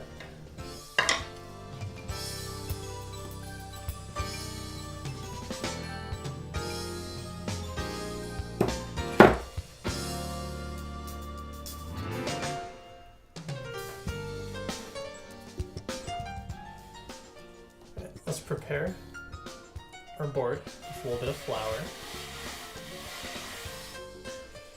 Let's get all this ready.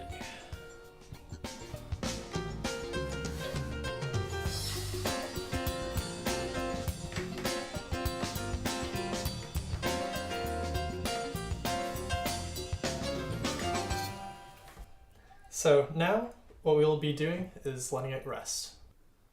While we wait for our dough to rise, let's take a look at some local businesses here in Wisconsin and how they make their products.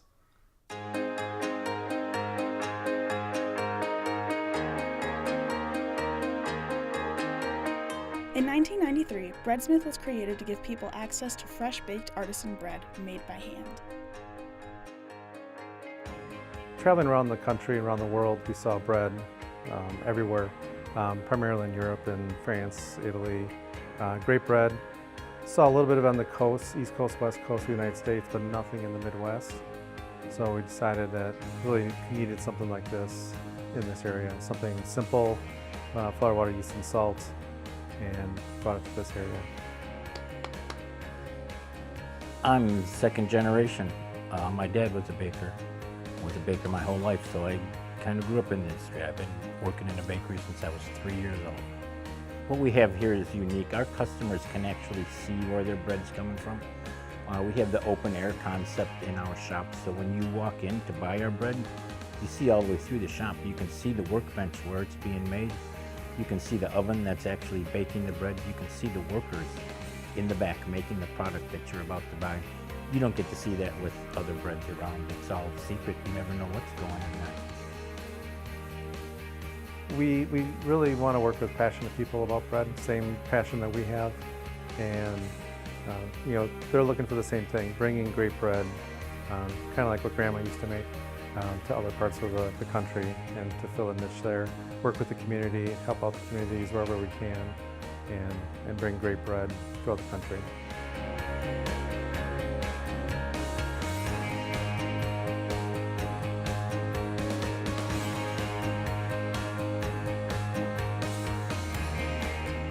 The shop will rotate the types of bread sold each day so the customers have plenty of variety throughout the week.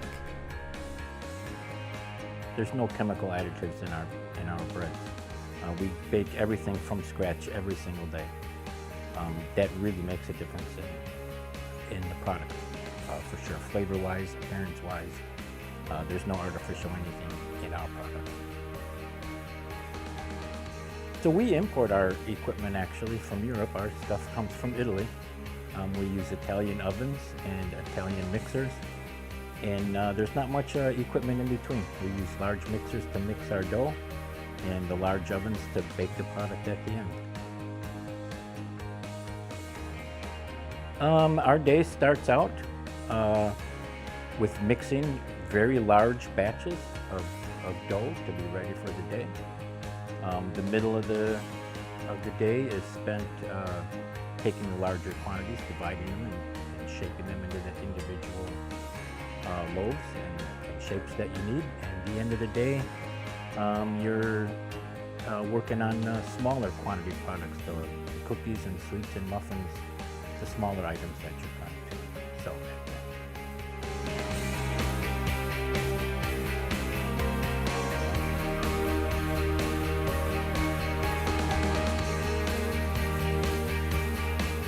Each loaf of bread involves a different technique to get the desired outcome. Whether it's dessert bread or sourdough, they all come out unique. My favorite thing to bake, I think, is the freeform loaves. Several varieties, but when you shape a loaf by hand, you're creating different shapes and different sizes, different products for all the different flavors. And at the end of the day, you're looking at a rack full of artisan bread that you made with your hands, and they all look different.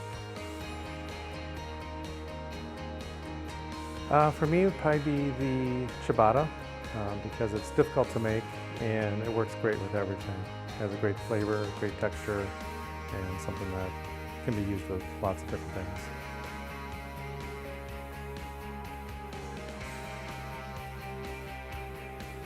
So around the office here, I guess I'm known for making the best country butter top bread. Everybody enjoys that, and when we do make that, I need to make extra loaves to make sure everyone in the office gets them. It's a great service that these bakers do, not only for our community, but amongst themselves as well.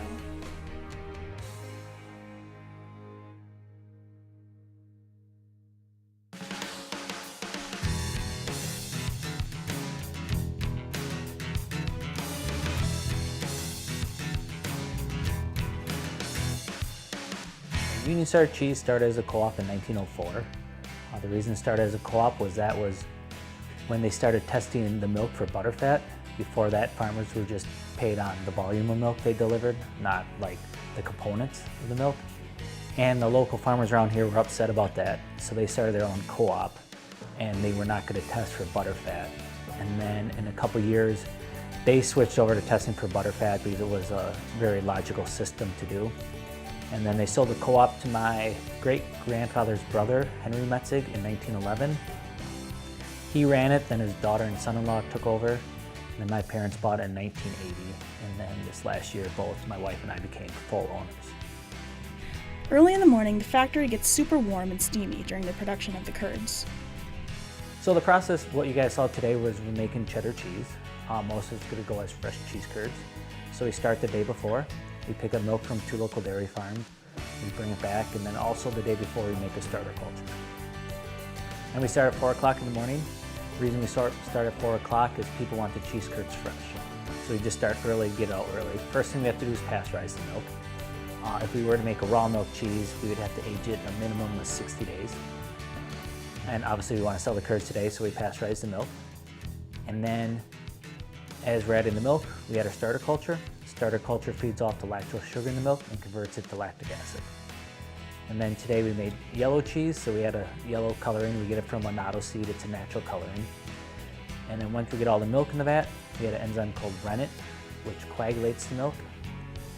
And then we'll cut that coagulated milk and stir and cook those, and that's where the curds and whey start to separate. And then what you saw was the matting process, where we drain off all the whey. We're left with 2 mats of cheese. We cut that in the size of a shoebox and we flip and stack it, and that creates the body of the cheese. So now we're at the point where we're milling it, we're cutting it into small cheese curd shape, and then we're going to dry salt it, and then we're going to be ready for sale. There's a reason everyone loves their cheese curds. They taste best directly after being made. Wisconsin does have the best farmers, and we do have the best milk. And a lot has to do with our abundant water supply we have in our state. And then one reason I like specifically artisan cheese is every vat's a little bit different, unique, and it's hard to do some of the cheeses on a large scale. Just because it's very much more hand labor and a little more attention to detail, and you can't do it as easily on a larger scale.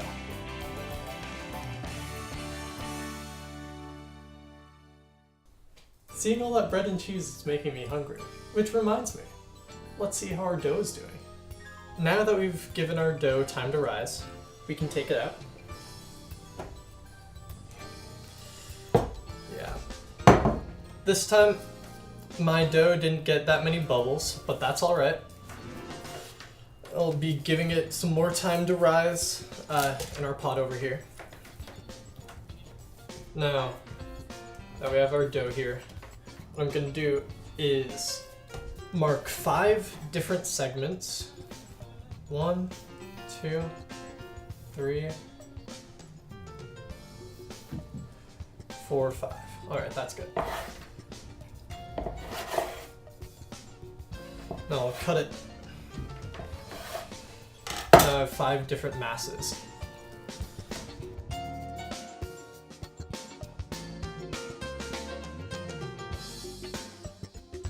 Now, I see this whole bit needs some more dough. And so does this little bit. Now, we need to make 5 nice strands.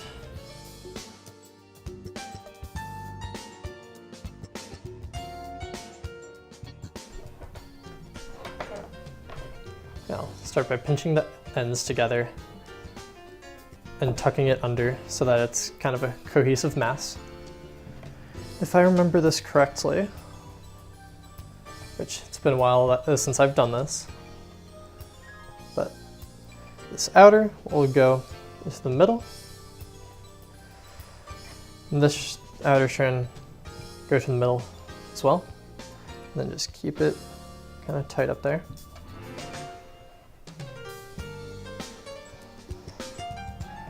There, it's coming together. And now that's just about as much as we can do. Our fully braided challah. So now we'll go ahead and use our pot we'll be baking this bread in, which is a Dutch oven, as to make a round loaf. While we wait, let's hear from some folks who've been honing their crafts for years.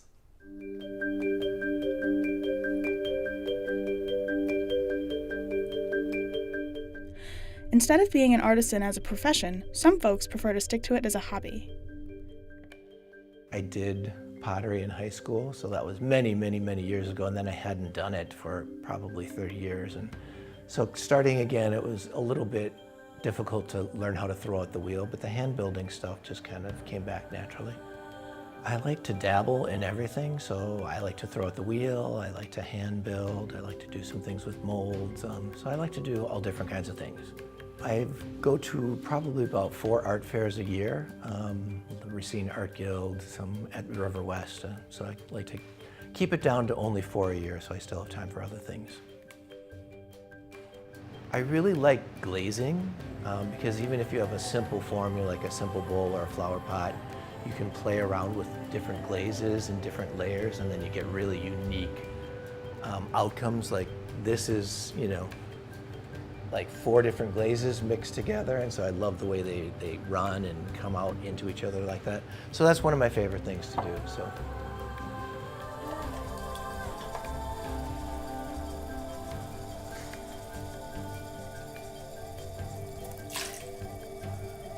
There are many different ways to sculpt clay, depending on the resources you have available, as well as where your skills lie. When you're throwing at the wheel, you have to start by centering the clay, and so that's the hardest part for most people to do, because if it has a wobble in it at all, then when you start to pull it up, it'll just get really off base, and that's the biggest challenge with throwing. It kind of depends on which kind of a piece I'm making. Like if I'm throwing something on the wheel, then you start with a ball of clay and you throw it and it opens up. These are hand built. So I'll start with just a big slab of clay and build it up around newspaper or some other kind of form and then sculpt it. Oftentimes, a creative will be drawn towards a difficult project to challenge their skill and creativity. You know, again, this is just a simple, basic tray, but then you put 3 different glazes on it, and these are kind of like put on in dollops on top of each other, and then when they're fired, it gives you this sort of nice tortoise shell finish on it. This is a napkin holder, and this is a joint project between me and my wife, so I'll make the form, and then she likes to carve into things, so I'll take it home, and then she carves into it. And then this is actually just one glaze, so it's one glaze that breaks really nicely.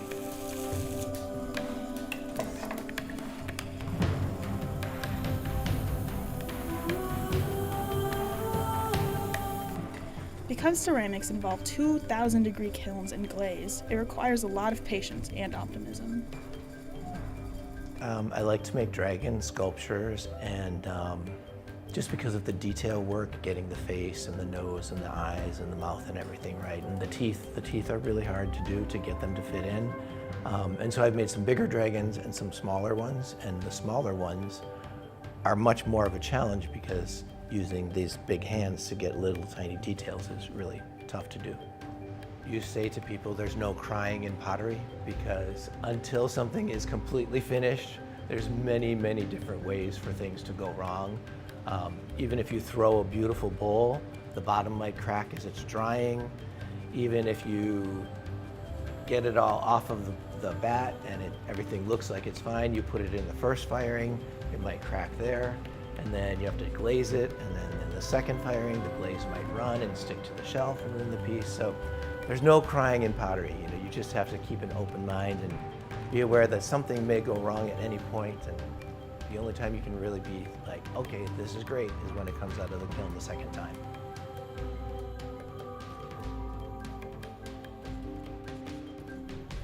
One has to learn to enjoy the process more than the end result to truly love creating something.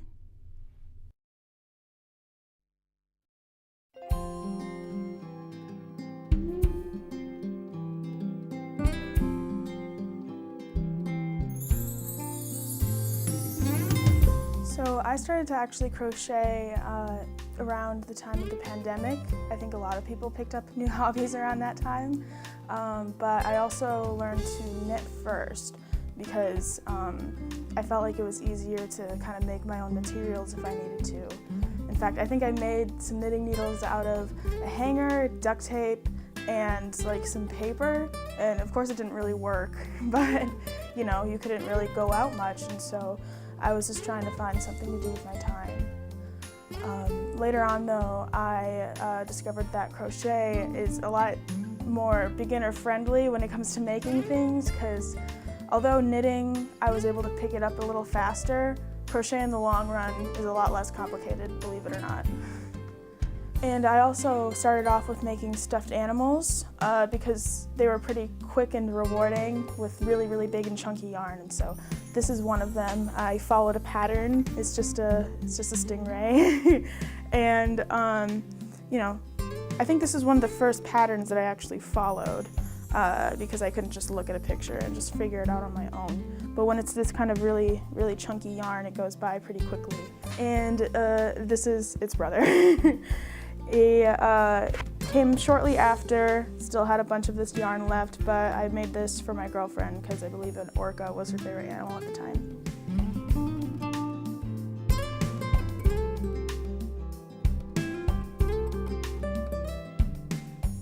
A lot of people will mix up knitting and crochet just because they're both normally hand done and it's just some kind of yarn work, but the key difference is that knitting is a loop inside of a loop, quite literally, as opposed to crochet, which is basically just you making a bunch of knots with a hook. Also in knitting, you use needles instead of a hook.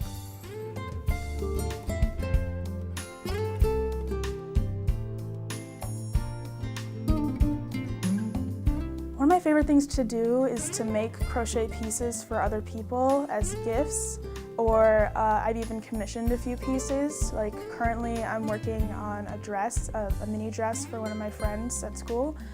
And it's taking a really long time, but I'm almost done with it. And it'll be really, really cute once it's done. And it's a lot more fun to be able to provide those things for your friends because you can't buy crochet items at the store. And the reason being, you can only crochet by hand.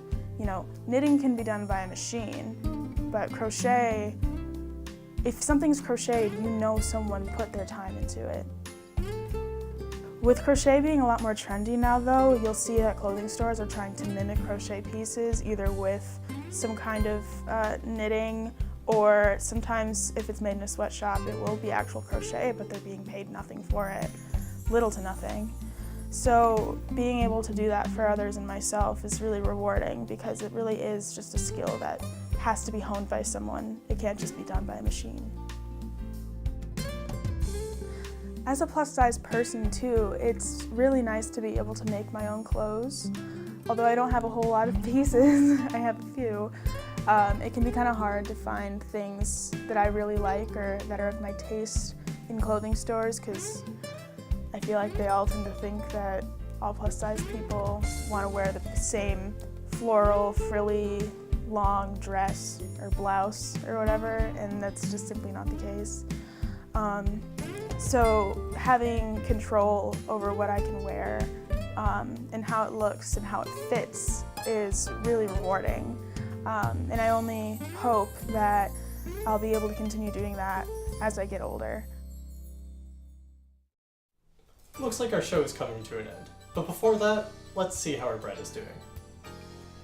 So here we have it, our finished loaf. So let's break into it. Yeah, now would you look at that. This is very nice bread to just pull apart and enjoy. And the color on this bread comes from us putting the egg wash on it and putting it in the oven. Yeah, has a really nice texture to it. I think this is fine bread. Bread always tastes best fresh out of the oven. Something about handmade products makes me appreciate the hard work and dedication that goes into them. That's what makes artisanal goods so special. And I want to thank you for joining me today.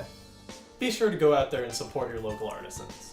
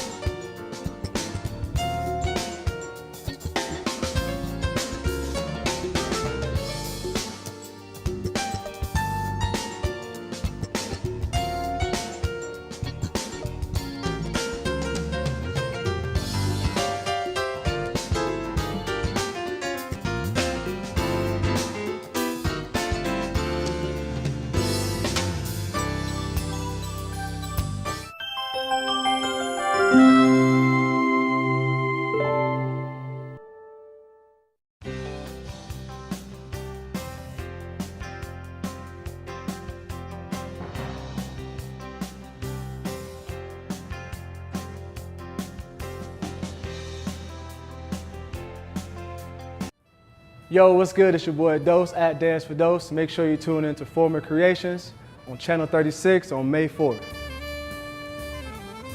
Tonight at 7:30 on Channel 36, Milwaukee PBS. Stand Lexi by, ready camera 2. Stand by. Take 2, cue. Good evening, and welcome to the December issue of Black Nouveau. I'm Alexandria Mack, one of your producers. Milwaukee PBS employs some of the most unique storytellers in the city. Among all is producer Alexandria Mack. I've been a producer at PBS for the last 4.5 years. So in my current position, I mainly produce for the show Black Nouveau, where each month I contribute a segment on something going on in the community, whether it be an event, a person. It could be about difficulty that's happened in the African American community. It also could be the successes of people who are doing good things. I also am a producer of our podcast, Speaking Of, where we do additional stories in audio form. I pursued a career as a producer because I've always loved telling stories, and the unique thing about being a producer here at Milwaukee PBS is so many of our stories are community stories. And in my previous job, I sat behind a desk all day, and I really missed getting out in the community and learning more about the people in the city around us. So that's what brought me here. Alexandria continues to sharpen her craft through projects and uses different forms of media to achieve this. Right now, I'm working on our podcast, Speaking Of, which will air our new season in February, and that's specifically focusing on the domestic violence crisis here in Milwaukee. I'm also working on a segment for our gospel special that will air in February, and then obviously our monthly episodes, so there's always something for the segments each month. Alexandria strives to reach out to the Milwaukee community with stories from the heart of it.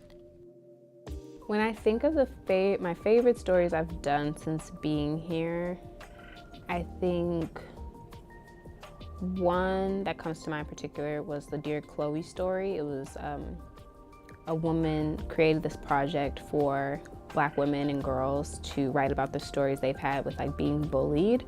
And I got to interview the creator, who's an adult woman, but I also got to interview 2 young girls who were in middle school about their own experience being bullied. I was bullied in elementary school. It was a really emotional piece, but I just remember sharing my story with them afterward. And it felt like a full circle moment. I was also pregnant at the time with a little girl, so when I was, hearing about their experiences, I just kept thinking, oh, I really hope that my daughter doesn't have to go through this, even though I myself went through it.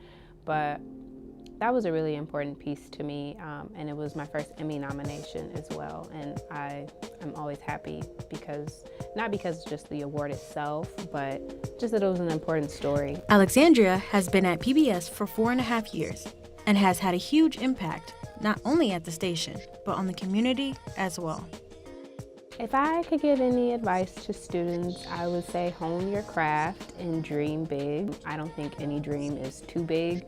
I think often here in Milwaukee, young people especially, they can feel discouraged or feel like they have to go travel the world to do all these grand things. But in my experience, I know so many people that have found so much success here with what they've been able to do, and it's truly because they love what they do and they want to tell stories. So be connected to your community and really just grow in your love and your passion for whatever it is you want to pursue. You can have success anywhere. It's really just about your discipline and commitment.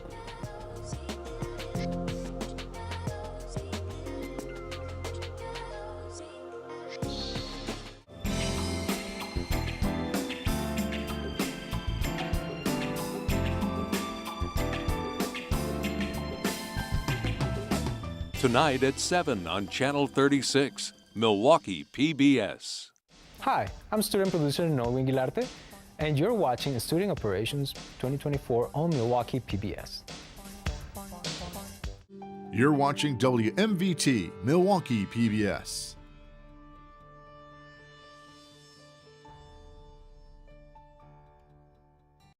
The following program was produced by students enrolled in the Milwaukee Area Technical College Television and Video Production Program. The content is student-produced and does not necessarily represent the views of Milwaukee Area Technical College or of Milwaukee PBS. Hello, I'm Sage Todd, a student producer in the television and video production program here at Milwaukee PBS. You are watching Student Operations Day 2024. Please stay tuned for my show, Very Talented Milwaukee, which is next. Thank you for watching Student Operation Day 2024.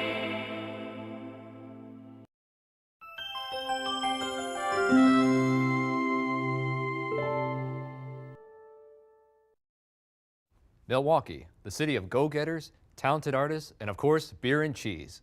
Today, we check out some of the most hardworking, talented people. This is Very Talented Milwaukee.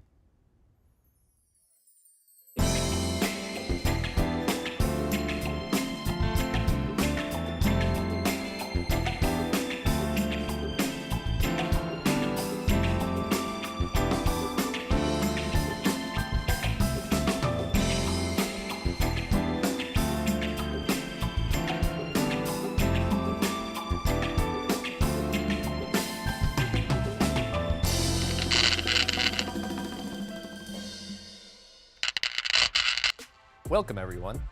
I'm your host Nick Calvache, and this is Very Talented Milwaukee, a 30-minute special on various people with amazing talents. Today, we'll see the stories of inspiring artists and local professionals practicing their crafts in their respective industries. Up first, the talented and inspiring musician Patrick Burton discusses his admiration for the genre of rhythm and blues. But before that, the MATC teacher Crash goes over his experience with teaching audio engineering here on VTM.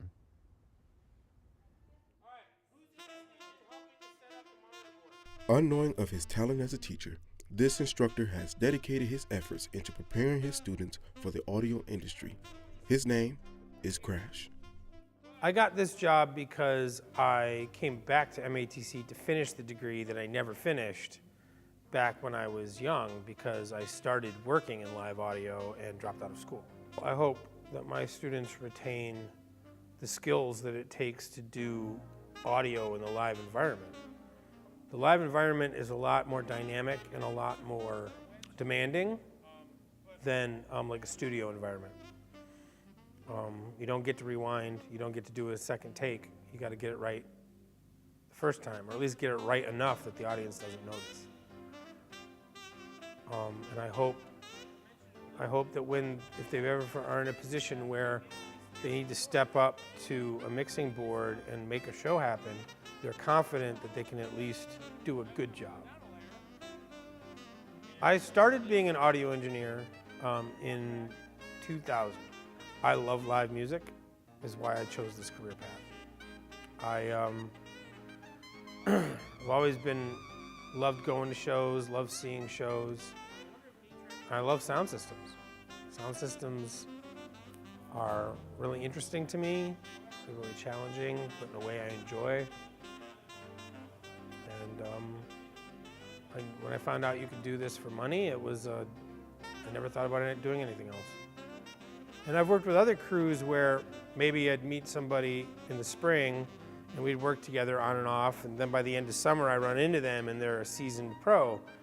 And that feels great, but it's especially great to do it in this environment, because in this environment I'm more embedded with the students. I work with them more hours and in more detail, and it gives me more of an opportunity to mentor them in their craft, not just teach them how to do one thing or the other.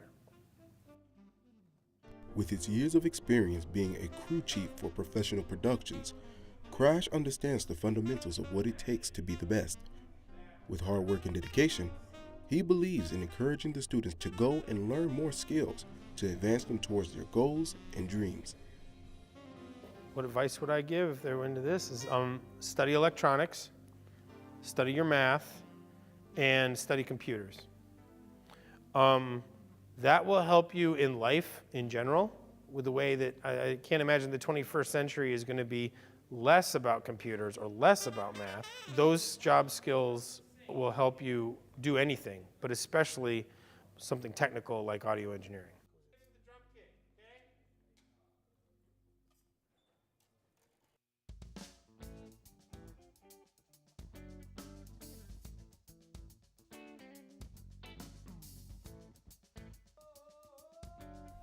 A tend to lean towards jazz and blues. Once you get bit by those bugs, can't really get away. Also really into Latin music, country, pretty much anything with instruments. I'm a full-time line cook. I just got a new job where I'm doing breakfast 7 to 2, and then I practice at night. It's difficult at times, you know, you need your sleep, you need quality time with your loved ones, but, you know, chasing this dream is something that's really important, so there's always time to practice and go out and gig, get experience. Patrick is a student in the music occupation program at MATC. With a proclivity for hard work, he knows he must push past his boundaries to make time for his family, work, and his goals for his future. I hope to be an educator in music and also studio recording artist, gigging musician. All those things are important to me, and that way I can balance time with family and just working on this craft. Well, I've always had a proclivity to music. You know, it makes you dance, makes you feel good. There's a song for every emotion, and everyone's gone through the same things in life. So I just think it's my time to help carry the torch for rhythm and blues, jazz music, everything. So just being a part of the history of it is really special to me. Just finding time to practice. I don't think many people know how hard musicians work. Bare minimum, you need 4 hours a day, you know, working on techniques, studying your music, getting super in tune with every intricacy in the music, working with other musicians, egos, spending time with family, your loved ones. Music is also a fuel for me to do all those things, but also it's always pulling me back, you know, so I would say all we have is time, so it's just spending it wisely. I first started playing guitar in 2019. My brother had started playing a short time before me, and he showed me some videos of Stevie Ray Vaughan at his El Macambo set in Canada. And not only is the footage amazing, but the music and his performance, it really inspired me to finally pick up the guitar and give it a shot. Just the way he played, it really spoke to me, the way he sings. You know, it was a perfect time in my life to pick something like that up. First lesson would be the only thing that matters is that you have people around you that love you and you stay true to them and make good decisions for them. The second lesson would be practice makes perfect, and Rome wasn't built in a day, so.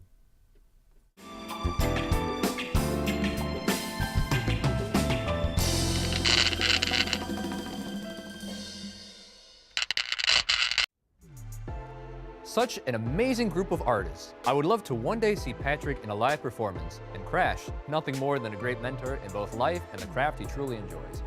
Speaking of joy, next up, we smell what's in the kitchen as we hear from student Destiny Virgil and Chef Adam as they talk about the dreams and hard work that's put into becoming a chef.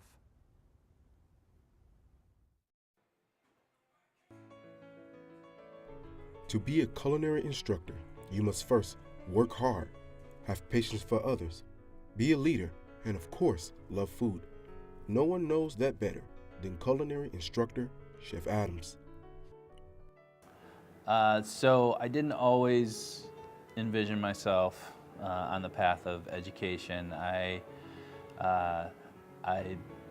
went to college, didn't know what I wanted to do, got out. I knew I liked cooking, but wasn't really sure, so then I went to culinary school, and that's how I kind of got into the industry. And while I was at culinary school, which I went to here at MATC, a couple instructors, you know, they didn't necessarily say you should do it, but they kind of, they told me their stories and how they got into it, and then that kind of put a little seed in my mind that perhaps someday I'd want to teach in the culinary arts, and that's kind of when I first thought about it, but wasn't necessarily serious about it. So I didn't always know that I wanted to be in education.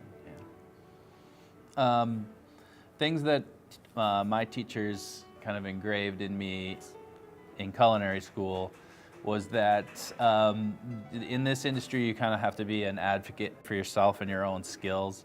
A lot of times you can get stuck in a role that you're doing a good job at, but nobody notices because you're taking care of your business. And so in order to promote yourself, in order to advance yourself, you have to really kind of, I would say, advocate for yourself and your own skills, whether that be by, you know, talking to the person in charge or seeking employment elsewhere where they're going to give you that opportunity. And that was instilled in me by my chefs here when I went to MATC culinary here, and I've tried to pass that along to my students as well. Chef Adams loves the art of culinary and believes students who inspire to be great spend time learning and even more time honing your skills to be a successful chef. It's a great feeling to be able to inspire students to be creative and to challenge themselves, especially, you know, in culinary school. A lot of the students come in and they don't have a lot of confidence. So to give them those skills and encourage them with those skills, it's really fulfilling to see them succeed and then also see them take it to the next level on their own. The industry is a very diverse industry, so you gotta like people, and you gotta like people that are different than yourself. And I love to learn about different people, their stories, their backgrounds, so that's really inspiring. And it happens here with the students that we have too. They represent the diversity of the industry as well, so it's nice to meet new students all the time and hear about their stories and what their dreams are, and that's really what's inspiring.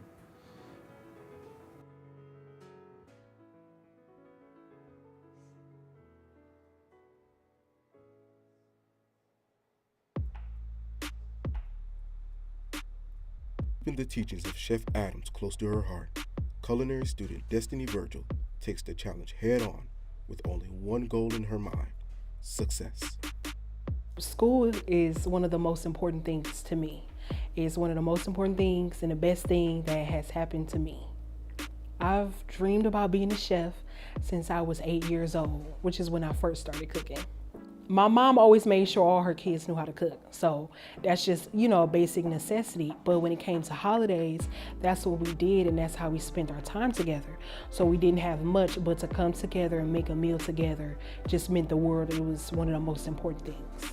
My program is like learning a lot of different hands-on skills and techniques, you know, that I can take out into the world, as well as learning the different cuisines, and it's just really liberating, but it's a very fun experience. Cooking being an art is, of course, you have the visual aspect and all the different colors and everything that just make your eyes pop. But for me, it's the balance of flavors. And I think that's what makes me a great chef. Just knowing what is going to take the balance and having that pop. I always like to have that wow factor. So the art is in the balance of flavors and just that wow, like that's the art of it for me. On Mondays and Tuesdays, I do 10-hour days. And then having, you know, the responsibilities, just that time, as well as, you know, being on your feet, it can be physically demanding. The inspiration that they give me is they definitely let me know that it's okay to make mistakes. You know, it's okay to learn and make mistakes and use that time in school to make those mistakes.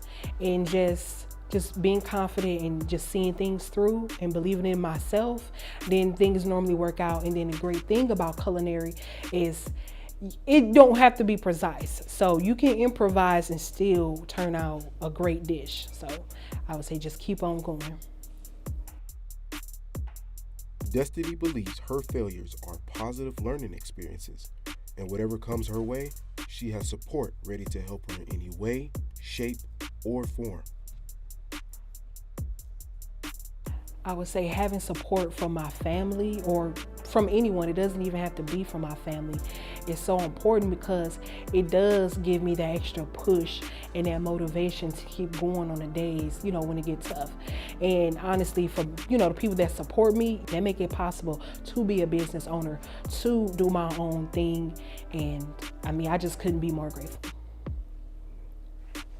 One thing I would say to myself a year ago is just, you have no idea. Because I think people overestimate what they can do in a day, but they underestimate what they, you know, what can get done in that year. So I'm nowhere near who I was a year ago. So just be patient and just enjoy the journey and not just the destination. So I would say you have no idea and enjoy the journey.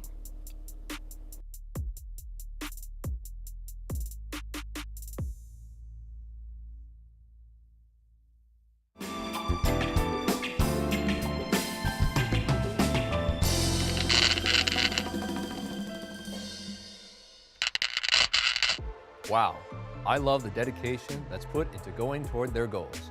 Our next group of very talented people get down and hands-on as we take a look into the world of animation with award-winning animator Tim Decker and aspiring animation student Aaron Meyer.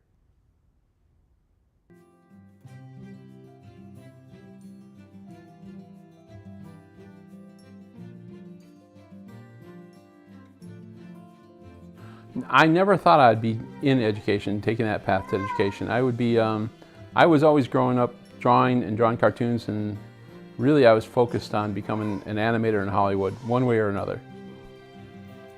I hope they become better artists, number one. And I hope they believe in themselves and their styles. And I want to see them go for it. I want to see them take a run at making a career. That's what I really want, and I want them to know that, you know, you have to pick yourself up every time you get knocked down. It's persistence and determination that make a career.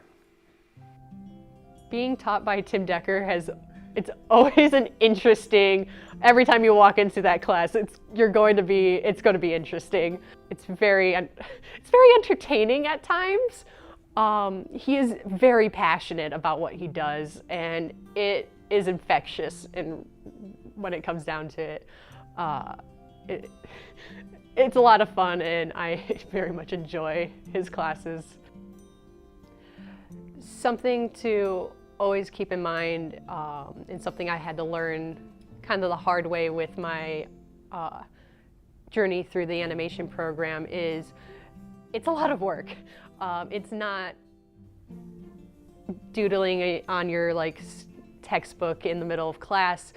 We're spending quite a few hours a day drawing frame by frame or tweaking things in 3D. It's a lot of work, and it's so worth it for me. I've been drawing since second or first grade, and then that's all I've ever done. I drew all the time. I've drawn and painted and did things like that all my life. So basically all my life I've been trying to create. My brother-in-law took me to see Bambi. And he said, you know, Timmy, people get paid to do that. And I'm like, no. Really? To draw cartoons? He goes, yeah. That's what I'm doing. I'm on that road. I think my career really helped me grow because I went through a lot of stipulations, a lot of trials, and a lot of errors. And so during that career, I learned a lot about myself, and I improved with each job. So I think it really helped me get ready to teach in animation with my students at MATC and at UWM and at Columbia. I really think it helped me see there's all kinds of different approaches and solutions. You know, there's not one way.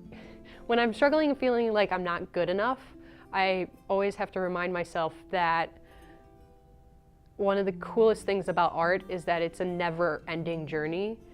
And I always look back at my stuff that I made back when I was 12, and I imagine what that 12-year-old me would think of what I'm creating now. And I know that she would be absolutely awestruck. And so when I'm struggling, I remember how far I've come. I think it's a wonderful thing to do, and I try to inspire my kids. I try to inspire all my students to do good things. And I try to get them to get ignited about creating. And I think it's important that they'll always be able to create and at least give some form of self-expression. And I think being an artist is number one. And you know, some of the faculty might argue that with me, saying we're not an art school, we're a technical school. But when it comes down to it, we're all artists, we're all creative, we all have creative solutions, we have creative problem solving. So I mean, I really think being an artist is one of the most important parts of your life. Something I'd say to the dreamers is to not stop. There wouldn't be any innovation if it wasn't for big dreams. That's how we keep moving forward, is by having these outlandish ideas. It's not impossible in that I will reach those big dreams, whether it's telling these crazy stories through my work or getting to a point in my life that I want to reach. I know that's possible and I'll get there. Art or animation, I would say believe in yourself, work at it. You only get better the more you do. And you know, I could say that till I'm blue in the cheeks. And I think a lot of students should spend time just sketching quickly, you know, and drawing, and just immerse yourself into it. You know, you can be afraid to touch paint, but once you touch it a few times, it's a lot of fun. I draw with a ballpoint pen because I never have to sharpen it. I don't have to worry about it going dull, and I can always just keep drawing. And I can't, you know, I don't have to stop because my pencil broke or the lead's broke. But I experimented with things. Just try. You know, if you want to try pottery, try it. I mean, pottery's hard. I mean, but go for it. Go for all the arts. Try it. You know, if you have a question in your mind, I would tell young people, if you think you want to try it, go try it. Go get your answers. There's no reason not to. And there's going to be a million no's. I mean, there's going to be a lot of times you're going to get the door shut in your face. But you have to pick yourself up and keep going.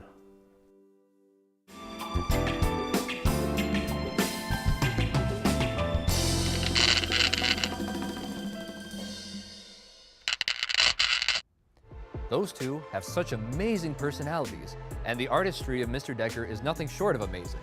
Our next talent is Mr. Daniel Burkholder, a chairman of the dance program at UWM. With the passion for dance, Daniel has faced many challenges to become great at what he does, but none the more challenging than being an instructor. I didn't always think of myself being an educator within the university context. I had taught at private dance studios, I had taught at high schools, even younger elementary and middle school situations, and so I've always thought of dancing or teaching dance as something that I did and would continue to do, but I didn't always imagine it in a university setting. I think the main thing that I hope the students retain when they are a student at the UWM Department of Dance and they get they get a degree, whether it's a major or a minor or even our graduate students, is to be curious. Curious about yourself, curious about the world, curious about the community that you're involved in, that you live in, and then how does their art practice support that curiosity, bring that curiosity into life for the communities that they live and interact with. Daniel pushes the students to work hard, believe in oneself, and with lots of practice, he doesn't hesitate to put his own sweat, blood, and tears into the students' future. To work with students, to challenge them, to hopefully inspire them, or to teach them how to inspire themselves, is really the best part of this job. You know, as chair of the dance department, I have to do lots of things that aren't fun. I have to look at budgets, I have to go to lots of meetings, and I have to respond to email, like copious amounts of emails.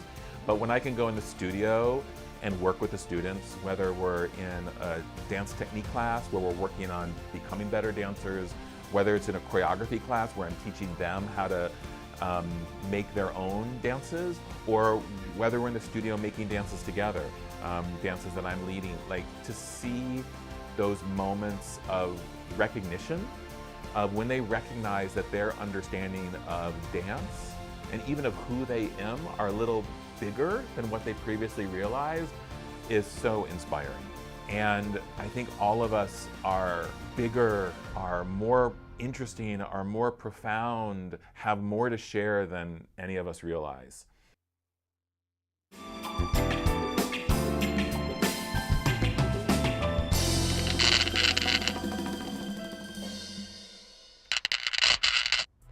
Well, that concludes the show for today.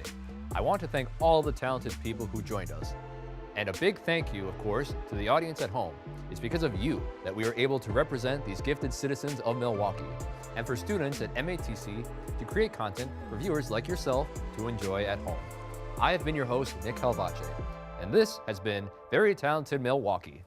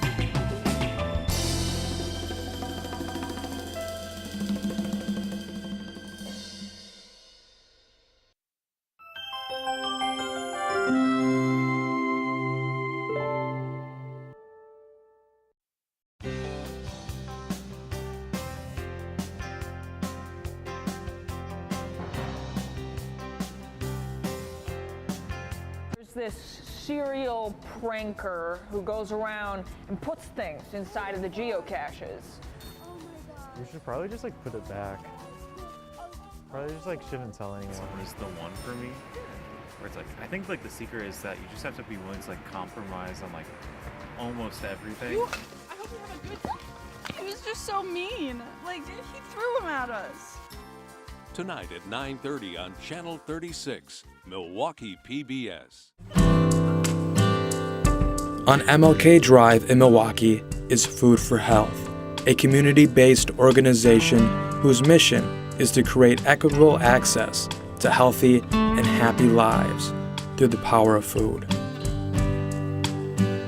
We had 3 recipes on eggs, and we wanted people to know eggs are nutritious, they're affordable, they're really easy to prepare.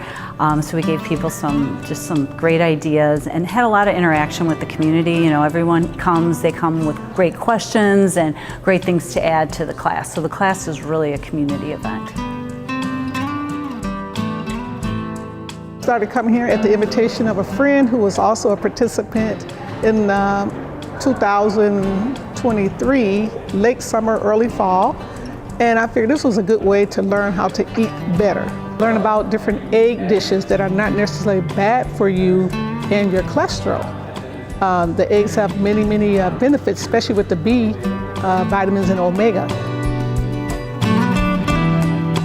Today we had 3 recipes. Our first was an easy scrambled egg, adding vegetables. We always want people to get some veggies from the start of the day, so breakfast is a great place to add.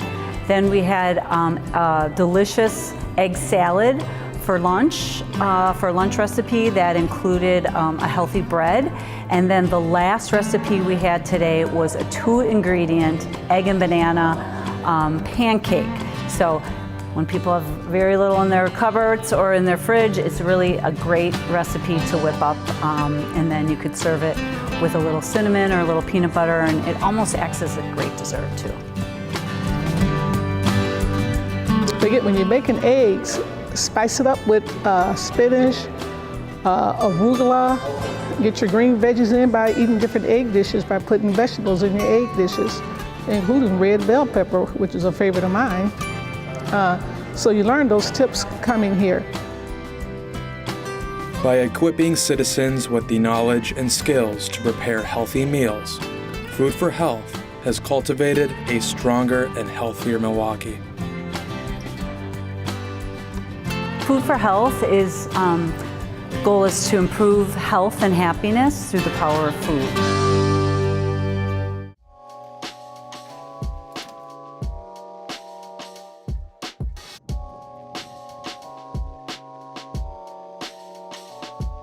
Tonight at 8 on Channel 36, Milwaukee PBS.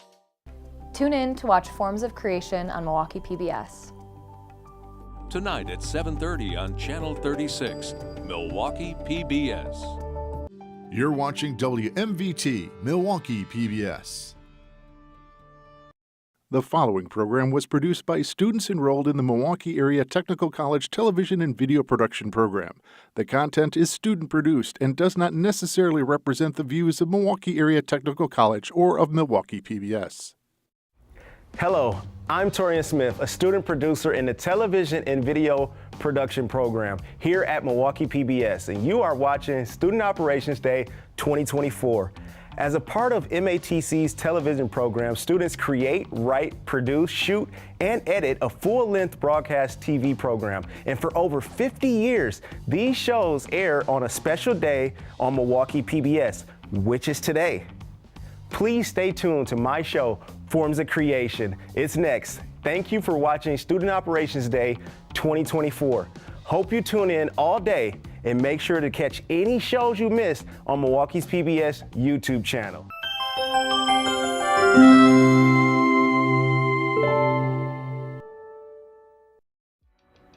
Ever wondered what goes on behind the scenes of making art? From sculptors to ceramicists, dancers to music, join us on Forms of Creation as we explore how artists bring their visions to life. Get ready to be inspired. Stay tuned for more creativity.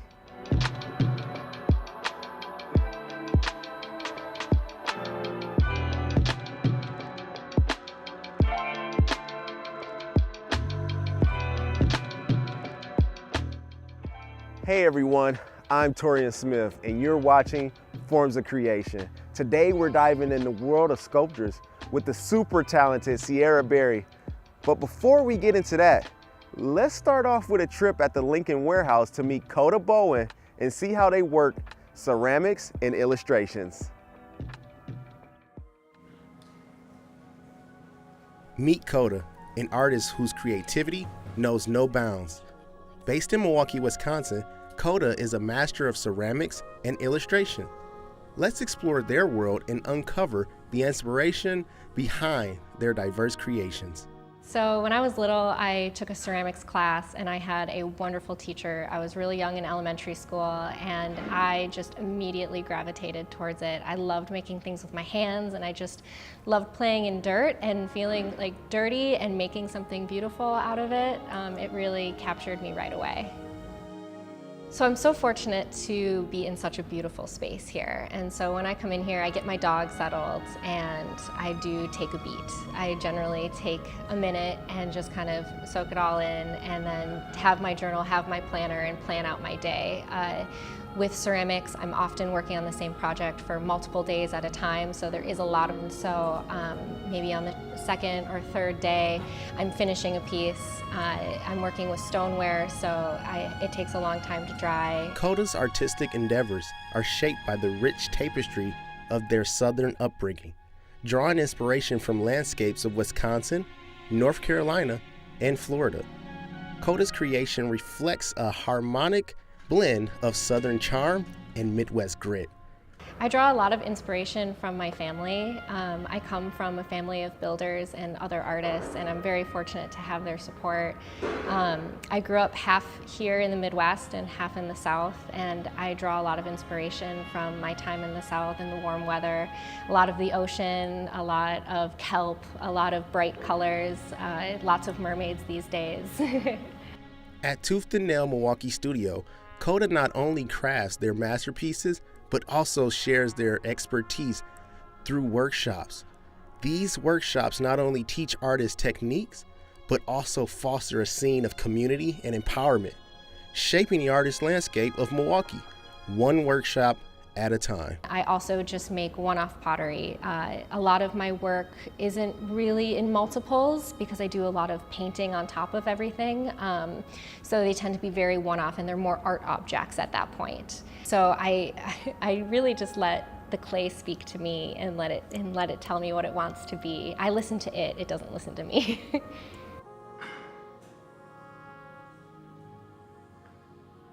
The challenges. It takes up a lot of space. and ceramics is very expensive. It is a very expensive hobby, so to say, and it's a very expensive job. But it's definitely worthwhile. I think my biggest challenge with ceramics is the clay itself. The clay does what it wants, and like I said before, it often tells me what it wants to be versus it listening to me, but that's kind of the beautiful process of it. I definitely have to listen to it. So I actually have my first solo show August 23rd. It's my very first one, and it's called Strange Touch, and it has to do with human connection and the kind of complex nature we have around touch, because a touch can be a beautiful thing. It can be an embrace, it can be warm, it can be comforting, but also be disconcerting and strange. And I'm trying to play with that in motifs. So I'm making big vessels and painting on top of it, also making flatware plates in the shape of vases, and putting my illustrations on top to kind of express those different motifs and that strange kind of commonality and confusion that comes with touch.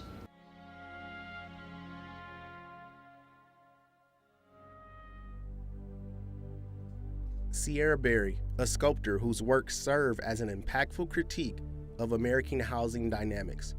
Drawing from personal experiences and amusing observation, Sierra's sculptures transcend artistry to become powerful reflections of how complex our lives are. I use a bunch of different materials when making my pieces. It's really important to me to have a material that speaks to the concept that I want to explain or illustrate or speak to.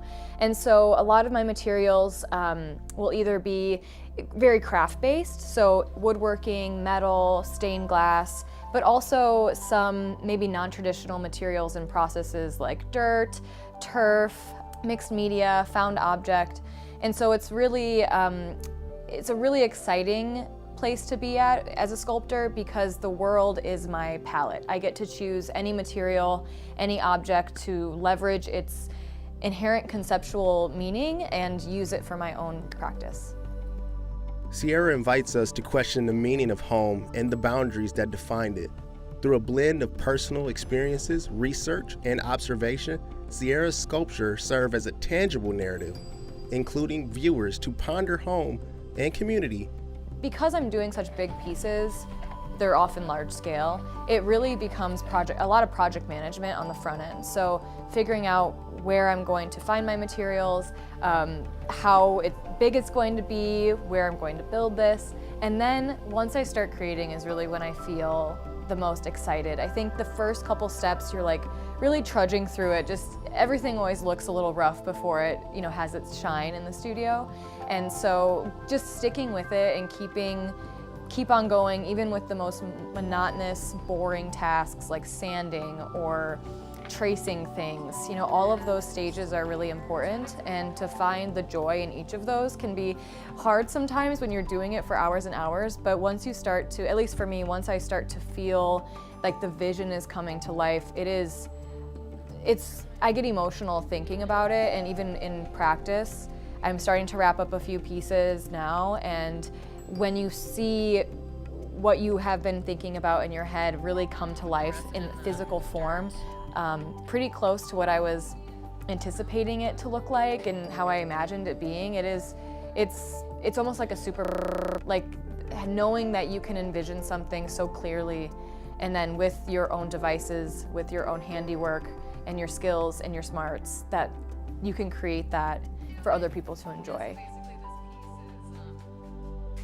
Sierra's work explores the difference between idealism and reality. To have the work be almost like another person that you're meeting or that you're engaging with, that it has a presence of its own. Something about having something handheld feels almost like that you would be in control, that I would be controlling this. And when I create a larger work, it feels like I'm giving up a little bit of that control, like I'm introducing this energy, this monolith of meaning into the world, and that having someone have to walk around it, to get up close to it, that it's at eye level, there's, maybe they're bending over, but that manipulation of the body and the viewer is something that I think larger work asks of the viewer. Exploring Sierra's creative process, we discover her strong dedication to breaking down ideas about home life and society through her sculptures, one piece at a time. Some themes that I'm working with in my practice are domesticity, ownership, property, this idea of the exchange of surveillance and viewing, who's looking at who and who holds that power. I'm also really inspired by maybe seemingly unrelated things like construction sites or DIY culture or gardening for those, for that matter. So I'm really pulling inspiration from a lot of maybe different, disparate sources that are contributing to the formal interpretations of the work. So this speaks to perhaps new construction, window building, house building, Tyvek. All of that kind of comes into play when looking for inspiration and when I find inspiration. Wow, both of those artist processes are amazing, isn't it? From a lump of clay to stunning sculptures. It's incredible to watch, but we're not done yet.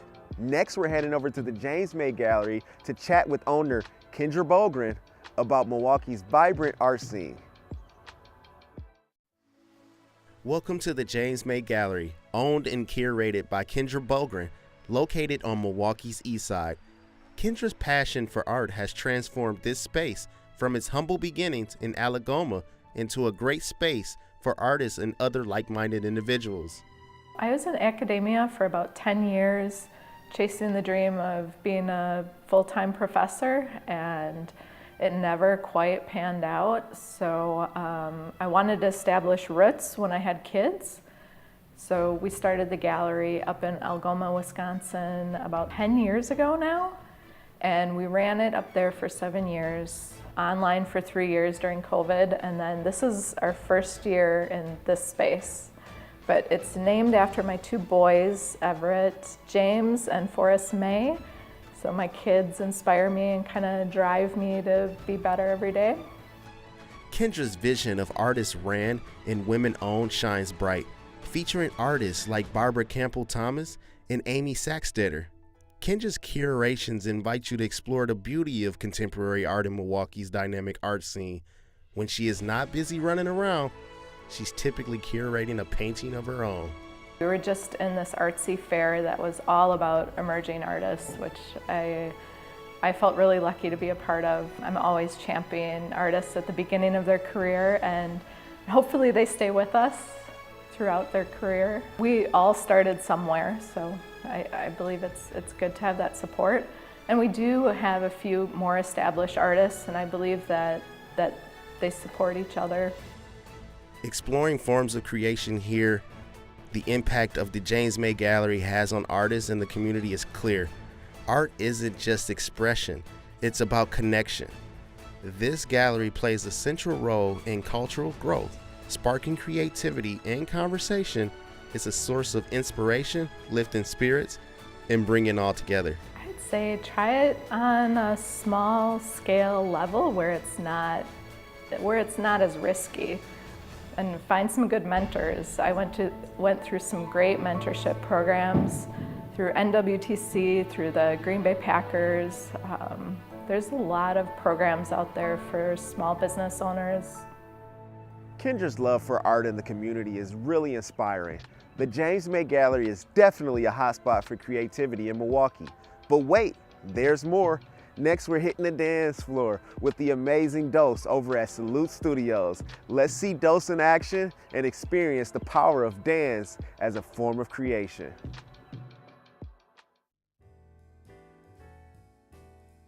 Many may know the definition of dance is an act or instance of moving one's body rhythmically, usually to music. Meet Dose, a professional dancer who's known for his unique style in the world of dance. The name Dose, it came about from my older brother. Shout out to my older brother. It was my birthday, February 2nd, and he decided that I needed a new nickname. So my actual name is Devon. It's given to me. He was telling me that it couldn't be whatever my nickname was in high school. So my nickname in high school was D-Nice, and he was saying, like, there's a DJ or a legendary hip hop artist that's named by the name of D Nice, and he was like, we need to switch that because you don't want to like get famous or you don't want to be in the hip hop industry copying somebody else's name. So we're gonna go with something else. I'm influenced by everything. I mean, most and foremost, first I want to say Michael Jackson, of course, Chris Brown, the Late Twins, Les Twins. There's so much. Even like Kidda, even though he's probably like younger than me, but just watching him, I'm influenced by all types of dancers. So everybody, you know, even from the tap dancers, you know, like Sammy Davis Jr., George Davis, everybody. It's okay to not think, and I think in situations with creativity, people always have a thought process of what they want to do, how they want to do it. And dancing is just the body, you know, like whatever the body tells you to do, just do it. So my creative process, a lot of times where I'm just playing music in the house, or if I'm here at the studio, I just throw music on and just freestyle myself and just let my body do whatever. And whatever comes to mind or whatever is new as far as body movement, I just kind of just keep that. We do some Summerfest shows, usually around Summerfest every time. So the US Cellular and the Amphitheater are one of my favorite stages to like just be on. I just love how spacious the stages are. We did with Skansen Fest with T-Pain, our first year. He do it every year now, but I think it was 2022, 2021. That was like the first year he did it, and he had us on there. And right after the performance, he's like, man, you cold. And to hear that from T-Pain, somebody that you like look up to, is just like, you could ask for nothing better than that. So that's probably one of my favorite moments as far as performer. Theatrical dance is known for having more choreography, costumes, and planning for a more professional feel. Dose also has experience in starring in plays. One day, my friend by the name of Christopher Gilbert, he said that they were doing auditions for Black Nativity, which is like a really big play out in Milwaukee. And he said they needed dancers. So at first it was just for me to just dance. I would just go in there to just be the ensemble of a dancer, and they saw that I could also act and dance and do other stuff, so they put me into a part, and I was a shepherd is what they would call it, you know, a part of the play. And just getting into like the character and everything, it really boosts a lot as far as dance skills, because dance and acting plays in the same lane as far as just expression with facial expressions and stuff like that, and with body movement. So it came about where I was just kind of just chilling, and he hit me up and he told me to do the auditions, and I got the part. It's fun in a way, but it's also very challenging. I think that people try to make it seem like, oh, like it looks like he's having fun. Well, I am, but it's a lot of hard work that comes with that.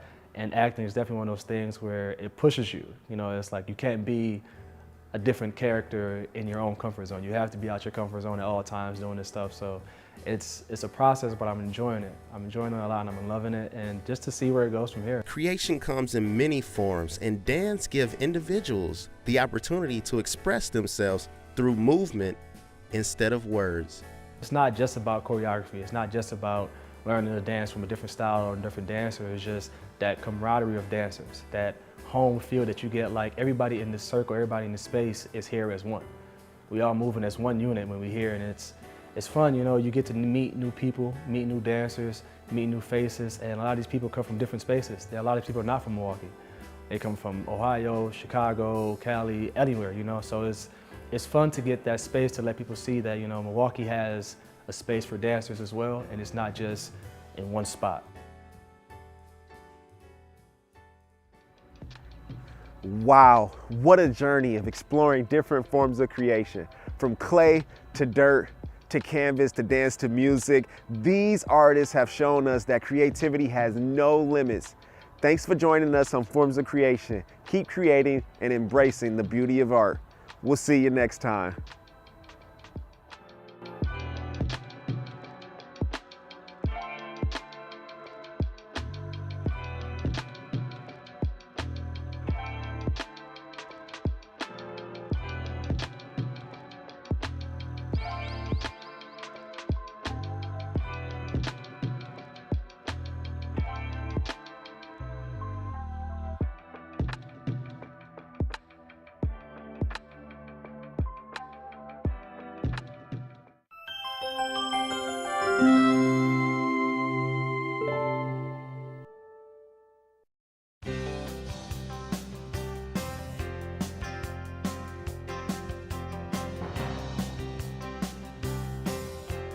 You're watching WMVT, Milwaukee PBS. The following program was produced by students enrolled in the Milwaukee Area Technical College Television and Video Production Program. The content is student-produced and does not necessarily represent the views of Milwaukee Area Technical College or of Milwaukee PBS.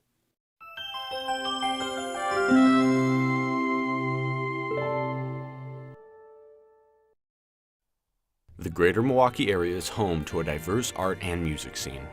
Teaching an appreciation for music as hobbyists and emerging musical prodigies is what keeps musical arts growing. An organization that plays an integral role in the area is the Wauwatosa School of Music. Located on Wisconsin Avenue is the skilled and community-based music program at the school. We were given the opportunity to talk with Benjamin Bruns and Jonathan Yanni Chudnow, who are both renowned musicians and teachers at the school. Both are lifelong musicians who are dedicated to bring the best out of their students. I've been playing music for about 17 or 18 years. A cousin of mine gave me my first drum set. It was totally a mess. I was missing different parts, but there was something about it that drew me to it. So I was pretty much off to the races from there. So I would say 2005, 2006, one of those 2 years. I've been playing music for about 20 years. You know, I'm 25 now. I was probably 5 when I started drum set lessons as a crazy 5-year-old. I started teaching music in July of 2015. A friend of mine was working at the Music Dynamics of Sussex and was able to get my foot in the door there, and that's kind of how it all started. So it's been about 8.5 years here. I started teaching music in 2017, actually. Just a few students that I met through word of mouth. And actually the place that Ben teaches as well, I started as a sub. I would sub lessons every now and again. The kind of people that come to me to learn music are people from all ages, backgrounds, experience levels. I've had students as young as 4, I've had students as old as 55, and it really runs the gamut of everybody. Ben has a huge impact on other people as a teacher. Well, for one, Ben has been teaching at the Tosa School of Music for a good amount of time. So I came on as a teacher afterwards. And hearing Ben through the closed door is a big inspiration.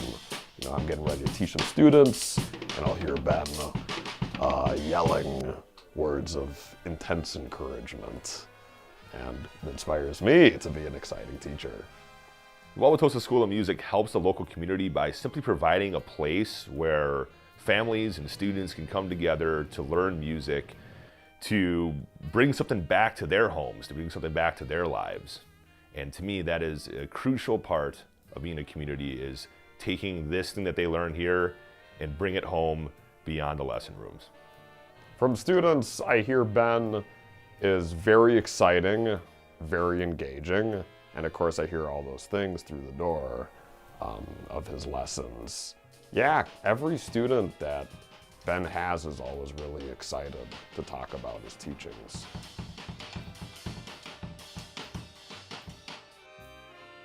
The Wauwatosa School of Music has been serving southeastern Wisconsin for over 10 years as a community and family-oriented program.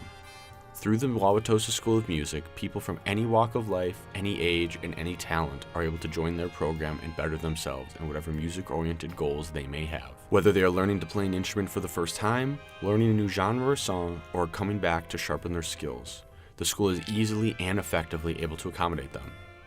You know, the Wauwatosa School of Music, I really appreciate how homely it feels. You know, it's run by one person. It's not a big corporation where things get diluted. I would say that the Wauwatosa School of Music wants every student to find a passion for music. I think my work impacts the community by providing a source of relief for people. Music can be very therapeutic. Music can challenge people to find something in themselves to be proud of, find something that's worth pursuing in life, a skill that's worth building. And I like to think that those things just add meaning and purpose to life. No matter whether somebody becomes a very successful musician or somebody takes this and plays music for the rest of their life, isn't necessarily the point. It's the fact that they challenge themselves to do something challenging and to overcome that, or simply just to find a little bit more joy in their life. And those are things that I think go beyond the lesson room and go into a community. The thing that makes me most proud of my students is simply showing an interest to learn what they're learning, whatever it might be, whether it be a snare drum pattern or learning a song. It's simply the willingness to do the work and to learn the song and to have some fun with it. Ben and I have a pretty similar style of teaching, I would say. We're both, I think we both try to be energetic in our lessons, try to make students excited to learn the drums. And it's not all about teaching drums, it's also about talking about everything alongside drumming. Kind of like a life coach kind of style. Students do get a lot of chances to play in music recitals and live performances, especially here at the Wauwatosa School of Music. There's about 4 or 5 concerts that are played throughout the year at different venues here in Wauwatosa. Students get together to form bands around songs that they're learning with other teachers, other instruments. In addition to that, there are solo recitals that are played as well, namely with stringed instruments and piano. So yeah, they get a lot of opportunities here to go out and play what they've been learning. A lot of students at the Wauwatosa School of Music can participate in recitals, but the Tosa School of Music also has rock concerts, you know, where students actually kind of put together their own bands with songs that they pick and perform in a pub or a bar or even kind of a club of sorts. So it's kind of a real world experience rather than a recital. I think the people in the greater local Milwaukee area can support music by either letting representatives know, and I don't know exactly how this happens, but letting people know that we need music programs in school. It's more than just something that you can do on the weekends. But you know, music can impact your life in such a profound way. So I think, you know, instilling music programs into schools throughout Milwaukee County is quite essential. Going to see live bands, you know, supporting these people who are putting their heart and soul into music, helping them out by giving them maybe some extra support, helping them make that next record, helping them put on that next show. The Wauwatosa School of Music wants every musician to leave their program with at least one thing. No matter the talent or skill level, ages all the way from 4 years old to 94 years old, the Wauwatosa School of Music wants every student to have the skills they need to enjoy music for a lifetime.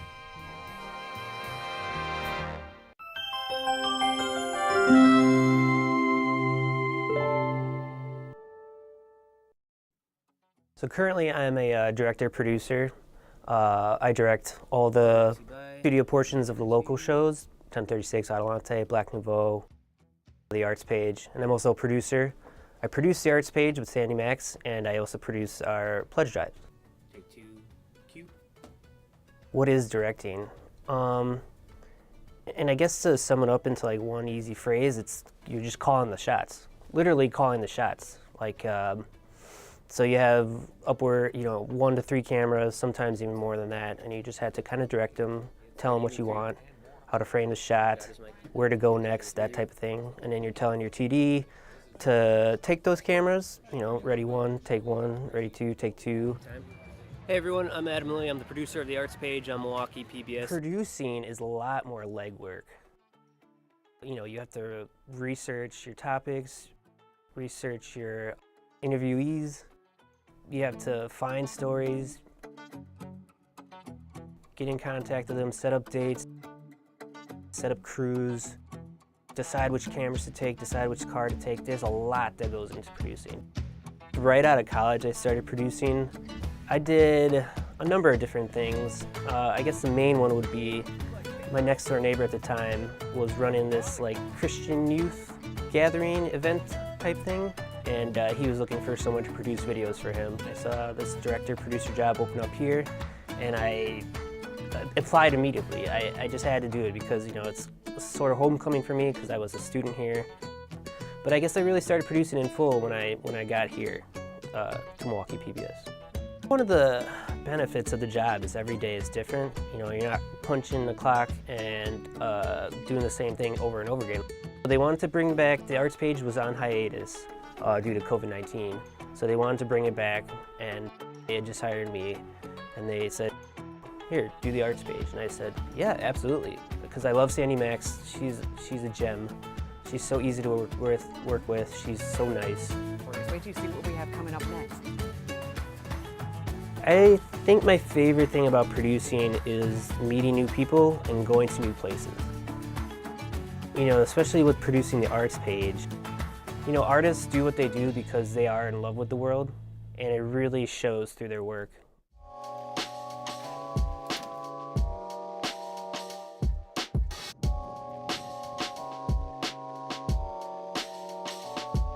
Tonight at 8 on Channel 36, Milwaukee PBS. You're watching WMVT, Milwaukee PBS. The following program was produced by students enrolled in the Milwaukee Area Technical College Television and Video Production Program. The content is student-produced and does not necessarily represent the views of Milwaukee Area Technical College or of Milwaukee PBS.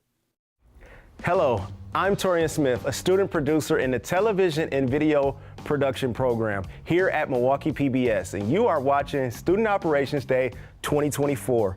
As a part of MATC's television program, students create, write, produce, shoot, and edit a full-length broadcast TV program. And for over 50 years, these shows air on a special day on Milwaukee PBS, which is today. Please stay tuned to my show, Forms of Creation. It's next. Thank you for watching Student Operations Day 2024. Hope you tune in all day and make sure to catch any shows you missed.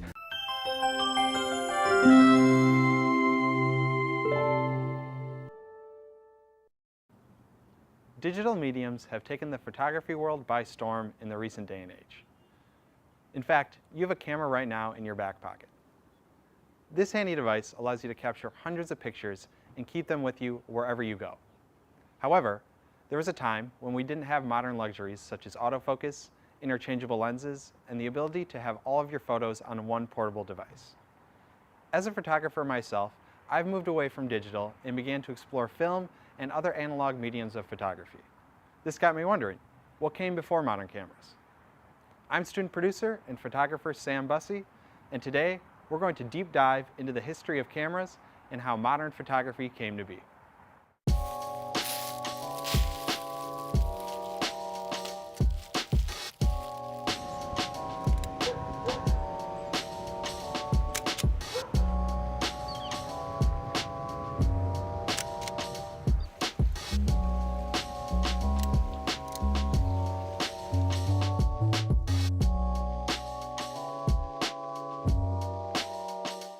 Now, the definition of a camera is a device with a lens and a shutter that produces an image onto a given medium, whether that be a digital sensor, a frame of film, or really anything that can display an image. Well, a frame of film or modern camera sensor can fit into the palm of your hand. Camera technology wasn't always so small. In fact, the first cameras in history were entire rooms with a tiny hole in one wall which acted as the lens. This produced an inverted image of whatever was outside the pinhole on the opposite side of the room. These rooms were often used by artists as visual aids to help trace a scene onto a canvas.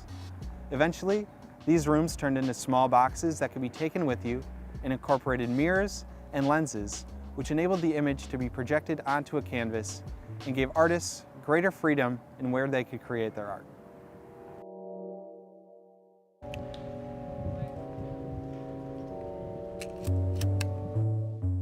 It wouldn't be until years later that French artist Louis Daguerre coined the first light-sensitive medium, known as the daguerreotype.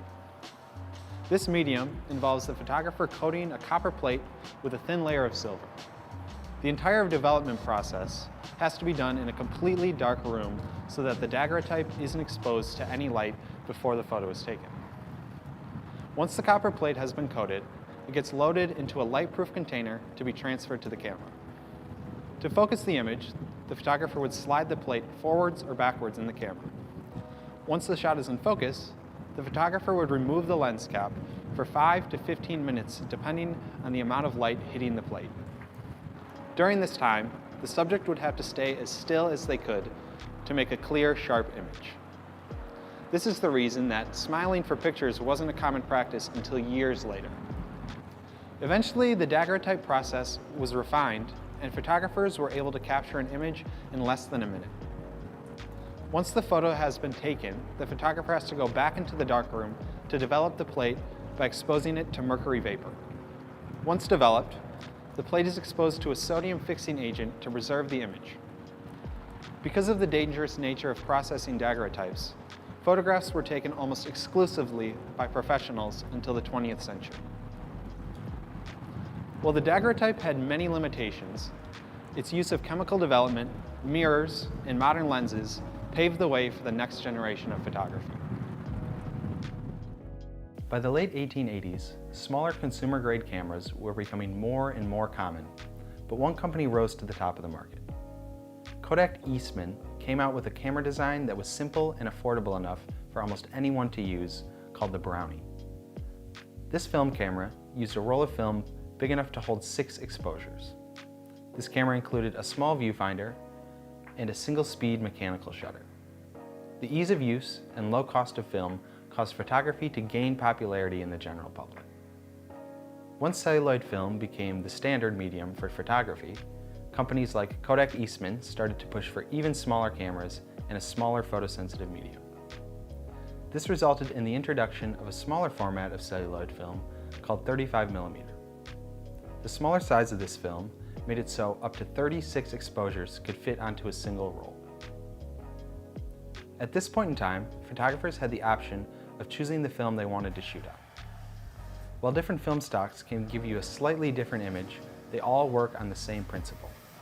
Each frame of film is coated in microscopic, light-sensitive silver halide crystals. When these crystals are exposed to light, they react to form an image. The larger these crystals are, the more sensitive to light the film will be. However, with the added benefit of a higher sensitivity, the bigger crystals become easier to discern in the photo. This is something we all know as film grain. The look and feel you get from shooting on analog mediums like film is the reason so many people are still taking pictures on their old cameras.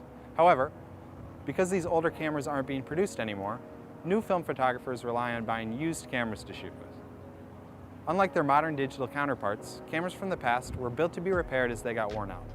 So with the help of some skilled hands and a little know-how, these old worn-out cameras can be refurbished to be used for years to come. Luckily, local camera shops like Retrospect have been breathing new life into cameras from the past for the next generation of photographers. Why are people interested in this technology? I think it's a really nice counterbalance to how easy everything is now and how perfect everything can be, and the authenticity of something original that isn't manipulated and is your one shot at taking that photo. So for incident photography in particular, that is your one original copy and it's unedited and that's it. There's a real allure to that authenticity that is created from an instant image such as that, when you can very easily scroll online and find just perfect images of anything and everything. Because parts for old cameras aren't being made anymore, camera shops rely on other means to get the parts they need to make repairs. Oftentimes they're pulled from a unit itself, so a non-working unit. If we can't get it functional, we can at least get components from it, and we can test those components and make sure that they are going to work for as a replacement part. And then sometimes we can put together a bill of materials of replacement components such as capacitors, speakers, sometimes screens. It really depends on the part and the device it's going into. You buy 100 of something and maybe you get 60 of them to the finish line and you have 40 that you can't do anything with, but those 40 gave life to the other 60 that we're able to get out the door. And then there's other programs that are really well established that we do, in which we've actually reverse engineered replacement components for, and those are the least common denominator, in which if we didn't have them, we would have quite a high yield loss. Having them really allows us to move thousands more units in a year, which is what can justify those high costs for reverse engineering and injection molding. I love how well built a lot of this older tech is. I love the thought that went into designing something that could be taken apart and repaired, as really we moved into the late 90s and early 2000s when it was just much cheaper to produce something that was never supposed to be taken apart, is really hard to even take apart. I remember the disappointment of growing up and transitioning to some of that tech and realizing that it had a lifetime to it or planned obsolescence. There's a group of individuals that I think really like our mission statement and like the idea that the camera they're buying prevents a new camera from ever needing to be manufactured. And if they're going to buy one anyways, why not support a company that's doing that and has that as a mission? Some of the SLR cameras, for example, I don't know that they could be built today for the price point that you can buy a used one for. They would be extremely expensive because you just don't have the scalability of that product anymore like you did maybe in the 60s, 70s, and 80s when you had a really large consumer base, and now the consumer base is still there, it's just much smaller, and there's a lot of other options of used equipment for that user base as well. So I think there could be a variety of reasons why someone decides to purchase a used item, but those are a couple reasons in our opinion that someone may visit our shop. While analog photography is an older form of technology, that doesn't mean it's not still used by professionals. When film is shot, developed, and scanned properly, you can still get high-fidelity images that stack up to their digital counterparts. The reason photographers still shoot on analog cameras is the unique look that film gives an image. In fact, many digital photographers will alter their photos, adjusting color and adding grain to emulate that sought-after vintage look that film gives you. So instead of trying to replicate film using digital cameras, photographers like Darius Smith have been shooting analog to get that vintage look. I think film is actually having a really big resurgence. The biggest thing that drew me to film is just I wanted to get better. I wanted to get better with my work, and outside of just getting better, I want to have something that's a little bit more tangible. So with shooting, with shooting like digital, you can shoot 1,000 shots, and just because you shoot 1,000 shots, you get one good shot that makes you a good photographer. But with film, you actually have to take your time to learn how the camera works, learn about aperture, learn about all these different things, ISO, just to make sure you are getting really good shots. So for me, it was like slowing down and actually understanding each method of it. And it's a lot of science to it is what I realized. There's a lot of science to it, learning how light hits the camera, the golden hour, all these different things. So for me, it taught me just to slow it down and actually appreciate what photography really is and what it should be used for. I have ran through a lot of film, and say if I'm shooting with a 35 and I got 36 exposures, it's sometimes that it may be just one shot out of that 36 that's actually pretty good, but that comes with the territory. But that teaches you like, hey, I need to be a little bit more responsible about how I shoot, the subjects that I shoot, the light that I shoot, because all of that plays into like the film stock that you get. And it's expensive. That's the other part. While editing film scans is easily done, a lot of film photographers try to keep their photos as close to the original as possible. I don't want to edit my photos. I think it's, at least for me, I think it defeats the purpose of me shooting film. If I'm gonna edit everything, I might as well shoot digital. So, only thing that I can say I really do is more so I may touch up a couple things if it's underexposed of my own fault. That's a photographer's error. I may just like change some contrast or the saturation just to get it back to how it should be. But outside of that, the saturation, the contrast, and the dust spots, that's about it. I think it just takes me back from being a kid when my mom used to buy me a disposable camera, take it to Walgreens, and you get back the photos. So I think that's one of the reasons why. I think we live in a world where everything is so digital that you forget how the film actually feels. It wasn't until the first digital cameras started to be sold to the public that film photography started to fade in popularity.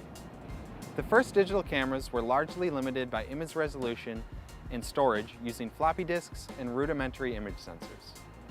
Instead of using silver halide crystals to produce an image like film, digital cameras used an image sensor made from a semiconductor with microscopic lenses covering it. These micro lenses focus light to individual pixels on the semiconductor.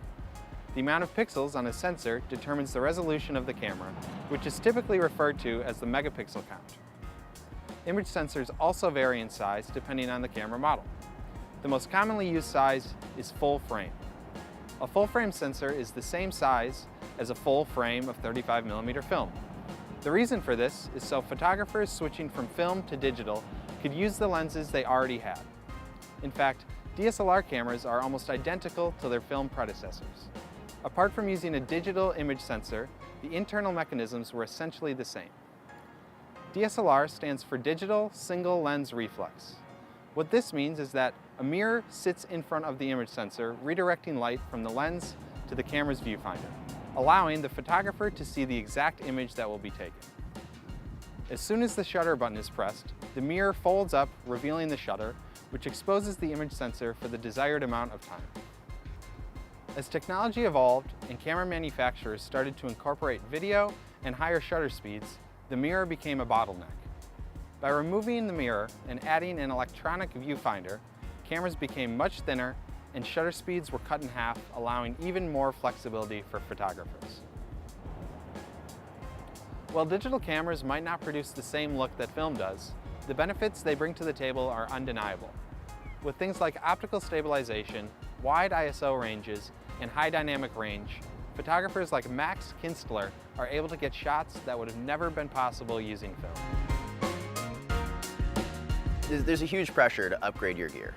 I feel it every single day. So one of the things is hardest for me is just to remind myself that I can do what I need to do with my camera, but it's important to learn and to keep up to date with the new technology. The first camera I remember handling or ever using was my grandpa's old camera after he passed away, and when we were going through some of his stuff, there was an extra camera left over. He was a painter and he used cameras to take pictures of the scenery that he would paint, and I ended up in possession of his Canon Power Shot, you know, whatever it was, one of the point and shoots. And that was the first camera I ever kind of had for myself to experiment with. The camera that I use and the setup that I use right now, I love Canon. I have shot Canon pretty much since I started in photography. Like I said, my first camera was a Canon, and I mainly do stills as of right now. So I shoot on a Canon 5D Mark IV. I am one of the last people in my current immediate friend group who is still shooting DSLR with a mirror. And ultimately for me, what it comes down to is I shoot what I like and what I know. My 5D has been my powerhouse for years. It's what I know best. I can probably do it with my eyes closed. I know where my settings are and everything. So for ergonomic and timing reasons, I tend to use my 5D, but in order to stay up to date with the rest of everything else, it's really about being a part of the community that does this kind of stuff. How I end up approaching editing a project is really highly based on the actual shoot and how that went. The atmosphere that I like shooting the most and kind of the shots that I really enjoy getting the most pretty much are all luck. I have to wait for the weather to be like that, and I have to wait for the lighting to get just right, and I have to wait for the timing. So when I end up getting that shot, it's pretty much immediately how I know how I'm gonna edit it because I've already thought it through. When I approach the edit, usually what I like to do is tone the shadows down a little bit. I try to overexpose so that I can work a little bit with some of the shadows and the light that I do have. But really it's about taking whatever element that I did want to kind of frame up or highlight and toning down the rest of the image to make sure that the center or whatever I framed up is kind of what the person is looking at, what the audience is like geared towards, and making sure that their eyes are kind of being led towards the subject of the photo. I really love symmetrical images, and when I look to set up a frame, I really love the negative space filling most of the image. I know a lot of people like busy images. I don't. I really enjoy center frame, and I guess I see myself using the rule of thirds quite a lot, but for the most part, for my photos, I love center framing and using the negative space to fill the rest, because I really like that foggy feeling of kind of being in like the abyss, kind of maybe underwater, how you can't tell what's up and what's down. I really enjoy that sensation, that feeling, so I try to emulate that in some of the photos that I take. There's always going to be situations where you come into a room and you see the lighting and it's awful, or you're out at night and the fog goes away, and it's whether or not you decide to change up your game plan or stick with your guns and just do what you were gonna do anyway. I try really hard to stay on my toes in situations where the lighting gets tough or where I'm sort of out of ideas, and just be able to think fresh, go a different direction than what I was originally thinking, because ultimately, like I said earlier, all of my photos are lucky. I have to wait for like months until I get a day like, you know, some of those nights where the fog is super thick, and I go out and I shoot until 4 until the fog is gone, because that's the only time I get those photos. So it's really just about taking advantage of the light that you get, the good light, and just being okay with not getting exactly what you wanted and experimenting and learning when the lighting gets tough. There's no denying that modern cameras make it easier to get the perfect shot every time you press the shutter. But the slow, involved experience you get from taking pictures on analog cameras is why so many photographers continue to use them. At the end of the day, it's up to you to decide which medium of photography is right for you. With the evolving technology in cameras, there's unlimited possibilities of what the future will hold for photographers. I'm student producer and photographer Sam Bussey. Thanks for watching Framing History.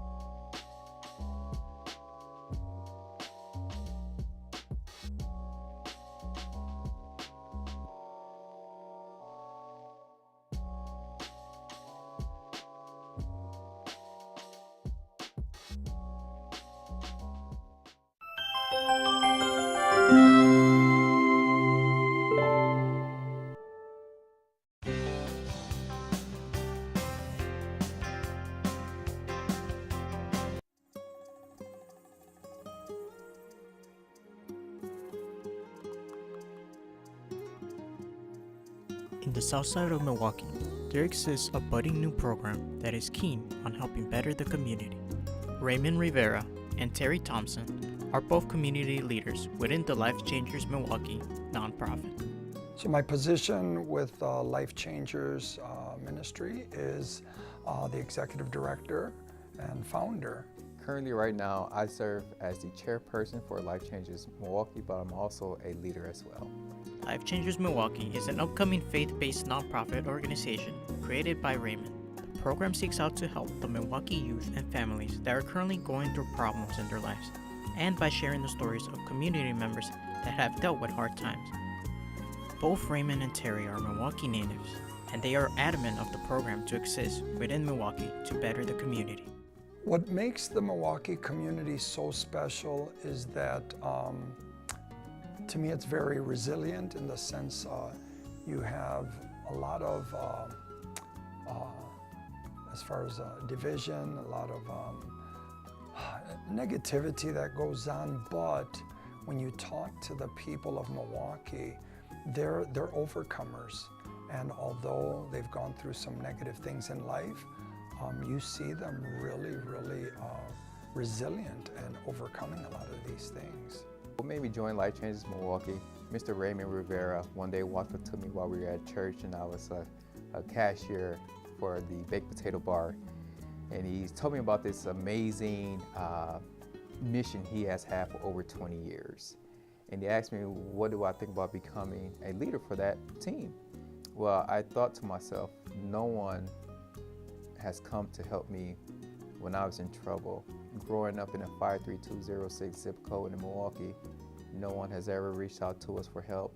No one has come there to serve the community, to clean, to provide any type of valuable resources. And I felt lost in that community. In that community, I experienced much trauma. In that community, I was subject to violence. In that community, I also was part of that violence. And so hearing what Life Changes Milwaukee was going to do to contribute to bringing success in a healthy community, I want to be a part of that change. Both Raymond and Terry are always thinking a step ahead on how they can improve the program to achieve its best. What we wish that we could be doing more with the program is probably more home visits. It's going to be something that's very unique about the program. Instead of individuals coming out to the resource, we want to bring the resources to their home. We have a lot of individuals that are struggling with anxiety, depression, and they don't want to leave. But what we do is ask the family, would you mind if we could come to the home and to just love on them with resources and also with the love of God as well. If there's more things that we could do, I believe Life Changers, we can go out to the community more. We can go to the community in Whitefish Bay, or to Bayview, or to Racine, Oak Creek, Milwaukee, West Allis. I wish we had more resources that would help this program so that we can go out and we can help those in need. The future seems bright though, as both Raymond and Terry hope to give to the community for many years to come. In the next 5 or 10 years, what Life Changers hopes to accomplish is, I would have to say, hope and healing. And there are a lot of individuals that, and I don't want to just say after the pandemic, but even prior, there were a lot of individuals that lost hope. And when we talk to individuals in our community, whether it's lower, mid, or higher end individuals making good money, there's a hopelessness.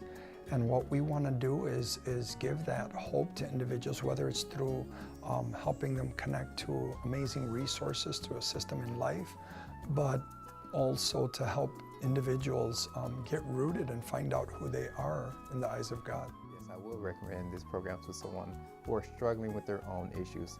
It doesn't matter what it is. Life Changers will love to come alongside to provide that hope that we have always had for one another. We want to see others learn and grow, and to learn from their experiences, such as the things that I've learned from in my childhood that helped me to be a stronger person who I am now today.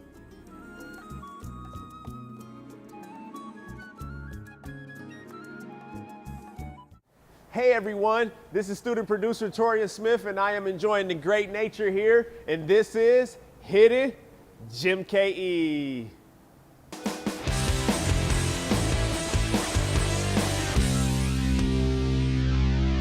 Today we are at Three Bridges. This park may be hard to find, but once you find it, the beauty is going to expand through every acre. Located along the Hank Aaron State Trail between 27th and 37th Street, Three Bridges was once a wild rice wetland, then a rail yard, which played a critical role on how we transported goods, and since then has transformed in 2013 to Three Bridges when the park first opened, and has more than 50,000 visitors and is open year-round. It also features a stunning view of Milwaukee's skyline, and oh yeah, not to forget about the 2-mile bike access, walking trails, river access for fishing, canoeing, and community gardens. But let's not forget the most important part. Where does Three Bridges get its name from? Well, it actually has 3 bridges, which makes it perfect for people that have to commute to work in the Menominee Valley. So if you're looking for a hidden gem right in the heart of downtown Milwaukee, I think Three Bridges is the place to be. I'm student producer Torian Smith, and this has been another hidden, you guessed it, Gem KE.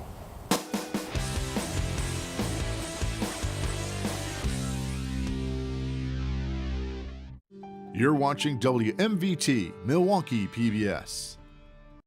The following program was produced by students enrolled in the Milwaukee Area Technical College Television and Video Production Program. The content is student-produced and does not necessarily represent the views of Milwaukee Area Technical College or of Milwaukee PBS. Hi, I'm Aileen Perez, a student producer in the Television and Video Production Program here at Milwaukee PBS, and you're watching Student Operations Day 2024. Please stay tuned for my show, Bloodline Bonds. It's next. Thank you for watching Student Operations Day 2024. Hope you tune in all day and make sure you catch any show you missed on Milwaukee PBS's YouTube channel.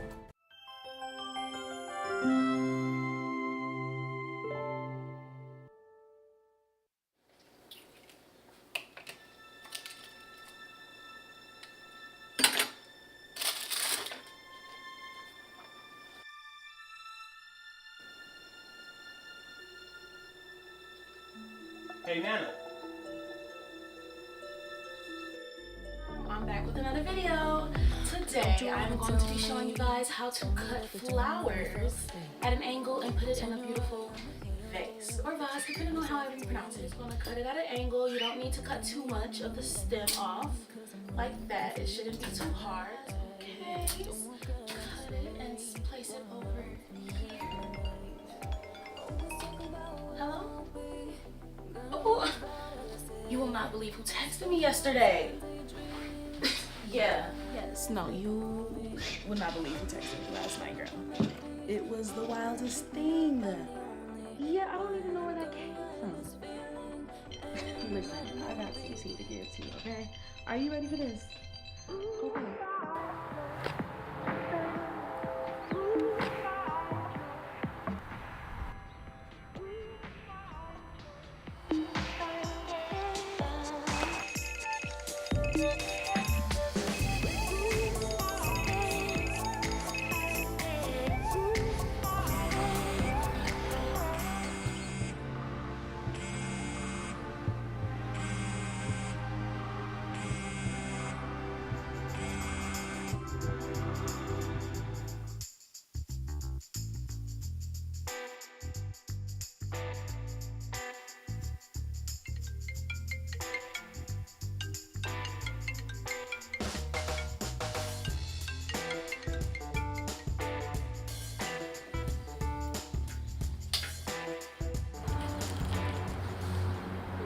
Hello. We've called to inform you on some news of your grandmother. Grace Evangeline Smith was found dead.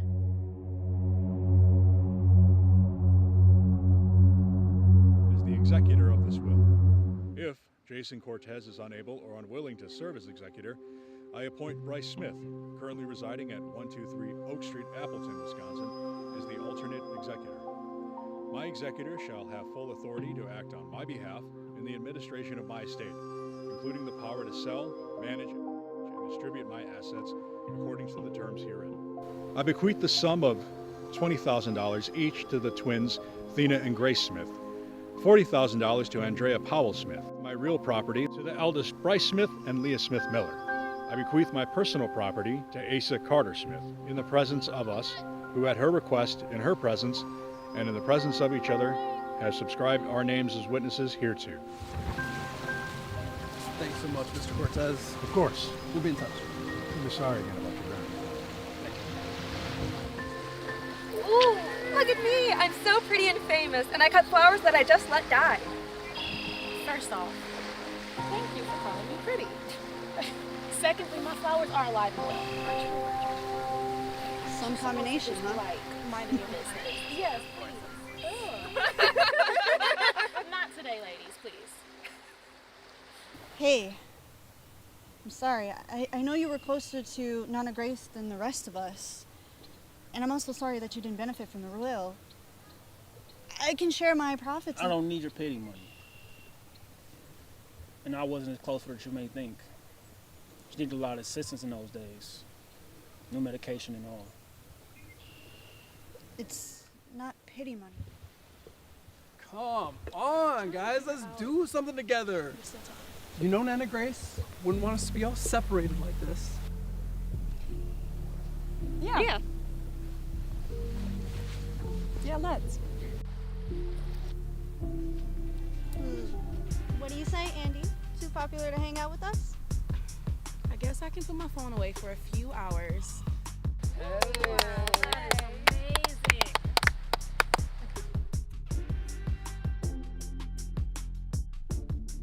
So? Come on, Asa. Come on, Asa. Stop it. Come on. They got me to do it. Come on. Asa. Asa. I know you want to. Asa. Asa. Come on.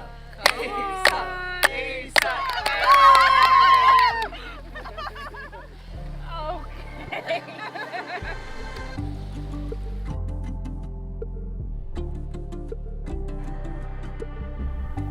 Hey, do you guys remember when the twins locked Asa up in the closet?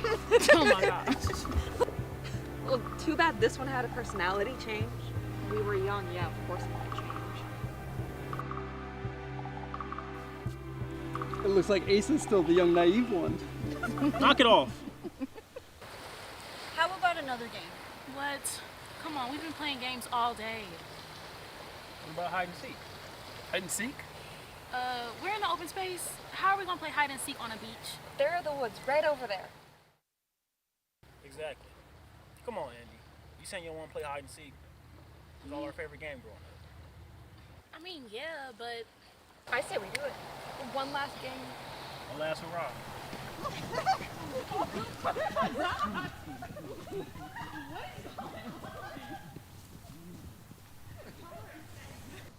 Okay, so how do we do this? Rock, paper, scissors? No, we should do eeny meeny. Isn't eeny meeny a little childish? This whole thing is childish. let's let the youngest decide.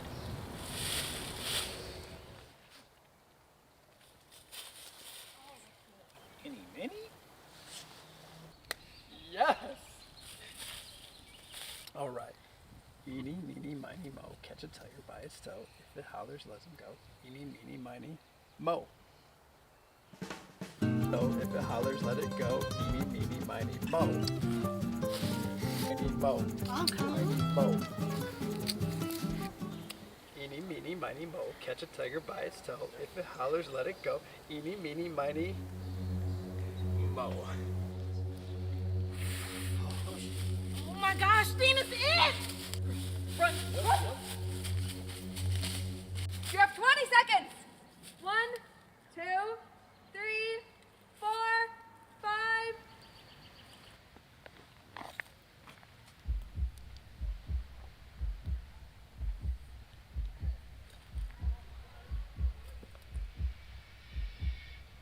$18, $19, $20. Ready or not, here I come. Gotcha! Nice hiding spot. Too bad your footprints led me right to you.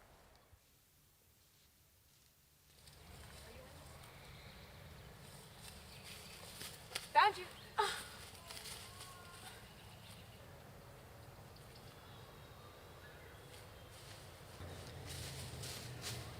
Let's go. Guys, I can't find her. I tried calling her, no response. It's probably we have no signal. Y'all remember the forest? Have you tried using both of your phones? Stop! This isn't funny. I can't find her. Okay, calm down. It's 5:30 now. The sun is about to set soon. We can split off into groups and go find her. If we don't find her in 15 minutes, we'll meet back here. We go back to the beach and we call for help. We should really find our way back to the beach. No, we should look for Grace. For all we know, she could still be hiding. I don't know. I agree with Bryce. We should go back to the beach. We don't even know where the beach is. Andrea, Asa, you two go look for Grace. Thina and Bryce, you're with me. Oh! Grace! I don't know! Leia, leave her alone. You know she's going through so much right now. Besides, aren't you a criminal justice major? Shouldn't you be out investigating? Anyway, hey, Thina, don't twins get telepathy or something? Why do you think I'm asking all the questions? And Bryce, acting funny isn't helping either. Alright, I am funny. But no, seriously, don't twins have telepathy? Just shut the hell up! And I don't know! I just know that Grace is missing and that I'm worried.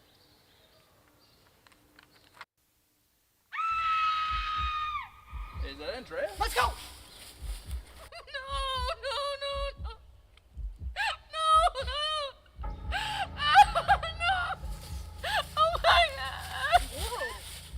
What the hell happened? I don't know.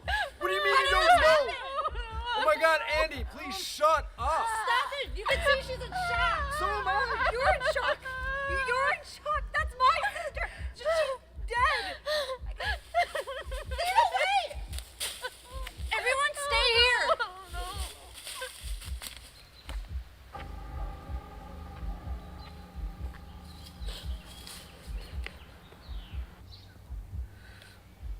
Hey, I don't know what happened back there, but we'll figure it out. Everything will be okay. Everything will not be okay. Grace is dead. She's gone. And do you think that by saying everything will be okay and by asking your annoying detective questions that's going to fix anything? Well, it's not, because Grace is dead. She's gone. Leia, my sister is dead. My sister is dead, Leia. Hey, let's head back and meet with the others, and we'll head back to the beach and call for help.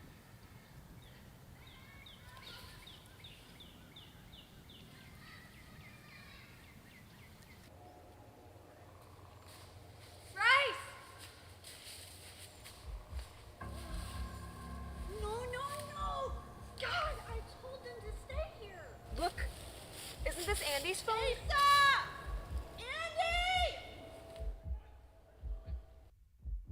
It is, and it looks like Bryce and Asa's footprints.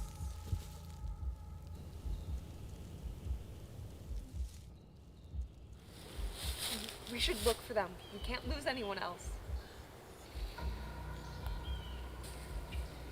Do you think one of the cousins did it? Huh? Killed Grace? You do, don't you? I didn't want to believe it, but it makes sense. Everyone has something against one another, either from childhood Or the will? Yeah. Well, who do you think did it? Bryce, maybe? I think it was Andrea. No, why would you think that? Well, because she is just so annoying, and she clearly has never liked Grace or I. Never mind, the way you're piecing things together, you might think it was me. Noted. No, I didn't mean it. I'm messing with you.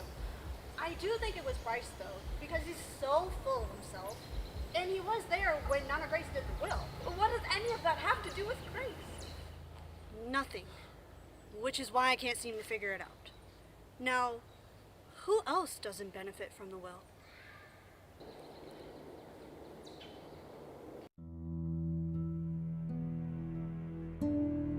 Something isn't right. What's wrong? See, Andrea's footprints are here, but these are different. And stop here.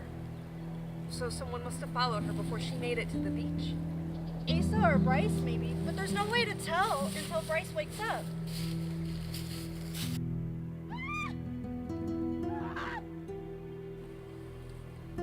Thina, you good over there?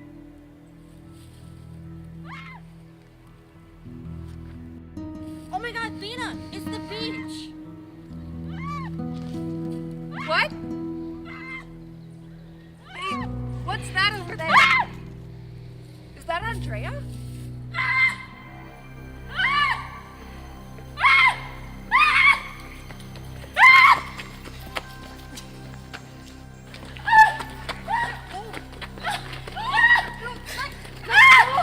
Help!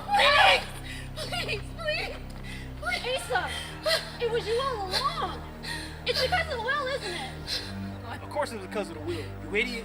You're all idiots. I didn't think it would be this easy. You killed Grace. How could you? Come on, Thea. We all knew you were the better twin. But you know what? You'll be joining the real soon. Rather I'm done with you. No! I don't understand why you're hurting us. In any case, them older grandchildren don't take care of Asa. Whether deaf or neglected, he shall inherit all their shares. And don't push me, Leah. I did you a favor. Now you don't gotta share the house with Bryce. And I'll inherit everyone's shares. Payback!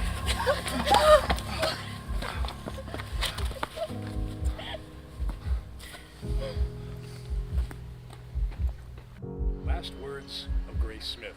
I, Grace Smith, of sound mind and disposing memory, do hereby declare this document to be my last testament. My dear family, as I embark on this final journey, I want to express my deepest gratitude for the love and support you've given me throughout my life. Though my time here is ending, please know that I carry each of you in my heart. Remember our cherished moments together, and let them bring you comfort and joy. I am at peace, knowing that our bonds will endure beyond this testing. Keep playing games and having fun together.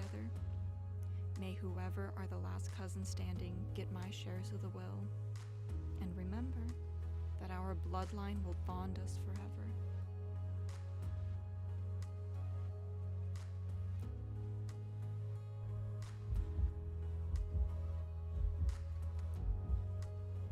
Love, Grace.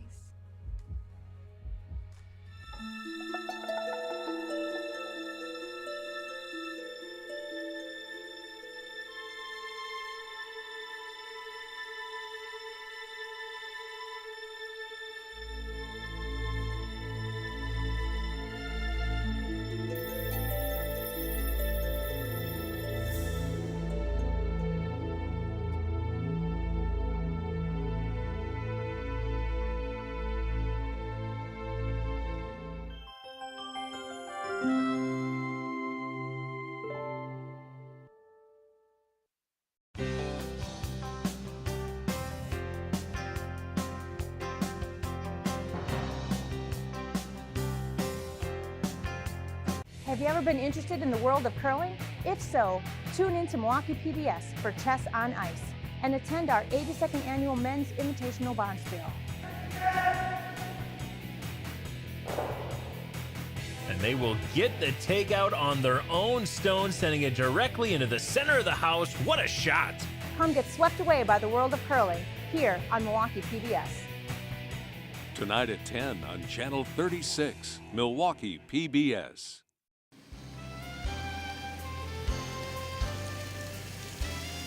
To me, model railroading is a combination of different talents and things, and it's a hobby. It's something that people do for enjoyment, and it's also ways to learn different things. It's an interesting hobby that is a group of many different crafts. But what's different of the crafts is the end result moves. It actually does something, goes somewhere. So we're not just modeling what a train looks like. We're actually modeling how trains work. They are a business. They have to move goods from one point to another, and we actually model that aspect of it too. Model railroading is a hobby where participants build miniature railroads and run replicas of real-life trains on at a fraction of the size. Milwaukee and Southeastern Model Railroading Club is a group of people who all share the passion of model trains and meet weekly at their club layout, which is located in Cudahy, Wisconsin. Model railroading can include carpentry, building benchwork, painting of structures. You can build either plastic structures, wooden structures, and you can do scenery. You know, you can actually build trees and do things like that. And so it's a combination of different skills that people have. The Milwaukee and Southeastern Railroad Club's history started with 4 brothers-in-law basically getting together in each other's basements, kind of a round robin, sharing the hobby, to the point where it grew and they formed a full club, which actually became incorporated in 1986.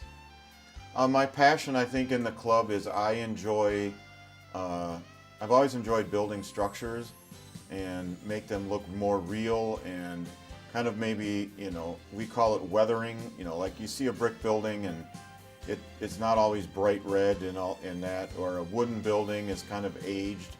I like to do that. I also like to, we call it operating. So we try and run our layout like a real railroad where we run a train, we stop, pick up cars, drop off cars, and make it like, you know, it's a real railroad. And this is what you would do if you were working for the railroad, you know, any of the railroads around. Those are the things that I enjoy the most. With the size of the club layout here, we can have a really nice operating session. Members of the Milwaukee and Southeastern Model Railroading Club are all skilled in a variety of things, such as painting, building models, or bench work. They all combine these talents in order to create their model railroad.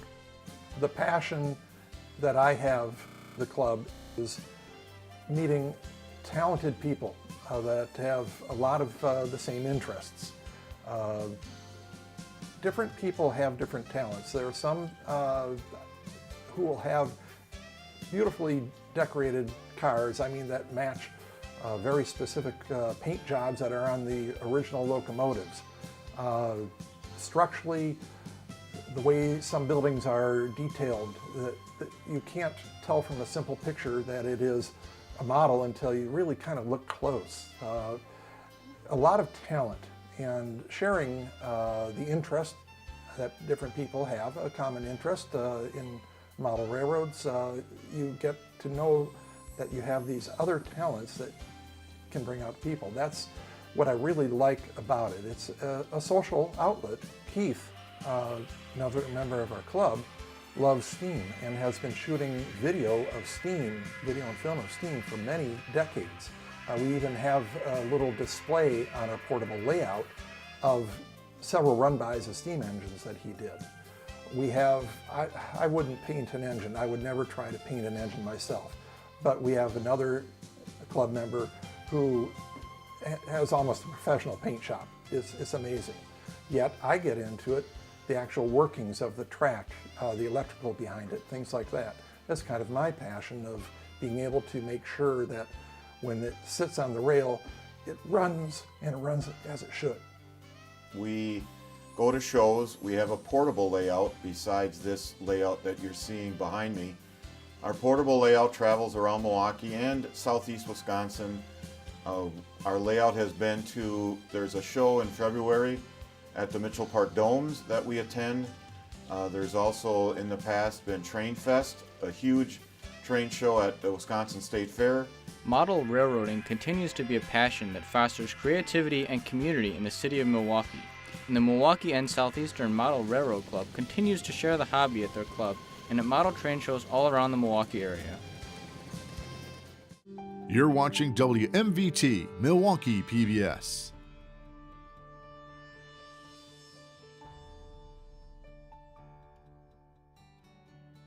The following program was produced by students enrolled in the Milwaukee Area Technical College Television and Video Production Program. The content is student-produced and does not necessarily represent the views of Milwaukee Area Technical College or of Milwaukee PBS. Hello, I'm Aguila-Garcia, a student producer in the Television and Video Production Program here at Milwaukee PBS, and you are watching Student Operations Day 2024. As part of the MATC television program, students create, write, produce, shoot, and edit a full-length broadcast TV program. And for over 50 years, these shows air on a special day on Milwaukee PBS, which is today. Please stay tuned for my show, The 5 Stages. It's next. Thank you for watching Student Operations Day 2024. Hope you tune in and all day and make sure to catch my show and any other show missed on Milwaukee PBS YouTube channel.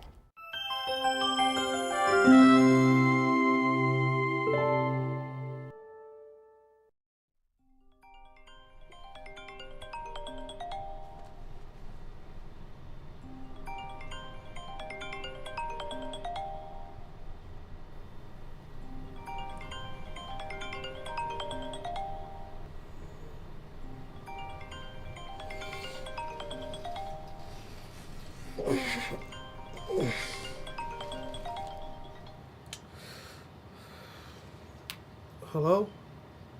Hey, Justin, what's up? I just wanted to see if you wanted to meet up at a park. Wait. Do I have to? Come on, man. It'll be fun. Yeah. I'll meet you at 10. All right, man. Yeah, I'll see you bye. soon, man. One last thing, bro. Hello? Justin? Justin, are you there? Hello? What about all those times I was there for you, huh?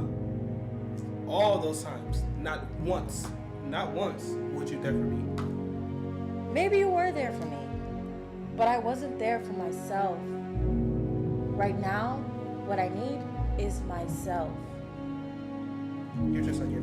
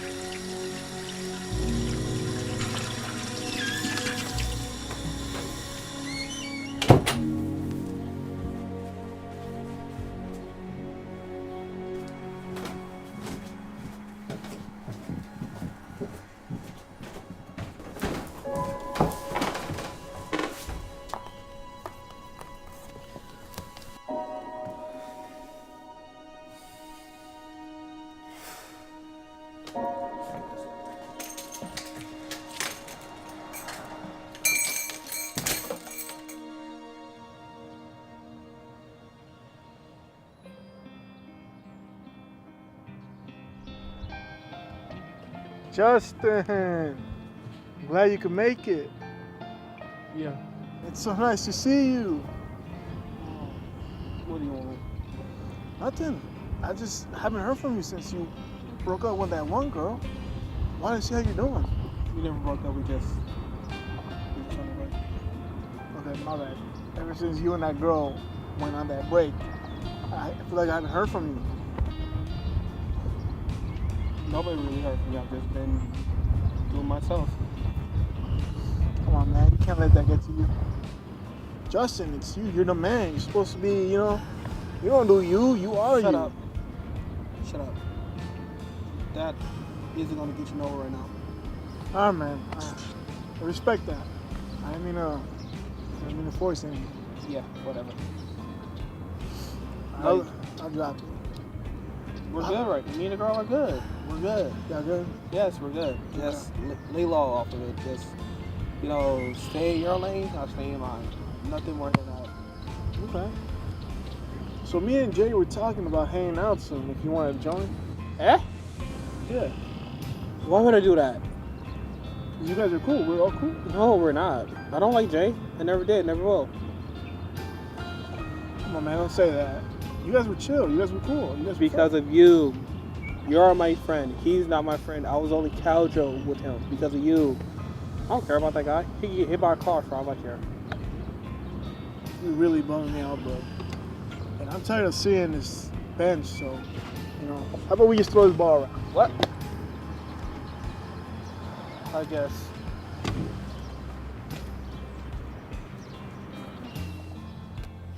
Remember when we tried out for the football team? Yeah, and I recall you wanted to join just to get the jersey. That's also where you met that one girl. What was her name? Crystal? Sadly enough, I do. Do you remember what happened when you guys broke up? We went to that college party with your cousin, and we all got destroyed. I just don't want to see you dig yourself in that hole again. It's nothing like that. Nothing like that at all. I'm just saying this as your friend, Justin.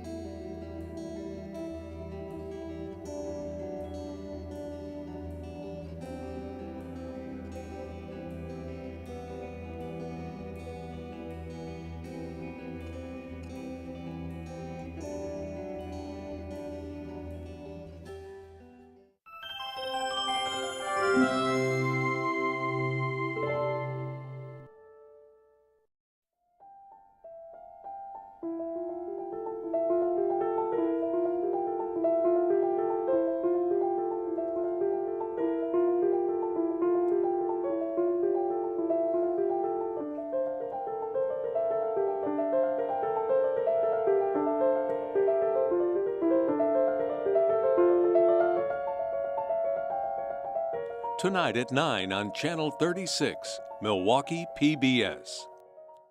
Hi, I'm student producer Shannon O'Dwyer, and you are watching Student Operations Day 2024 on Milwaukee PBS. You're watching WMVT, Milwaukee PBS. The following program was produced by students enrolled in the Milwaukee Area Technical College Television and Video Production Program. The content is student-produced and does not necessarily represent the views of Milwaukee Area Technical College or of Milwaukee PBS. Hi, I'm Shannon O'Dwyer, a student producer in the television and video production program here at Milwaukee PBS, and you are watching Student Operations Day 2024. As a part of the MATC television program, students create, write, produce, and shoot and edit a full-length broadcast TV program. And for over 50-ish years, these shows air on a special day on Milwaukee PBS, which is today. Please stay tuned for my show, Everything in Its Right Place. It's next. Thank you for watching Student Operations Day 2024.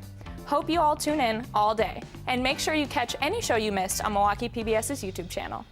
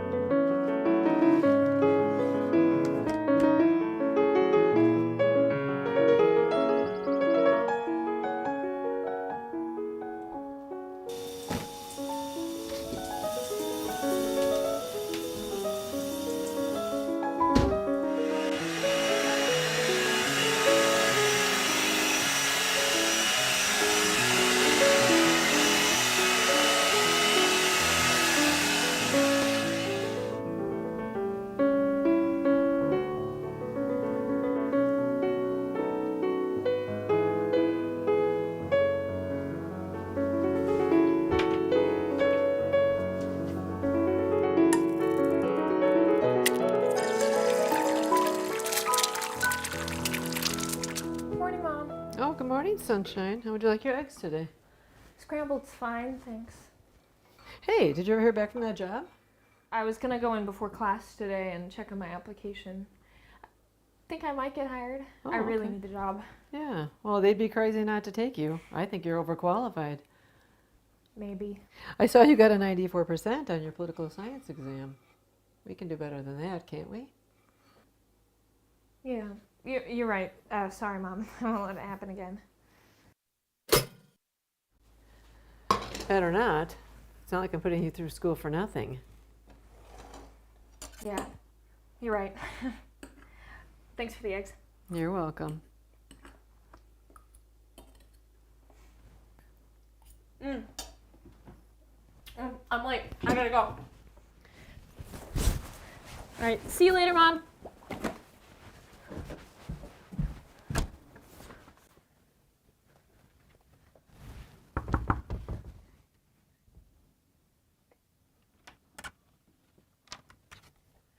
Hi, I'm here for the application.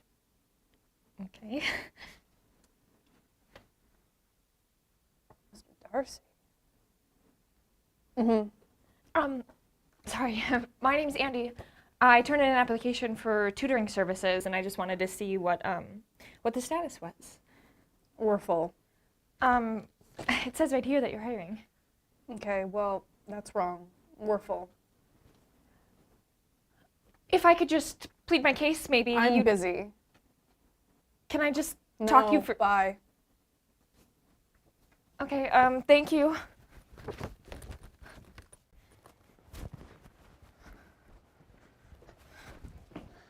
Sorry.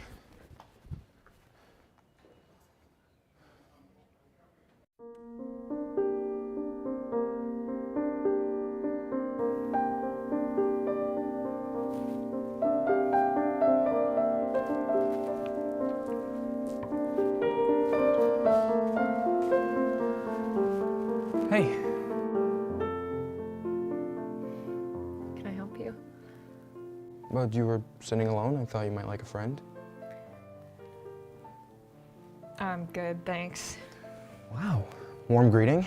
Totally not cold and uptight. I have to take the sweater off. I'm sorry. You can sit if you want. Sweet. I'm Q. I'm assuming you have a name as well? Andy.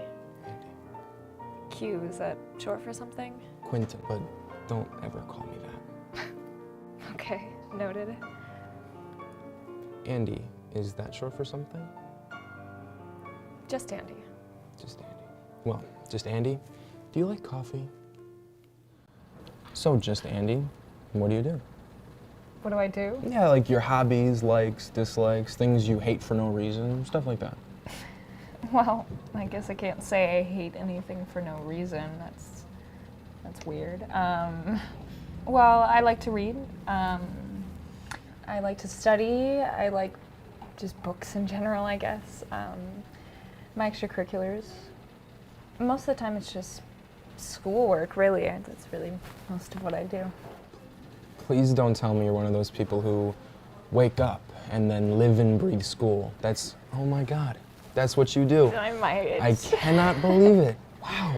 I can't believe it. Wow.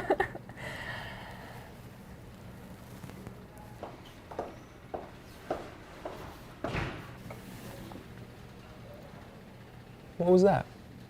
That thing you just did with your face. Are you frowning? You cannot be frowning when you're talking to me. It just can't happen. It cannot happen. Everything okay? It's nothing. Okay, fine. Got a text from my mom. She wanted to know about a job application that I got today. Well, I went in and I applied for a job, and they filled the position, which is fine, you know, happens, but it'll just be kind of a tough conversation later, I guess. Tough conversation. Why, is she a drill sergeant? No, nothing like that. She has high expectations is all, you know? I have to have a good GPA, 3.5 minimum, 3 extracurriculars, and at least 1 to 2 part-time jobs during the school year. And in the summer, full-time job, and keep up with some extracurriculars. I don't know, it's just a lot. It's a lot, which is fine. I'm fine with that because I have high expectations for myself as well, and I don't think my parents would ever punish me for not getting a job because the position's filled, but... You know, it sounds like you really need a break. You're so, like, uptight. You gotta relax, loosen up, have some fun. gee, thanks. I've never heard that one before. No, I mean, I'm serious. Come out with me tonight. A buddy of mine is having a couple people over. I don't think my parents would ever punish me for not getting a job because the position's filled, but... You know, it sounds like you really need a break. You're so, like, uptight. You gotta relax, loosen up, have some fun. Gee, thanks. I've never heard that one before. No, I mean it.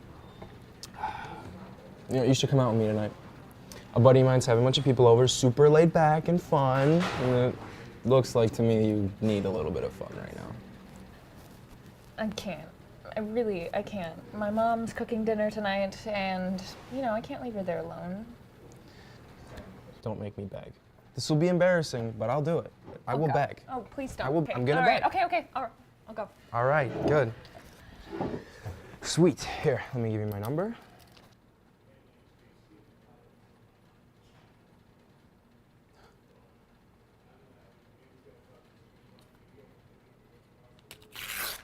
All right, text me. I will send you the address. Okay. And then, yeah, come around 8 or 9. Party should be started by then. Yeah, I'll see you later. Okay.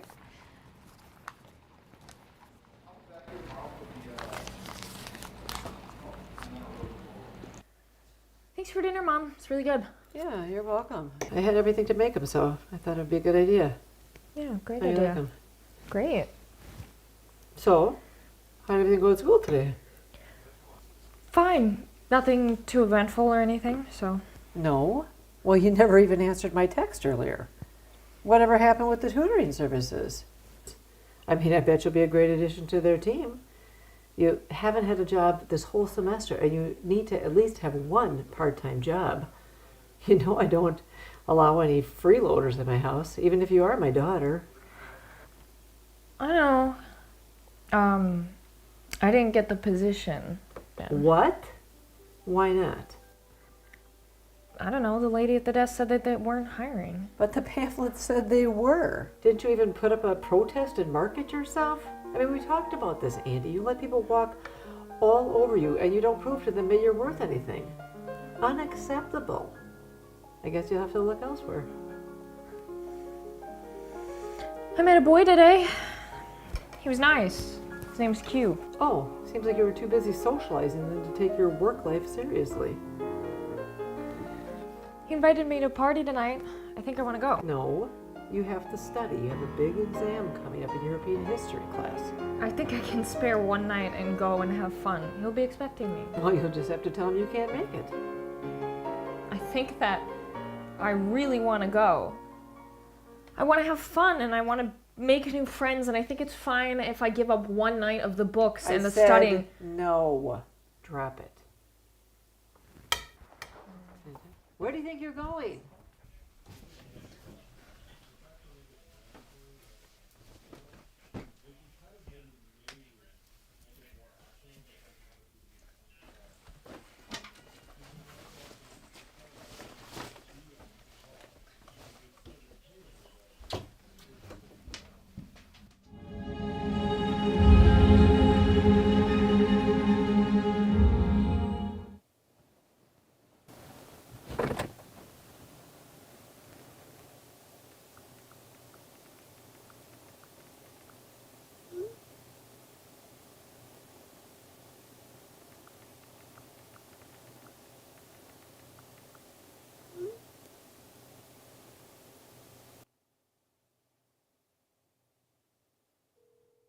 Hey Q, it's Andy.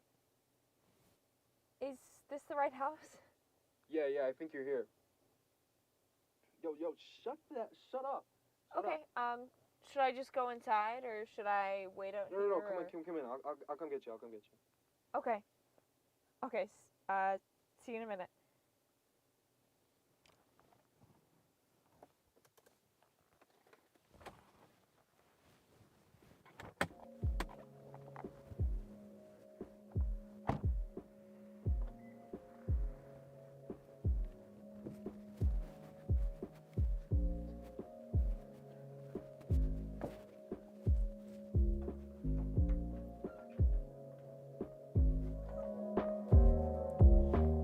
Oh, Andy, here. Take this. Thanks. Let me go introduce you to some boys. Okay. Hey, this is Andy.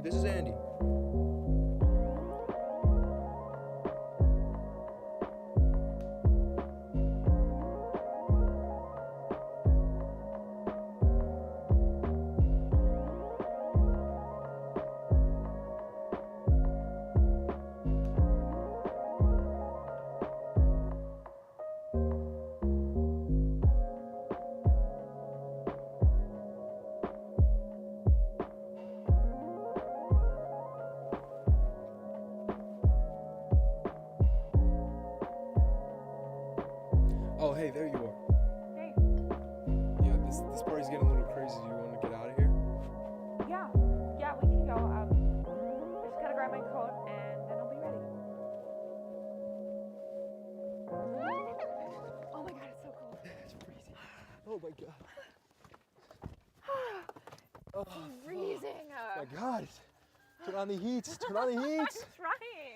Oh.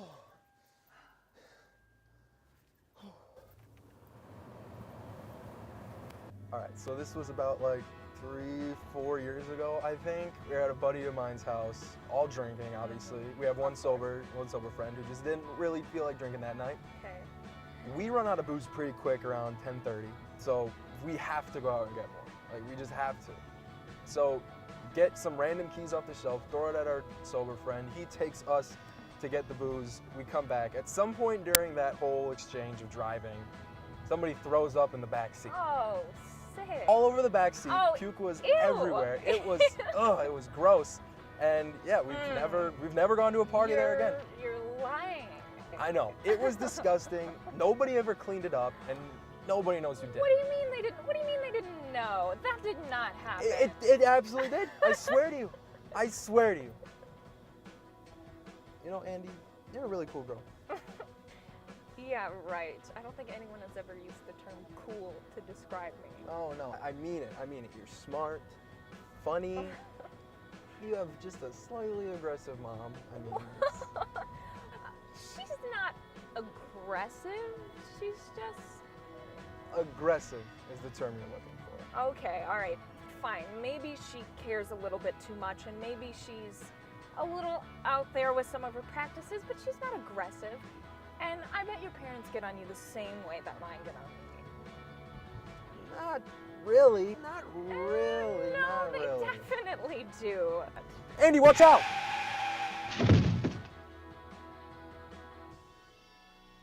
Oh my god.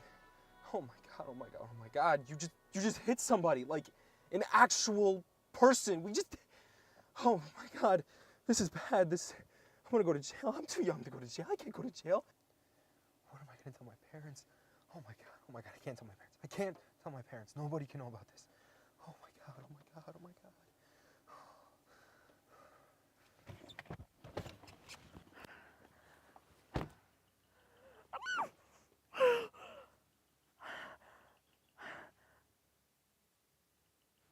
Oh my god. Oh my god. Oh my god. Oh my god.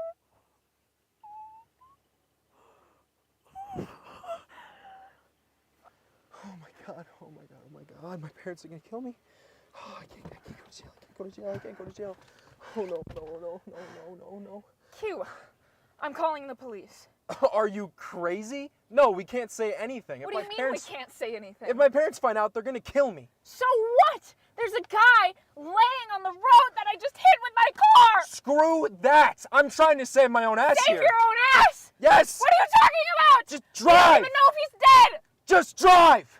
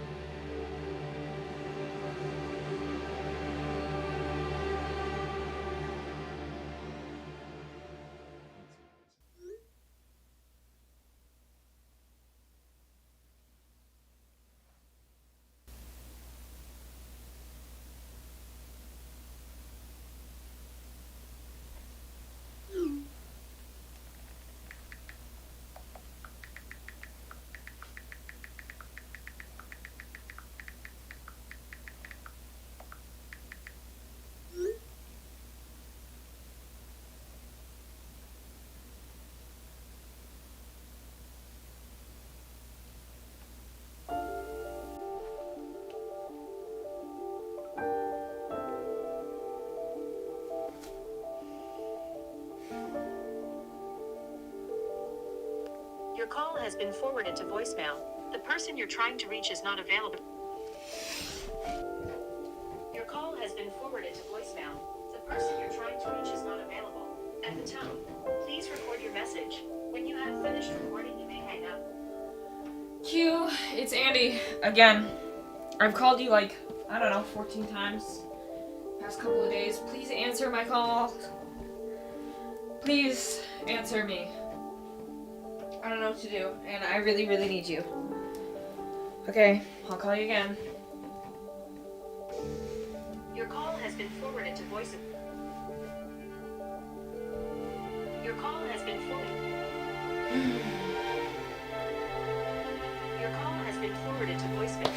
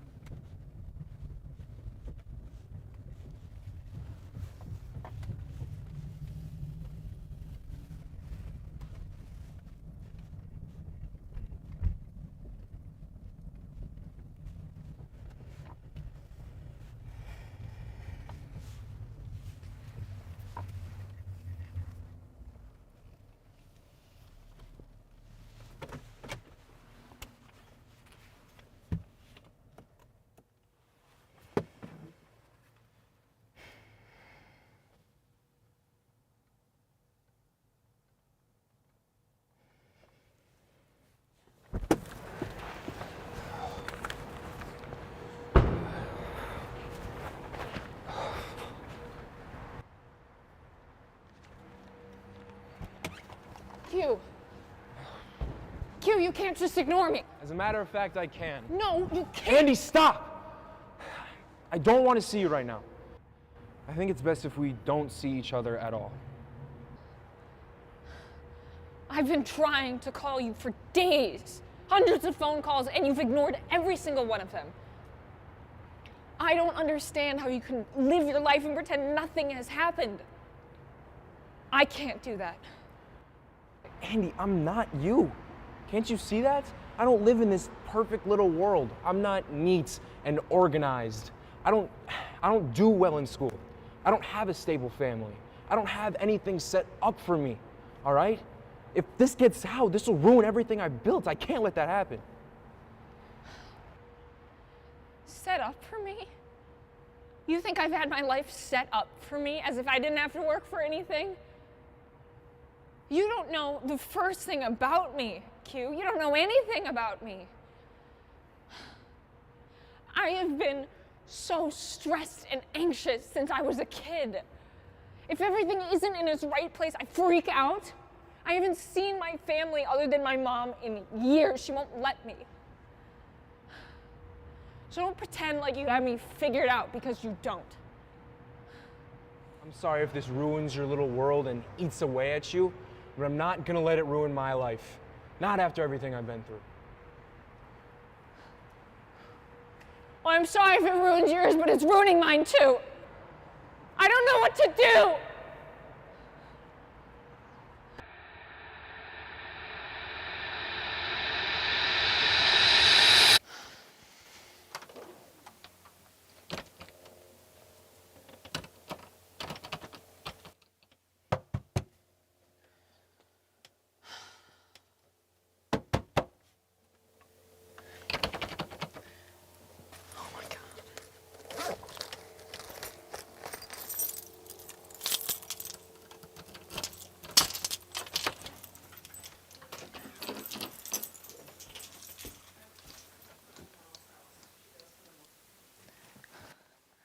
The door was locked. You're late. Yeah, so? Well, you have a curfew, and I don't appreciate it if you're late and you don't text me. So what if I didn't text you? It's not the end of the world. I don't need to tell you where I am at every waking moment. Yes, I do. I do need to know where you are. What if something happens to you and you don't tell me where you're going? Mom, lay off. You're constantly breathing down my throat and treating me like a child. What has gotten into you, Andy? You haven't been to classes all week. You barely eat, and your room is a mess. Wasn't feeling well, so I took some days off for my mental health. Big deal. This is not the daughter I raised. You do not get to skip classes because you need mental health days. Tomorrow you're going to school, no questions asked. No, I'm not. I don't like it there. I don't have any friends. Everyone treats me like garbage. All my classes are stressful. That's all that they are. Please don't make me go, Mom. You can't. I'm a grown adult. You said you had a friend, Q. Whatever happened to him? You know what? Never mind. You know how I feel about you and boys. You shouldn't have been allowed to see him in the first place. And you'll be a grown adult when you pay for school yourself. And since you don't pay, it's my say. End of story. I killed someone. What? At least I think I did. I don't know. I'll never know. What are you talking about? After the party, I hit someone with my car. Q and I were driving home, and it was snowing and terrible out, and I guess I was a little drunk and a little distracted, and we were talking, and I hit somebody. And now my life is over, and he doesn't want me to say anything, and I don't know if I should. I don't know what to do. Did you go all the way downtown and you were drinking? Do you know how irresponsible you are? I can't believe you, Andy. You just missed the point of everything I just said to you. Andy, get back here. Leave me alone!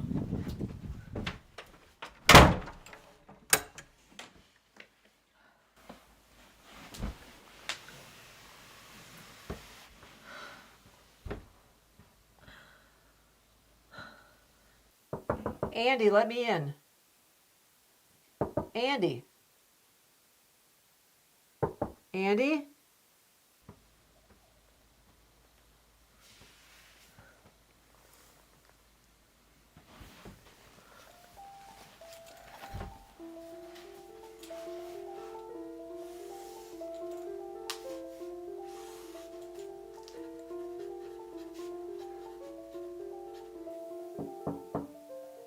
Andy, I think you know the right thing to do.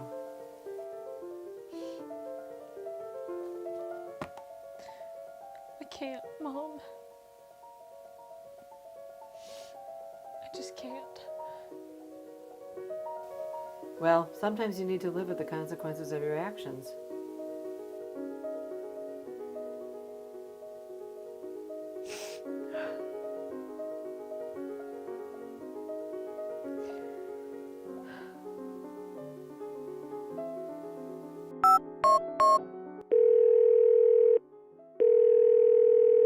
Hi, I'd like to file an accident report.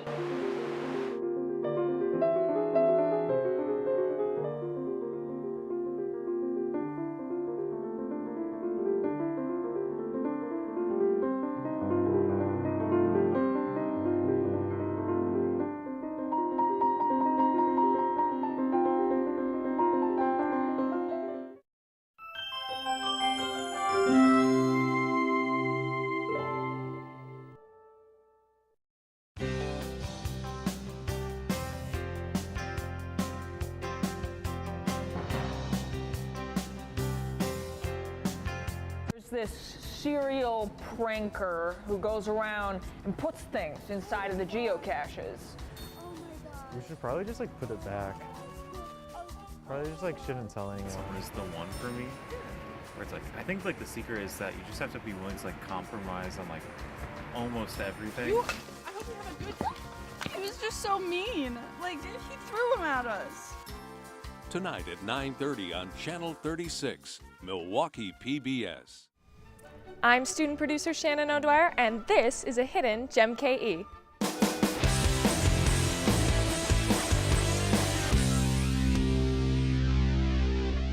I'm in front of the historic Miller High Life Theater on West Kilbourne Ave. Let's check it out. After a fire in 1905, the once industrial exposition center was rebuilt to become the Milwaukee Theater, later dubbed the Miller High Life Theater in 2017.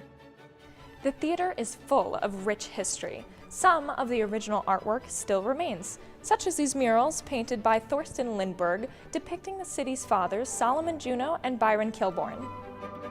Historically, the space was used for concerts, circuses, political rallies, and sports events. Some of the notable headliners that have played here include Dolly Parton, Jimi Hendrix, the Beach Boys, Queen, and even the Beatles, to name a few.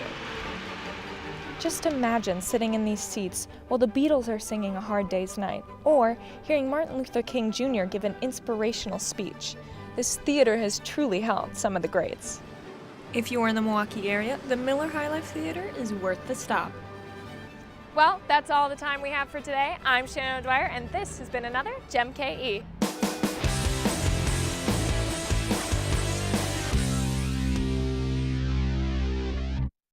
Hi, I'm student producer Torian Smith, and you are watching Student Operations 2024 on Milwaukee PBS. You're watching WMVT, Milwaukee PBS. The following program was produced by students enrolled in the Milwaukee Area Technical College Television and Video Production Program. The content is student-produced and does not necessarily represent the views of Milwaukee Area Technical College or of Milwaukee PBS. Hi, I'm JC Griffith, a student producer in the Television and Video Production Program here at Milwaukee PBS, and you are watching Student Operations Day 2024. Please stay tuned for my show, Community Service. It's next, and thank you for watching Student Operations Day 2024. I hope you tune in all day and make sure to catch any shows that you missed on Milwaukee PBS's YouTube channel.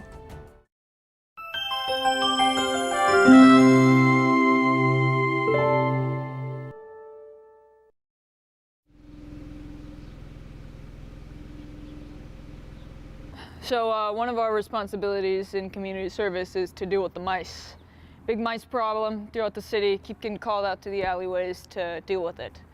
Lexi's been on the case for a little while now, but apparently it's getting worse. In fact, mice are getting territorial and organized, to say the least. So, coming to check it out, coming today, see what's going on. So.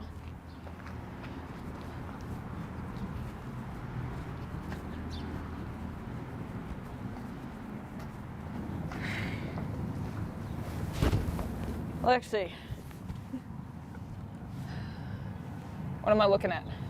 All right, so I figured if I made the mice a little comfy home, they wouldn't have to keep breaking into people's houses. But don't worry, I know what you're thinking. We have a little kitchen area so that way they can stay fed, and I like to bring them little snacks so they get extra comfy. They have a little bathroom area so they can do their business, and of course, we have a little washing machine so that way they can wash their little mousy paws and stay nice and clean.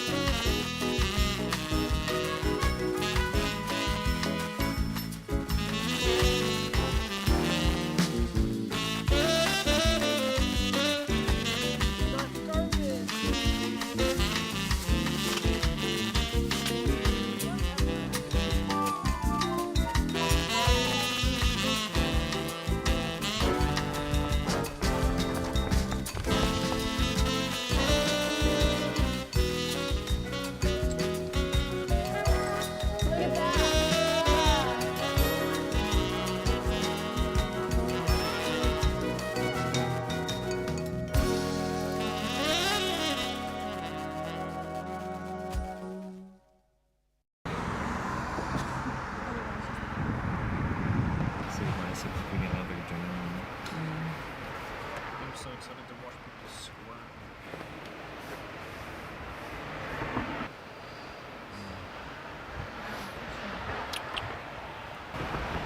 Okay, Joan's taking forever, so let's just get started. Okay, we got everybody. We got Lexi, Seth,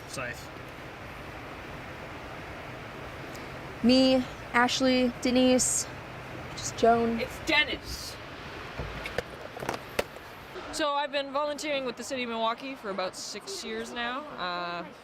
Last year, the city started placing people with court orders for community service, specifically with me. Since that time, some of my regular crews stopped coming. So that's fun. Look, my crew isn't what it used to be, all right? All right, everybody.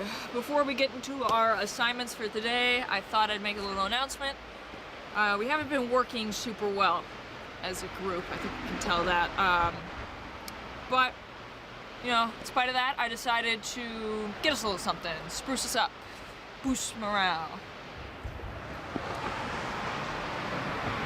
What is it? Thanks for asking, Dennis. We were supposed to get vests from the city. I screwed that one up, but I did get us some name tags and a new name. So we are the Milwaukee Independent Labor Group for Public Hospitality. Oh, sorry, wrong one. There you go. There's a misprint on there. Just ignore that.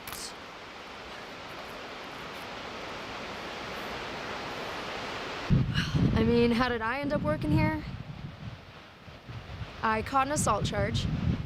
One of my coworkers kept stealing everybody's lunches, and so one day I put a bunch of laxatives in my lunch as a trap. Worked out great, except turns out she's allergic to one of the ingredients in the laxatives.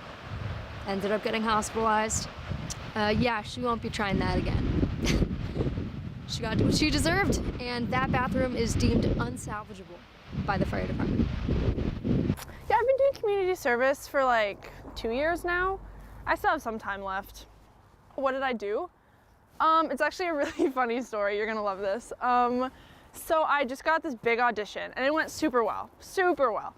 So then me and my castmates, we went out to celebrate and we got drinks at this karaoke bar, right? And it was going super well. My new BFF, went up to sing, great singer. But then this dude, this random guy started to like boo her really bad.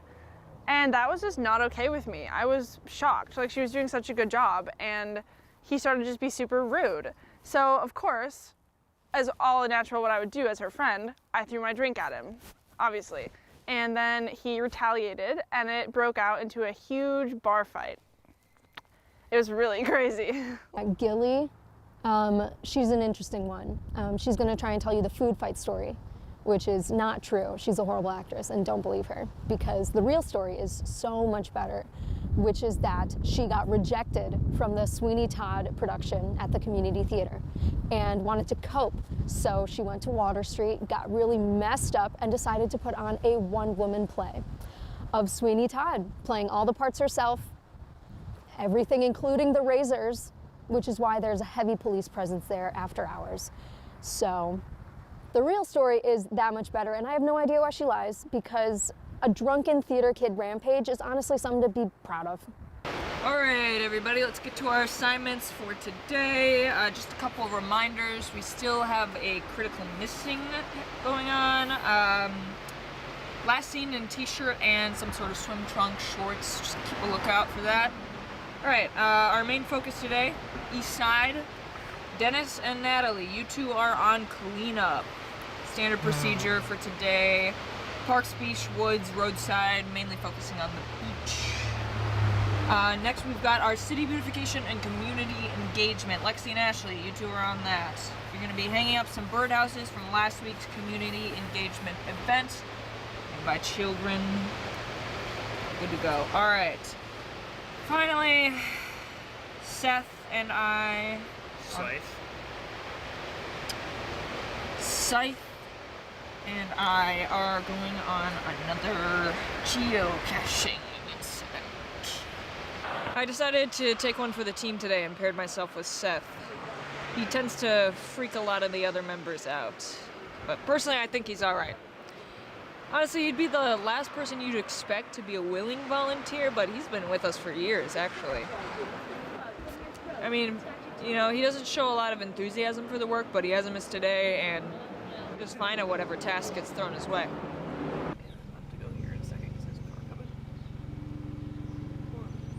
So, we had a lot of non-emergency public health calls, like cleaning storm drains, shoveling snow in the winter, but we have this one regular who calls a lot. Speak of the devil. Hi, Dawn. Hi. Hello. I'm pissed. What is it today? What's up, Dawn? Come on.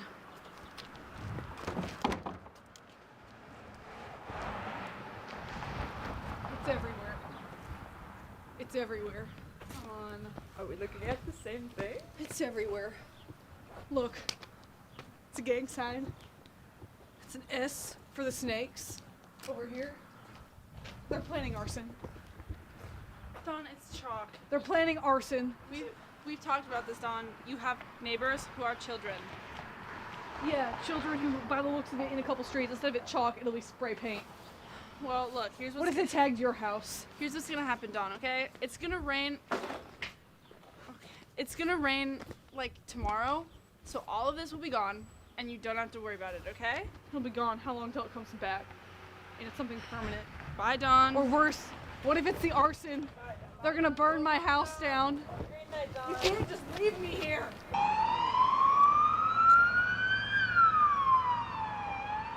We're out in the city investigating today another geocaching incident.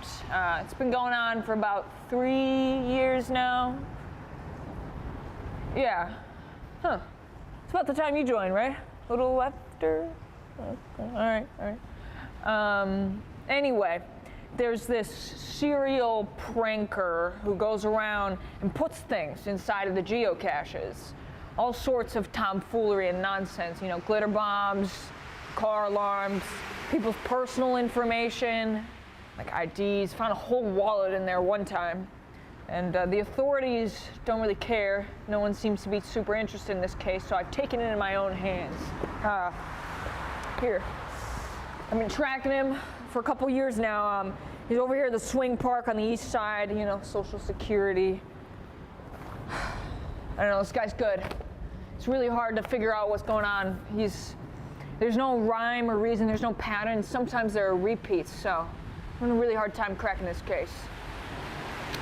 I feel like I'm guiding a lab rat through a maze with little food pellets. It's exhilarating. We're close, I know it. Scythe, what's that paper say? The coordinates are close.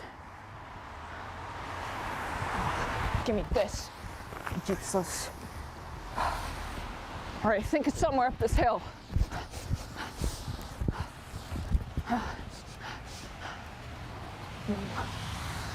You don't should hide things in bushes, this slippery little guy. Oh, I found it! All right, let's check it out.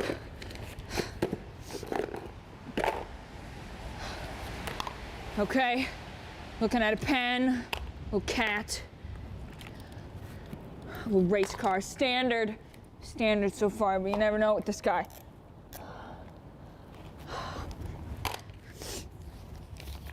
You know, sometimes, okay, all right, people like to sign their names. Oh my God. It's my Netflix password. It's him. How does he know this? You know, now I think about it, there's a new account on my Netflix. I just thought it was Ashley, but this makes more sense. Oh my God. It's a sickle.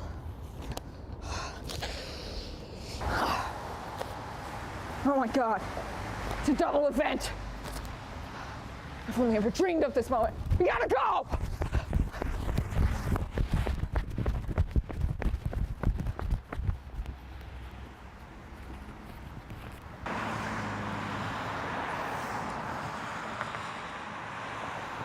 Man, this freaking sucks. I hate doing this. This is the worst job. It's such crap. Are you mad because I'm finding more trash than you? No, I don't even care about littering. I think it's whatever. I just I wish we were doing this thing that Joan's doing with like the geocaching or whatever. You don't get sick of hearing about that? Like, Joan is obsessed. Yeah, but like anything that she's like obsessed and passionate about, like I'm also like obsessed and passionate about because I'm obsessed and passionate about her. Yeah.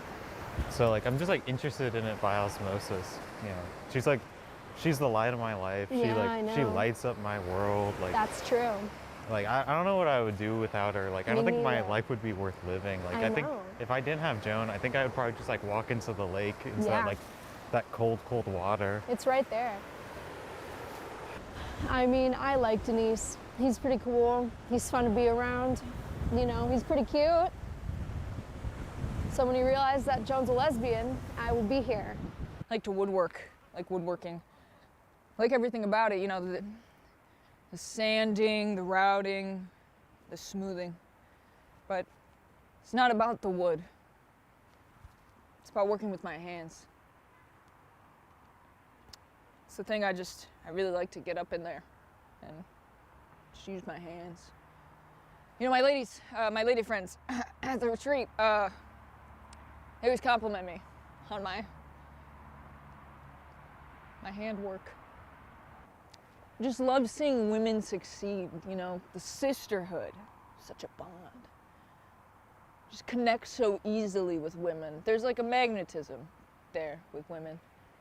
Never felt that magnetism that I do with women, with men, with any man. Yeah. Oh, Dennis? Magnetism? Yeah, say that. I love it when, well, I like it when he grows out his hair. I think that looks nice. He's got nice hands, you know, he's soft skin, smooth. He's sensitive. He's a kind soul. Very emotional. Very emotional. Great mom. Love his mom. Sisters. Great. Good family. Good family to be around in general, so. Just like Joan is just like so cool, like just like the love of my life. Like I think we'll probably be like together forever, probably till we die.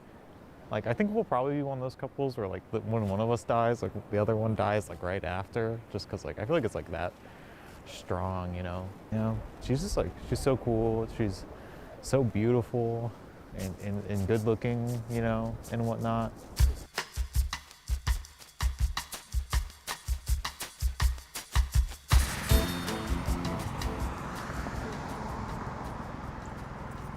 Yeah. I don't really know what it is. I can't really do relationships. They just kind of like never work out for me. Yeah. So I got community service for a possession charge. I had to go to the courthouse to pay a parking ticket, and I had to walk through one of those metal detectors. I didn't realize they were gonna check your bags. And they found my stuff, and it was actually really embarrassing. They just laughed at me while I got arrested. But what about you and Joan? You guys have been together for forever. Got any tips? Like, how does that work? Yeah, I don't know. We've been together for like 5 years, and just like I've never, been so happy in a relationship, and felt like so strongly that someone is the one for me. Where it's like, I think like the secret is that you just have to be willing to like compromise on like almost everything, and like accept the fact that you'll probably be unhappy like a lot of the time, and there's just like a lot of hard work you have to do. Yeah, but like I think that we just have like this love that's so intense that it was just like it will never go out. Yeah. Yeah, I'm not gonna lie. I've thought about being with women before, but it's like I always say, you're not a race car driver until you actually sit behind the wheel.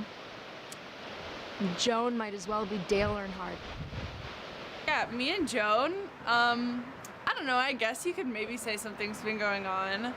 I've known her for about a year. Her and Dennis, yeah, they haven't been doing anything for a long time, rumor has it. And I heard they sleep in separate beds. Oh, hi. I've got like 15 minutes left on my break if you want to come watch me change a tire. Yeah, okay, yeah, I'll meet you, yeah. I have to go, actually. Can we finish this later, you think? Yeah, I'll catch you at the end of the day. Bye.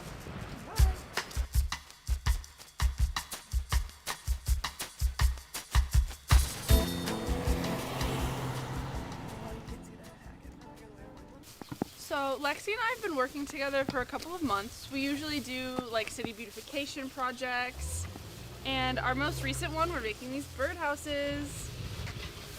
We're working with kids in the community to try to, get them involved, make it a little nice. Some kids are better artists than others, but that's okay because, all art is important, especially when done by children, because we need them to know that their dreams matter.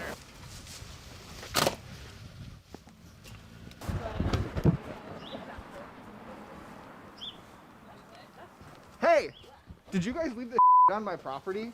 Yeah. Why? It's art from a community engagement I worked project. very hard on my landscaping, and this trash is making everything look Hey, worse. that's not trash. It's This art. isn't trash. This is art. This isn't trash. Kids made that. It looks like it. I don't want that on my property. You're being rude. Whatever. Have a good day. Hey, your community engagement.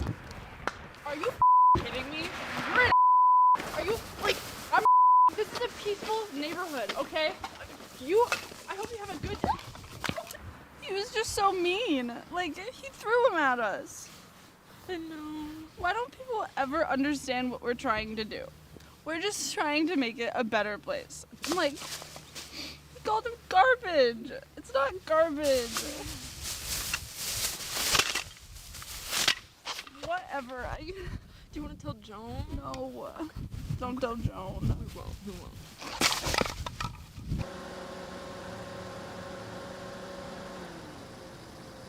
All right, we're at our second location, trying to find the next geocache.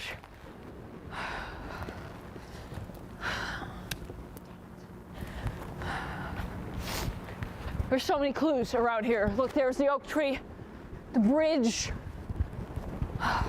It's around here. It's around here somewhere, I know it. I can smell it. This guy's good though, he's really good.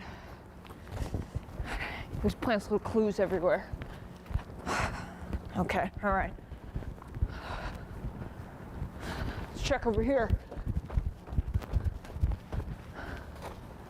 I think I'm getting close.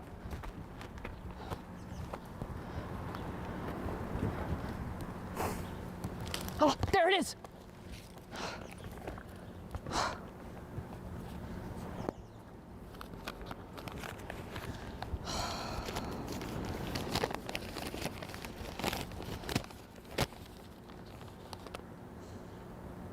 Oh my God. Oh my God. Oh my God, it's got all my personal information. It's got my social security, my visa, my address, places I frequent. Home Depot, he knows I go to Home Depot. How does he know that? How does he know this? Wait a minute.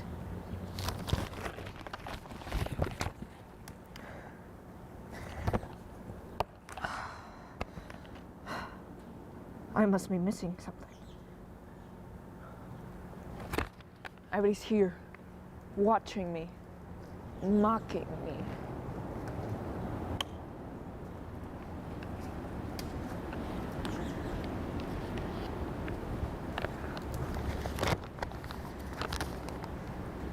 But what does it mean?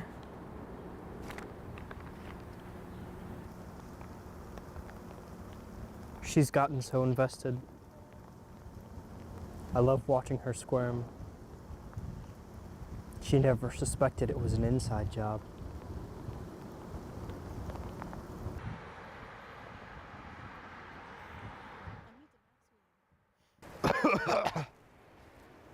Oh my God, you're fine. It's just You'll like, be this fine. is so boring. Like, there's not even any good trash. Like, not finding any interesting trash. This is the off season for trash. Like, I don't know it is, okay? But in the summer, we're gonna get more syringes, we're gonna get more beer cans, maybe a dead body, who knows? I know. I want to find like a dead fish or something so bad, or like I know a you do. rat would Oh be my cool. gosh. Look, we're almost done. The end of the beach is right there. Look at this though. Like, who would even leave this here? People leave such nice Like, these are stuff. perfectly fine. Like, I'm gonna take these home. Like, Like, look who at would leave this. this? People are scum. Look at this. But yeah, This it's shirt a is great so. shirt. Oh my God. Oh my God. We should probably just like put oh it back. my God. Look. Oh. Probably oh just my like God. shouldn't tell anyone. What do I do with it? I don't want to hear. Just put it back. And Oh we my should God, tell oh my Joan. God, She'd oh be my really God. mad. Look, okay, good thing my gloves are on. I don't Yeah, want like- my fingerprints on that.